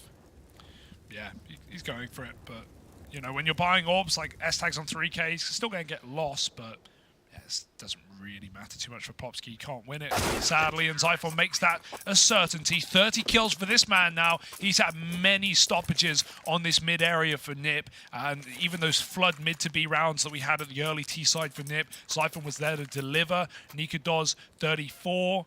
And Nip right now, no one even close to that number. Their highest is 20. Two of them there. But S-Tag's cooled off in this T side. Not really had any impact with the TAWP, and it was a CT orb that he was destroying with. So it's a lot harder here as S-Tag showing. Plopsky fast B flash, but they'll meet him there. They're going down the stairs again. They know what to expect. Hampers clears it, only a dink. Plopsky's so low, and Xiphon tagged up through the woodwork, gives it up. Aggressive beginning for Nip, but it gets them an early kill. They have to concede in case of utility. Rez got naded late in last round on the bottom of ramp. Plopsky wants to avoid that. And so Nip go back to A, but look who's here, hungry as ever.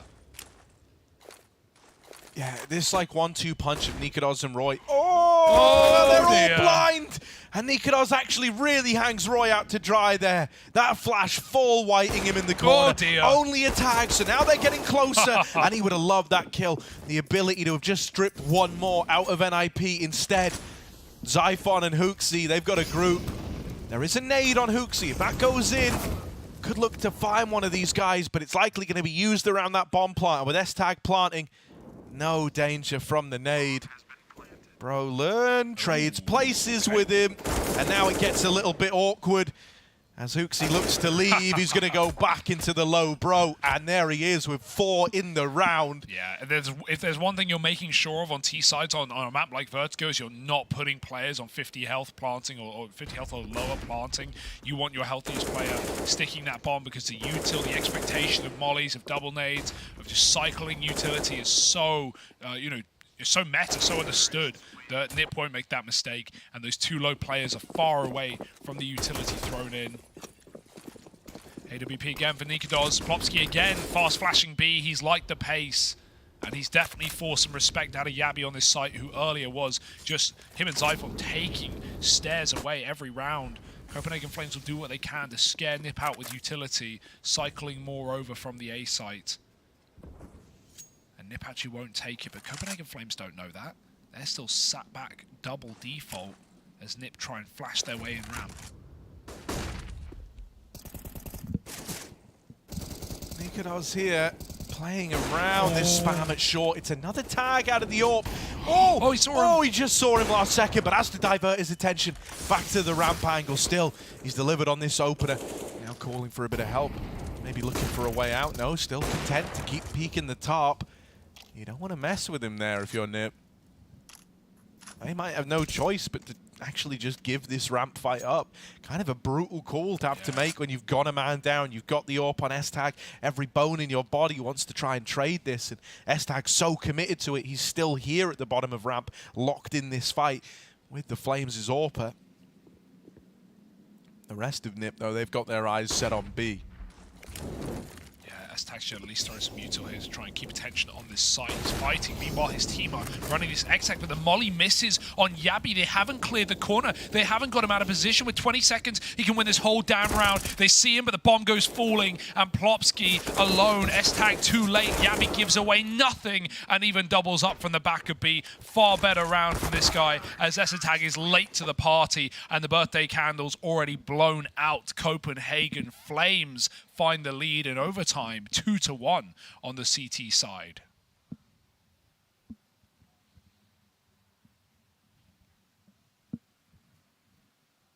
Yeah, I mean, dude, like the pieces that they actually have to work with for this ramp hold is just so gross. Like, you don't envy NIP for having to go up against that, right? Nikodos with this AWP is always such a talent, but like in this game right now, he's really kind of really feeling himself. You know, he's popping off, especially since we've got an OT. For NiP, now on their CT side, I wonder what we're going to see, because their best rounds are almost like the polar opposite of how Copenhagen Flames play their CT side. It was the rounds where they didn't overface at ramp. It was the rounds where they didn't give Nikodos and Roy the ability to work these early kills that actually looked far better. Yeah. I wonder if Nikodos is going to get picks here, right? Because if you think about S-Tag's T-Orb, like, I just don't think he got any of these ramp picks here. You'd only die to Nikodos or just not get given a fight. Nikodos is very proactive here, looking for these kills, as S-Tag was. Yabi entries B. There's a bit of a brawl going on here, but Hooksy doesn't want to die on this hill. He'll give it up as his teammate gets traded. Meanwhile, A control's getting taken. Roy looking for this entry, and he might find it, walking this smoke. Rez turns. Hooksy still walking into B, but Brolin's re-aggressed. He should win the fight. 2 fights on different sites at the same time, and both won by NiP. Yeah, that's kind of brutal there. Roy has reclaimed 1 up on short A at least. And now the bomb's been retrieved by Nikodos. Looking to move back into this A play. S-Tag still waiting here. Still waiting. Brolin even taking some liberties now in the mid-round with B aggression. That's going to facilitate an early rotation over towards A, meaning Copenhagen Flames, not only do they have a 2v2 in the A site, but then you've also got the added pressure of this Brolin flank. No one's considering it right now. No one's holding it. So Brolin, Roy's just gone back. Just gone back to keep an eye on it. Oh, they're going to hear the nades going out. Brolin won't peek on the back of it. Still just bides his time, waits for the perfect moment, and now after he catches Roy up the short side, the round is torn away. NiP, I love it. They don't overface at ramp. They don't try and, you know, mimic the Copenhagen Flames aggro ramp hold. Instead, it's pretty respectful for the most part. Nikodos doesn't get any value out of that AWP in the early round. Roy's left, you know, on a very late lurk up short. Instead, it falls to those B players to try and make the first move, and they get churned up. It's akin to the end of the T side of regulation for Copenhagen Flames, where they just couldn't really get an A execute working. When they get on the bomb site with double smokes and try and plant, NiP would have these flash protocols in place. They'd jump up boost, they'd swing smokes, they'd be really annoying. And now you add in a flank into this. What a ballsy play for Brolin to make this deep in the game, and it works. It wins the round for them. Rez spamming smokes, and they know he's there. They're trying to hunt S-Tag as well. This is scary. This could be close. Roy doesn't capitalize. S-Tag gets back to the bomb site. 5-on-4, flashed off. Doesn't want to hold it. Doesn't want to call the bluff, although it was. Ollie's even going out. Traded either way. There's the execute, but as I just said, NiP are really good at keeping the pressure on. Do they want to allow the plant this time, or will they fly in? Well, there's a molly on Brolin. That's going to help slow it down at least, right? And buy a bit more time. Okay. The wall bang. What? Oh, but in response, Roy's on for a double. All right, the bomb's been dropped over at A. Yabi's late lurking middle. Plopsky's dead to him. And even though they looked aware of this possibility, it didn't make dealing with it any easier. Nikodos there to close. Roy with a round-saving play going up top default, lands that spray transfer right after S-Tag has just wall-banged the bomb planter out. Yeah, shades of device there for S-Tag. No one hitting that shot consistently, but he makes it look easy. First bullet, frag, but look at the transfer. Oh, it's clean. Looking for a third as well. Damn, Copenhagen Flames, their map pick, their map point, their chance to close.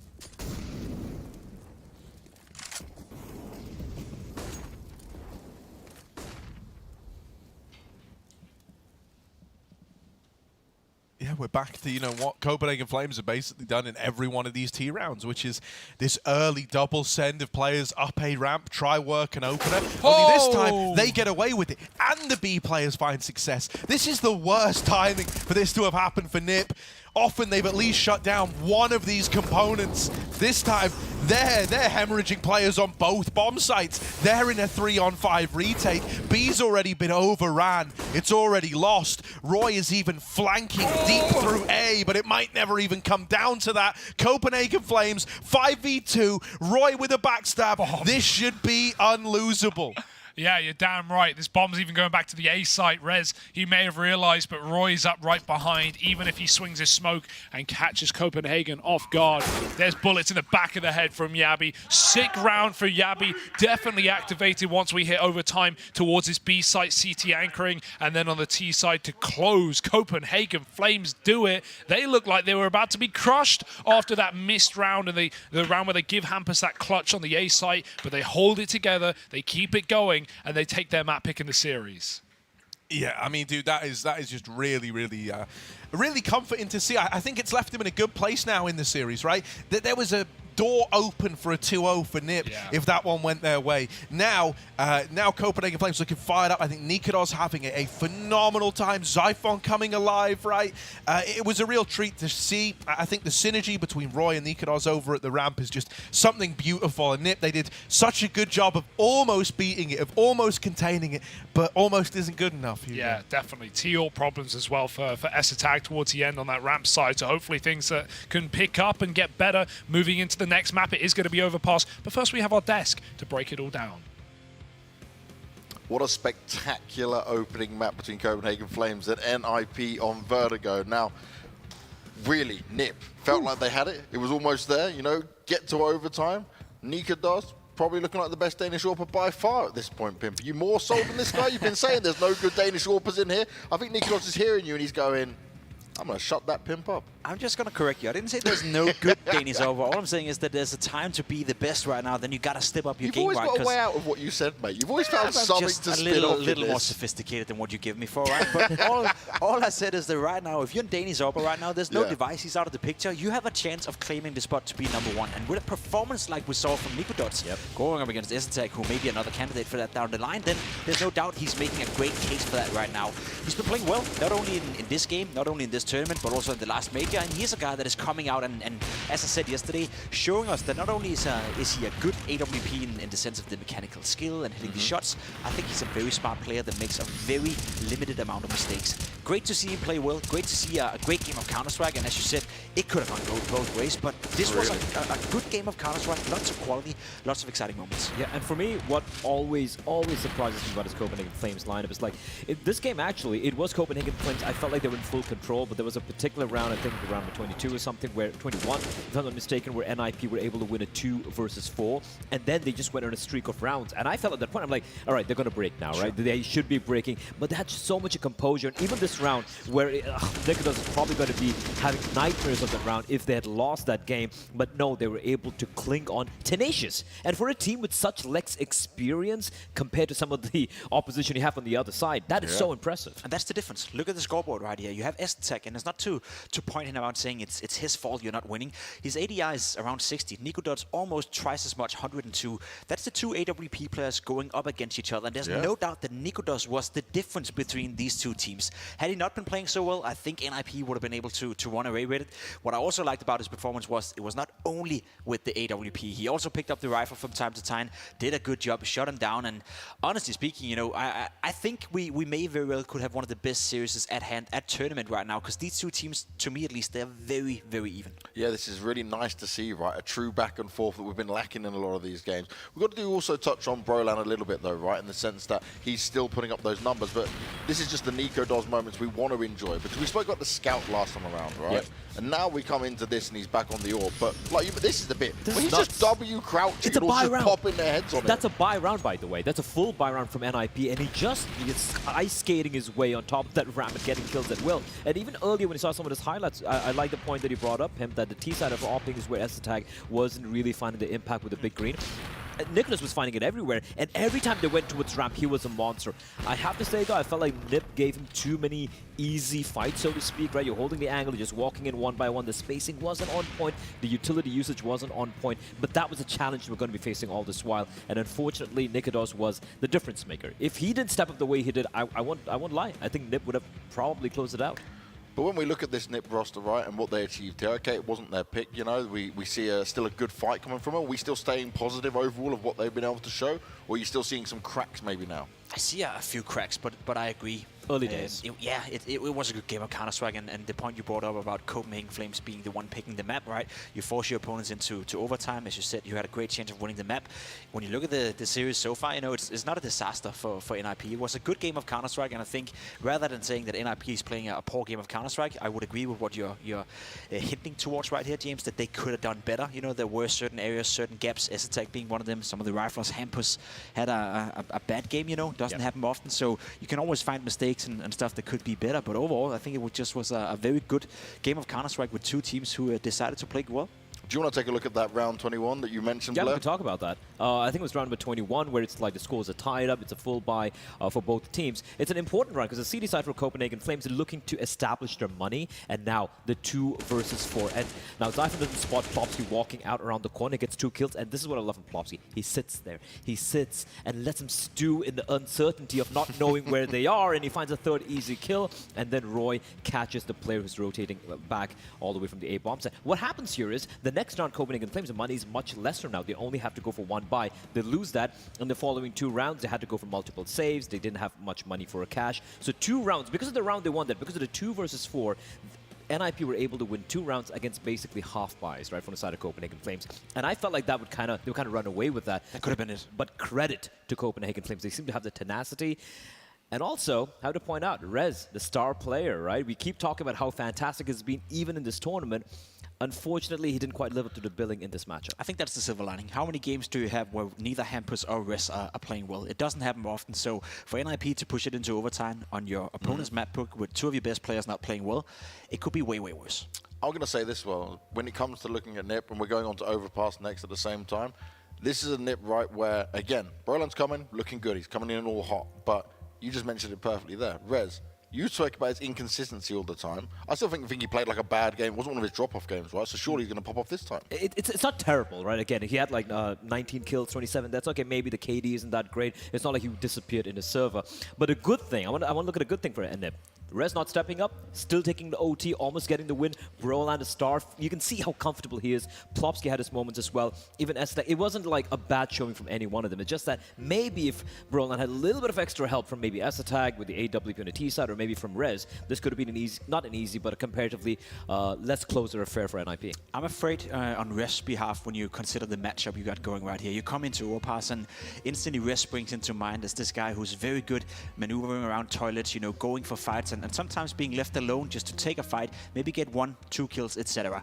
Copenhagen Flames is a very good team in terms of systematically taking map control, always making sure to flash out angles, always make sure to double peek, so it's going to be 10 times harder for Rez to do those magical plays that we sometimes see against some of the lower skilled opponents or teams who rely on the individuals. So if I'm Rez right now, I really, really hope he's done his preparation, because going up against a Copenhagen Flames default T-side on Overpass, that can be tough. I mean, we just literally saw them go for some super ultra nerdy executes yesterday, going for that Molotov and right behind Monster.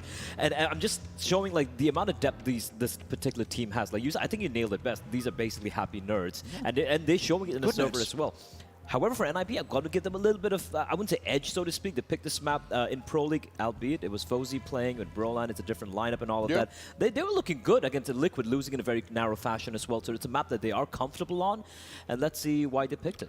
I think this is going to be the battle of the in-game leaders, though, right? It's about Hampus is a tricky one when it comes to Overpass. You never have a clue what he's going to be doing, how many times he's going to go and just try and be where you don't expect him. For Hooksy here is going to have to be really on his point, right? And he's going to be sharp. I agree, you know, not in terms of firepower, but in terms of calling. Because Hampus that's the thing, right? And Hampus is a player that creates so much space. He's so annoying to be up against. And as you said, James, you never really know where he is on the map. You never really know if he has a hunch for pushing a smoke. If he does, he will. It's just a tough player to control and shut down. That being said, though, I'll have an eye on Asetek right here. We talked about NIP, this being their first big test in a best-of-3 series. It's his first big test with the AWP as well. I wouldn't say he failed on Vertigo, but he wasn't able to match at all the presence of Nico Doss. And we've seen Nico Doss on Overpass as well. I'm sure he's going to play another great game. And if the AWP duel is leaning a lot towards the Flames, I'm afraid that we could very well see a 2-0 here for the Flames. So unless Asetek steps it up, unless Hampus finds more impact, I could see a world where Flames are doing it one more time and shuts down NIP 2-0. Well, let's see if they can get that 2-0. Let's see if they can win it out on Overpass. Before that, we're going to a quick break. And also, Rez and Plopsky, they've been on the same team for quite some time. So let's see how well they know each other. We're at the PGL EU RMR Group B. I am joined by Rez and Plopsky of NIP, and we're going to play How Well Do You Know Your Teammate? So, do you guys think you guys know each other well? Decently. I think, all right, yeah. We played each other a long time now. Okay. All right. So hopefully you guys are able to get these ones right. It's a little bit of a contest, but it's nothing too serious. I'm going to throw 5 questions first at you, Plopsky. They're going to be about Rez. Rez is going to say whether you're right or wrong, and then I'm going to switch it. So, first question. Would Rez rather read Twitch chat after a bad game or Reddit comments? Reddit comments. That's true. Does Rez like to travel by car, plane, or train? Car. That's not true. Oh, what is it? What is it? Prefer plane. Does Rez prefer DMing, retake servers, or executes? DMing. Yeah, DMing. All right, nice. Or neither, actually. I don't like aim maps. Oh, okay, aim map. Well, I mean, that wasn't an option, but of those, DMing. Yeah, it's DMing. Okay, all right. Got it. Okay. What is Rez's favorite movie? Give a hint. Okay, Roland hasn't seen it. I don't know, Interstellar? Yeah, good. Oh, wow, that's impressive. Okay, last one for you, Plopsky. Does Rez believe in ghosts? No. False. That's true. I don't believe in them, no. Okay. No. All right, so I think that's was that 3 or 4? Either way, okay, that was 4. All right. Nice job. 4. All right, round of applause for Plopsky. Claps in the chat. Okay, so on to you, Rez. Is Plopsky a city or a country person? He is a country person. I mean, yeah, true. I live in a country-ish, so yeah. What would Plopsky say is his spirit animal? He's a raccoon. What? That was the most random. No, that's false. What would you say it is? I don't know, turtle. Does Plopsky watch anime? No. Yes. What's the most recent anime you watched? Vinland Saga. Does he prefer beer, wine, or liquor? Liquor. That is very true. I don't like beer or wine. What is his favorite map? Oh, Dust 2. Kidding. Maybe, what do you like? I think you like Overpass. That's false. It's Inferno. You can tell he likes been out of the way. Been there for a while now, so yeah. I hope he likes it. I enjoy it. Well, it was Inferno. All right, that's going to be it. Plopsky is the winner of this one. You know your teammate a little bit better, but you don't have to be too sad, Rez. It just means that he knows a lot about you. You know, that's okay. That I don't know anything. He doesn't know anything about me. It's a little bit uneven in this relationship, I think. All right, but either way, thanks a lot for playing, guys. Really appreciate it. Congrats on your early victory, too.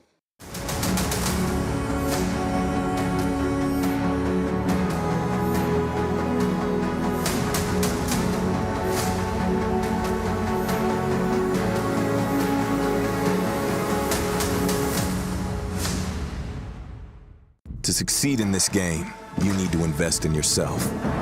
Be daring. Innovate. Calculate. Never hesitate. Follow your instincts. Don't follow the crowd. Back yourself. Bank your wealth. Analyze, strategize, and galvanize. Now is the time. Take your shot. Let's go. Battle is on. Burst RMR views with a double bonus. Get insurance for single and combo bets, both up to 20 euros. Fire up with GGBet. GGBet, this is real.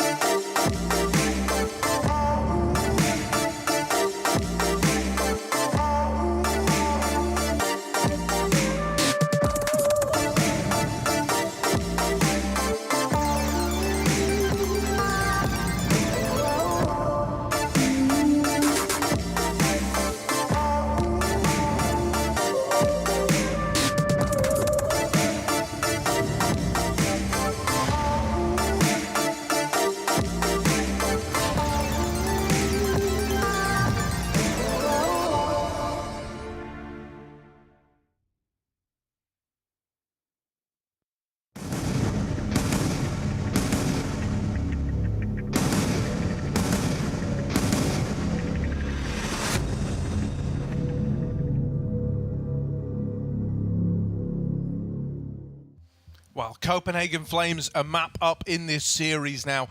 A lot on the line here, right? Winner looking at locking a legend spot at the majors. So a hell of a lot riding on this one. We get ready to go to Overpass. This is the map pick of NIP, but it's one that Copenhagen Flames are very well adjusted to, very accustomed to playing on, and one that can be dominated by a strong AWPing presence. Nikodos has got that in spades, right? So I think for the Swedes plus Dane here, gonna have to get your nips in the air. Let's try and give them all this energy because they're going to need it, man, to pull this series back. Absolutely. Time to turn on the air conditioning, Harry, and get those nips hard as we get ready into a very important map for the NIP squad. You know, I think it's exciting we have Overpass, but I am a little scared for Nip right now that this could be a 2-0. There is a world, there is a way. Copenhagen Flames, a momentum team full of confidence after picking up their pick in the way they did when they were down significantly near the end of regulation and closed it in the first overtime. They also have some cheeky things to show and to throw on the CT side in terms of utility, and I imagine we'll see some of that here today. Let's find out. Ancient waiting in the wings as the closer. Nip trying to get us there. And this T-side start for them is not going to make things easy either. But we've already talked about the improved T-sides that DJL and Hampus have brought to this squad. And Overpass has always been a cornerstone of this Nip team. Gabby, wow, that's an execution. He's got 2 woken up, coming alive, 3, trying to convert the 4th, but he's getting run down, reload, not in time, and Brolin will do him 1 up. 3-3 on either of those players, but only 1 still stands. Yeah, Brolin and S-Tag going to join back up here in middle, and now they wait. You know, if there was one thing that was apparent from that NIPT side back on Vertigo, it's that these guys are not afraid to slow it right down. Copenhagen Flames also aren't afraid to go hunting in moments like this. Sometimes for better, sometimes for worse. Right now, though, they will just hold their ground with Nikodos pushed up on the short side and S-Tag moving this way. Door now swings open. Nikodos, if he wins this, that would be lovely. Instead, he hears that it's a fake, and so he's going to keep Hooksy up on this upper side of the map.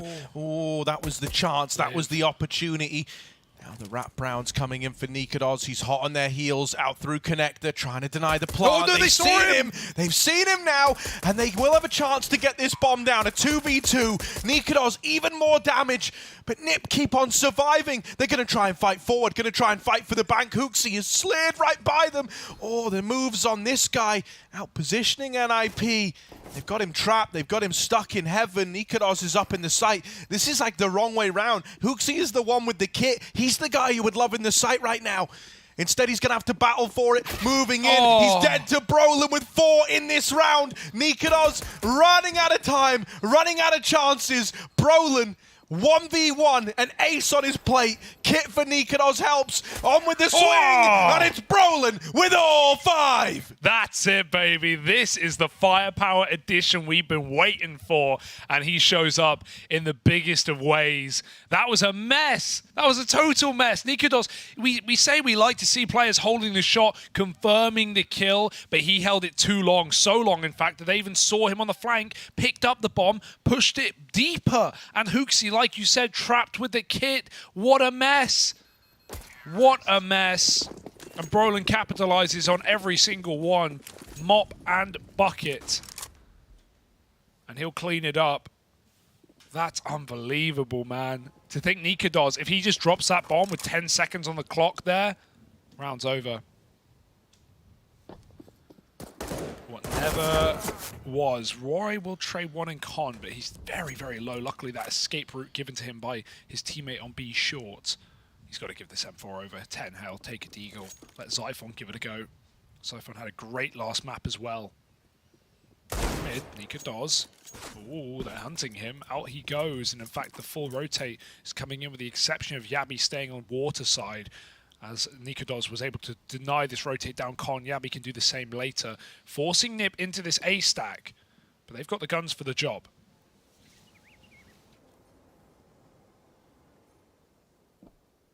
Oh, the jump. Did they see? They know about 1. Oh, doesn't again. make it any easier. Zyphon's still going to secure that. Brolin's been dispatched. Mr. 5K.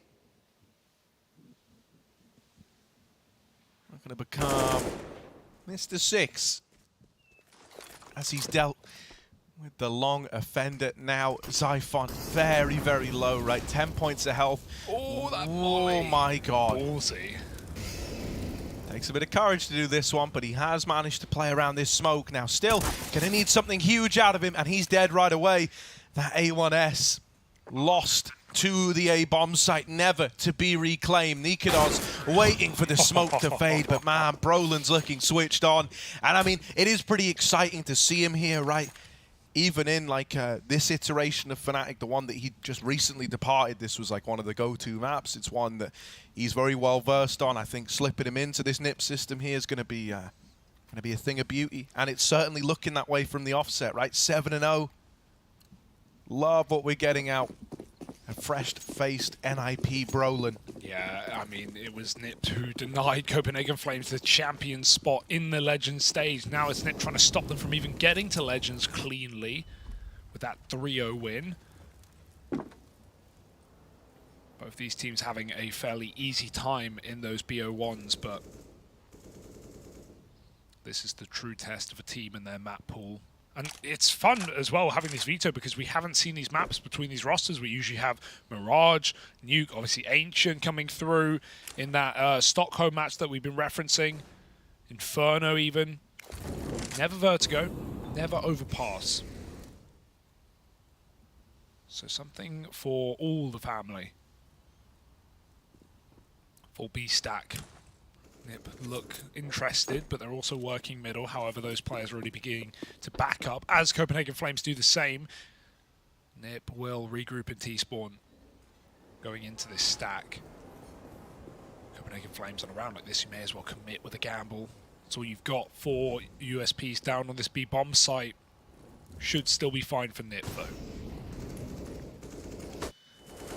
Very little should go wrong here, and it's looking good out of the gate. Brolin and S-Tag light them up and look to keep it pretty clean, only losing Plopsky in the process. Gabby, they've seen him, it goes both ways. And so there's the closer, 3-0. Now we're going to have this investment coming for the Flames. I want to see right away, I think we're going to need to see right away, Nikodos get this off out, hit the ground running, and put the fear in NIP.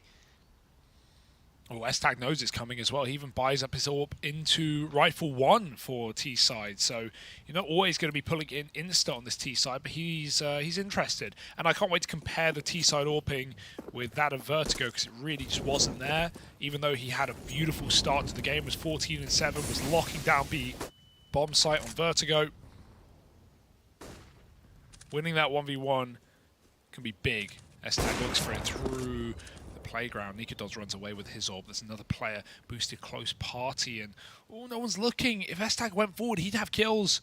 That rifle just turning back and forth, trying to pick its side. Roy has not decided which. Will it smoke? Roy fires off. There's the trade. Nice shot for S-Tag. Nikodos is not risking that fight right now. He knows a flash goes over him, and he takes that shot. S-Tag walks into him. And Nikodos once more. Oh, he's ahead of the molly. This is mental. See, the big worry was him getting double swung, but instead Rez left connected to go back and get the bomb and lean into this B play. I almost wonder if that was heard by Nikodos. I think they thought the molly pushed him back and would have denied that info because Rez was running it. And so we do have Copenhagen Flames trying to get ahead of this one. They've rotated this third man down towards B, playing heaven. Lobs a flash it, but won't commit to the angle, won't commit to the position. Doubled up on the short side for the Flames. And now Nikodos has dropped in here at the right time, the right place, and the AWP finds itself another dancing around the pillar, the guardian of B. It's Nikodos with 3. Copenhagen Flames steal their first one away, and so much of it comes off the back of that AWP. Yeah, to think he not only kills S-Tag in middle and even stays in front of the molly, delaying his rotation in the first place, but still drops in just as NIP get out through Monster with no flash. Well, there's the result. Clean round out of Nikodos, what we needed here in the first gun round, and it's forced S-Tag onto a pistol with that heavy investment. Rest of his team is still bought up, though. NIP going back to middle. Popsky defaulting B, Rez in the connector, everyone else grouped up, and Roy will try and fight them early. This guy looks so invested in this mid control. Still hangs around with Nikodos to play off the back of Jabby. Yo, he catches Popsky, who looks back for the boost at the last second, wasn't convinced.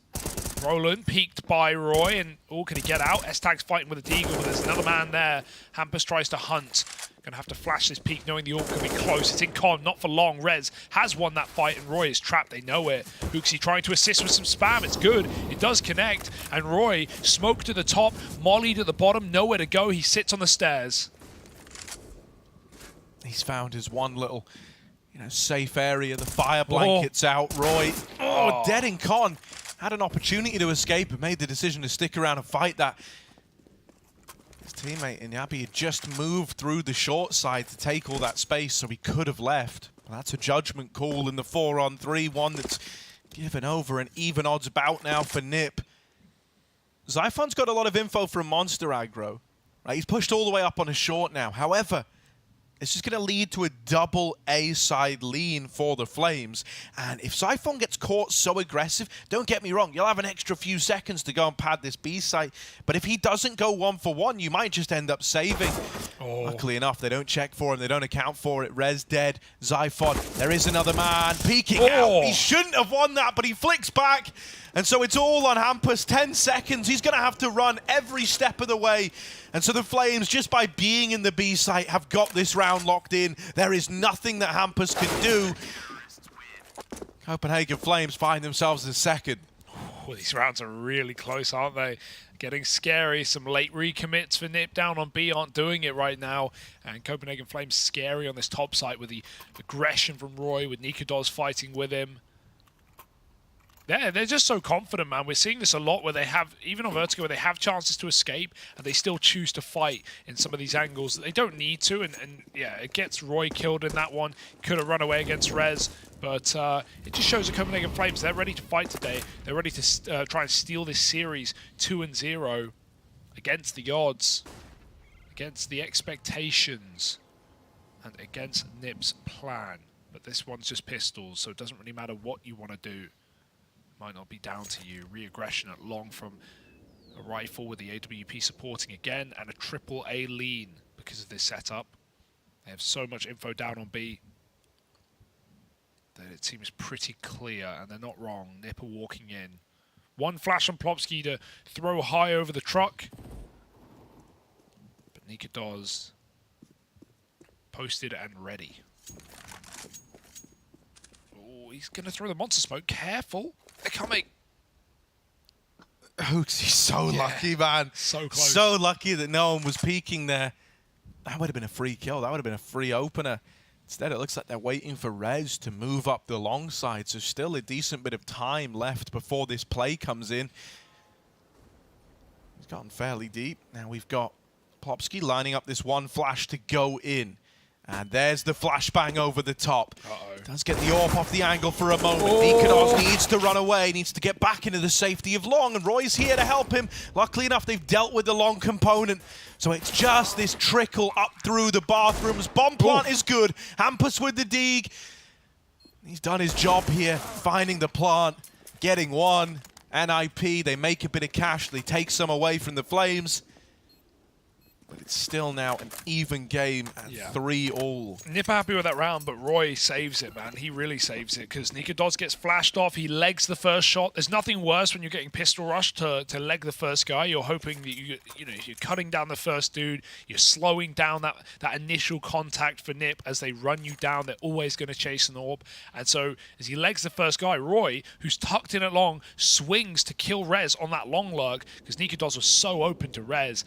He could have been picked there. Instead, Roy kills him. Then he pushes up deep and covers Nikodos. Doesn't let that orb get rushed down by pistols and puts up 2 as Nikodos nades one of the site players. So just a very clean, communicated round for Copenhagen Flames. And it could have been a lot worse, a lot scarier with those pistols getting so close. Timeout for Nip coming into their gun round. No orb here. And I don't think a necessity of this T side as well. Not yet, at least. Stick with the rifles. So where will Nip go? Because right now, I'm not sure they know it, but they need B short because Copenhagen Flames have taken it almost every round with Yabi, and that's to enforce this heavy A lean that Copenhagen Flames keep going for. And so if that short control is gone again, Nip are just lacking so much info, so much real estate, and allowing Copenhagen Flames to make good reads. Hooksy with a door off is peeking B short, supported by that mid hold as Nip take B areas.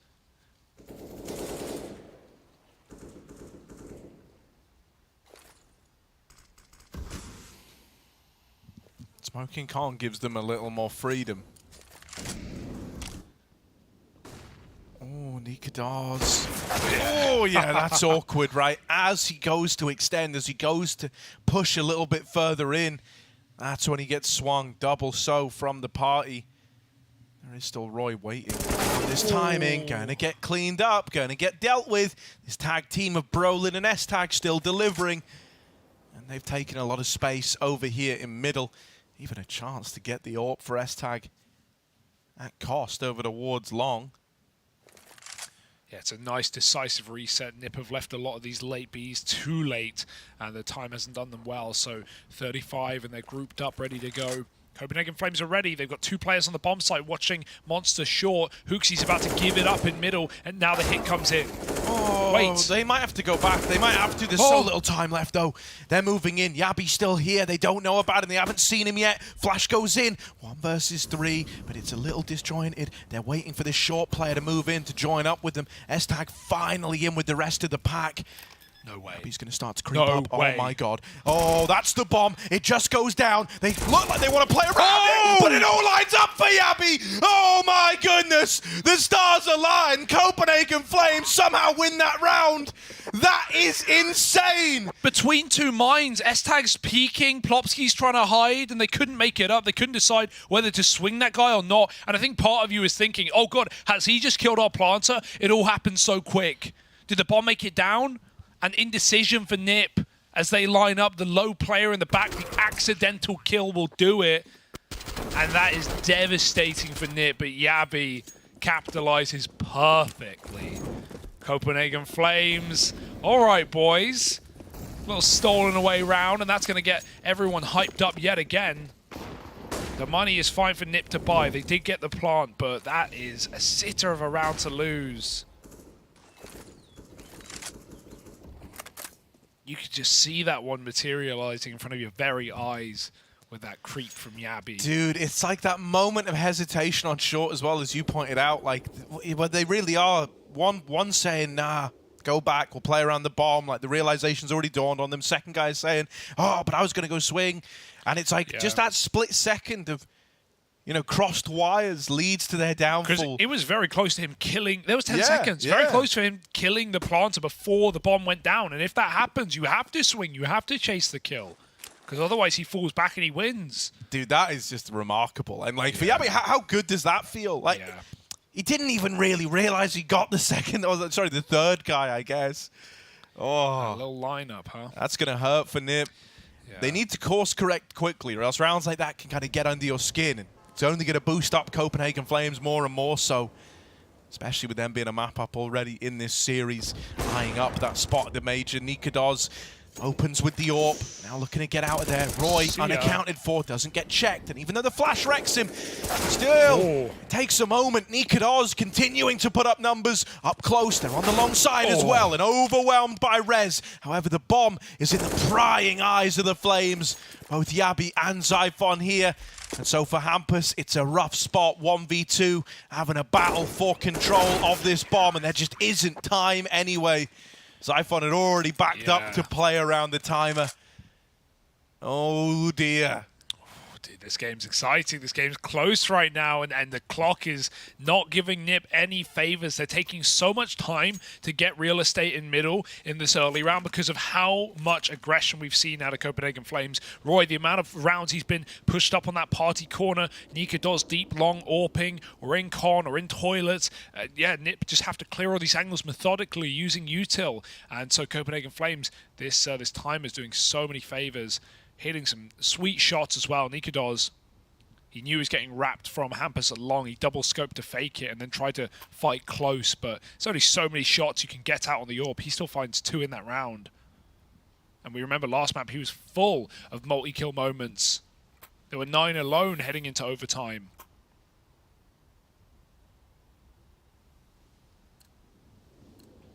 Now it's Nip broke, half by, just got to run it. S-Tag, he's saving for the AWP for later. Got some util, but only a Glock.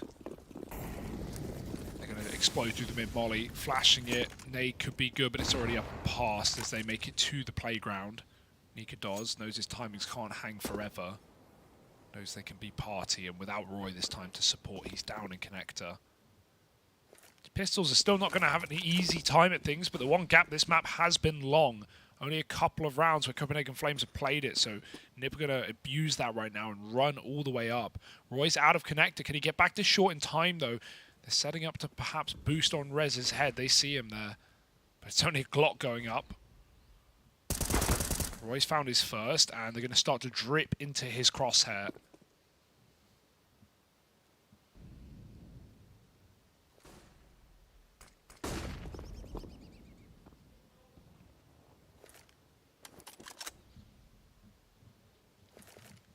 Again, Yabi has B short. Like, Copenhagen Flames know every round what's going on. It is concerning, man. Something feels a little wild right now. The Flames looking fired up, run down by pistols. Nika does. Oh, the truck player was already dealt with. Maybe a bit of a gap in the comms there. S-Tag still won't get that bomb down in time. And so Copenhagen Flames, they repel the quick pistol play in towards A. You know, this is a little worrisome, right? We kind of need to see Nip start to deal with some of this early info gathering that Copenhagen Flames have got away with 9 times out of 10. Yeah, even just getting Plopsky into B short and leaving him there could be so much more effective if you can get past, you know, boost and you know, con door nades, get set up in that get right corner. Can at least deny Copenhagen Flames from pushing in the mid round as they keep doing. Nikador's back to a mid-fight, but flashed off as he scopes up. He still remains on it. S-Tag, like I said, saving for the AWP. Rallied his money together perfectly for it, but needs to come in big with this big green. Nikadors now takes the angle that's often been clean. It's been Roy tucked, right? This time he's actually fighting. Will they flash? Oh no, but Brolin lives, not for long. Hits the headshot with the AW. Now it's all on to S-Tag alone on this A side. Bomb's been mauled at Monster. S-Tag will get that trade though. Maybe there's a hope in the mid round. Suddenly everyone falls at B, and with that bomb lost and Yabi pushing connector, S-Tag tries to combat AWP, but fail he shall as Copenhagen Flames find a 7th. AWP secured. Yabi's having a game here, Harry. Yeah, Nip as well. They're already kind of feeling like they've run out of ideas. You know, like it's kind of feeling like you're running into a brick wall. Every one of these rounds, it feels like Copenhagen Flames are doing something different, trying something new. You know, like that one there. This time, instead of Roy being the guy kind of up on the party angle, peeking mid, you got Nikados facing you. The B setup changes a lot. Even though Yabi still pushed short, still had the con info, right? Still had that fast push. You also had like this really nice double floaty set up outside of Monster, you know what I mean? And so here's a little fast pop out through the Monster tunnel. It's not gone well. It's gone really badly. They're churned up. Copenhagen Flames well and truly in the lead and not really showing any signs of changing. Yeah. The fact that Nip have kind of lent into 2 of these B explosion rounds, often what you're kind of doing when you're scraping the bottom of the barrel when it comes to finding solutions. They're finding gunk, Harry. Gunk! It's not what you want. It's all plastered overpass in those sewers, but Nip, they need something else. They need to be able to get rid of this mid setup. Now it's even more Hooksy joining Roy in the early as he goes down con. The door nade off. His teammate even jump spotting B. It just forces more utility and more awareness, more cautiousness out of Nip. Nikados deep long, doesn't want to flick this time, just stays safe. They run into him and he hits the easy shot. Hampus would love to trade, but Nikados out like a light has disappeared and dispatched back to the bomb site. Rez clearing connector, and Roy is even cheating back to A as well. Copenhagen Flames, when they get this 5-on-4, they don't give you a way back in, do they? Even Yabi has not taken short. He's just on a wider angle. Oh, the jump! That was not a boost. That was a jump over default, and Rez picks Hooksy out of the sky. Fantastic kill. Nip need to explode off that, but they don't know about this setup. Yeah, doubled up on the short side. Rez gonna check for the sandbags, man. However, Xiphon here to plug that hole. Now Monster's getting pressured. Monster's getting tested. Ooh. Dead is Nikodos at the pillar. Xiphon's gonna rise to the occasion, and S-Tag cuts him down. Double up on the AWP. The nade might deal with one. It sails over their heads, and S-Tag comes alive. A hat-trick for this guy. Finds a fourth for NIP. Oh, those are sexy shots, man. Those are really, really clean. You know, Nikodos crouching on the middle of the pillar, and S-Tag just whops him. Triple AWP entry, not what you see every day, but it's what Nip needed. They needed to grab onto a round here to have something to rely on in this T side. A little 3v3 explosion play out of S-Tag, all set up by Rez with that double kill on short. I can't believe he catches Hooksy mid-air and even clears Yabi in the corner. But it doesn't matter. Nip, a red carpet rolled out. If they can walk it, they can get back into this game quick.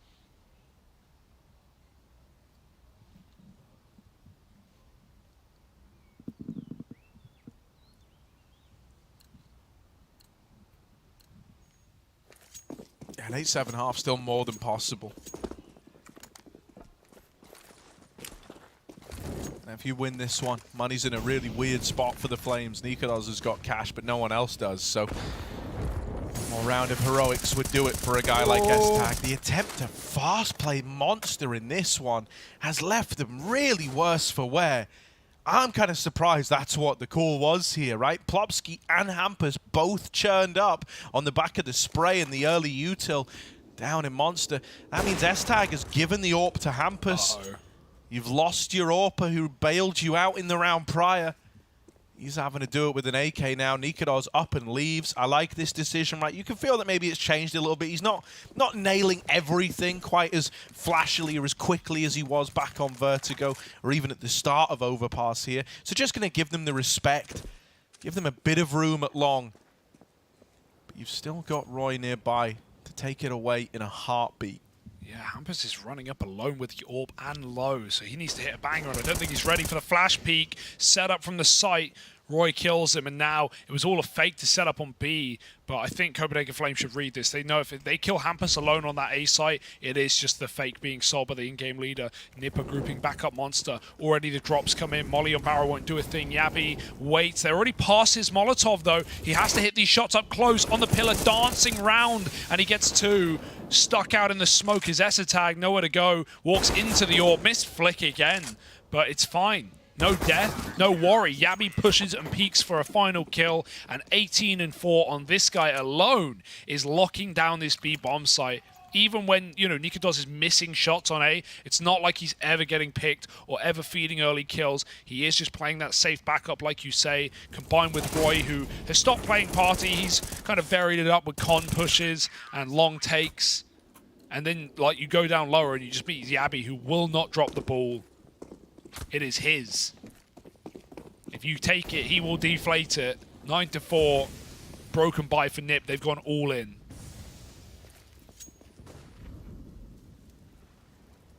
Finally, you know, like taking some of this early short control away, coupled with a bit of con aggression for NIP. This is like one of the nicer early round defaults we've had out of this team so far. So there might be not much in it, but I find myself oddly optimistic in this round. Flames looking like they maybe want to try and take short away. They had 3 poised. Looking like they wanted to push, but they will decide against it. Roy waiting in the toilets once more. Has a fallback route open over towards long. Hello. Hooksy's going to get flashed and boosted, but that's the thing. They're already up short. They took it early, if you remember, and so he never sees Plopsky in this position. Oh, are they going to rotate? Apparently not. 40 seconds, and Blobsky, he snuck all the way in. There's the spot for Hooksy, though. They can double face. Hooksy just mauls too. Yabi gets mollied, but his team are keeping him alive in this bomb site. Zyphon gets pushed out with a flashbang. It's Roy to backstab from connector. Hampus hits a clean one, but not a lot of time to go back to short to get the bomb. Roy's on it. Sitting close around the corner, AWP shuts it out, and Nikodos, when they call upon him, he does close around 10-4, and that was the money for Nip. They just have to buy AK armor on most of these players. They don't have a bomb plant, they won't have utility, and they have to call a timeout to try and not get 11 forward. Yeah, this is getting a little bit brutal, you know, and a lot of it is coming from this idea of like, well, who is going to fill this void, right? Who is going to pick up a round for NIP and just take it by the horns? S-Tag did it that one time with the AWP, right? Some phenomenal shooting.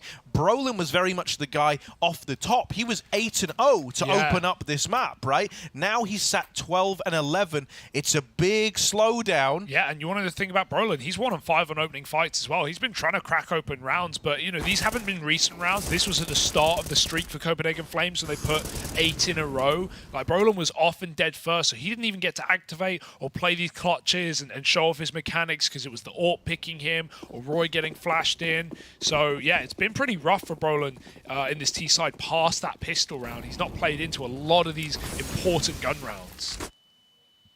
Hampus trying to run fast out mid. Roy is already here. Flash to set him up with a peek. And Hooksy even swings out lower. Double con. As they go up, as they try to trade these kills, they won't like what they see. Molly denies any attempt at the trade. And the Flames, they go play this one by the numbers. They back up. They just give the 5-on-3 a moment to sit. Nip going to try their hand in a B play. They've been obsessed with getting out. They find this opener. But on the short side, the flash is a thing of beauty. It sets up Yabi for his 20th kill at the end of that first half. And going 20-4, we're not shy on heroes for the Copenhagen Flames. Wonderful behold. NIP. They really wanted to break apart this B site. They really wanted to get in. They felt like they had an edge there, but we never really saw the result of that. Outside of the one round where S-Tag gets that triple opener, something that was not replicated again by anyone else in the rest of this game. That was the only time it looked good. The only time. Yeah, and that relied on like one player having round of life. Yeah, other than that round for S-Tag, the only time they got comfortable in B was that 3-on-1. And we all remember what happened is Yavi snuck in last second. So that was a phenomenal CT side for Copenhagen Flames. They didn't even need to use that aggressive monster util that we know they have. They're saving it for the major, although it's no secret anymore. But when your B anchors are this effective, why push, say Copenhagen Flames? And now they're going to show them how a B take is done in this pistol round. And Nip have gone with a bit of a classic though, right? A solo peek mid out of S-Tag, everyone else grouped inside of the B site. When you don't see anyone middle, you know it's B. And so, there's Brolin with the opener. If you remember, he kick-started this NIP squad in the first half by winning the pistol. However, everyone in B is melted by the Flames, and it's only S-Tag left. 1 versus 3. The guy who was peeking mid to facilitate this heavy stack at the B site is now expected to do everything anyway. Copenhagen Flames saying, fine, you want to eliminate us from the chance to go champions, you want to stop us from going playoffs, that's okay with us. We'll begin our major run 1 stage deeper than you, and they might be able to do it. Just a few rounds away now from this 2-0. Roy catches S-Tag flying out of heaven, and they're getting loud. They're getting happy now. They know it's within reach. A pistol round on top of an 11-4 half. This one is not competitive. This is not Vertigo anymore. And Nip, they are looking up at the Flames right now with worry. What a clean game we've had. And it might all be over soon.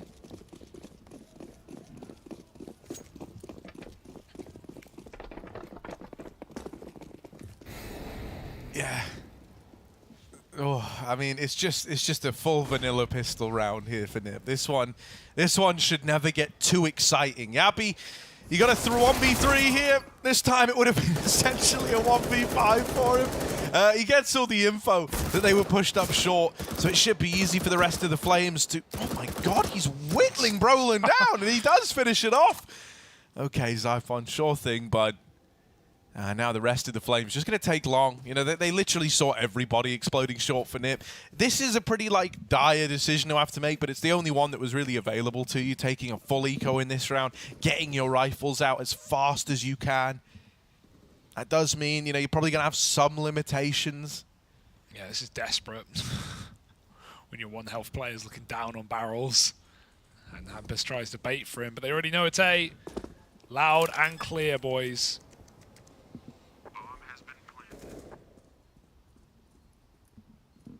And this is really just on a rifle round now, Harry. This is just on that 13-4 scoreline, the 1 buy to rule them all.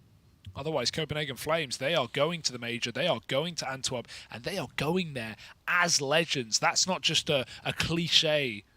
That's top 16 immediately. They skip a whole Swiss stage. They're so clean on the closer for Roy. They are getting there. Here's the gun round. Here's what the Nip fans need to hold on to right now. The start of something or the end of nothing here on Overpass.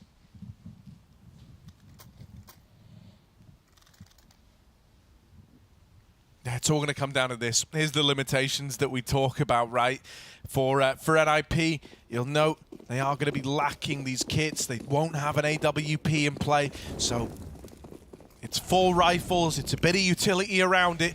And Copenhagen Flames, they want to throw a B-rush at them. This was something Nip tried and failed time and time again.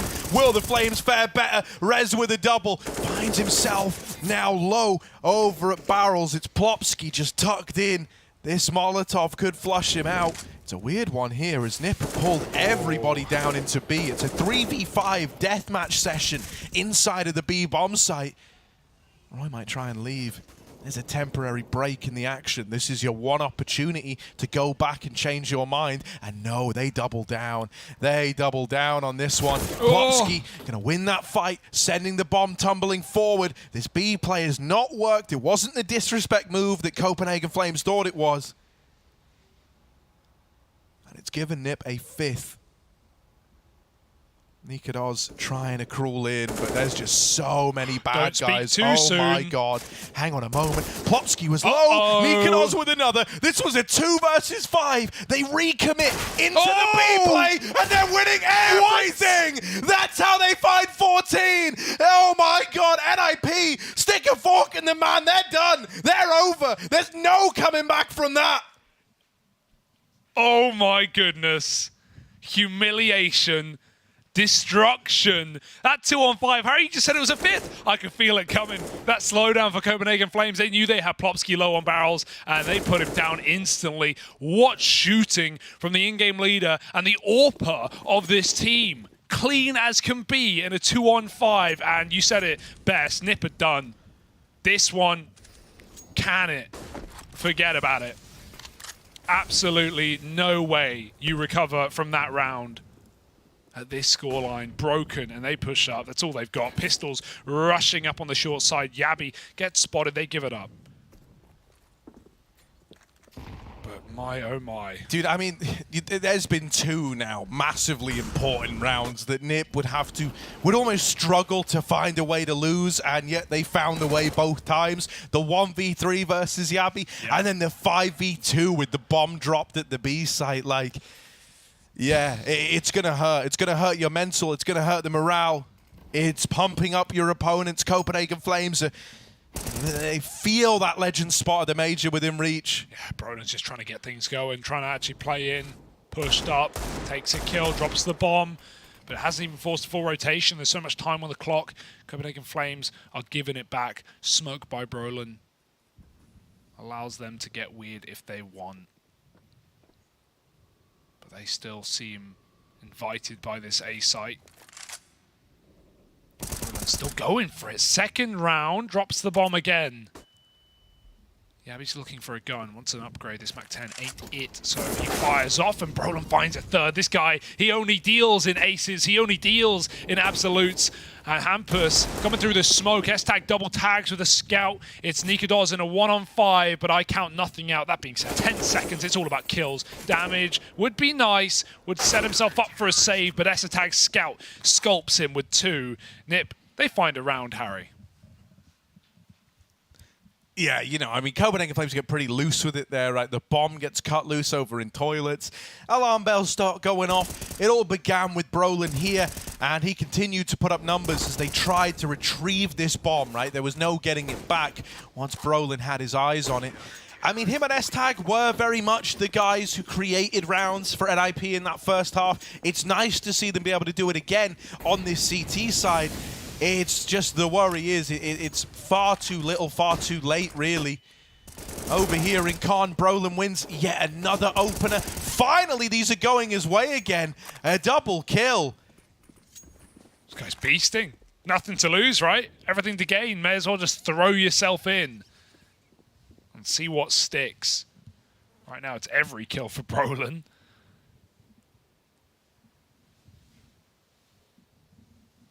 But you know, Copenhagen Flames aren't worried. Maybe in this round. Only 2 Deagles with this AWP that's currently getting given nothing. Nipper back in the bomb site, tucking tight.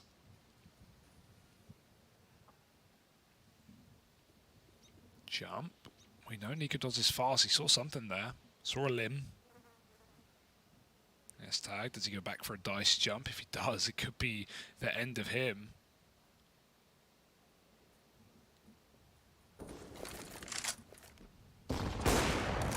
Panic off that nade. That is such genuine fear from Nikodos. All right, now scope, now posted. Oh. Flash doesn't blind him. Good thing no one trusted that and peeked off the back of it. Nip don't want to face in a 5v3, let alone a 5v2 now. Flashes start to go over. They're moving up the short side. Brolin already on a multi-kill, but he is getting wrapped. Yabi, there's one. Makes it a double. This was a 2v4. There's 10 seconds left. They're going to grab the bomb. They need to clear truck. Hampers drops it out in the open. And so only Yabi now has a chance at the plant, but he only goes for the tap, expecting a peek. And he can't quite win the fight. Ah, that's a shame. I would have loved to stick there. I mean, you can't win it off of a tap. Even if Rez, goes down, you know that last player is only going to play the clock and win it. But yeah, fragging out, feeling it. Oh, Copenhagen Flames, and that was actually a 2v5 down to a 1v2. So very winnable, very scary yet again for NIP. But somehow they're still in this map. They're still believing. They're still breathing. They're still putting up rounds. But how long for? I think is the big question. CTO for S-Tag, this is where it can feel so nice. He definitely had some pop-off rounds on that first half. As well on the defensive Vertigo, looked solid. So expecting more of the same here in middle. But they are running in through toilets. A bit of support from Brolin back at A, and S-Tag's going to do exactly that. Run all the way. Brolin covering with this rifle. That could be a chunky nade. It's not bad at all, but these are just Glocks and P250s. They should get shredded with ease.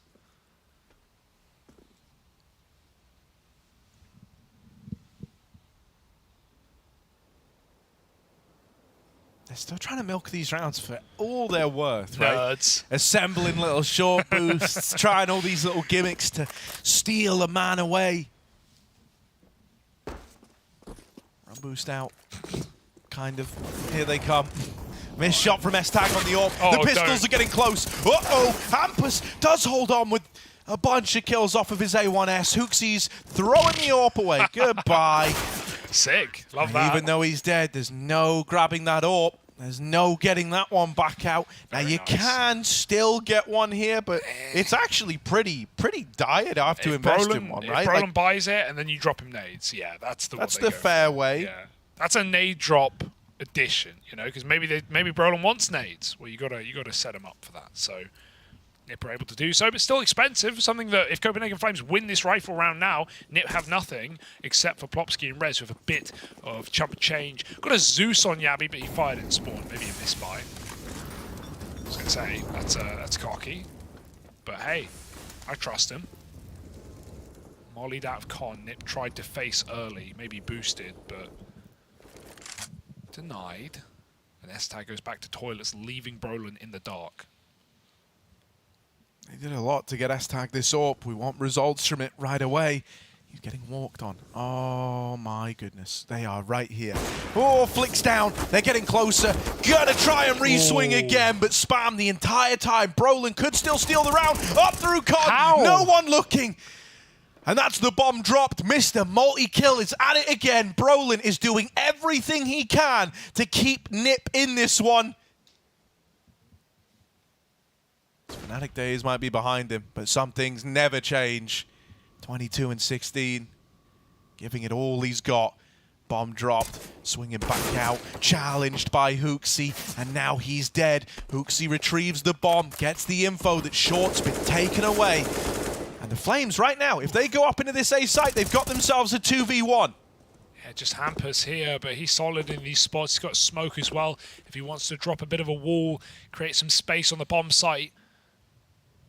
Rotate's coming up. Plopsky is even walking it, pretending they don't know where this one's going, but it's so clear. The smokes will confirm. Headshot angle, dinks Yabi. Hampus now with the confidence to move in and close the round. He catches nades out on Hooksy. Yabi in the sight, and Hampus gets both of the kills. Nip, I don't know how they're still here. I don't know how they're holding on, but they are. And they're putting up CT rounds piece by piece. And yeah, I ask how. It's this guy. It's Brolin. Multi-kills every single round.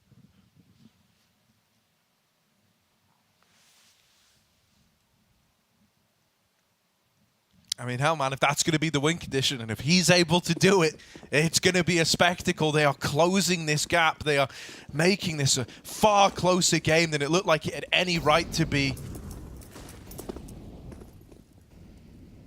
Got to give, honorable mentions to S-Tag, who's still been able to give them rounds every now and again with the AWP. Hampus has definitely had a recovery, definitely had a resurgence from his fairly slow start to this series. Brolin is the guy in the spotlight, is the man to beat. Nice. S-Tag, another opener from this AWP.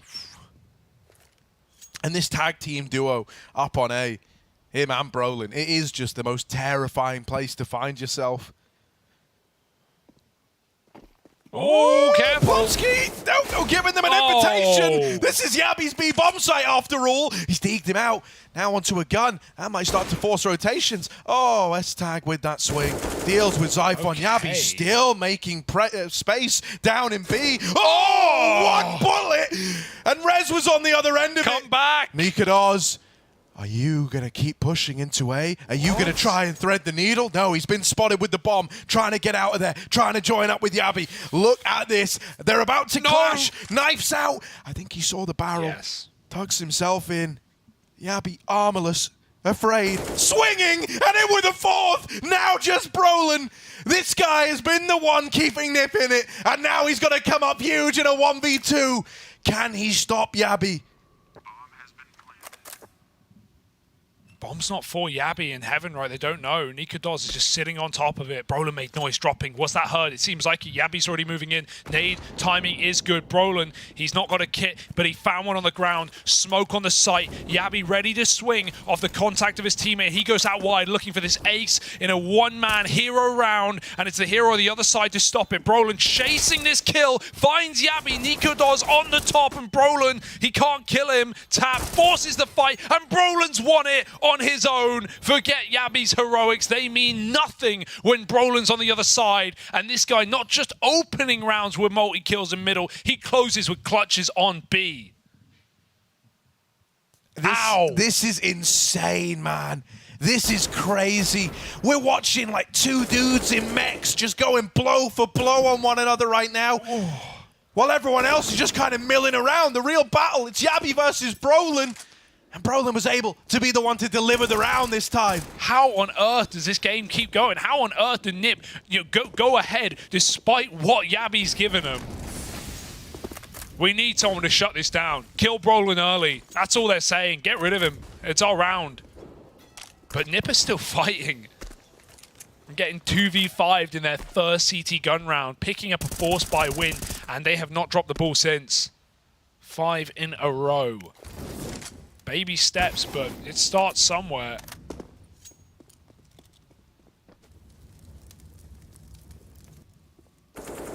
Oh, that's a big pick. Hooksy catches Rez on a jump up. Honestly, I think they should just explode B. Like, with what Jabby was able to get away with last round, with the fact that this is where Plopsky's having a mare is playing, you know. He was kind of the red carpet roller in that last one, the one that gave the AK to Yabby. That's also revenge because Rez picked Hooksy doing the jump over default in the first half as well. So it's literally the same player shooting him back. I didn't catch if he was boosted or jumping, but he was top default. Not See, with Copenhagen Flames, they always feel like this A stack is going to leave when the B picks come in. And normally they've been wrong in that assumption. Normally, Nip, they stick to their guns. They keep this. They were keeping the 2-2. But they've actually lowered a player down towards B right now. Might be the right read. Jabby's going down calm with the bomb on his back. Joining up with Hooksy here. Bit of util raining into the A site. In reality, though, it is this B play. And right now, there's 3 players here for Nip. One of them is Brolin, is the big man. They hear them rotating. Yabby with the first. He can't go back in time. And that's the bomb dropped on B. Copenhagen Flames cannot win this round. There is nothing that can make this one come through. And so Nip are now at double digits, 10-14. What is going on, Harry? How is this game happening? How is this still playing? How are we still live? Why are Copenhagen Flames not legends already? They've got to earn it. Round by round, Nip are pulling it back. 6 up now, and maybe a bit overcomplicating it with that 2-on-2. Like you said, Nip, they just stay back down at the B site. Even though Hampers gets caught, one trade from a late monster player drops the bomb and wins the round. And the worst part about that all is they got the A site. They killed S-Tag. They entried it. Yeah, the kind of like mind game that's taking place right now, this idea of just trying to dodge this Brolin S-Tag duo, trying to split them up to make your life easier. And I think that's kind of, you know, wrecking this Copenhagen Flames T side. It feels like it's getting a little convoluted. It's getting a little much in these, you know, 5-on-4s. That's how that round started, by the way. They had the early pick, and it still ends up turning against them. On fire for Nip. Ultra Picante style. Got that toilet smoke in. Default B for Yabby, but the rest of his team run wild through connector up into this A site with that door naded off. They don't care. They just run right by. No fear. Trying to get this AWP off the angle in the middle. The molly will do that. It will push S-Tag back, but he's actually been solid. He's been hitting these CT shots as we required of him if this comeback were to happen. And Nip know it as well. They've been leaving him on these solo A-holds. This time he is again joined by Brolin and Toilet. They want to hit B, and they want to avoid the 2-man punch that has been causing them problems, and they're doing it early as well. Yeah, that re-smoke, they're already up ahead of it. First kill and another. Zyphon there to trade keeps Copenhagen Flames in this. It's so simple. It feels almost too simple, but the B play, perfect timing for it. A 4-on-3 now. They've had to shuffle rotations on the Nip side of things. They've had to move these CTs about the place. Brolin catches Hooksy over in con. The bomb is still out Monster side, but Roy, he's the guy with the round in the palm of his hands. With each kill that's happening in towards B, S-Tag, how long can he justify holding this? Someone's made the call. Watch out. They could be behind you. They could have found the gap through A. And Roy has. But S-Tag cannot hold this forever. Eventually, he's going to have to look into the site. He's going to have to play around this bomb, looking like he wants to clear heaven. Roy could get shot in the back. The flank could become the flanky. And there's S-Tag finding him. Once again, the power duo of him and Brolin in a 2v2 to keep NIP in this one. Yeah, smoked off though for Brolin. He's got to buy time. He's got to wait. Neither player watching this smoke. It fades. He walks through. S-Tag trying to trap this player in the pit. Zyphon, he's got to go 1-for-1. Someone's got to get a kill. Nikadot sees Brolin coming around the corner and shutting him out. Has got to feel good because now it's just S-Tag and nowhere to go, nowhere to hide. 15 found finally for the Flames. Even if Roy didn't get a single kill off that flank, he cleaned out the entire bomb site. He called his team out monster and let them stick the plan. And it's the clock that does Nip, as they cannot retake the 2-on-2. 15 rounds. It took some time.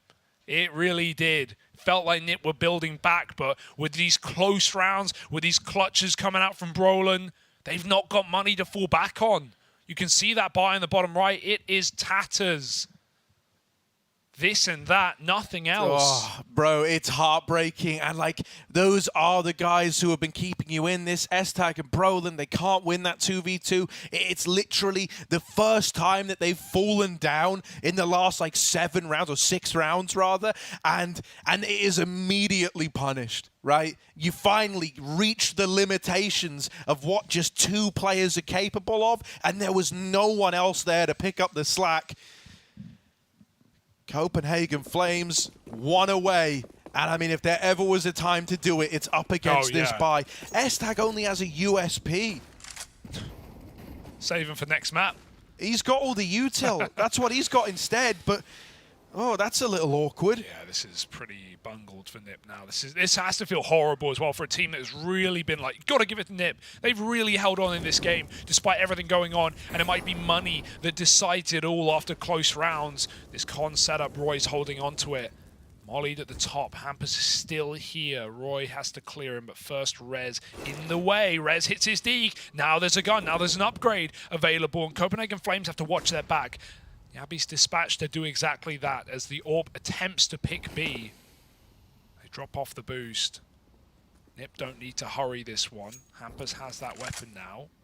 He's going to make sure it stays in the round. Nip have got full middle. They've got full info. They know it's the B play.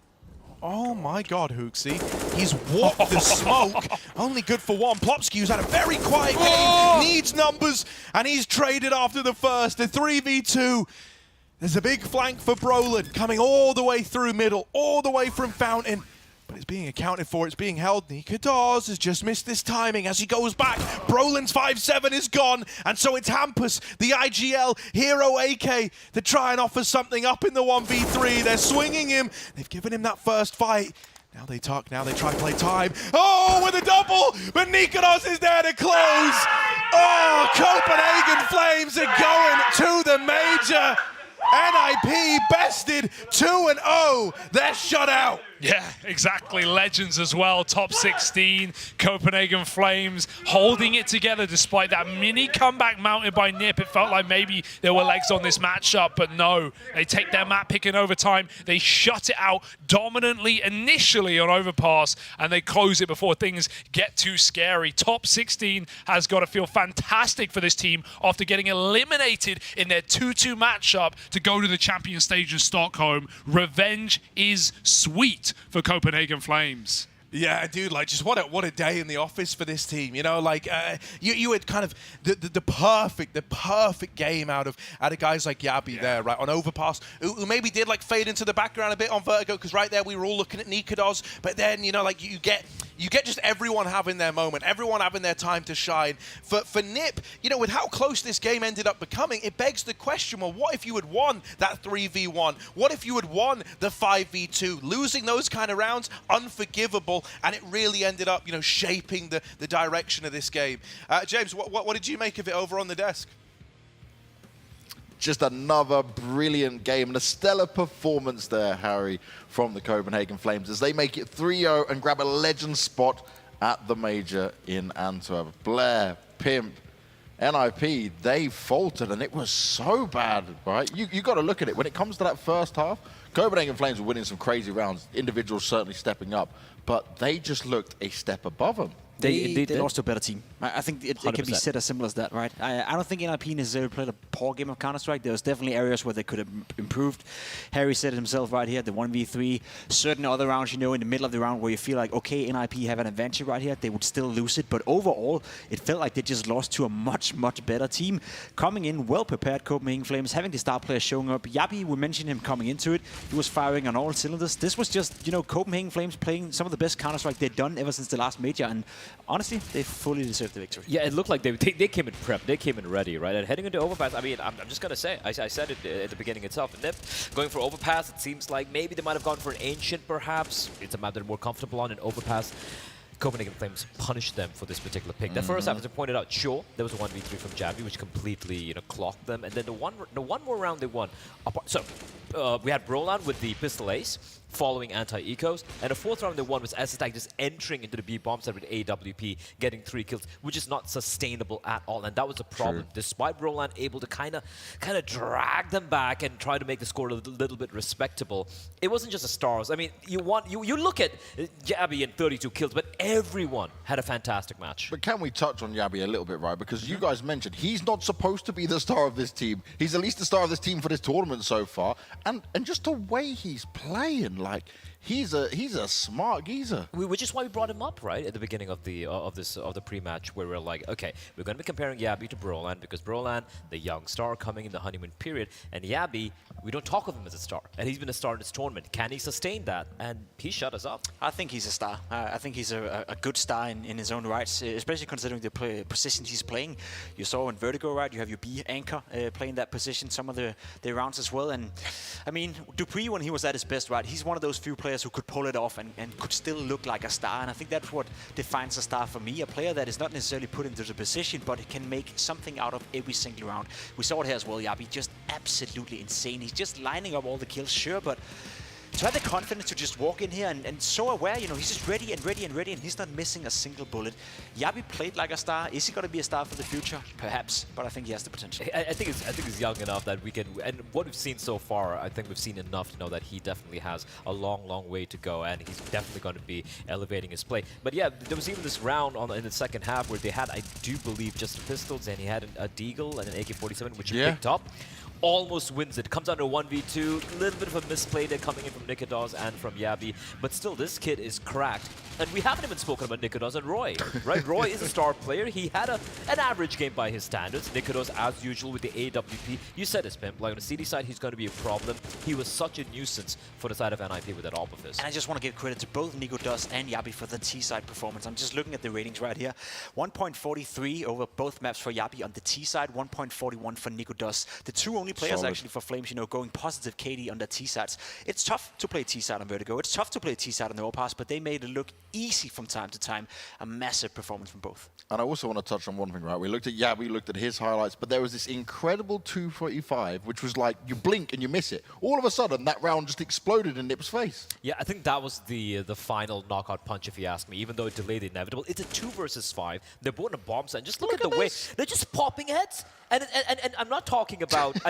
Roy's dead, Yabby's dead, and Nikodos and Hooksy, they just popped them all open. And for NIP, they were just waiting. They're like, there's no way to just peek in one by one and get these duels. But Nip did make a little bit of a slip up here, I felt, in a situation like that where they could have set up a little bit more crossfires, but the positions they were in, no refrags possible. No, and you could see it on the players' faces as well after that round. They were laughing, they were having fun.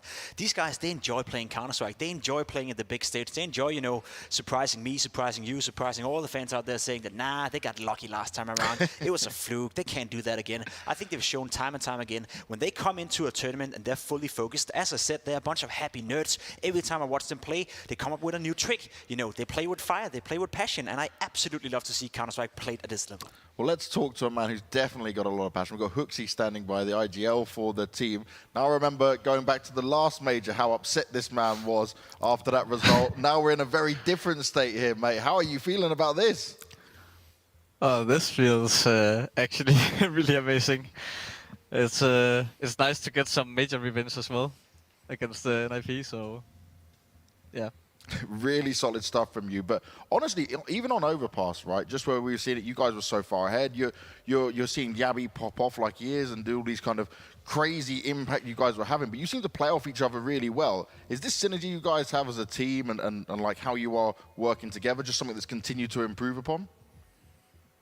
Well, I think that improves naturally as we stick together as a team for longer.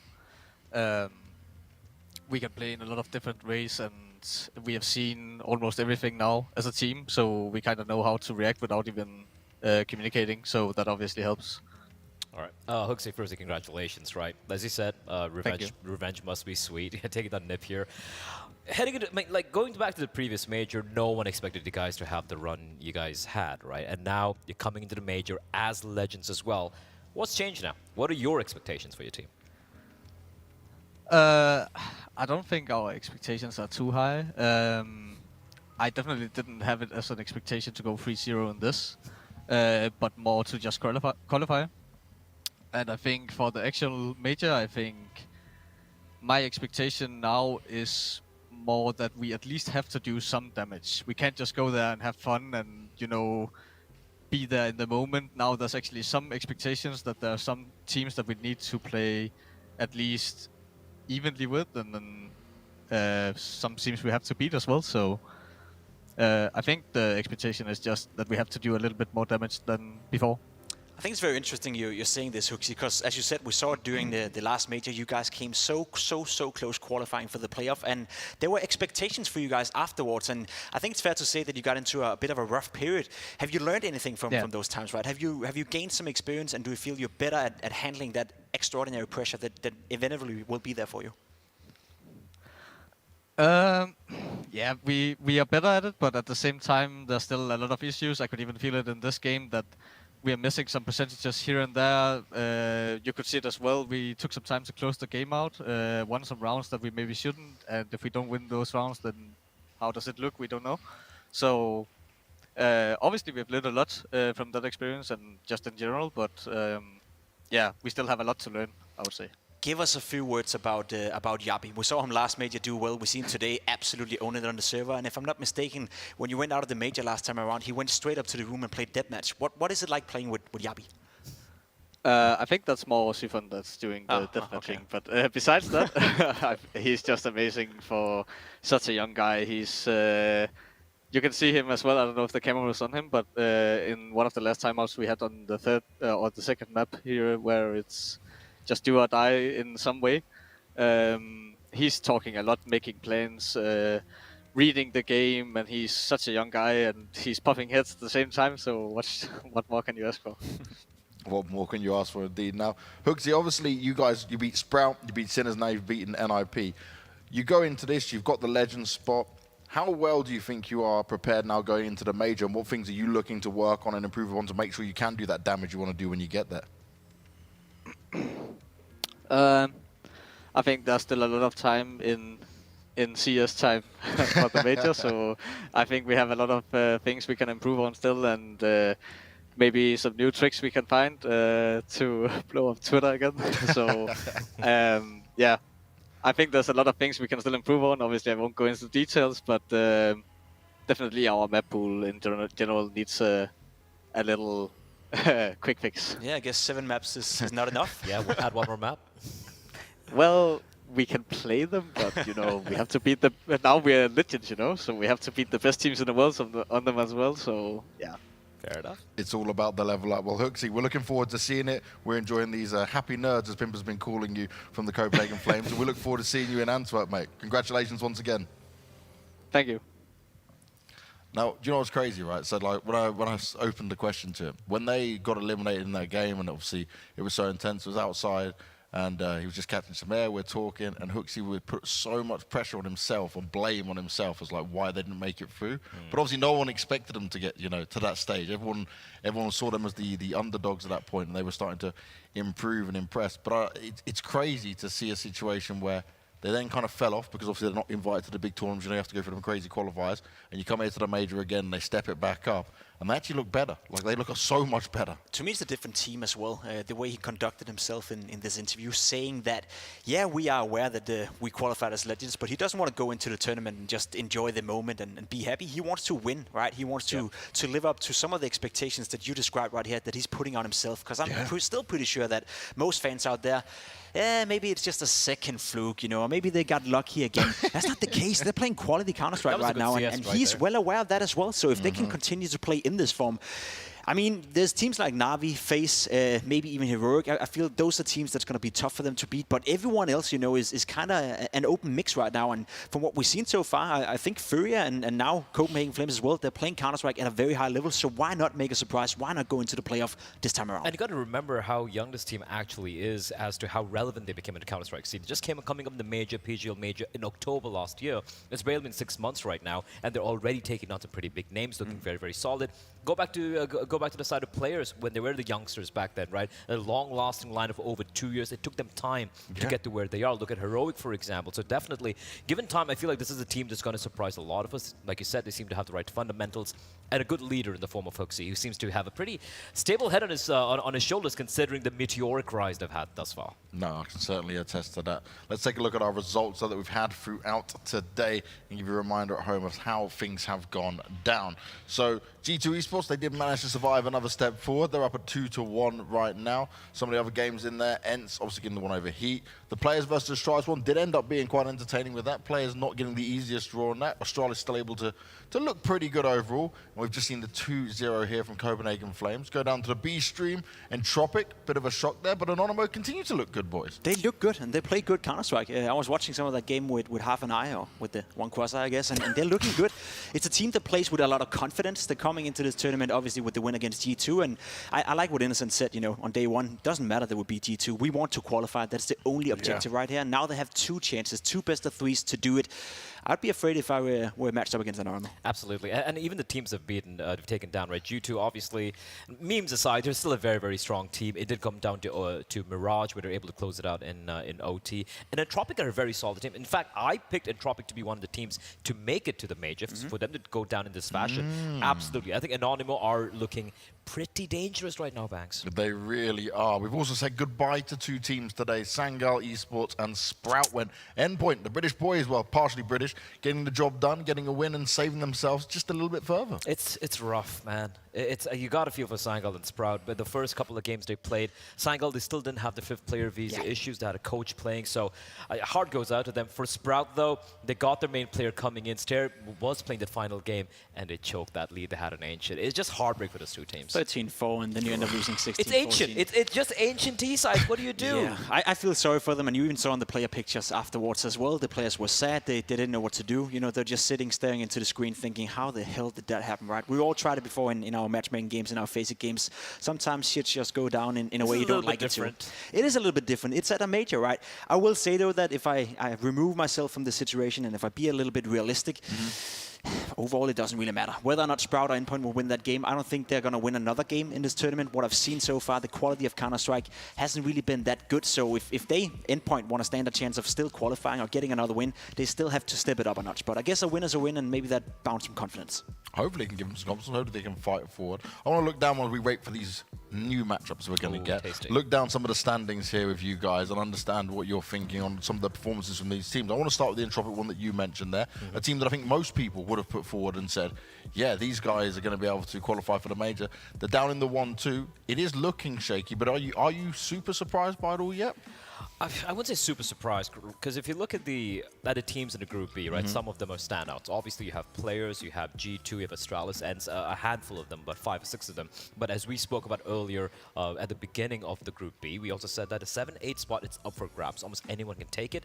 And for me, the team who would be contending for that amongst all the other kind of underdog teams would have to be Entropic. They've shown enough, they've proven enough that they're a team who can kind of duke it out, and with some of the best in the world out there, not necessarily get the win, but against teams of their caliber, the tier 2 teams, they seem to kind of consistently get the win, especially when it comes to LAN. So for them to kind of be in this situation right now, I feel pretty uncomfortable. Yeah, it's slightly disappointing, I'd say, for Entropic. I still consider them to be a decent Counter-Strike team. I will say, though, that I kind of relate them a lot to Copenhagen Flames in a way, right? They had the same story, the same Cinderella, and both of them were, at least by the majority of the community, deemed flukes, right? But it was always evident to me that the way Copenhagen Flames plays Counter-Strike is much more reliant on team play, synergy, etc. So it would be easier for them to replicate that performance. Whereas for Endpoint, they rely a lot on their individuals. And so far, as you said, it hasn't been looking good. I won't count them out yet, though, because I feel like that middle field right now is very, very tight. You still have G2, Astralis, now NIP going 2-1. They should qualify, but the rest, up for grabs. Still up for grabs. Well, let's see what matchups we're going to have for tomorrow as it gets more exciting from here on out. So Anonymo going up against ENCE. That is one where I think ENCE will be pushed a little bit there, right? They need to bring their absolute A game because Anonymo's no joke. Then we've got a lovely ending one in the middle there because NIP versus Synergy, you know, you're probably going to give quite an advantage to NIP. But get to the game, Banks. Get to the bank. Versus G2. Get to the game. That's what I'm talking about. Oh, baby. Oh, baby. That is going to be spicy. Spicy, spicy. It's not an elimination game yet, right? But still, it's an easier one of these route. 2 teams are going to be 2-2. They will have to fight for elimination at the end of the day. And oh boy, listen, I know you're going to be a little bit biased, Pimp, but as an he hates unbiased Astralis. What do analyst, you I'm mean? just going to sit down, grab a pack of crisps, and enjoy this one. According to HLTV, I hate everyone, including myself. So I'm not really, not really You're not favoring really a Dane, any are of you? these teams. No, not at all. I'm just excited about that game because, as you said, one of them will go 2-2. Astralis have actually looked decent so far, and I'm just thinking to myself, you beat Ents in quite a fashion, and then you end up playing G2, whereas Ents they get Anonymous. Take nothing away from Anonymous, but I feel that's a way harder matchup. Let's put it that way, on paper at least, going up against G2. Don't you think it'd be an upset though? Like, do you think that Anonymous got that upset potential to take down Ents? They do, but I feel Anonymous relies a lot on that, Heroic chaos. plays. Yeah, chaos. chaos. You have Veggie, you have Innocent who needs to pop off, and the problem is they're facing an Ents who are a spicy That's team. their speciality, right? They just love to be quick-paced, play as a wolf pack, and going up against Anonymous, I see the styles of Counter-Strike conflict a little bit, where I just look at the Ents lineup, and I think they're just better individuals. So, yes, there's definitely a chance for the Polish guys from Anonymous to make another upset, but that last game of the day, Astralis versus G2, that's going to be a banger no matter what. Okay, so let's just touch on that one, right? Astralis versus G2. Blair, starting with you. Who do you think's performed better so far this tournament? I have to go with Astralis. I have to go with Astralis because we really haven't seen much from G2, right? They had that one game, that opening game that Shocker lost to Anonymous, and it's a fashion they lost that map on Mirage, a map that he usually played. That was just shocking to me because the T side was virtually non-existent. They were relying on individuals just looking for duels.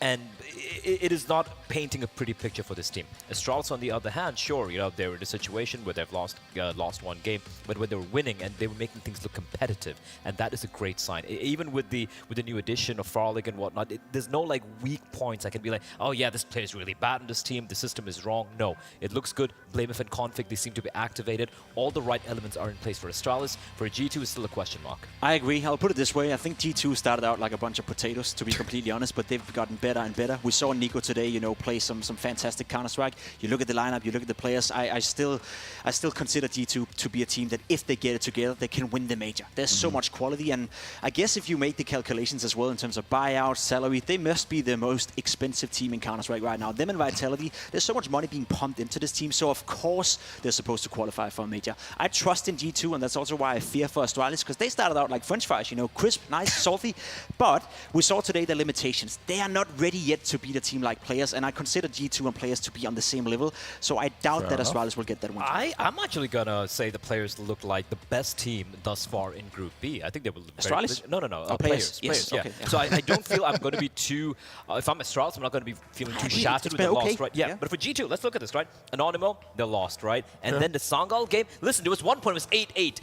With a team we playing worried. with a coach in the lineup, and they managed to win it, fair enough, right? And then they beat Bad News Eagle too. Yes, they're a feisty team and all of that, but you don't expect G2 to have a problem there. So they haven't shown us much in my eyes. They've beaten teams they've needed to beat. They've lost to a team they should be losing to, and tomorrow they face a team who have looked much, much better. So I'm going to give the edge to the Danes here. Ooh, okay. There's one problem with that, and I agree. G2 has said they started like potatoes. I'm sure they'd admit to themselves that they expect much more from that team. You can still become a French fry. Just go down to the hot oil, right? And all of a sudden, I don't get it with Pip. The thing is, we've been in Romania now for 14 days. Usually, my diet consists of French fries at least 5 times a week, and we're yet to have crispy French fry in Romania. I've literally not a negative thing to say about Romania today morning. outside of the fact that they have soggy fries everywhere. I literally found it today. Anyhow, all I'm saying is, Astralis, the problem I have with that is that firepower-wise,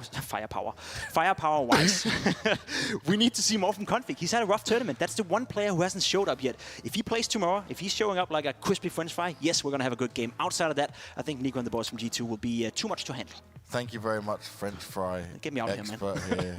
Him. That's a new I need to order French fries. That's stuck in my head. Yeah, we're definitely all hungry. Twitch chat's now spamming French fries, and they're hungry as well. So let's have a look at our qualified teams and get ourselves out of here real soon, because there's not many slots now left at this major. 6 in total have had 2 new teams qualify through today in Players and Copenhagen Flames. And this is starting to fill out quite nicely. And the smart viewer may notice that there's only 1 legend spots left. So that's the 3-1 teams that's going to fight for that. The case is that we're going to, after tomorrow's game, we're going to have 3 teams who are all 3-1. Seed number 1 and seed number 2. The 2 teams who have the most bookhole score points will go up in a game to fight for that legend spots, whereas the third 3-1 team will be automatically a challenges team. So let's say that Astralis win tomorrow, or G2 for that matter, NIP as well. There may be another big matchup coming in right there for a spot as legend. Legends. And just to remind the viewers at home as well, if you become a Legend, you don't enter the first stage of the major. You skip the first week, go into stage 2, which allows you to prepare a week more, get used to the setup, and you can see all the teams you're going to face play as well. So there's a big advantage in becoming a Legend. And you have to point out as well, so either NiP, Astralis, or G2, one of them are going to the Legend spot, and for the guys who are playing the Contender Challenger stage, they will potentially have to face off against 2 of these 3 teams. That is a terrifying thought. It could be Ents as well in that matchup, right? It could be Ents as well. Yeah, there we go. And as well. Don't forget about them. Any of them, for that matter. There we go. See, it can all happen. It can still all go down. We'll have to wait and see. Guys, thank you very much for all of your thoughts. Thank you very much for all you viewers at home. My last words on this will be a crispy French fry like me and not a soggy one like Pimp. Put salt on.